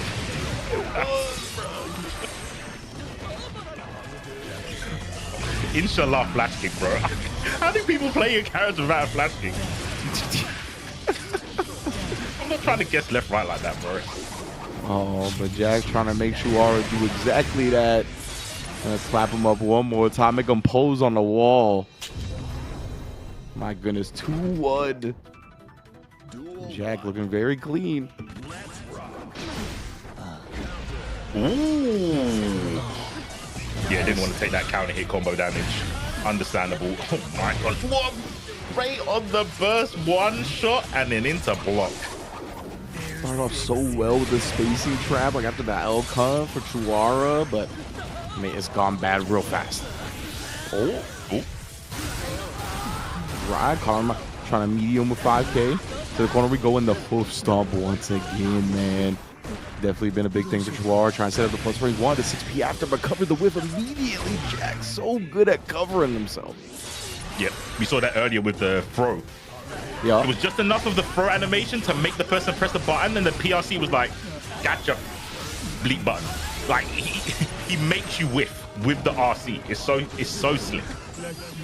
Then blocks the dose that would have That's been a it. punish? Yeah, a wild punish. Chuara has got to spin the burst. It hurts to do so, but trying to squeak out this last bit of health and does so with the whip punish on that 5K one more time.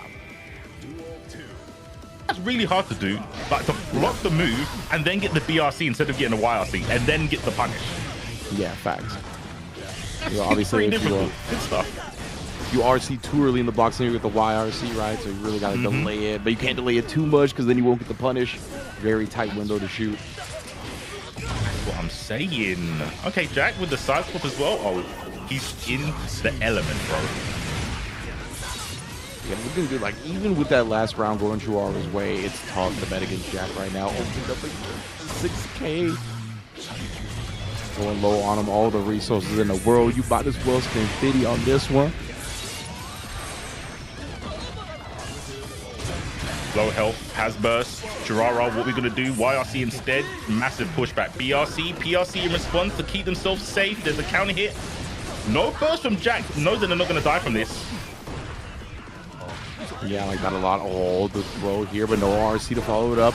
Blocks the hook stomp this time, and then takes the throw afterwards. The RC throw right back at you. The 2S just barely reached, though.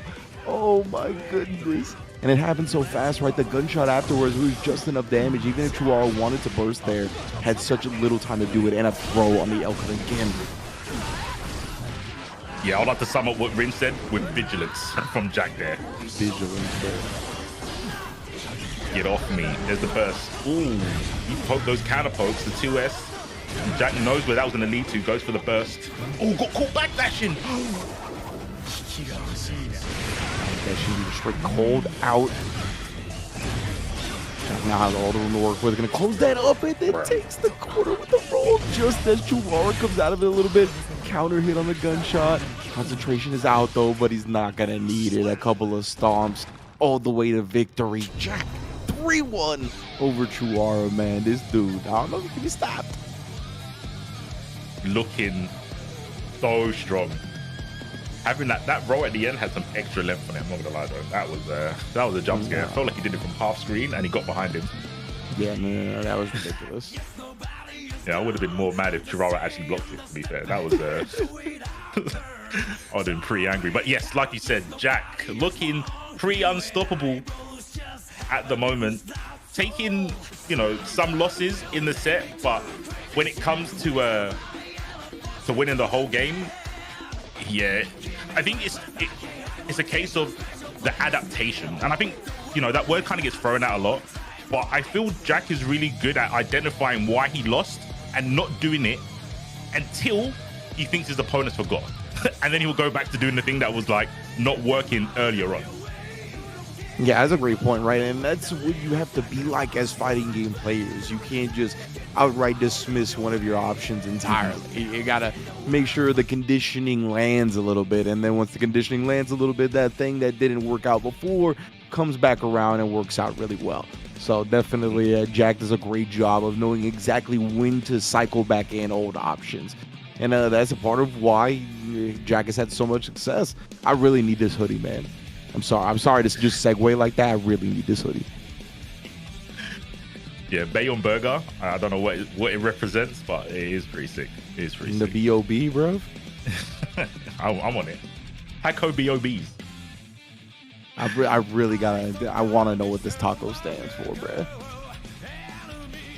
He's got their Twitter. Yamashita. Is it Yamashita? I think it's Yamashita. Someone was telling me in chat. I did spot it. Okay. Yamashita? That's probably the correct way to pronounce it. I butchered my own language. So it's something like that, but this is gonna be an interesting one, right? Yumis versus Patachu. Obviously, Patachu put up a hell of a fight against Jag and went to the final game. Looked very strong whenever he got an offensive opportunity, but Jag's defensive choices just kind of clutched it out in the end. And you missed it. We saw a very, very strong defense in his matchup against Chuara. That's the only thing I'm a little bit worried about. But considering the result of the last match, right, where Jack had a little bit more of a convincing victory over Chuara, maybe got me thinking about this one, right? Patachu may be able to put up a bit more of a fight than Chuara did up against Yamist. Obviously warmed up in the matchup as well. And just in general, it feels like the more games you give Patachu, the more dangerous he becomes. Indeed. And I want to say, Patachu's got a couple of secret weapons. Unless you're proper plugged in to the European scene, Patachu's got some secret weapons that weren't displayed on the screen. We saw the loose, but Patachu's also done pretty well with Elfel in a couple of tournaments. So he could go gun for gun. But what an answer that would be. It would be a crazy answer. I just don't think. Oh, nah, got baited. Yeah, I think we're gonna just see Happy Chaos and Sins, this group, which you know, it is what it is. Sometimes it happens. I think this is a good identifier for characters and players, where we can look at the matchup and go, well, we saw the first set, right, with Patachu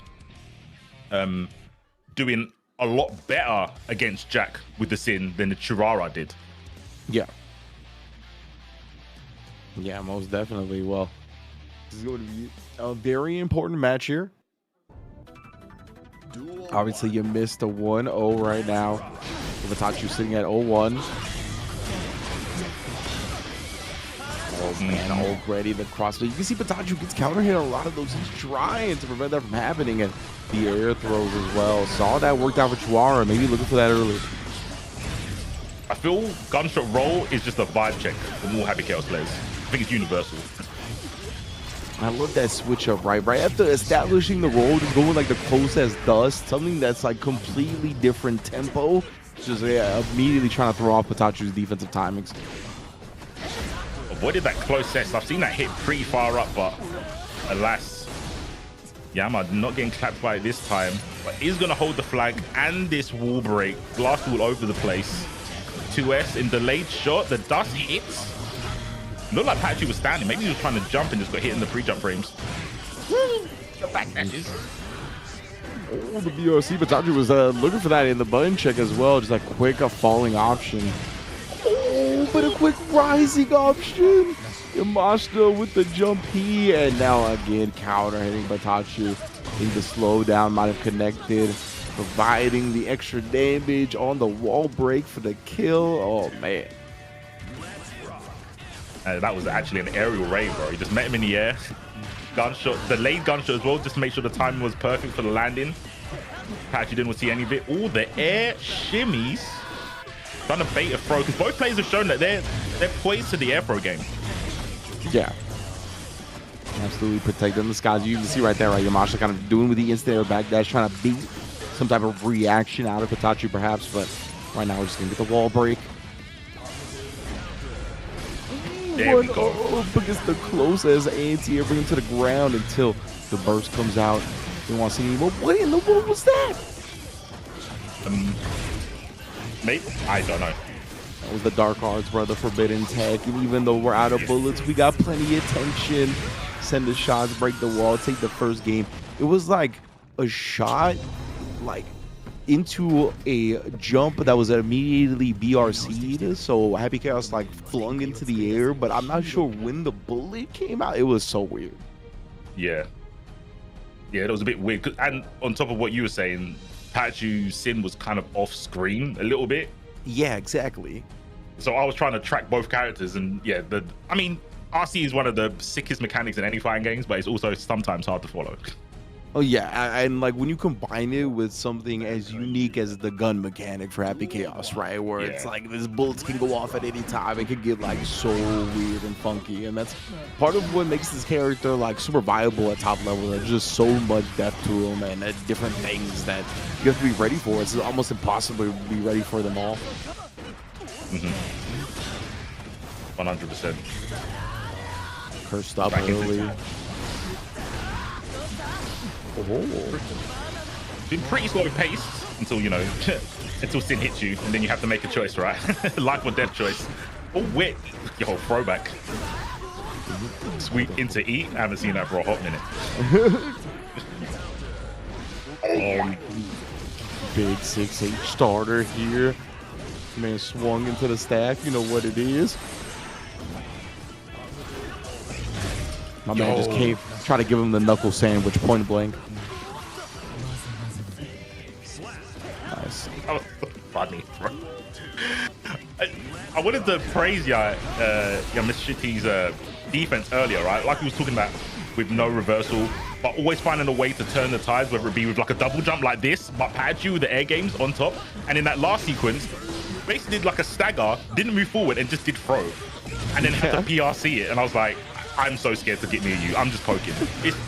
I'm just poking. I'm never getting close to you, bro. No more closesses. Same here, bro. Pressing the buttons that go as far as possible. No active engagement. We're not farming Twitter.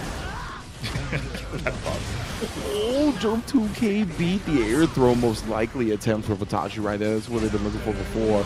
6 speed of God, immediate burst. Yamashita trying to hold on to this game here. Wow, boxes in the air. Got 100% tension, but not going to help you defensively. I think Pitachi kind of routed around a potential YRC. Maybe didn't want to get caught by that. Well done. And hitting him with the Elkin to throw. That is, that's one of those moves or one of those techniques that kind of get stronger the more that's at stake. Yeah. The less likely the player is to gamble after the L-Con, like that you're not going to cancel, is the stronger time to throw it in. Oh, bro. You and your mans can get this, bro. Get out of the way. Straight through for the 2-for-1. 1 bullet left. Made it count, man. Didn't quite get the 50% tension, of course. Was severely prorated on that one. For the positive bonus, putting plenty of meter in the pocket now. Oh, what a way to go. We've all been there, bro. We've all gone, oh, you with this move? It's my turn? Nope. I wasn't finished, sir. Yamashita immediately going into the super right. Pitachi was close to building the burst, so wanted to make sure just got the kill before that happened. He is slightly this time on the lead. like the burst of Trunky in the corner. Wow. Dash up 2K. Yamashita, the 2K again to cut off the pursuit. But yeah, Yamashita's like dash up 2Ks have been like immaculately spaced, like almost max range every time. Oh my. You could tell I was genuinely surprised by that one. That's the correct response to what I just saw as well. Yeah. A lot of the time, I feel like I get like an inkling of a DP. That one, it was complete surprise. Immediate RC, send him to the sky, but the burst obviously still connects. Oh man, Patachu here is so scary. Sandwich between a rock and a hard place, gets out for a minute, but a toe tap into an overhead, like the amount you have to be ready for, how quickly you gotta go from switching the blocks. If you don't got something that you're actively betting on, that's a reversal. Oh man. This is a safe place. I'm gonna open up to you, Ringe. If that happened to me online, I'm smashing the table, bro. You know when you get hit low with the 2K, then you react late to crouch block and then you get hit by an overhead? Oh yeah. I just want to pick another hobby when that happens to me online. I'm not gonna lie. I'm so tired. Oh yeah. That's a bit. Oh, you can see Patachu. Like you talked about, it is a emotional way to lose. It riles people up, and Patachu definitely played with that anger in this round here. But again, man, that jump 2K nigh impossible to anti-air. Nobody's had an answer for us so far in Group A. That's gonna open the door for Yamashita. Once upon a time, it was a problem on Chip, and he's passed it down to Happy Chaos. Oh my goodness, Brian, it don't stop here. Bring out again, close if you just attention. Patachu's loaded though. Two stamina bars, 100% tension burst as well. Get a YRC to start it up. Oh my goodness, the throw reach. Yeah, bro, no, he backdashes again, bro, PRC. Oh, he's trying it. Don't you ever, Chef? May we? Oh my. First. Wants this round. Oh, the 6P, the god can't get the juggle. And the hoof stomp, one more for the business end of my staff. Patachu, it's on the board. Oh my. This 2K though.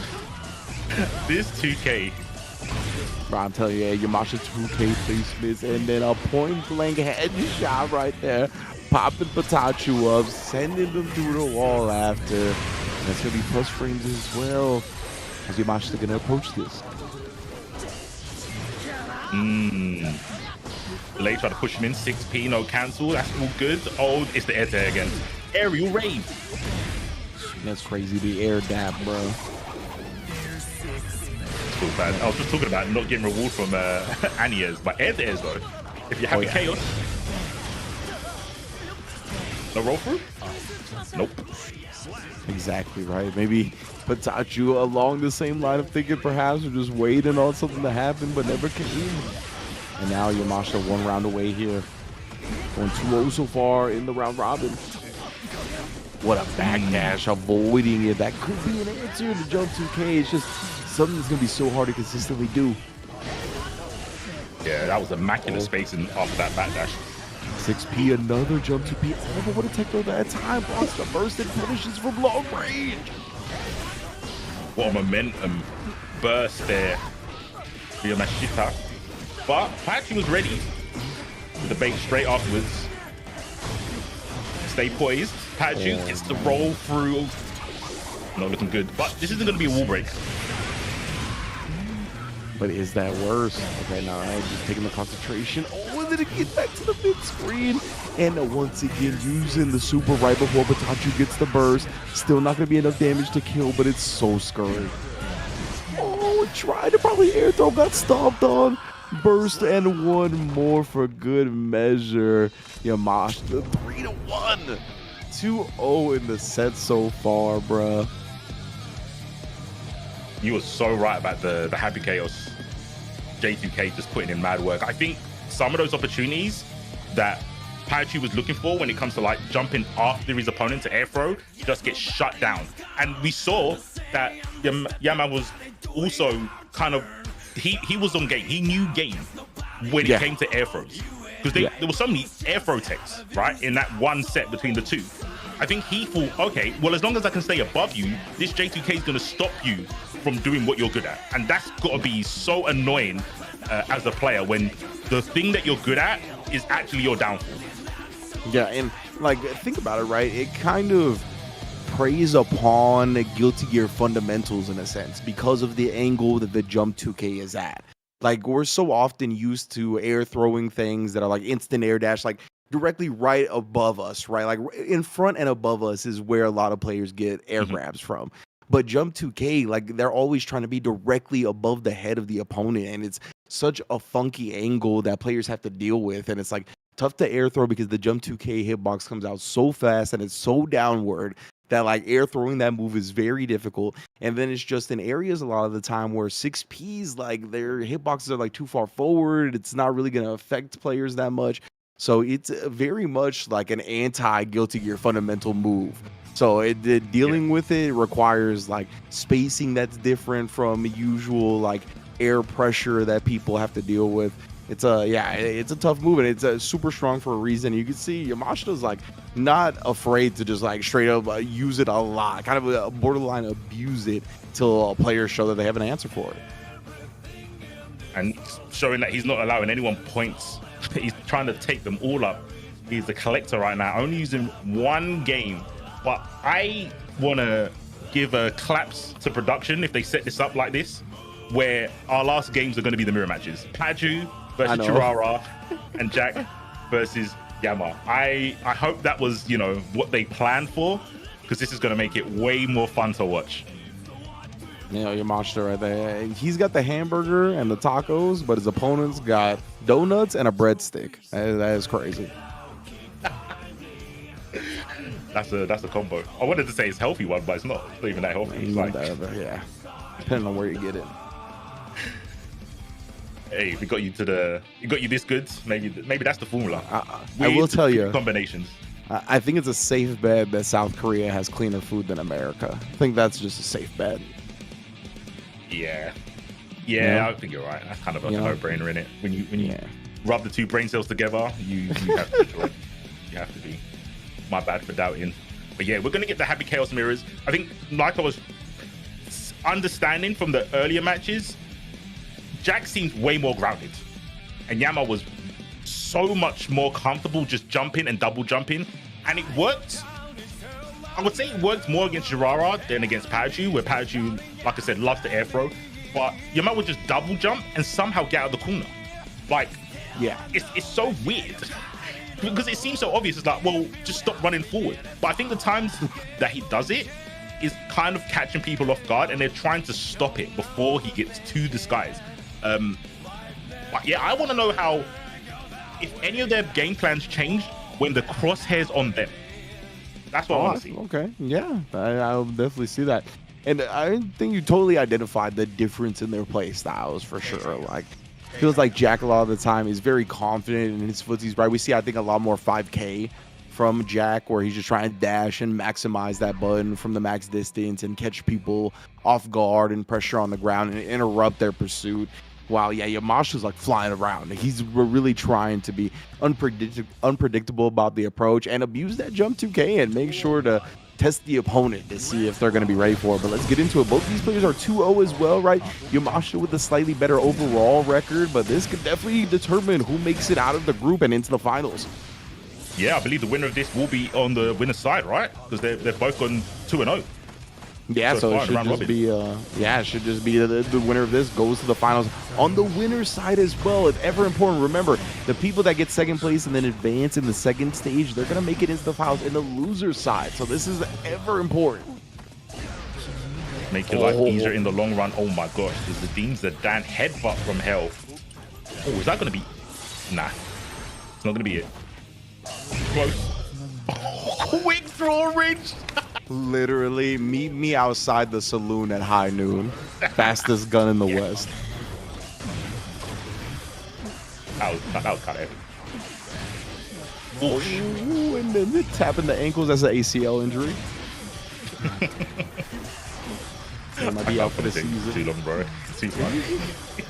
It has been a minute. Oh no, the reach again. That's the thing, right? We talked about how Jack, you got to rely on those defensive systems to really get out of the corner or just play defense as Happy Chaos. Throw is a big one, being such a quick option, always has been in Guilty Gear. Throw tech that time does work out. Yamashita, I think, thought he conditioned him to block it, but still throw tech it. And yeah, did you see the punish from Jack after the whiff punish, right? With the 5K whiff, and he went, oh, now R2S. I'm not gonna do something straight after the tech. So ready all the time. Oh, yo. No, yeah, let me in. You got the SWAT team, open the front door. Back that stream clip this time. Oh, YRC in the middle of the dust, nullifying that. Take it to the skies, though. Apply this pressure, the 2S, PRC afterwards as well. Yamashita has built the burst back and immediately uses. He gets clipped one more time. Oh, anybody's game. Yahoo! Flying past the bullet. My man Jack slowed it down for him one time. Bro, I loved how Jack went. He was just dancing around, making the crosshair kind of miss. As soon as he got cursed, he went, all right, it's time to go in, right? I've got no other shot.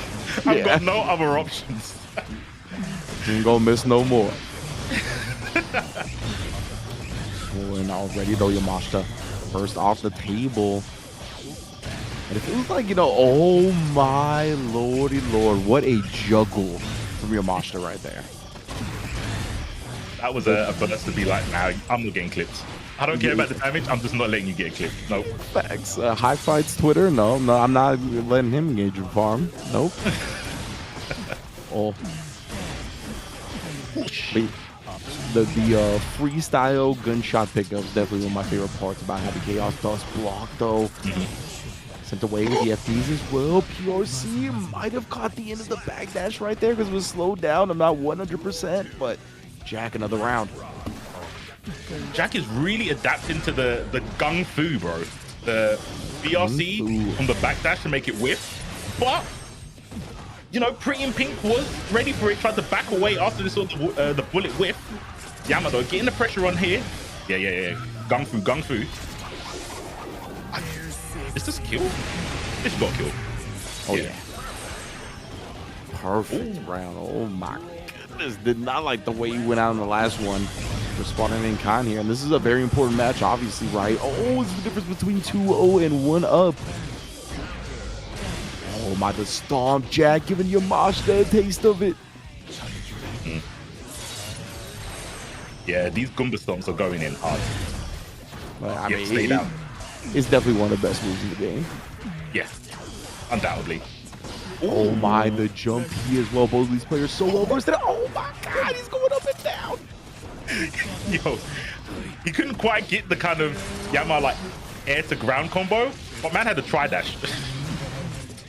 This man Jack went in with the empty clip and then reloaded one at the end for fun, just because he wants you to know he keeps one in the chamber, bro. That's crazy. Wow. 2-0 lead. Oh my. I'm sorry to let out another oh my like that. It's the correct response, bro. Any other response doesn't make the point. The 99-second dash up stare down. You're about to get intimate. Oh, reload the clip right before the concentration expired too. That was clutch. Okay, double overhead gets blocked. Oh my gosh, the dash block was clinical. Oh my, I've got whiplash. Oh, my back. I'm so sad for him because, yeah, the dash instant block like that was ridiculous, but came right after a concentration. Super pop, couldn't really do anything else. You got a chance here. First up as well. Oh my goodness, don't you come near me. Oh, but popping the scratch and the claw in Yamashita has no way out as well. One more super, one more round to go for Jack. Jack is trying to end this happy hour right now. So dominant in this mirror match. Where I think Yamashita was more dominant in the other matches. Yeah, Jack is 100%. comfortable with the mirror match. It really feels that way. I feel like watching Jack's history, Jack's been really good in the mirrors. At least today, Jack has been. Right now here, very close. Oh my goodness, the back throw though. Could be an incident. Could it be the beginning of something legendary? Think you might be onto something, Ringe. Look at the bars on Jack's side, though. Sure. Yeah. Literally what I was about to say. Already spending one with the YRC immediately afterwards. Trying to bet it all the dust. Had nothing to protect from the burst because the RCs were just spent. Oh, the FD got him out of range of the dust. Oh. That's one of my favorite candies, by the way. Jack didn't burst. Yeah, a little bit surprising. I think he expected Yamashita to kind of maybe do something to a burst safe route. I'm not sure if Yamashita had RC meter. I don't think he did, but yeah, either way, Jack burst. Held for this round at the very least. Yeah, no, man, I said it because, you know, I'm a bad player. I would have burst and not looked at the round, to be fair. I'd be like, no, not like this. Again, like I said, I think the unhost, the flick of the wrist as a counter hit is one of the most devastating things to get hit by. So, yeah, emotionally, I'm letting it go. YRC away. Yamashita has been ran down. Oh, but a big defensive choices, but then Jack, oh my goodness, trying to beat the burst right there. Delays it, gets some breathing room for a moment, but for how long? Oh my god, I'm dodging the bullets, bro. Oh, what a block on the rising jump 2K and a throw tech, you're kidding me. Oh my god, bro, you cannot hit this guy with a bullet. Jack is actually immune to projectiles, naturally. This is wild. Yamashita's some of the finest defensive display. Jack is literally dodging bullets. Who is going to win this round, bruh? Jack, again, he needs this one round. And he goes into the winner side finals. Gold burst here. Oh, the backdoor from Yamashita. No leader to convert, though, and he punches it out for a 2-1. Oh, my goodness, bruh. Still alive. Yo, I know someone's going to click that. That might be one of the best delayed bursts I've ever seen. You know when you called it when he said, oh, he held onto his burst? That resulted in him winning that round. Oh, 100%. Like, that was that sequence of defensive choices and display was legitimately some of the best I've seen. Yeah. Insane. That needs to be studied. Hold on, let me bookmark it right now. Wait. Yeah, absolutely. And right now, Yamashita picking up right where he left off. Doesn't actually get the full conversion, though, at the wall. So that's going to open the window for Jack, who's actually going to get the wall stick themselves. Going to break it. No meter to send the Ex Machina through. Oh, my goodness. The rising jump. He had another conversion, delaying the shot to get the grounded combo. This dude is ridiculous. Yeah, that's his quirk. That's his quirk. Yeah, head game, unmatched. Yeah. Stay away from me. You got 100 tensions, good sir. Please stay there. Chipping the health down here. Still projectile immune. He's UI. He's actually UI Goku, bro. He's just holding forward. Can't get shot, bro. Just automatically dodging it inherently. Oh my goodness. Caught. The steady aim shot. Once again, the fastest in the West. Jack beat him on the last duel. Beats him here again. And could this be the last duel for Jack in this group stage? Ooh, where you going? Ready to catch the clip on the backdash? But Jack fighting back incline. Oh, wake up into this dust, bro. Asbestos. Oh, the roll stay same time? Yeah, that was wild. He gets to block into the tech throw again. Yamashita digging deep for this defense. How did he do it? He got out the corner again. Oh, psych. Yeah, saw the curse with a slowdown. Jack taking big advantage of it. I'll put him up against the wall. We're going to break that with the curse. Where you going? Stop right there. Oh my gosh, got to the other side. Didn't quite get the combo. There's a YRC. Pushing the front door. RC, keep it safe. Another throw tech. And again, you called it earlier. Yama has some of the best 2K stoppages in the business. Right, yeah, the spacing recognition. How quick, and then the backdash gets clipped by the bullet here, locked out because of the wall splat. Jack barely gonna be alive here. We still got a chance, though. No bullets in his chamber or the clip. BRC, and it actually still gets clipped low. Yamashita, my goodness, bruh. Oh my goodness, the cell is being fought over. Jack always finds a way to turn it out in their favor. Staying grounded. Seems to be like the new way to play Artist games. Honestly, the future's telling us anything, man, that's for sure. Don't stop jumping, bro. That's why we gave it land recovery. Oh, and Yamash still holding on for dear life here. Burst up. Yeah, Nose Jack is going to be kind of more prone to block, right? Got a long life deficit to make up, so sneaks in a throw early. Oh my goodness, not bringing the defense, trying to FD away, trying to bait something out. How is he not breaking here? And then he gets the whip throw punish. Oh, slowing down the pace. The backdash again. Projectile immune. Had to block one. Air-to-air game. Yeah, Jack knows. I'm not getting caught by that again. Oh my gosh. Hold the tippy toes. Does he do it again? Ain't no way, right? Ain't no way he does it again. He keeps him in the corner as well. He didn't want the wall stick. Knows he needs one more combo. He builds to the tension. Oh, but the jump 2K. You live by the stomp. You die by the stomp. Jack going to be able to qualify to the final stage in winner's side. Keeping that consistency, Jack, like we were saying earlier, 2 times ended Evo. Both times got top 8. Now winner's side of their group. And that's just going to carry on making their life easier on the road to winning the ARC World Tour here. But I don't know, man. I know some people don't like mirror matches, especially when it's Happy Chaos. I'm hyped over good players, bro. I don't care what characters you pick. If you show good gameplay, I'm hyped. Bro, like, Happy Chaos, such an offensively oppressive character, right? Defense in the gutter. Does not have very good traditional defense, right? Has some quick buttons, has some things when you look at high level, has ways to defend in the neutral a bit. But when we're talking about like raw Oki defensive situation, some of the worst in the game. So when you have players making defensive stands like this on characters like this, I don't care if it's a mirror, I don't care what it is. Like, that is just some of the best fighting gameplay we're gonna see. Yeah, I agree. And I've got a flash kit. You don't, so I understand why you like it. Like, that is touching. Yeah, yeah. There's got that emotional attachment, right? To seeing how people navigate without having a respect me tool. Yeah. Yeah, I'm with you. All the way on that one.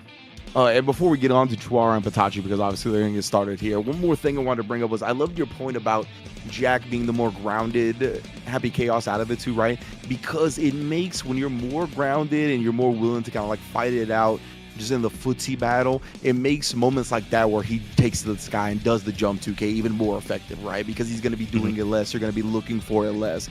And where we saw Yamashita start getting air thrown by a lot of the players in Group A, it didn't happen to Jack as much. He just didn't present them as much of an opportunity for it. And when he did, it was less expected. So right there came, switched up his usual tendencies to close it out. He's just an extremely smart player about how often he uses his different options. Yeah. Quick slight tangent. I was playing Slash on Tokon. Yeah. And that's when I realized, like, oh, my playstyle is outdated because Slash only stayed on the ground and I couldn't hit him. Like, I'm jumping over calling assist and he's like, oh no, I'm staying right here. I'll just wait for all your resources to be exhausted and then I'm going to hit you. And I think in Strive, it kind of works similar in terms of Exard to Strive, right? Where you feel like you lose the screen when you jump because obviously the screen follows the person going into the air. So you feel like you lose something, right? Visually. But you do maintain a surprise factor. We saw it a couple of times with Jack and Yama when they would jump and then they would like walk forward and it'd be like, what side am I on, dudes? Yep. Yeah, 100%. It feels like it's the action is a lot more intimate in the later or the latest ArcSys titles, right? Like the camera's a bit closer, the stages feel a little bit smaller. So there's not as much room to maneuver around in the air and play those type of games where you can annoy players with your movement and kind of manipulate them into positions you want them in. A lot of the time, you're just like, it's very quick to be someone that's on the ground that can be in your face even if you're in the air. Much quicker than I think older Guilty Gear games. So yeah, because of that, it's a little bit different. And we are seeing the Unica, I believe, coming out of the side of Chuara as he does not want to play the mirror up against Patachu. He mains the bloodline. The stun send timelines. That they cannot change society. Oh yeah, what is her relation again? I think she's a different timeline version of Sin. Chat, correct me. What? I think it's something like that. Is it like a future Trunks situation? I think she Shin's was just sister. like, yeah, I was gonna say I thought she was just like Sin's sister. Is she not from another timeline? You are deep in the Tokon, aren't you?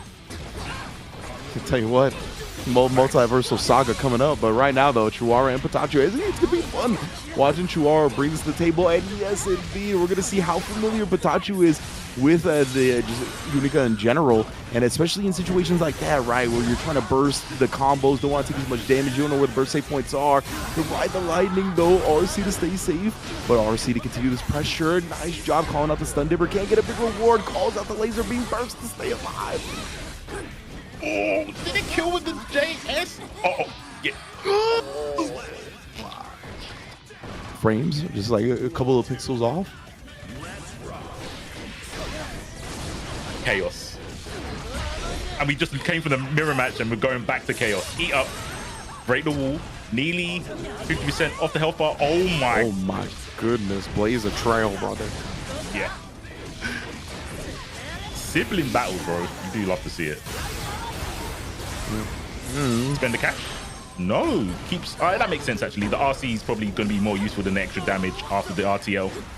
Just like that. Oh, the late dive kick, but then immediately called out. Bruh. Yo, the RC is the close. As wanted to bait the burst right there. Chuara not giving it to him. Still got the OTG and it was enough for the kill. And something inside me giggled a little bit because it was so a Chirara thing to do. Doing the DP after getting hit by the dive kick. I do think at low level, when someone does a DP on hit, you're like, whatever. I think it is a skill though to be prepared for gaps even when you're in combos. I agree. 100%. Because I can't do it, bro. I'm just normally like super angry and I'm still holding down back like it's going to make a difference. Like I'm suddenly going to be blocking in this combo. Like I might as well press buttons. So I might as well challenge, right?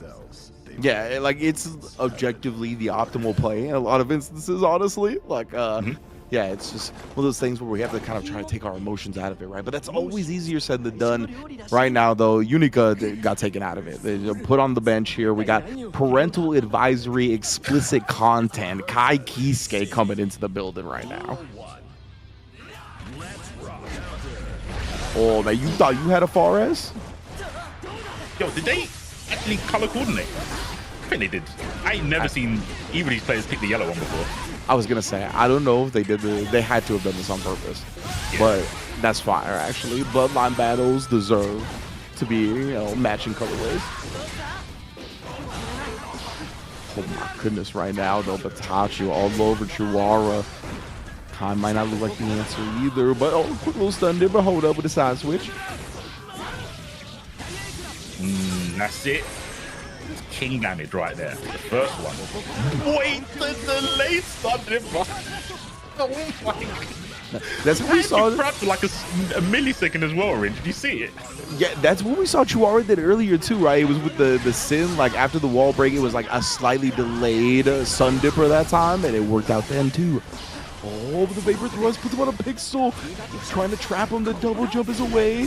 Oh my god, made it out the DP. Can't blame Patachu for trying it, honestly. I'm flabbergasted. You're right, I don't blame him at all, but yeah, I'm flabbergasted. That whole sequence. Both characters decided, I just don't want to lose right now. Getting down to their last pixel. But now, into this round, Pikachu quitting on the pain. Indeed, bring the pain heavy. Oh my, the 5P, it was so active.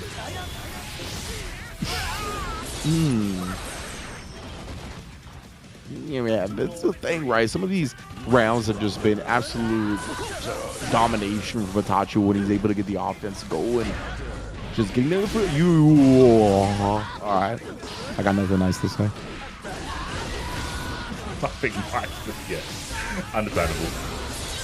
I like guys with big damage. Did you see the instant air dash? I don't care about the damage. My man hit behind the back on the exit. That was crazy. And the 2 S's. My man was spamming it right there, making sure Kai could not get close. Don't come into my room, Dad. all trade. No confirm afterwards, but the challenge does work. Who knew you could bring a flag to a sword fight and win?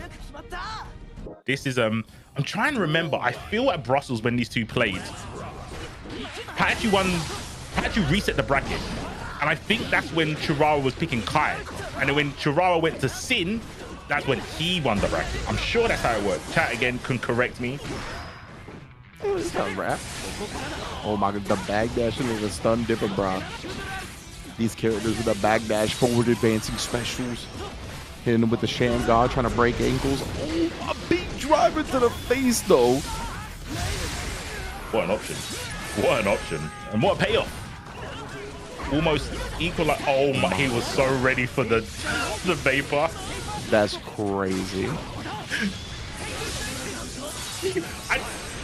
Okay, so only Chirara makes that mix where he does DP or delayed mid. Yeah, that was nuts. And Pikachu did like a delayed button as well, right? Like Blood trying to block the Vapor thrust into something and just got smoked. Like, oh my god. Pikachu, oh, I'm happy to use the wall break here. Looking so far, so innocent. Yeah. Understandable. Didn't want the wall break situation. Stun Dipper, punished that. I love that I like that Chirara didn't ask you that. I actually like that. You're not gonna die from this. And he's trying to see how far he can push the mind game. Yeah, absolutely like good old risk reward management, but immediate super. Just as Chirara got the burst meter to lock him out, so great recognition for Itachi. One round away here. Ooh, didn't stand up. Got hit with the new school bull bash. Oh my, the wild assault confirmed. Oh, man, with the hezzy right there. A little stutter step into the throw. They're the moments where you can tell the Kai player. That is a Chirara thing. Yeah, absolutely. Nice recognition of the far edge. She's going to 6P it away during the screen freeze. Get off me. He's so... I can't believe Pikachu didn't get hit by that close test. Let me take those. He does want to take that damage though. Goes for the burst. Oh, I love the recognition to go for the counter hit confirm. Is the stamina to just frame? Oh yeah, still way too much scaling here. Can't get the big damage. A whole PRC to cover the whiff, but the stun dipper was so active, couldn't actually take advantage afterwards. The big elbow, couldn't get more damage out of it, but nice little meaty 5K for the plus frames, right? Then just kept it real tight with the light frame trap afterwards. Didn't give him a chance to press back. I really like simple things like that. How Chirara was just like, he was scheming the whole time. And he was using the slowdown to kind of like assimilate an idea. And it was just, okay, I'm Chirara. I'm not going to do run-up DP. I'm actually going to do run-up 6P and just maintain control. And I think the 6P is probably a better option to the dive kick, because the dive kick's got so much startup. You might be able to whiff a 6P, then block again. Maybe. That's true. True. Yeah, into yo, son. I know Kai's we got the 40 or the 40-yard dash in under 4 seconds, but we ain't need to do all that. Yeah. He was overrunning, bro. He was I feel Kai's don't have very good like depth perception. They always run an extra couple of pixels before they... I don't know why. Maybe it's to make them flinch, but you're just gonna throw them regardless. Oh, that's a good one. It's true though.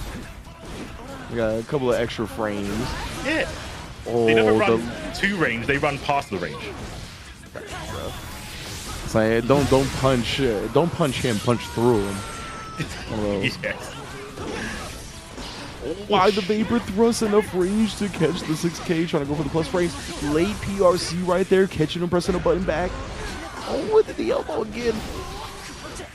Oh my gosh, the Kings 2K. Yo, these PRCs are running rampant in Pikachu's mind right now. Oh, fundamentals, to be fair. That was pretty fundamentally sound, right? I feel he's done that a billion times in every Guilty Gear with Kai. Oh, yeah. Oh, nice low profile right there. Tried the far S, but backdash getting clipped, bruh. You are cornered as well, Chirara. Wow. Oh yeah. my. Yeah, you need to reset mentally, Patrick. Yeah, this boy Chirara feeling himself right now, doing whatever he wants. Oh my. No whiff punch that time. Honestly, a little bit surprised. Does get the back throw. Okay. Both Stomp City. Break the glass, get that hard knockdown. Have to be wary though. Chirara's got a bag of bar. Oh, never mind. He gets counter hit. That's the first kick. That's. How did you know what side it was on? For real, and the block on the dust. Another hook stop block. He tried the delayed PRC again, but Chirara able to sneak out a 2K. Quick RC that time. Foudre arc with the shock state. That's plus frames. And then more for the shock state. Oh, one more whiff punish for good measure. Patachu, I think, expecting Chirara to keep his foot on the gas for a second, just throw out his 6P, maybe trying to catch a Alfares or a Foudre arc, something like that, but we all tied up now. Yep, this is the last bunch of players stepping up in Group A. 2-2, sticking with the Kai. Chirara having some options, but they've all been exhausted. Patachu sticking with the Sin the whole time, and he's sticking on the damage. Wake up reversal. Slightly delayed though, it wasn't reversal timing. Yeah, man, Patachu really clutching that security blanket at 6P, gets him with punish once more. Oh, but the L cunt. Not gonna spend anything afterwards. Hit really late, so it's tough to confirm. We are gonna confirm that throw into a lot of damage though. Wall splat super. Scaling actually keeps him alive off the throw. Ain't no way. Oh my. He did it. He might be in his mind. No. Plus frames, he's gonna mash it out. And when you only need a pixel right, a lot of the time players feel it's worth taking that risk. It was for Patachu there. Nice wild assault conversion. Yep. And then with Diet and Clats. Try to go for a 2S. Get snuffed out. Oh. I see. The vapor thrusters are coming. Patachu is just being committed to a lot of the offense as well. I like that. The 6Ps have been shutting down Patachu's air approach so often, right? That I love Chirara like not pressing it there and just waiting for Patachu to land and then throwing. Big jump out, covers it, big double jump to avoid the coverage, but not for long. Toses brings him down. He's eating mad damage for it, but knew he wasn't gonna die. Ride the lightning, that should punish, it does. And a locked out a burst immediately because of the overdrive. We got a final round. Couldn't have it any other way. The rivalry continues, even though it's overseas, they both meet here. Arc System World Tour. Oh my, yeah, there's no way you're avoiding that. This anti-air will be here. Yeah, we caught him committing to the Elka and right, just air dash back to get the punish. Very smart stuff. What the late jump S? Caught him. Patachu's been looking for a lot of 6P, but that jump S might have been low enough. Either clip the 5P or the 6P.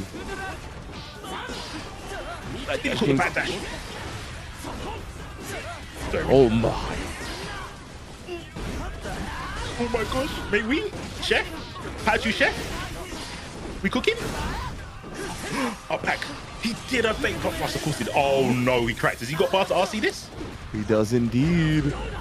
Big backdash sticks out the far S, and that's gonna be it. Chirara brings it back on the Kai. Take the set 3-2. Well done, man. Putting the W up. Consolation prize for Patachu. You couldn't beat you with Sin. Right? You know, at the end of the day, you could still have a claim to the superiority of the Sin Keystick. Yes.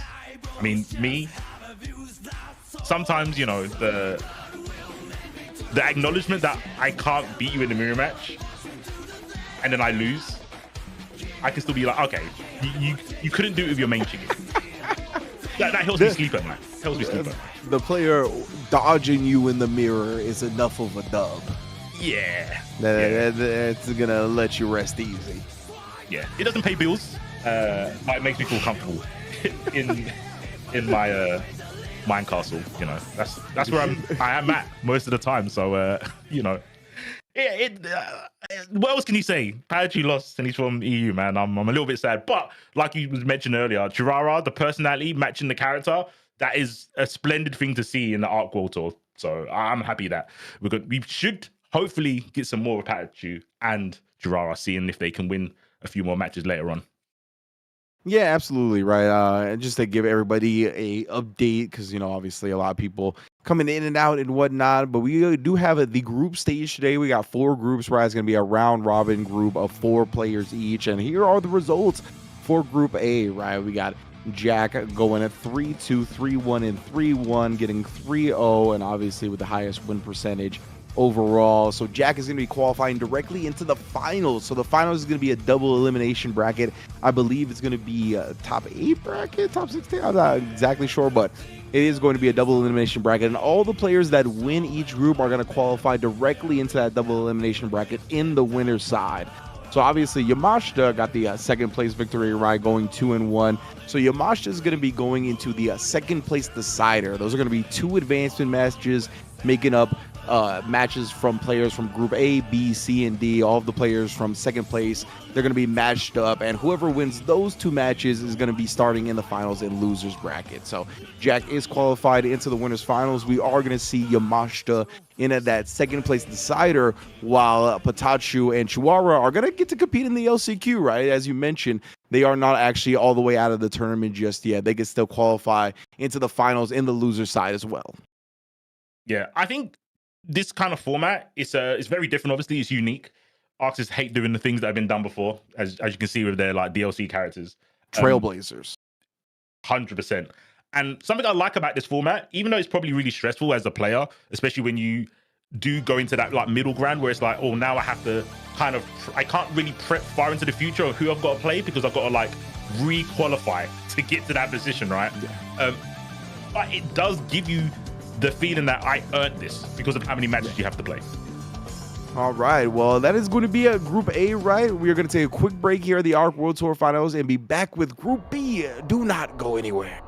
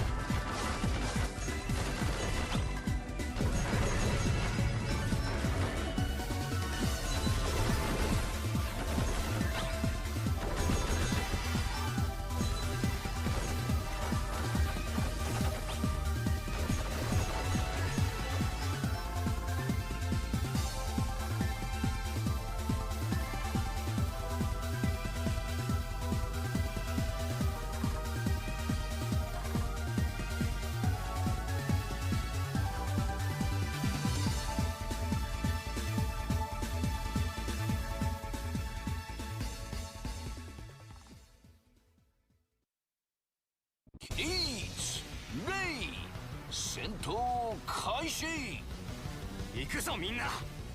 絶対にこの戦いに勝つんだ。ぶっ飛ばしてやるっすよ。食らえっす。まとめてやっちゃおうか。群がる害虫を駆除するとしましょう。さあ、君の学力で敵を殺戮するんだ。大切な人、大切な町を自分の力で守るために。これでみんなの役に立てるね。いいものみたいだね。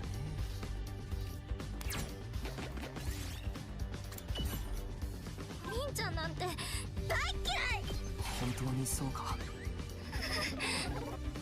お前を愛してくれている人のために。い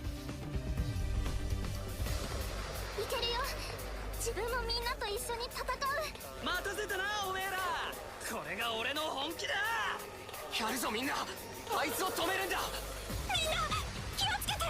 こいつの部隊長いつの間に現れたのよ。生物兵器。おい聞こえるか。聞こえたら R システムしてくれ。緊急。こんなところで思い出すんだ。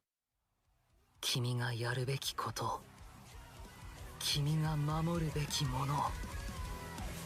俺のやるべきこと、最終防衛学園を、仲間のみんなを、彼らを守ることだ。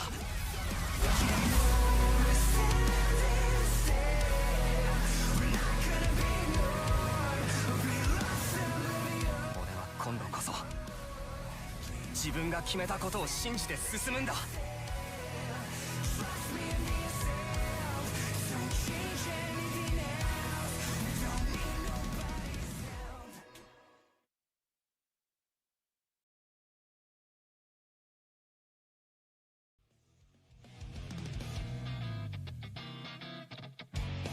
You know what time it is. We're getting aboard the Arc World Tour. There's two of us, me and Ringe. What are you saying? Yes, I dropped biblical bars, but we'll move on. Ooh, okay, C4. I'm done. No, we are in the building, man. One group is already in the books, right? Jack has qualified into the winner's side, which, I mean, it's no surprise. He was the second overall leader on the actual leaderboards, right? 615 points, only coming up second to, I believe, a player in this next group in Keishu What the Moo, the overall points leader this season, who has been incredibly consistent, right? Obviously, some huge wins over the course of the Arc World Tour season that we're going to be going into more and more.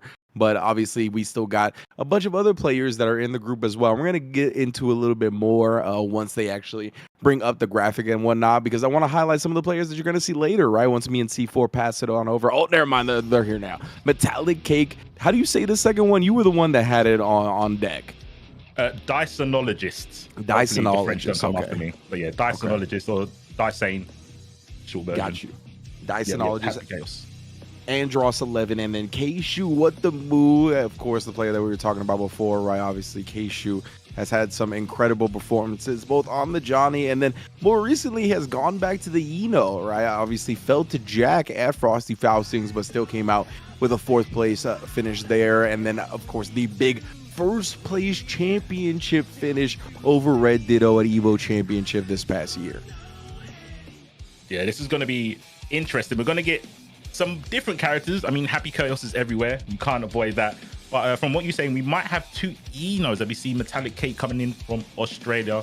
Fifth in the rankings. It's had a back and forth with Leo that didn't make it. Leo, who doesn't play Leo, actually plays Faust. Gone back and forth. I think Leo beat Metallic Cake at BAM. And then Metallic Cake got the revenge at C Major. Yes, yeah, that is indeed correct from what I'm able to tell as well, right? And of course, at that C Major, they were able to take the whole thing. Metallic Cake was, that is. So yeah, definitely got some first places under the belt. Definitely got some recent second places as well to Chiro and Gobo over at Tiger Uppercut and B Pro Cup 2025. So definitely has been one on the lookout. And as you mentioned, Epic Chaos is here, and just get used to it, brother. Dazonologist this time coming through as well. Got obviously top 8 over at Evo France. Has just been consistent, qualified through the leaderboard. And yeah, going to be seeing what type of brand of Happy Chaos that they bring to the table, right? Obviously, we've seen a more grounded Happy Chaos with Jack. We've seen Yamashita take to the skies a bit more than the average one. Dazonologists, I mean, they're going to have plenty of angles to approach this from. I think back in the day when I first started commentating Dazonologist's matches, the big comparison was between himself and Tiger Pop, right? And Dazonologist was way lamer. He will happily win at full screen if possible. If you keep getting hit by bullets at full screen and you can't show that you can, you know, like dash block or navigate around it with RCs or moves to make the crosshair miss, he will happily do it. He's one of those, he's comfortable in the win condition. He doesn't really care how he gets it. But that doesn't always work. Sometimes you have to get kind of messy. You got to play in the mud, right? With Eno, I don't think it's going to be that easy because Stroke the Big Tree is pretty good about getting around the Happy Chaos shenanigans. Yeah, absolutely right. Has such a low profile on it. Can definitely do some dodging of the shots from the reticle. But in general, it'll be interesting to see how Dazonologist goes. And as you mentioned, right, already going to the back of the screen, kind of cornering themselves in this instance, especially with a burst god. Now you're in a really tough spot. You are a big Tim. No reversal. Back to the wall against Eno. Yeah, just put the French fries in the bag, unfortunately. But it's only 1 round. We can clap back. We can clap back. But yeah, there's even more tools. I said about Stroke the Big Tree, and you confirmed that, right? But there's also stuff like Chemical Love and just putting them no out, because that's a pretty good trade to take. Yeah, absolutely. Definitely. Eno's got multiple, I think, options in this matchup to make it a little bit more annoying for Happy Chaos than the average one. And right now, though, this offense to just put in so much work. Even though Dazonologist has a burst, there's so much ground to make up, bruh. Oh, tried to even up around the burst right there. That's a little delay. Puts Metallic Cake in the corner as well.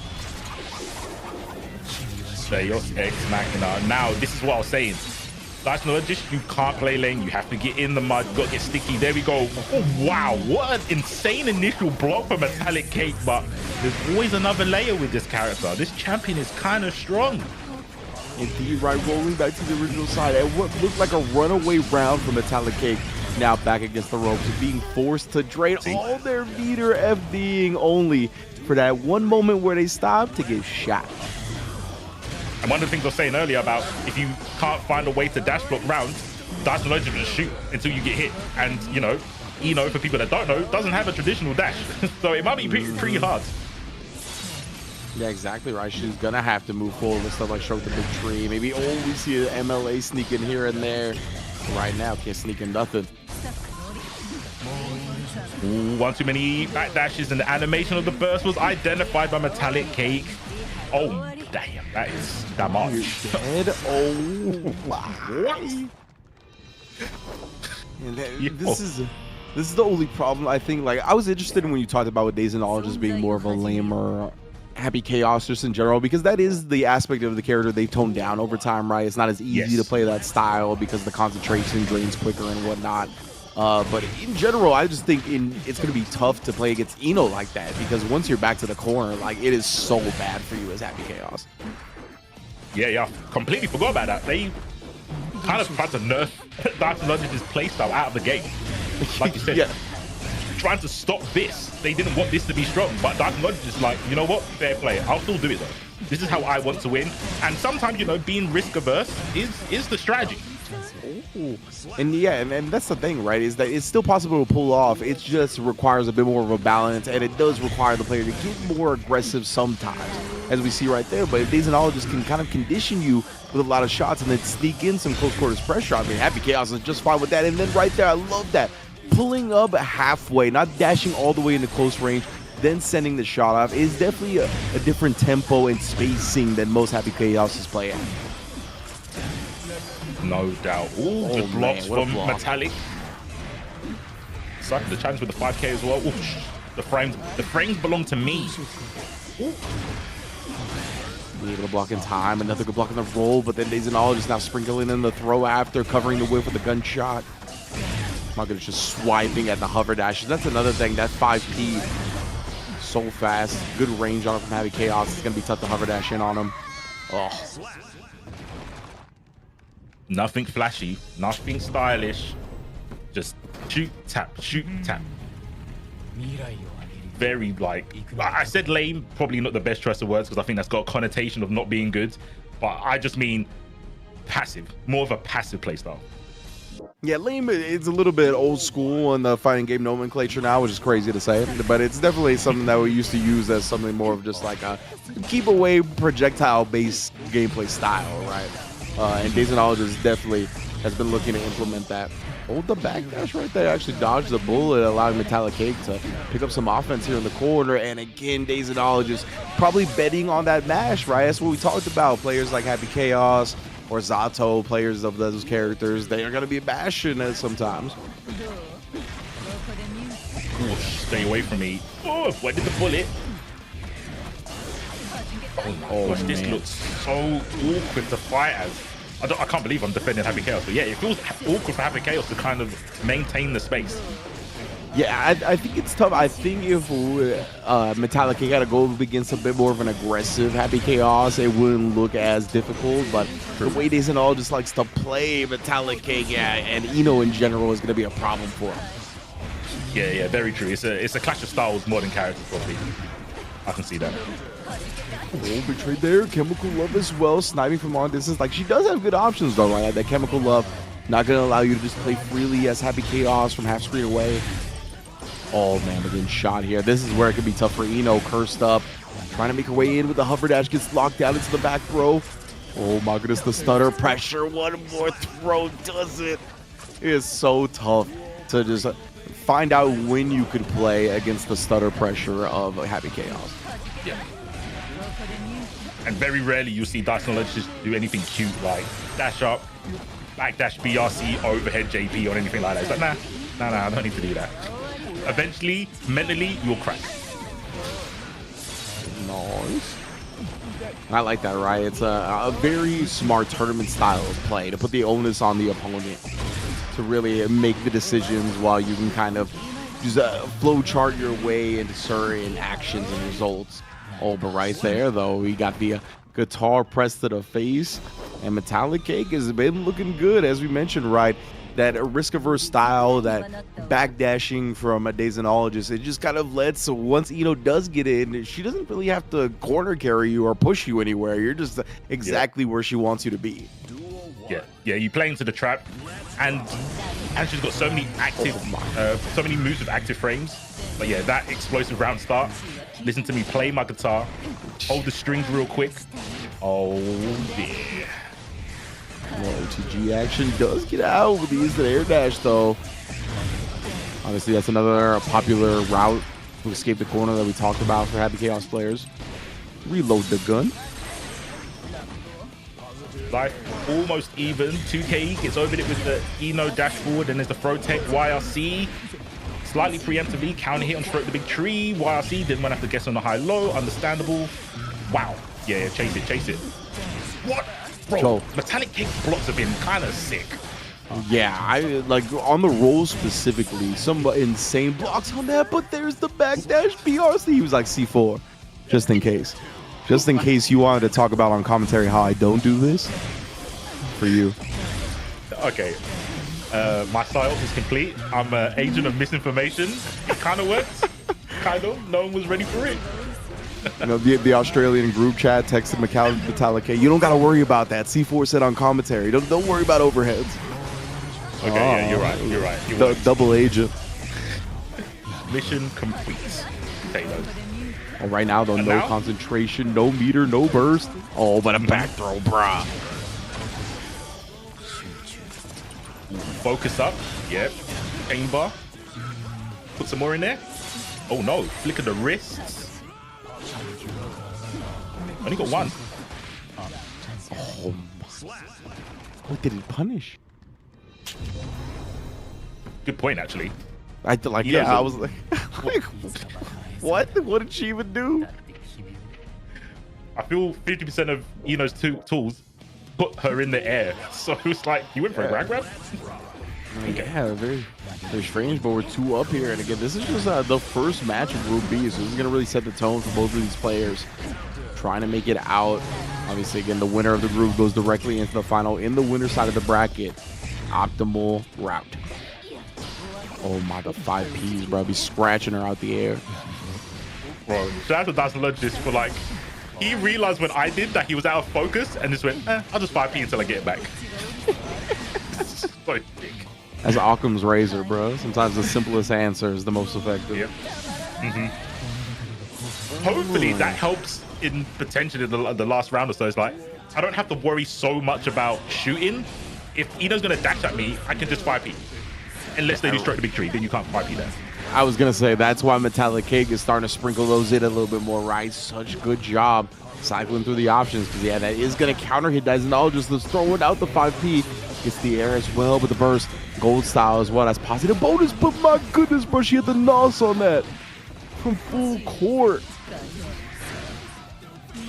And yeah, Metallic Cake finishes it off 3-2 to take it over Daisnologist in the Iron Maiden, bruh. Yeah, obviously, a very proper shirt to wear to a Guilty Gear tournament. Yep. So, I mean, you got the memo. And I don't know. I don't know if you're aware, but I believe the Iron Maiden mascot, the skeleton, is named Eddie, and that is where the inspiration for Little Eddie comes from. I believe I have that correct. Oh, I did not know that. Yeah, so if I'm sure most people are familiar by now, but of course, Guilty Gear layered upon layered with music references. I think it's because I think it's King Jobber that has a lot of the cool little lore breakdowns on Twitter for the music references. Yeah, check him out. I think there were tweets. I don't know. Hopefully they're on YouTube, because that would be like a good playlist to have, to be honest. I remember catching some of the Slayer move names. Yeah. There's a lot, like legitimately littered everywhere. I think even with the new characters, right? I think Unica, I was just going over. I was like looking over Unica before the tournament, and she had one that was like really obviously a super music reference, like Megadeth Buster. I think it's spelled like the band Megadeth, close to it. Oh, sick. But yeah, there is all kinds of stuff in Guilty Gear like that. But right now, we're going to get the other 2 players in that Group B. It's going to be Keishu, What the Moo, going against this fella, Andros, with the big body. Plays a little bit of Leo, but we know and love him, or hate him, for the Potemkin. Indeed. This Andros has made crazy waves in Europe. I'm sure the chat is going to start their vamoose soon. But yeah, premium Potemkin play is going to be on screen, and Andros is going to need to bring it, because he's going up against, a pretty good player, wouldn't you say, Ringe? Yeah, exactly right. If you didn't catch the top of Group B, we were talking about how this man that he's going up against next, right? Keishu What the Moo, the overall first place point leader for the season of the Arc World Tour, has had tremendous results this year. Getting first place at EVO, I think 4th place in this latest Frosty Faustings. And yeah, man, we know a lot of, I think a lot of people know him for his Johnny play. That's, I think, where he won EVO on, of course. But since then, since a couple of patches, I think he's gone back to his first love, which is Ino. As you can see, both characters, represented here. Keishu, I don't know if you know this, huge Daru Ino fanboy. So Ino was like the first character that he was really putting work in with, and then obviously really got involved with the Johnny and had tremendous success with it. But he's been playing Ino forever. I think I remember you saying that at EVO. Yeah, he's a huge Daru Ino fanboy. So he's been an Ino player for longer than he's been a Johnny player, if I recall correctly. Interesting. Kind of scary to do that well with Johnny to win EVO and to be like, that's my pocket, by the way. Like, right. I care way more about Ino. As that's a testament to Keishu's skill. And I wanted to say this in the last match. It's not often you get this opportunity to see, players from different sides of the world. Obviously, with Daisnologist versus Metallic Cake, that's Australia to France. Like, very rare to see them 2 players be at the same offline place. I think a similar sort of case for Andros. I don't think Andros has traveled much outside of Europe. And I don't know if it's the same for Keishu. I think Keishu only really plays in NA. So besides online, which, you know, is kind of viable depending on the location Keishu is in America, you wouldn't get kind of this like gourmet game where there's no infiltration of lag messing anyone up. It's just clean matches. Absolutely. And in a neutral environment, right? Offline. Yeah. Obviously, both neither of their home countries either. So no like crowd support in that sense either. But yeah, nobody gets to be in their boxers at home on their usual setup. Like this is the offline atmosphere. And these are two huge players and favorites to go a long ways. And they got to meet up here in the group stage. So Keishu going to start with the Eno, right? Which makes sense. Obviously, you want to be off the ground plenty up against Potemkin. You want to get busted. So it makes sense to start with this and see how it goes. It is insane that we've got 2 matches back to back. We've seen Eno twice, and Daru's not played yet. Yeah, Daru will be coming up in Group C for all the Daru fans out there. Definitely a stacked Group C as well. Oh, man. Keeping that pressure up, but deflect shield.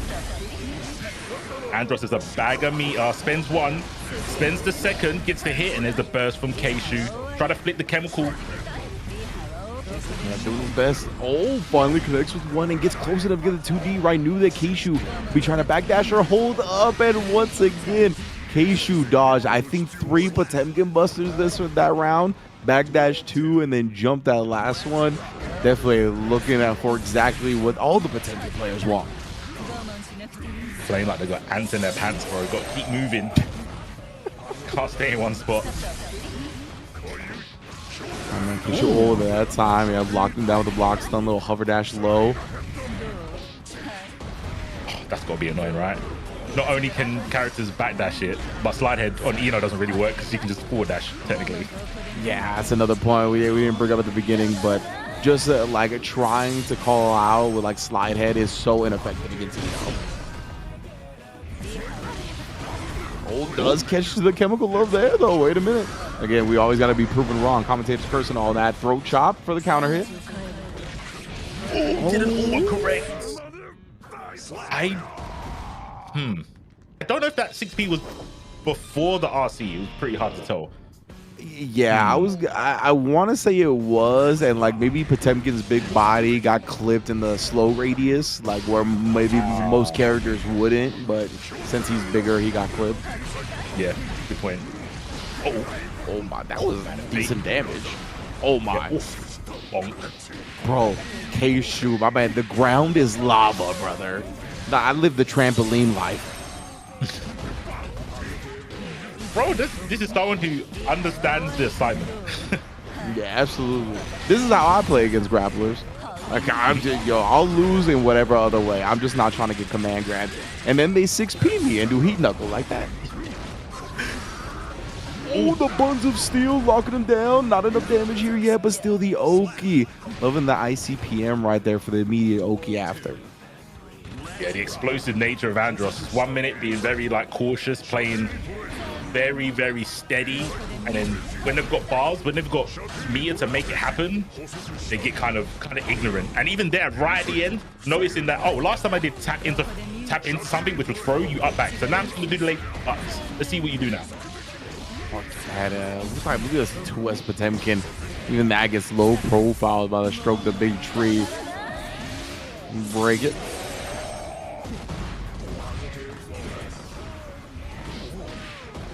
Oh, click once again here, low deflect shield. Andros has been looking for that quite a bit. Okay, block the slide head. Scheming, no anti yet. Andros knows, right? With no meter or no burst or anything like that, like he's gotta get, off of him as quickly as possible.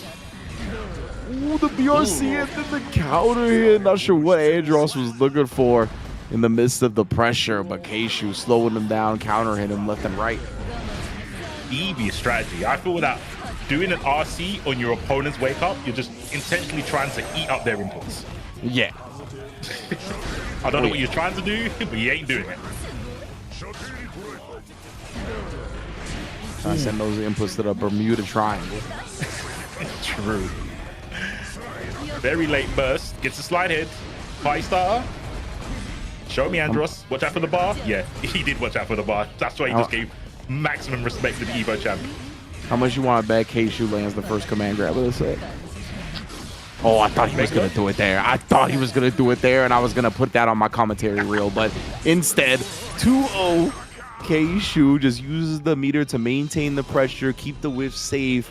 And just, again, this is what's led to a lot of his success, right? Is that he doesn't get greedy a lot of the time, really smart resource management, just taking the safer, optimal route to victory, even if it means it's the longer route.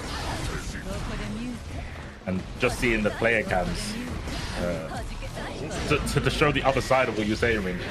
The despair I feel I could see in Andros play like, yeah, damn. I got to play 2 Enos in my pool in big 2026. What's going on? Yeah, man. Andros definitely looks a little bit frustrated, a little bit downtrodden, and who can blame him as K-Shu opens this one up with a perfect, oh, it's not going to get any better, C4. It's not. We need a drastic gear shift, right? From Andros. 2 games down, 1 round down in this last match. Oh my, yeah, this is the poise of someone who's 2 games up. Nah, son. Now K-Shu doesn't flinch. He blocks both attempts at trying to get the jump out, and then he threw the wild assault on the. You got him, bro. I'm out. Yeah. It's so hard to crack someone who's got this kind of confidence and lead in the match. Look at him. He's still not flinching Yeah. now. Oh my god, bro. Finally gets with the hammer fall. Guard break here, and finally catches an up back right there. The purple beat. You ain't going nowhere. I think the heat knuckle's meant to hit there so you don't break the wall early, but regardless, oh my, okay. Andros. I like that, you know, the pop buster landed when he didn't need the pop buster damage. That's taking advantage of K-Shu's smart, like, risk reward style decision making, right? True. Yeah, you're 100% right. That's like a top player mind game, right? You're not looking for the grab because you've only got 1 HP. Like, why would you look for this? Yeah, exactly. Like, you could just kill me with jab. Yeah. Oh my goodness, yo, the chemical love, brother. That is a toxic. Forgot about them ones. Oh, gets hit with the overhead. Not dead yet. Good blocks, backdashes. Oh, hold on a minute. There's the burst. Now we've got an even game. Indeed, here in K-Shu. Look like he's trying to pick his spot carefully here. Yeah, like he's like going back and forth, wanting to end this like a certain way, but might be playing with his food a little bit too much. Finds the way in immediately after. Not enough to kill just yet. RC for the pressure. Andros kind of bear it all. I respect it. It's you know, you play pot, but after the RC going, I'm gonna pot buster. That was a kind of, if this works, I've got a good chance of taking this set because then I've got this kind of momentum mentally that I'm so unpredictable when my back's against the ropes. But like you said, I think K2 just played the matchup to a T. It's like, I know how Andros beats me and I'm just not gonna give them that opportunity. And then when it got to 2 games up, they were like, I can kind of play a little bit more loose because I've got the lead here. Yeah. And it's partly the privilege that Eno gives him in that matchup too, right? Is where when you do something like that, where you're going to like delay your pressure for a moment, the fact that Eno's pressure is coming from that hover dash means that if he tries like a Hail Mary pop buster or something like that, even if you mess up your timing, like it doesn't really matter because you're airborne. Like other characters who might want to like try to call out like a fuzzy defensive timing and delay their own pressure, they might get command grabbed, right? Because their pressure is going to be on the ground. If they mess up their timing, then they get pop busted. Eno doesn't really have to worry about that. So yeah, that's just one of the benefits for Eno in that matchup. But K-Shu looking exactly like who we thought he is. No doubt. I think now it's a kind of K-Shu's got that confidence. Metallic obviously winning their set. If you did miss that, that happened a bit earlier. Beating Disologist. Both of those players feeling pretty confident. I think, especially for Andros, maybe Leo might have to be an answer. Maybe Leo, because I feel, you know, you mentioned it earlier, they have got a Leo in the back pocket. Yeah. And that looked so frustrating. Maybe it's not a bad matchup, but it's definitely frustrating. And you don't want to be frustrated because then you make more incorrect, I guess, guesses, or maybe just you hesitate too much and then you get hit by the Eno overheads. Yeah. Like when it comes to like bad matchups or good matchups or whatnot, I don't really like to like get in too much to the weeds on stuff that I'm not super familiar with. But I will say, when a matchup makes a player play the character fundamentally different than how they play against most of the cast, then at the very least it's uncomfortable, right? And that's really what Ino does to Potemkin because she's in the air so much. So whether it's a good matchup or a bad matchup, whatever, you have to play it differently than you do most other characters. So that definitely constitutes some type of change as well. But right now, we are going to get Andros as staying on right now, and he's going to have to go up against, man, you know, you were like 2 Inos in the pool. Guess who the other character is?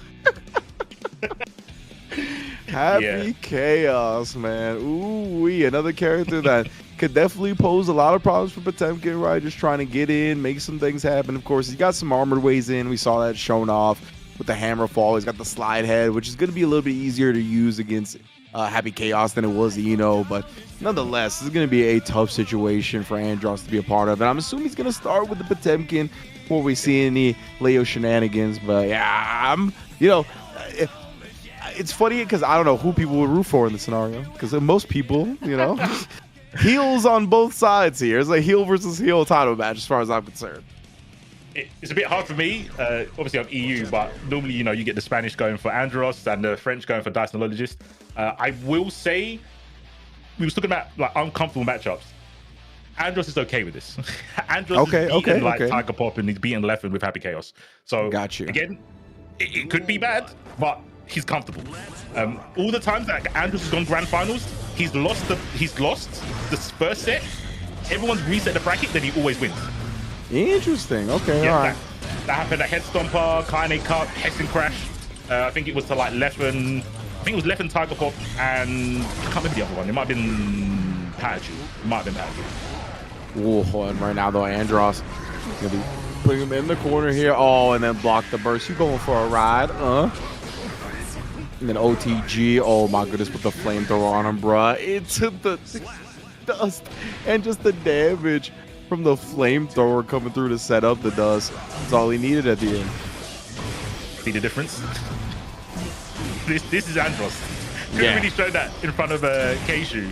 But like I said, he's played this matchup so much. It's kind of like, I don't know. I feel he's got an answer to it, or he's just more focused on what he needs to do to win.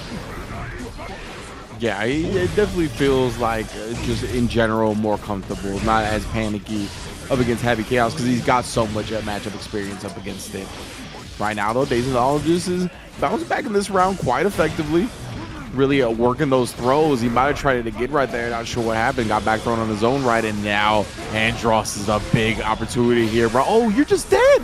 What a combo. Both supers, bro. Andros taking him to the heavens and back down to earth. Double super in my guild. His face. The eyebrow raise.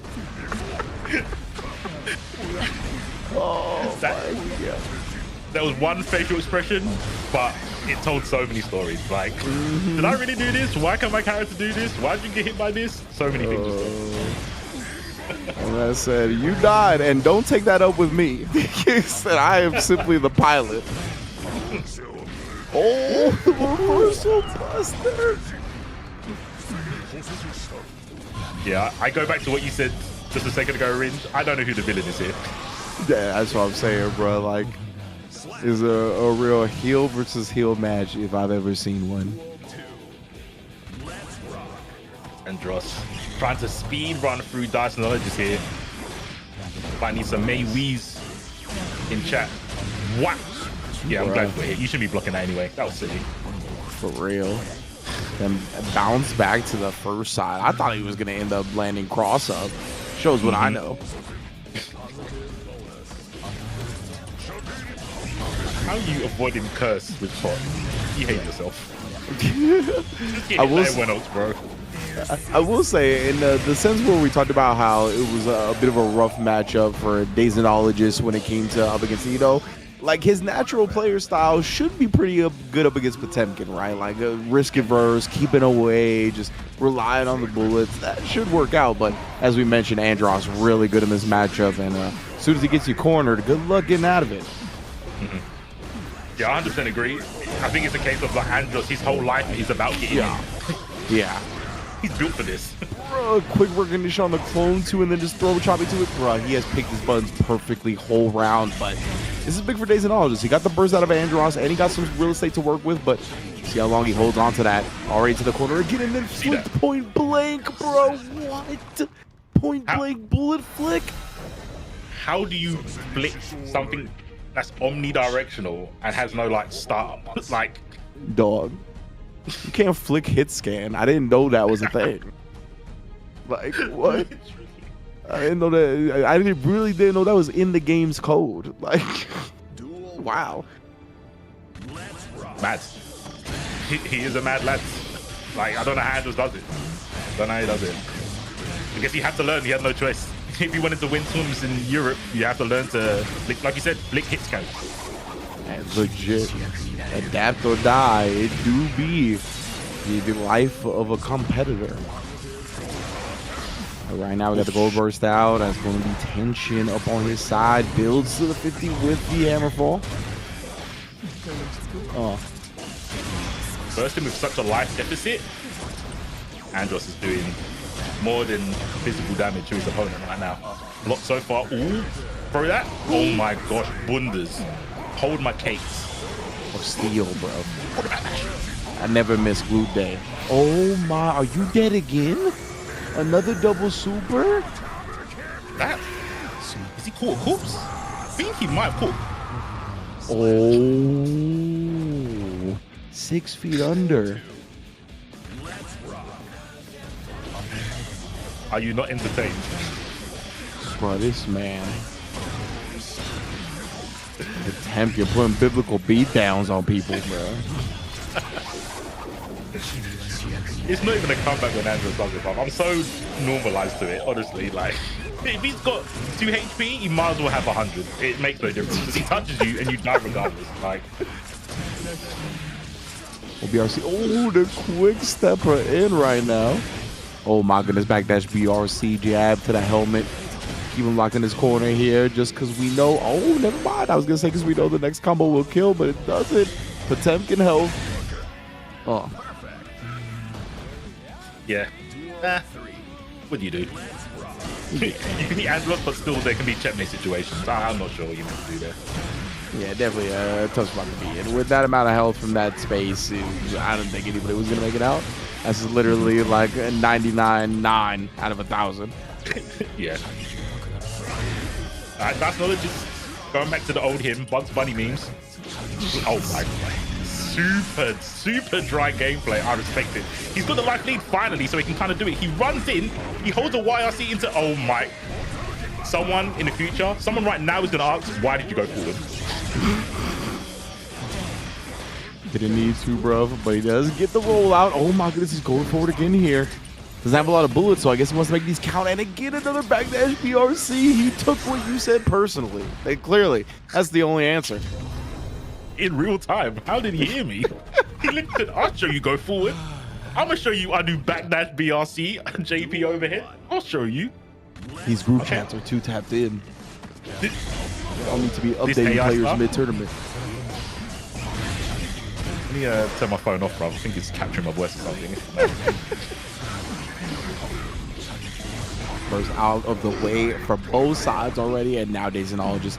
Oh my god, what in the world? The little hesitation right there, bro. Oh my god, I thought it was going to be a pop buster too.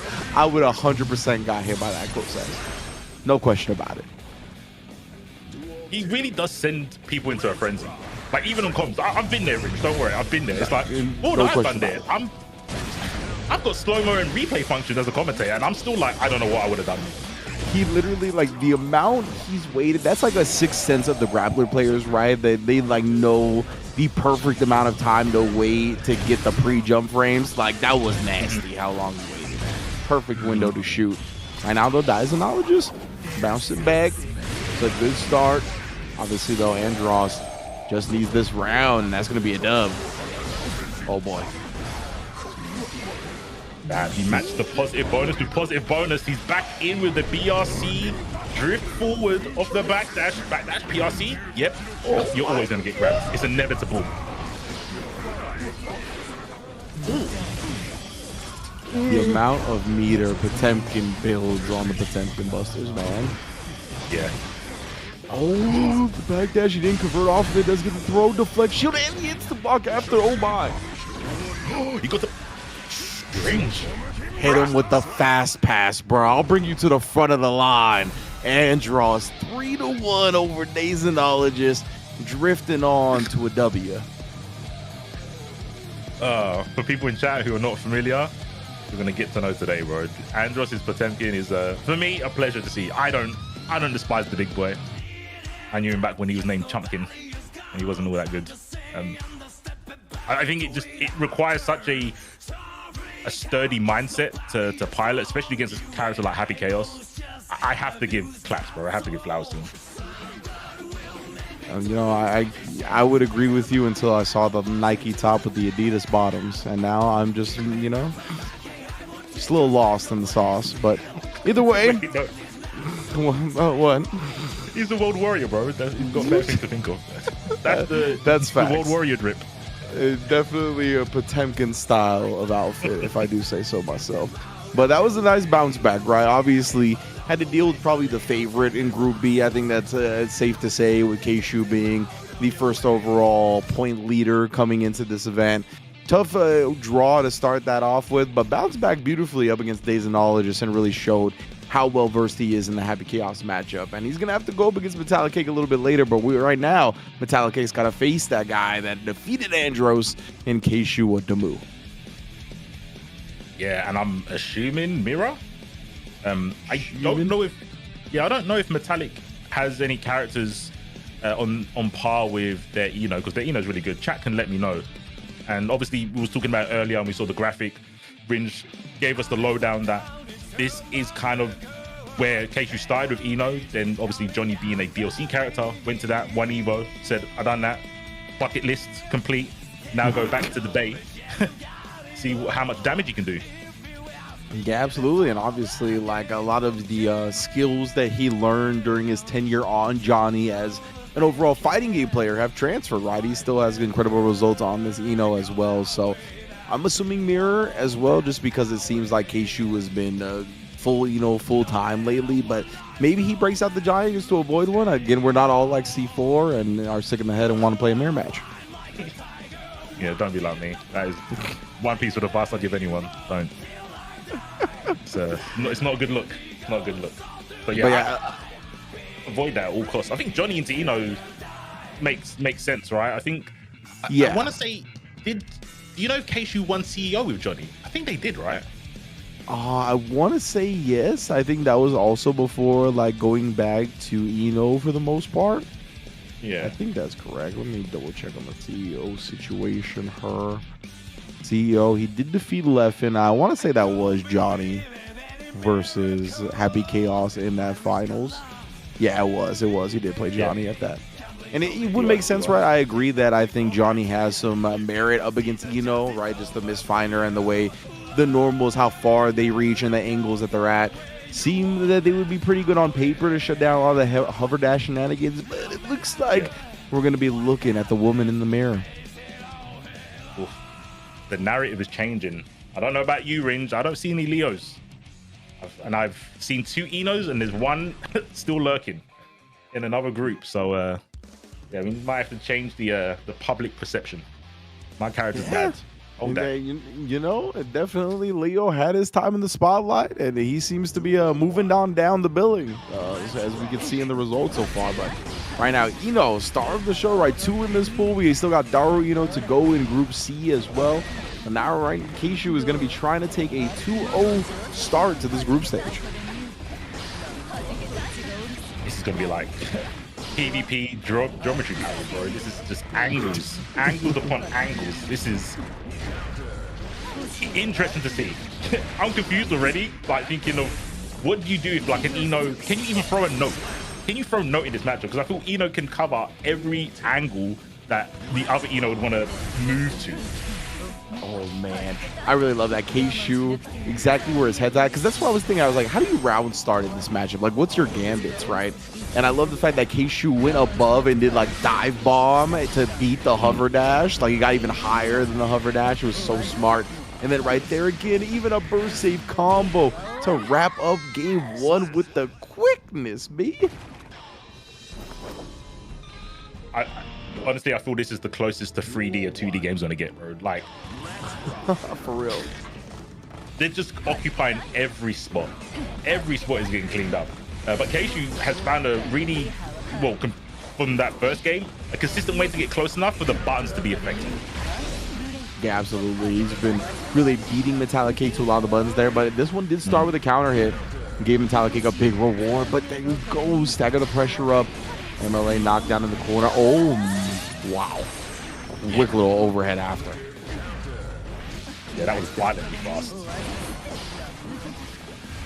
There's the note. Okay. To the skies. A lot of these reversal buttons are just getting jumped in on Keishu, really identifying the way Metallic Cake likes to play defense. That's why Metallic Cake, you switched it up right there. I like that 5K, at least a better angle to hit the hover dash. Yeah, very, very true. It feels like a standardized 6P in the 5K, just without the upper body invincibility. Bro, Eno damage, kind of high. I know I'm the first to say that, but you really do be feeling real, especially against Eno herself. Oh, that time though, the BRC, it's beat out by the active frame. Right, Metallic, the life lead right now. What we're gonna do with it? Oh, I'm not gonna spin any RC. Yeah, gets the cross up and then to follow it up with 6P on a dive kick. Oh my god. I mean, it's plus on block regardless, right? So I guess that's why you just do it, but that was ridiculous. 2K into immediate super. If it hits, it prevents her from using burst. Keishu, Galaxy Brain stuff. Kind of doing the most. My respect. Don't get to see this character too often. So let him know who's best. Ooh, air clash and dive kick from Keishu. Prospers in that situation. Okay, Metallic Cake turning the tables really quick in this round. Needs to keep up the momentum though. Oh, never mind. Oh, but he didn't punish though. Wait, that's not a punish, is it? It was a little strange. Yeah, I was gonna say, I think they still got the punish off, but you're right in the sense that most of the time when you see that super punish, it's a little bit earlier than that actual punish. Yeah, a little strange. I think it's because they didn't block the projectile path. Yes, exactly. Yeah, good punish. Yeah, usually you have to punish it before like the projectile comes out. Yeah, but doing their due diligence right there. Metallic Cake, I mean, maybe the fastest game we've seen all day. So that at least bodes well as we get themselves back into the set. Understandable pause there in Keishu. That was a very quick round. You have to kind of evaluate. Did I do anything wrong or did I just get got? I think has that in the toolkit, right? Where it doesn't matter kind of how your skill level is. Sometimes you just incorrectly guess. So it felt like one of those moments where Keishu, having the 2-0 lead, right, kind of took his foot off the gas a little bit, breathed a bit easier, while Metallic Cake was like a cornered animal. It just felt like two completely different approaches to that round. And now I think Keishu's going to be having to wake up a little bit more, doesn't want this to get tied up. Metallic Cake is looking to do exactly that. Going to get the super wall break as well. That's a nice spot to be in. Yep, and that's all from a back throw. Oh my gosh, get bamboozled. Watch the birdie. OTG with the guitar to get the kill. Can Metallic Cake keep up this momentum? Maybe. You can see they're really locked in right now because they even kind of went with like a burst safe route with the OTG for the kill when Keishu didn't even have burst available. So, but they are just trying to be as optimal as possible. That's so sick. That's actually so sick to be. Like, that's how locked in they are. Yeah, it's kind of a locked in situation. It's like, I'm just going to do the I'm just going to do the best thing, regardless if I need to or not. I kind of respect that. 100%. That just tells me like they are in the zone right now. They are looking to achieve flow state, and I mean they're doing good. You can see the 6P here as well. Really bucket out, and that pressure, the quick RC with the overhead afterwards. Builds into the super, the burst. He tried to wait for it right there. K-Shu ends up getting counter hit. Goes with the beautiful quick RC into the jabs as well. Again, trying to take that burst into account quickly. And look at that 2-2, bro. We're all tied up now. I love how Metallic kind of dropped the momentum the first time to bait the burst, and the second time, like you said, quick RC, jab, jab, jab. It was like, I'm not going to try and bait again. I'm just going to make it look like I'm trying to bait. Yeah. Beautiful, beautiful stuff right there. Just using the lights, bring them down quick with it. Man, look at the way Metallic King has bounced back. I know Australia is making noise right now. On the other side of the world, I can hear him. I feel the ground shaking, and I know why. Legitimately, remember, K-Shu, the overall point leader, the most successful player by point standard of the season, and Metallic Cake is on set point against them. Yo. Time for Down Under to stand up, bro. Let them know. Metallic Cake, from 2 games down in the mirror match, asserting dominance. Look at this again. Oh, man. And actually going to opt for the wall break. Built the tension for the super version of it. Like this idea a lot here. Oh, man. K-Shu with some solid defense. Yeah. Sensational blocks there. Can he turn that good D into a W? Oh, my goodness, bro. Faded away from the stroke. Oh, but sniped by the Chemical Love. Puts out a note afterwards trying to beat him out. And a Chemical Love again beating her to the punch. Yo, that's the third one. Metallic Cake, 4th one. He's taking the lead off Chemical Loves alone. Oh, doing the bar. Oh, looking for the burst. There it is. Nice. Slightly delayed. Oh my gosh, K-Shu just goes in. Not looking for the burst. Oh, drop the combo. There's the burst. It baits it. And K-Shu says, I'm not down yet. Last game, last round range. No one's got a burst as well. This is huge, and they're both 1-0 here. This is to go 2-0 up in the group. With only one more match left to play, this bodes well for whoever wins the match of making it out. Oh my goodness, K-Shu started off heavy, but Metallic Cake, some nice place to barre. We're back to the neutral, and now he's got the quarter for himself. Super blocked again, but RC to stay safe. The flex shield didn't actually connect, but no punish. Good blocks from both players. Has Metallic identified that K-Shu just likes to stand block? There's a lot of blows that have been hitting. There's the dive kick. Oh, delayed! I think he reacted to that. Really? Yeah, delayed, baited it out. That's going to be enough damage with the wall break. Metallic Cake takes down and come back against K-Shu. What the move? Oh, man, what a set. Make space on that resume, bro. I beat the Evo champion in a money match. Beat Down the under, Evo champion. The #1 overall leaderboard pointer, bro. That's, man, impressive. Senpai noticed me. Wow, bro. Metallic Cake. And now he's going to be 2-0, right? Going up in the set after already taking down Dazonologist. So that bodes well, man. He's got to have Adros left. K-Shu obviously at 1-1. Andros now at 1-1 as well. This could be a very interesting group. K-Shu going to be going up against Dazonologist to keep his hopes alive of making it out of this group. He's got to be Dazonologist, and he should do it convincingly if he wants the best chance, right? If we go to the tiebreaker scenario, we're going to start going to the overall rounds and the games and the ways they're breaking down. So K-Shu got a 3-0 in his first match over Andros, I believe it was. So if he gets another one here, then if we get a couple of 2-1s, he's still got a good chance of making it out in winners. Yeah, and I think, like you were saying, the ranking of the points kind of gives us an indication on who is to look out for, right? And yeah, I think K-Shu losing there is going to send a kind of a shockwave through the rest of this group. As you can see, the next matches, Andros having to go against Metallic Cake, I believe, in the next matchup. But yeah, Keishu, Dysonologist hasn't had a great run so far, but could turn it around. They're gonna have to maybe jump on board of the metallic taken at Keishu. Maybe Keishu second guessing themselves. But we've been talking about it a little bit with Dysonologist's style. He has shown that he can swap it up to prove me wrong, which I respect. But maybe they have to do it a little bit earlier, because I feel they're playing passive at the start, and then they're like, okay, now I have to do this. Yeah, and it might be a bit too late at that point.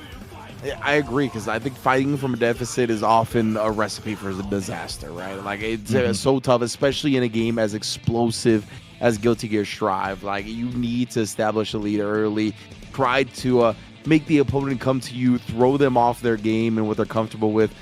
I thought he was just hovering Asuka, for a second, just, for funsies, but are we getting a serious consideration here? How much mental damage does Metallic Cake do? For real? Hovering over the Master of Sorcery.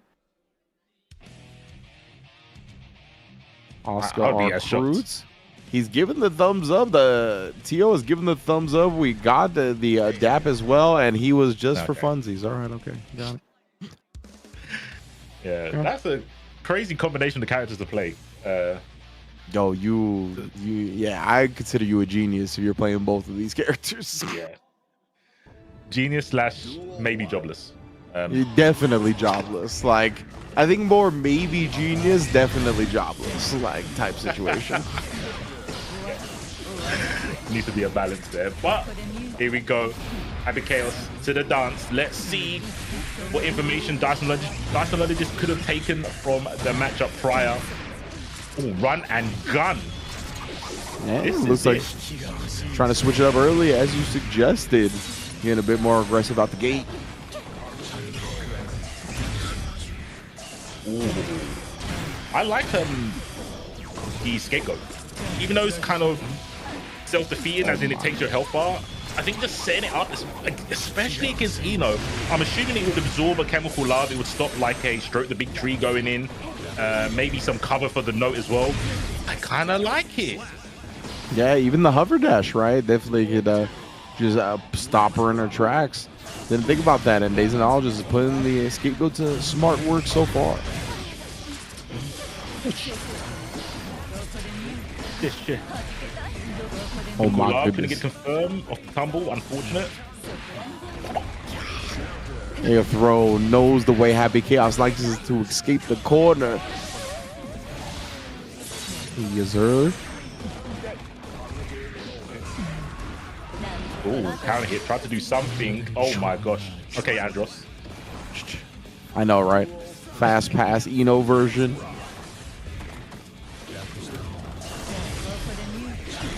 Reticle off the mark here, but Cursed Up now is going to be a lot easier to be on the mark. Yeah, I think it looked like it beat the Chemical Love startup just in time. Ooh. Okay, we're hitting the mark. We're not getting much of a combo though. Oh, running gun. Crosshair wasn't there. That hole. I need a VR check, bro. That crosshair was nowhere near the headshot that did land. Now the Ex Machina gonna ring out here. Keishu. Huge deficit to overcome. Now Goldberg's actually blocked in backdash. Gets 6S for trouble. Wow. What a call out. And the W on the board for Dysonologist. Already a really good look. And Keishu, as we talked about, if he's going to end up taking this set and be in one of those 2-1 scenarios for potential tiebreaker, every match matters. That L could come back to hurt him. But he's got to get this hold up first, and Dysonologist is the one in the lead. Has to kind of put it behind them, but like you said, you can't forget that you are a game down, and that might come back. But you have to kind of rinse it from your mind and go in, I need to just win the rest of the games to even stand a chance for that one game deficit to make a difference. But Dysonologist is going absolutely berserk. Abandon the ways of lameness, because I must get W's. I've come too far on this plane to sit back and get overwhelmed by Enos. Yeah, we saw Keishu, right? Once he took his foot off the gas a little bit when he was up 2-0 against Metallic Cake, that's when Metallic Cake came back 3 games. So Keishu, we can't really afford to take even a second of a breather. Got to stay locked in each and every round. Oh, nice little FD and then backdash, jump, dive bomb. Just a beautiful sequence of movement to get out of the range of Happy Chaos YRC, though. And then backdash getting clipped. It's never easy to escape the madman. Oh, no confirm off the cross-up gunshot. There was a little bit of high there. Maybe could have got 5k or another bullet. Speaking of bullets, only 2 left and the focus is really low. Hold out the yeah, beautiful call out on the MLA cancel, bro. Was not gonna get bullied by those plus frames. Curse, scapegoat. Oh yes, that's my diceologist, bro. Scapegoat taking the hit, following that, and punishing with a gunshot, and then again the float back into another punish gunshot, cursed up. Close range combat as well, because you can see the concentration, it drains so fast when Happy Chaos is full distance. Yeah. This gives him carte blanche to just run forward when you've got the focus and the bullets there. Oh my gosh, hold the toes. No bullets, no focus, just hands. We've gone from gung fu to kung fu, bro. Awful. My goodness, bro. Days and all just going up 2-0 now. This is a gigantic. This has gigantic implications for this group, because despite Days and all just being at 0-2 right now, him taking down Keishu, that's gonna firmly make this basically between Metallic Egg and Andros for the winner of the group. Right now, though, Keishu, he's found himself in the opposite position he was in the last set. See if he can show off some Metallic Cake comeback-like skills. Ooh, okay. The first 5k too early, the last one too late. Goldilocks didn't happen. Unless you talk about this positioning, because Dyson just loves this life lead, and I've got space to shoot, but low focus.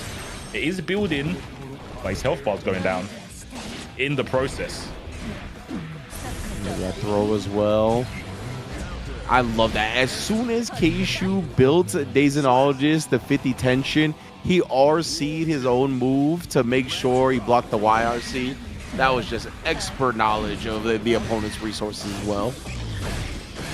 Yeah, that was on point, like you said, just HUD tracking. Wow, active frames, they're everywhere. Everywhere, bro. Hello? So outside, I just look, there's the active frames. So again, just causing a ruckus on the corner. Wow. Well, right now, though, Days of Knowledge didn't even try to like burst before it got wall splatted, and just like, yeah, let's go next, bro. Like this game was out of pocket. Oh, I've never seen someone run into a counter hit. It's, should be like that sometimes. Maybe do. Ooh. Okay. Yeah. Violence. Oh, I don't know what side that hit on. Zero clue. Literally zero idea. That's how people like their J2Ks. Oh yeah. Good luck on the Side dust of though. ambiguous.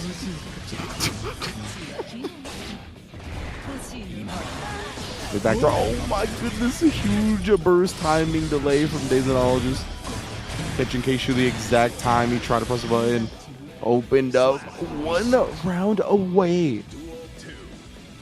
I want to be a Debbie Downer. That goal burst was interesting.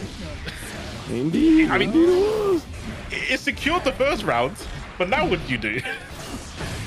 No, you got faith in the burst being built back up before it's gonna really need it. But how true that is, I'm not sure. He's missed a little bit, or a couple of times on the backdash BRC now.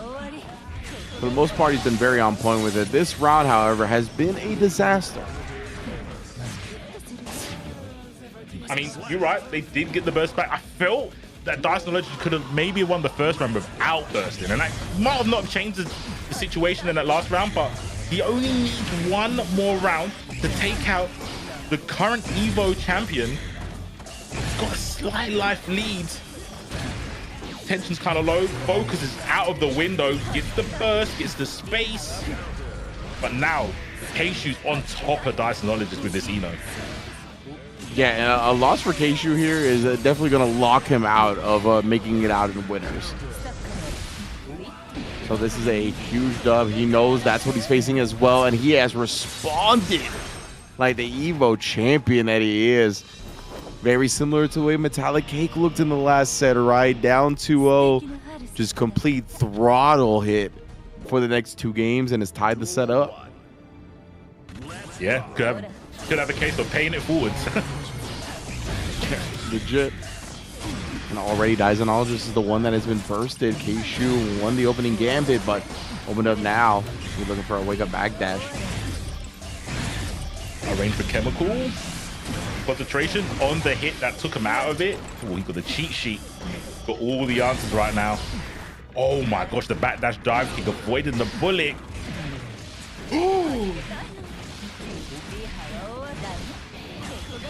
Stomping him down. Super still connects in time. Keishu now, was he going to take advantage of? Oh my goodness, he tried to press his advantage a little bit too much after the crusher. Oh, but the throw was too early. We saw the startup only to get punished with Keishu's throw. 1 round now for him. Super unfortunate, but you have to remove that from your brain cells right now. Don't let that fluster you, because this is your last potential way to get some points. What an air throw. First still on the table for Dyson, just gets the scratch, and then he gets the burst out of Keishu. Stand blocks. Oh, man's firm on it. Put it in the skies. Oh, and I love that the immediate curse, knowing the timing, but the dive bomb gets through it all. A little delay in the routing as well for Keishu, trying to call it the burst, but a great timing from Daisonologist. Gets out the corner. Oh, one too many backdashes. That's going to be it, right? Range. It is indeed. Keishu gets the wall splat and brings it back. Back-to-back 3-game comebacks by Ino. 1 for Metallic Cake, 1 for Keishu with the move, which makes this last match that we're about to see between Metallic Cake and Andros 11 extremely interesting. Because whoever wins that match, it's either going to be Metallic Cake. If he wins that match, right, then it's going to be 3-0. We got no questions. He's going to make it out in winners. He's the one that didn't drop any matches. If Andros wins, we got 3 players at 2-1, right? Then we're going to have to go through to the actual match overall count and see who fared the best there. I know Keishu has 1-3-0, but his other sets were 3-2. Metallic Cake, I think both sets have been 3-2 so far, which again, obviously if he wins, it doesn't matter. But Andros, yeah, we're going to get to all of that in the tiebreaker if it comes to that, right? But we got one more match in Group B, and it is going to be Metallic Cake sitting at 2-0, going up against Andros, who's sitting at 1-1.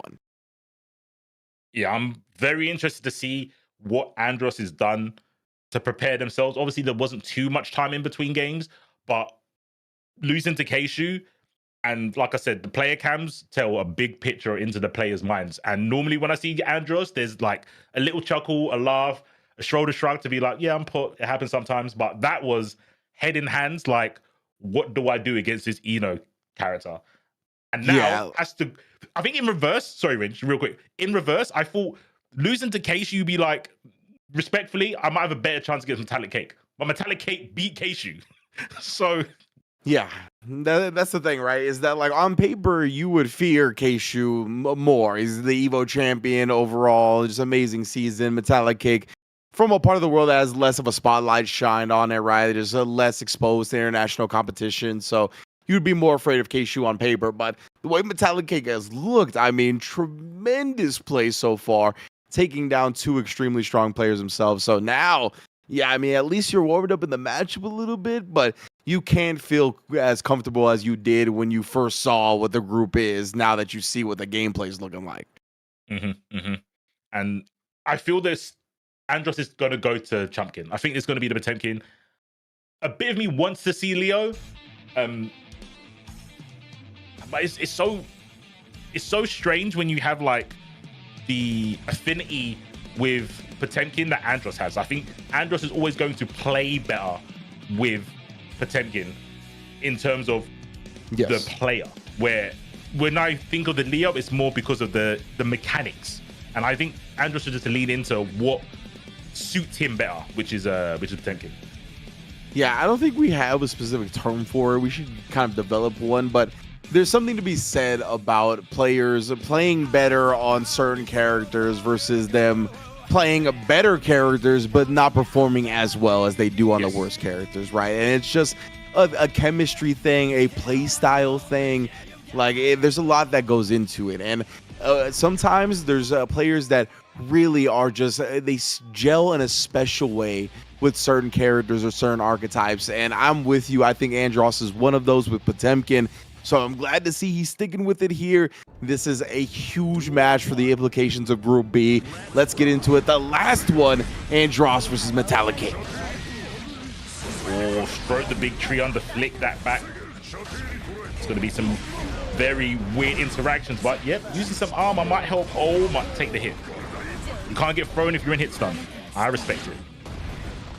Kid, Metallic Cake, reminiscent of Keishu, able to avoid the corner pressure here early. The defensive choices just supreme. Wow. Oh, Andros, I love his usage of Deflect Shield. Like, again, taking advantage of the fact that Potemkin gets so many resources, right? The health, the amount the meter builds, both burst and tension, all of his moves. He's just so willing to spend those resources as soon as he gets them. Yeah, I think he's really good at using it as like a precaution block as well, where it's like, I don't have to guess after I do this. I'm free, but I have to do it preemptively to get the benefits of the pushback,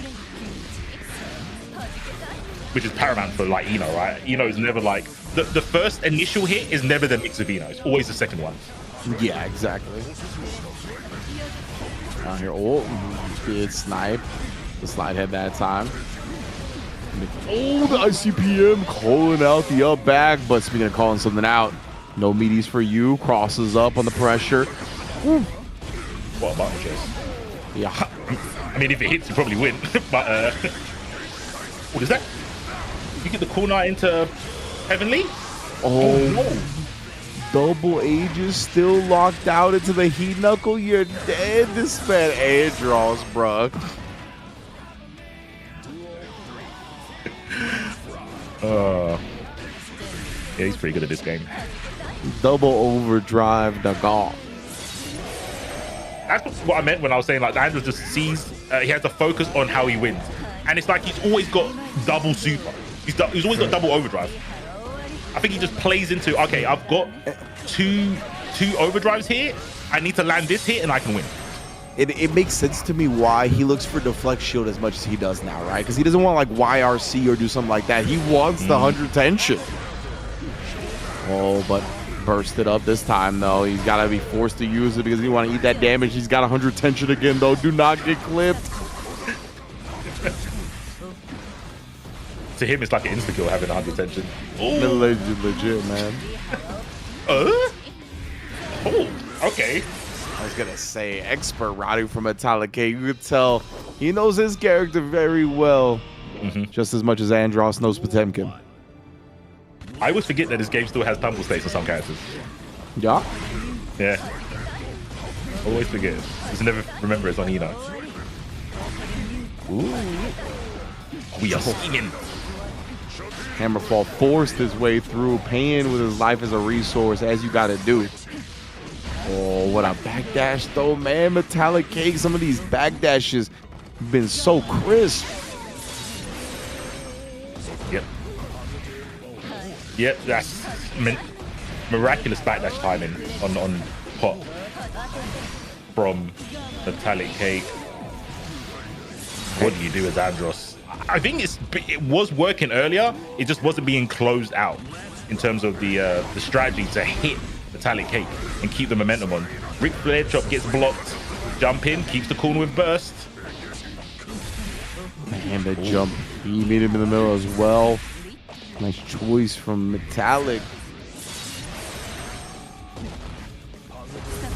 Build up those resources. Little dive bomb. Knew that was going to build over the 50% tension as well. Oh my goodness, the scramble though. Andros 5P'ing himself out of it. Very late on the PRC, trying to catch a button. Wild Assault into Garuda. How? Correct. Bro, he just blocked like 3 instances of him faking a command grab and then jumped the command grab. how were you right like 4 or 5 sequences in a row? Oh my goodness. You want to talk about demoralizing. Poor Andros against these Itos. Because it hasn't even just been the matchup. It's been them being right defensively way more consistently than they have any right to be. How do you fight someone with future sight? I don't know, bro. Like, finally, right here, we get a backdash or a jump clipped. Of course, Metallic Cake immediately makes it out of the next OB situation anyway. Oh my god, called him out with the 6H? Like, what? Oh, this, you know what? Fine. I think this works better for Andros. If you want to scrap, just scrap. If they're willing to press buttons on Wake Up, just avoid the throw. Go for more buttons. Just keep buttoning. He tried right now, Metallic Cake discipline that time, avoids the slide head. Now we got some corner pressure. Andros doesn't have any resources either. Fakes out any pressure, goes for the throw, then goes low that time. Andros has got the deflect shield, but he just gets blown up as he tries to wake up with something. I don't know if it was a misinput deflect shield or if it just ended up being a challenge. Either way, Metallic Cake, oh my goodness, a round away. Okay, deflect shield. Oh, wow. Slide hit. Okay, a little bit delayed. The backdash against the Buster, bro. Oh, backdash. Oh. Yeah, trying to gain space, but Metallic Cake is not going to let Andros do that. Legit, man. 2-0 here. Tries to go up. Knew that she landed, so just RC indicated safe at that point. But Metallic Cake with the fuzzy into another overhead. Close to a 3-0, but can't close it out yet. Trying to catch one of these projectiles with a flick. Oh, gets a slide hit. Has burst to worry about. No, not anymore. There was no opportunity as Metallic Cake finds a way back in, taking out Andros emphatically. And 3-0, the Australian representative Metallic Cake going undefeated in Group B, defeating 3 top-level players, Dysonologist, Andros, and the defending EVO champion, Keishu Watamu, to claim that finals appearance in the winner's qualifying spot. Of course, we'll get to the full standings in a bit, but what an impressive showing, man. I know that blew up a lot of people's brackets. Yeah, I was about to say, I'm going to press X for doubt if anyone had Metallic at the top of the board that isn't from Australia. I'm just going to press X for doubt. I don't believe it. I know, you know what I'm saying, all the boo drinkers out there definitely had him at the top. They knew that he was going to do damage at Group B, but a lot of the rest of the world definitely, I think, were favoring some of the other players in that bracket, and that is a testament to why we do stuff like this, right? Why the World Finals, why different regions have their opportunities and their spots at these big world events, because if they don't get as much a shine as other regions, or they don't get as much of an opportunity to have international competition as much as places like America or Europe or whatnot, you can see that they are just as good, and they came out and defeated the person that was at the top of the leaderboard. They literally took down the most successful player of the season this year. So big ups to Metallic Cake. Again, they're going to be making it out of 3-0. And that means Keishu Watamu, because of the loss to Andros, is the sole 2-1 representative out of Group B. So he's going to be making it into the second place matches. Again, so far it is going to be Keishu Watamu and Yamashita that made it into the second place matches. So again, I'm not sure if it's going to be like Group A versus Group B later, or Group A versus Group D, or whatever it's going to be. You'll find that out a little bit later on as the tournament progresses, but you'll see Yamashita and Keishu try to battle it out for some losers bracket placings. But the winners bracket goes to this man right here, Metallic Cake out of Australia. What a show to put on. Metallica shirt here, Iron Maiden shirt here. He knows what game he's playing, bruh. And just to go on about what you said, this is why we have World Tours. For the power scaling only works so far. We can all look at brackets and say, oh, Metallic Cake lost to this person, so I can kind of figure out what level they're at. No, it just doesn't work like that. It doesn't work like that. So yeah, shout outs to Metallic Cake showing us why World Tours are important for this game, giving all the countries their representation. Obviously a little bit sad that both the European players on the bottom side of the tournament, Andros and Dicenologist. Shout out to Keishu, putting on a pretty stellar performance considering what we was talking about with the Evo win and the CEO win being with Johnny going back to Eno. I'm sure Daru's going to be proud, maybe inspired, because they're playing on Group C. I think they're in Group C. Yes. Yeah. Group C. So that'll be on a bit later. But yeah, I think these two groups have been pretty sick to commentate with you, Ringe. Oh, absolutely, man. Always having a ball commentating with you. And of course, it does hurt, right, that Andros and Desonologist fell on the lower side of the bracket. But it's okay because as we can recall, right, the Group A and Group B representatives that didn't quite make it into the next phase, they still get to compete in the LCQ. So we still have another chance to watch them later on. But we're going to go to a quick break. We're going to be back with Group C. I believe we're changing out the commentators. And Group C has Tiger Pop, Daru Eno, Nitro, and Umi Show. So it's going to be a stacked group. You're not going to want to go anywhere. Stay tuned to the Arc World Tour Finals.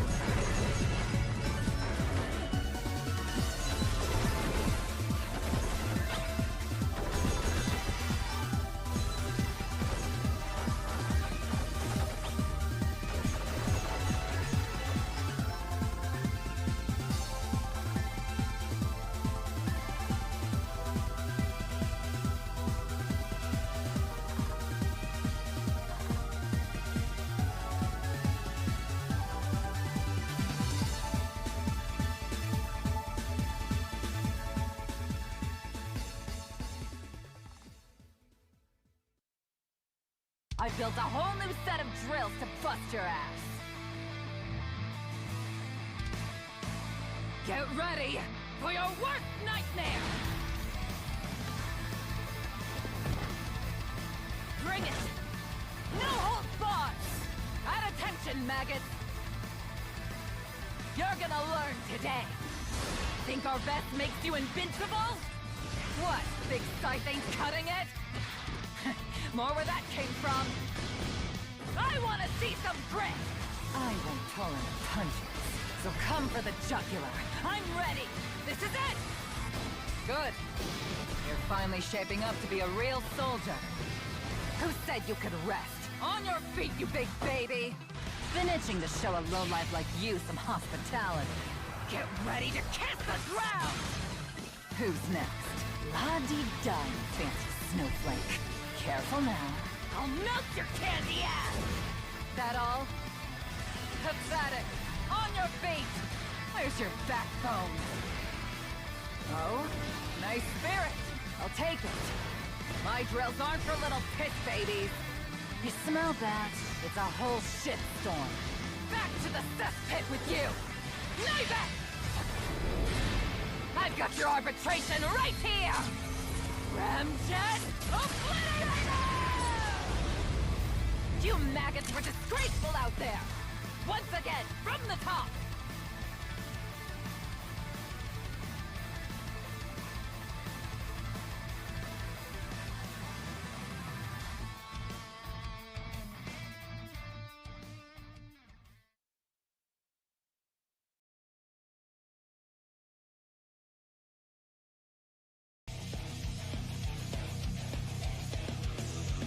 Welcome back to the Arc World Tour Finals as we are continuing to slice through the group phases here. Group C on the horizon. Extremely excited to get to see what is more than likely going to be one of the most volatile groups that we are going to have all weekend long, if I do say so myself. Extremely excited, as we said, to be having Guilty Gear Strive getting closer and closer to its conclusion of the season. My name is Proxy. Across the way, the young homie King Jobber, the legend, my boy. What is good? Super excited to be here. Like you said, about to have one of the craziest groups that we are going to have here. Already had some wild group stages in Group A and B, but C and D are full of some absolute sluggers when it comes not only to players, but to their character choices as well, Proxy. No, it is going to be an absolute bloodbath for sure, and it's the amount of prestige in this group as well is absolutely phenomenal. 3 players who have been able to claim EVO championships for themselves. This is going to be as far as the excellence and the, like I said, the prestige comes, this is about as good as it possibly could get. As we said, Group C. And taking a look at our competitors here, it is going to be Tiger Pop, Daru Ino, Nitro, and Umisho to round out this 4. It is about to be, brother. Yeah, insane. Like you said, Daru Ino, Nitro, and Umisho, all former EVO champions. Tiger Pop gonna have to step up to go up against world-class players like this. But Tiger Pop, of course, one of the best players in their region as well, and you have to be one of the best to make it all the way here into the Arc World Tour Finals up against these players. And I was gonna say the some alternate character choices here for across the board. I'm sure we'll get into that as we get to see our matchups coming through. Definitely excited to see a couple players who are able to flex out in some certain directions here. Obviously, Umisho, I believe it has been almost exclusively Chip these days, and Daru Ino, don't ask me about what character he plays. We know we're locked in. But then on the other side, we've got some players that could potentially flex out a little bit here. Abba, obviously, potentially, as well as the Happy Chaos for Tiger Pop, as we can see, a player who had qualified through 6th place and was able to take a 1st place for themselves, which is already a massive accomplishment throughout the season, right? Yeah, EVO champion as well, right? So this is just the EVO champion group with Group C here. 6th tour rank as well, so placing really high up there in points. Tiger Pop, of course, Happy Chaos, that's really got their name, but has leaned a lot into the ABBA for some of those matchups where they want to be a lot more aggressive.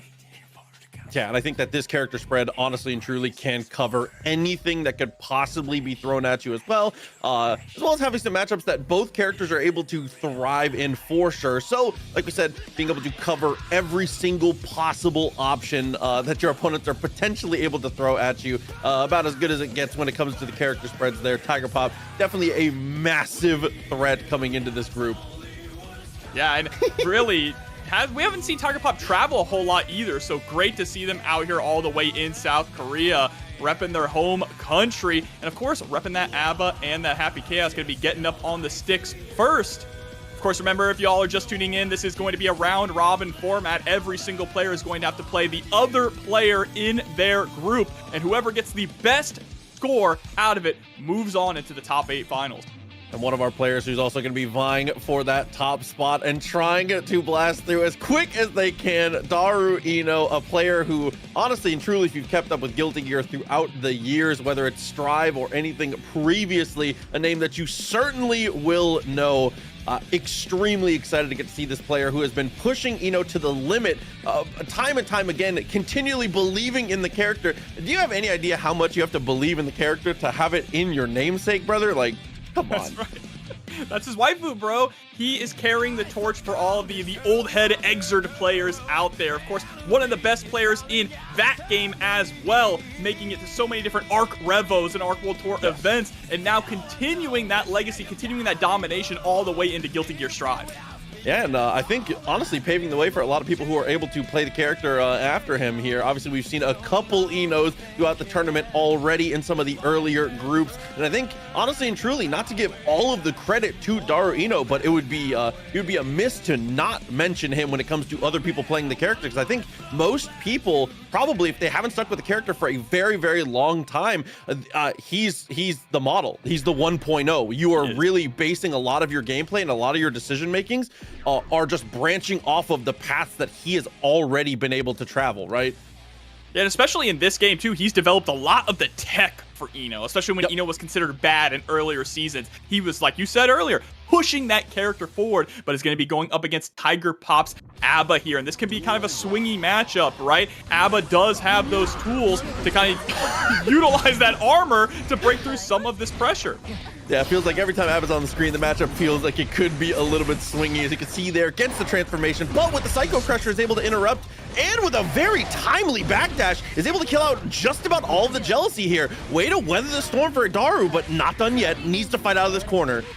Yeah, I love just mixing in that mad love over and over to steal turn after turn with the guard crush, catching the backdash with that close slash. A bit of a scrambly situation there, but Daru's still staying in control. And Daru had the exact right idea there as the Psycho Crusher connects, and we're able to get the wall stick here. The break is coming as well as the positive bonus, so now you can slow it down a little. You can try to slow it down. Gotta be careful.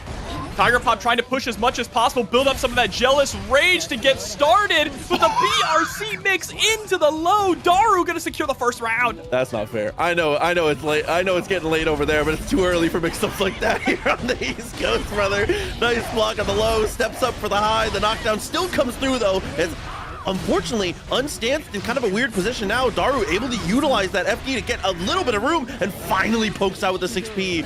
6P into Mad Love once again, just to go for that gap, right? Either catch you pressing or get this turn stolen. And speaking of stealing turns, Tiger Pop into the Jealous Rage, gonna be able to break the wall here with the super. Keeper the key. A lot of evil stuff on the way here. Potential to spend the meter. Instead, just gonna force the YRC and doubles up on it. There is a burst, but please don't spend it. There's not a shot. See, this is the issue that Ino runs into in this matchup. Ino doesn't have the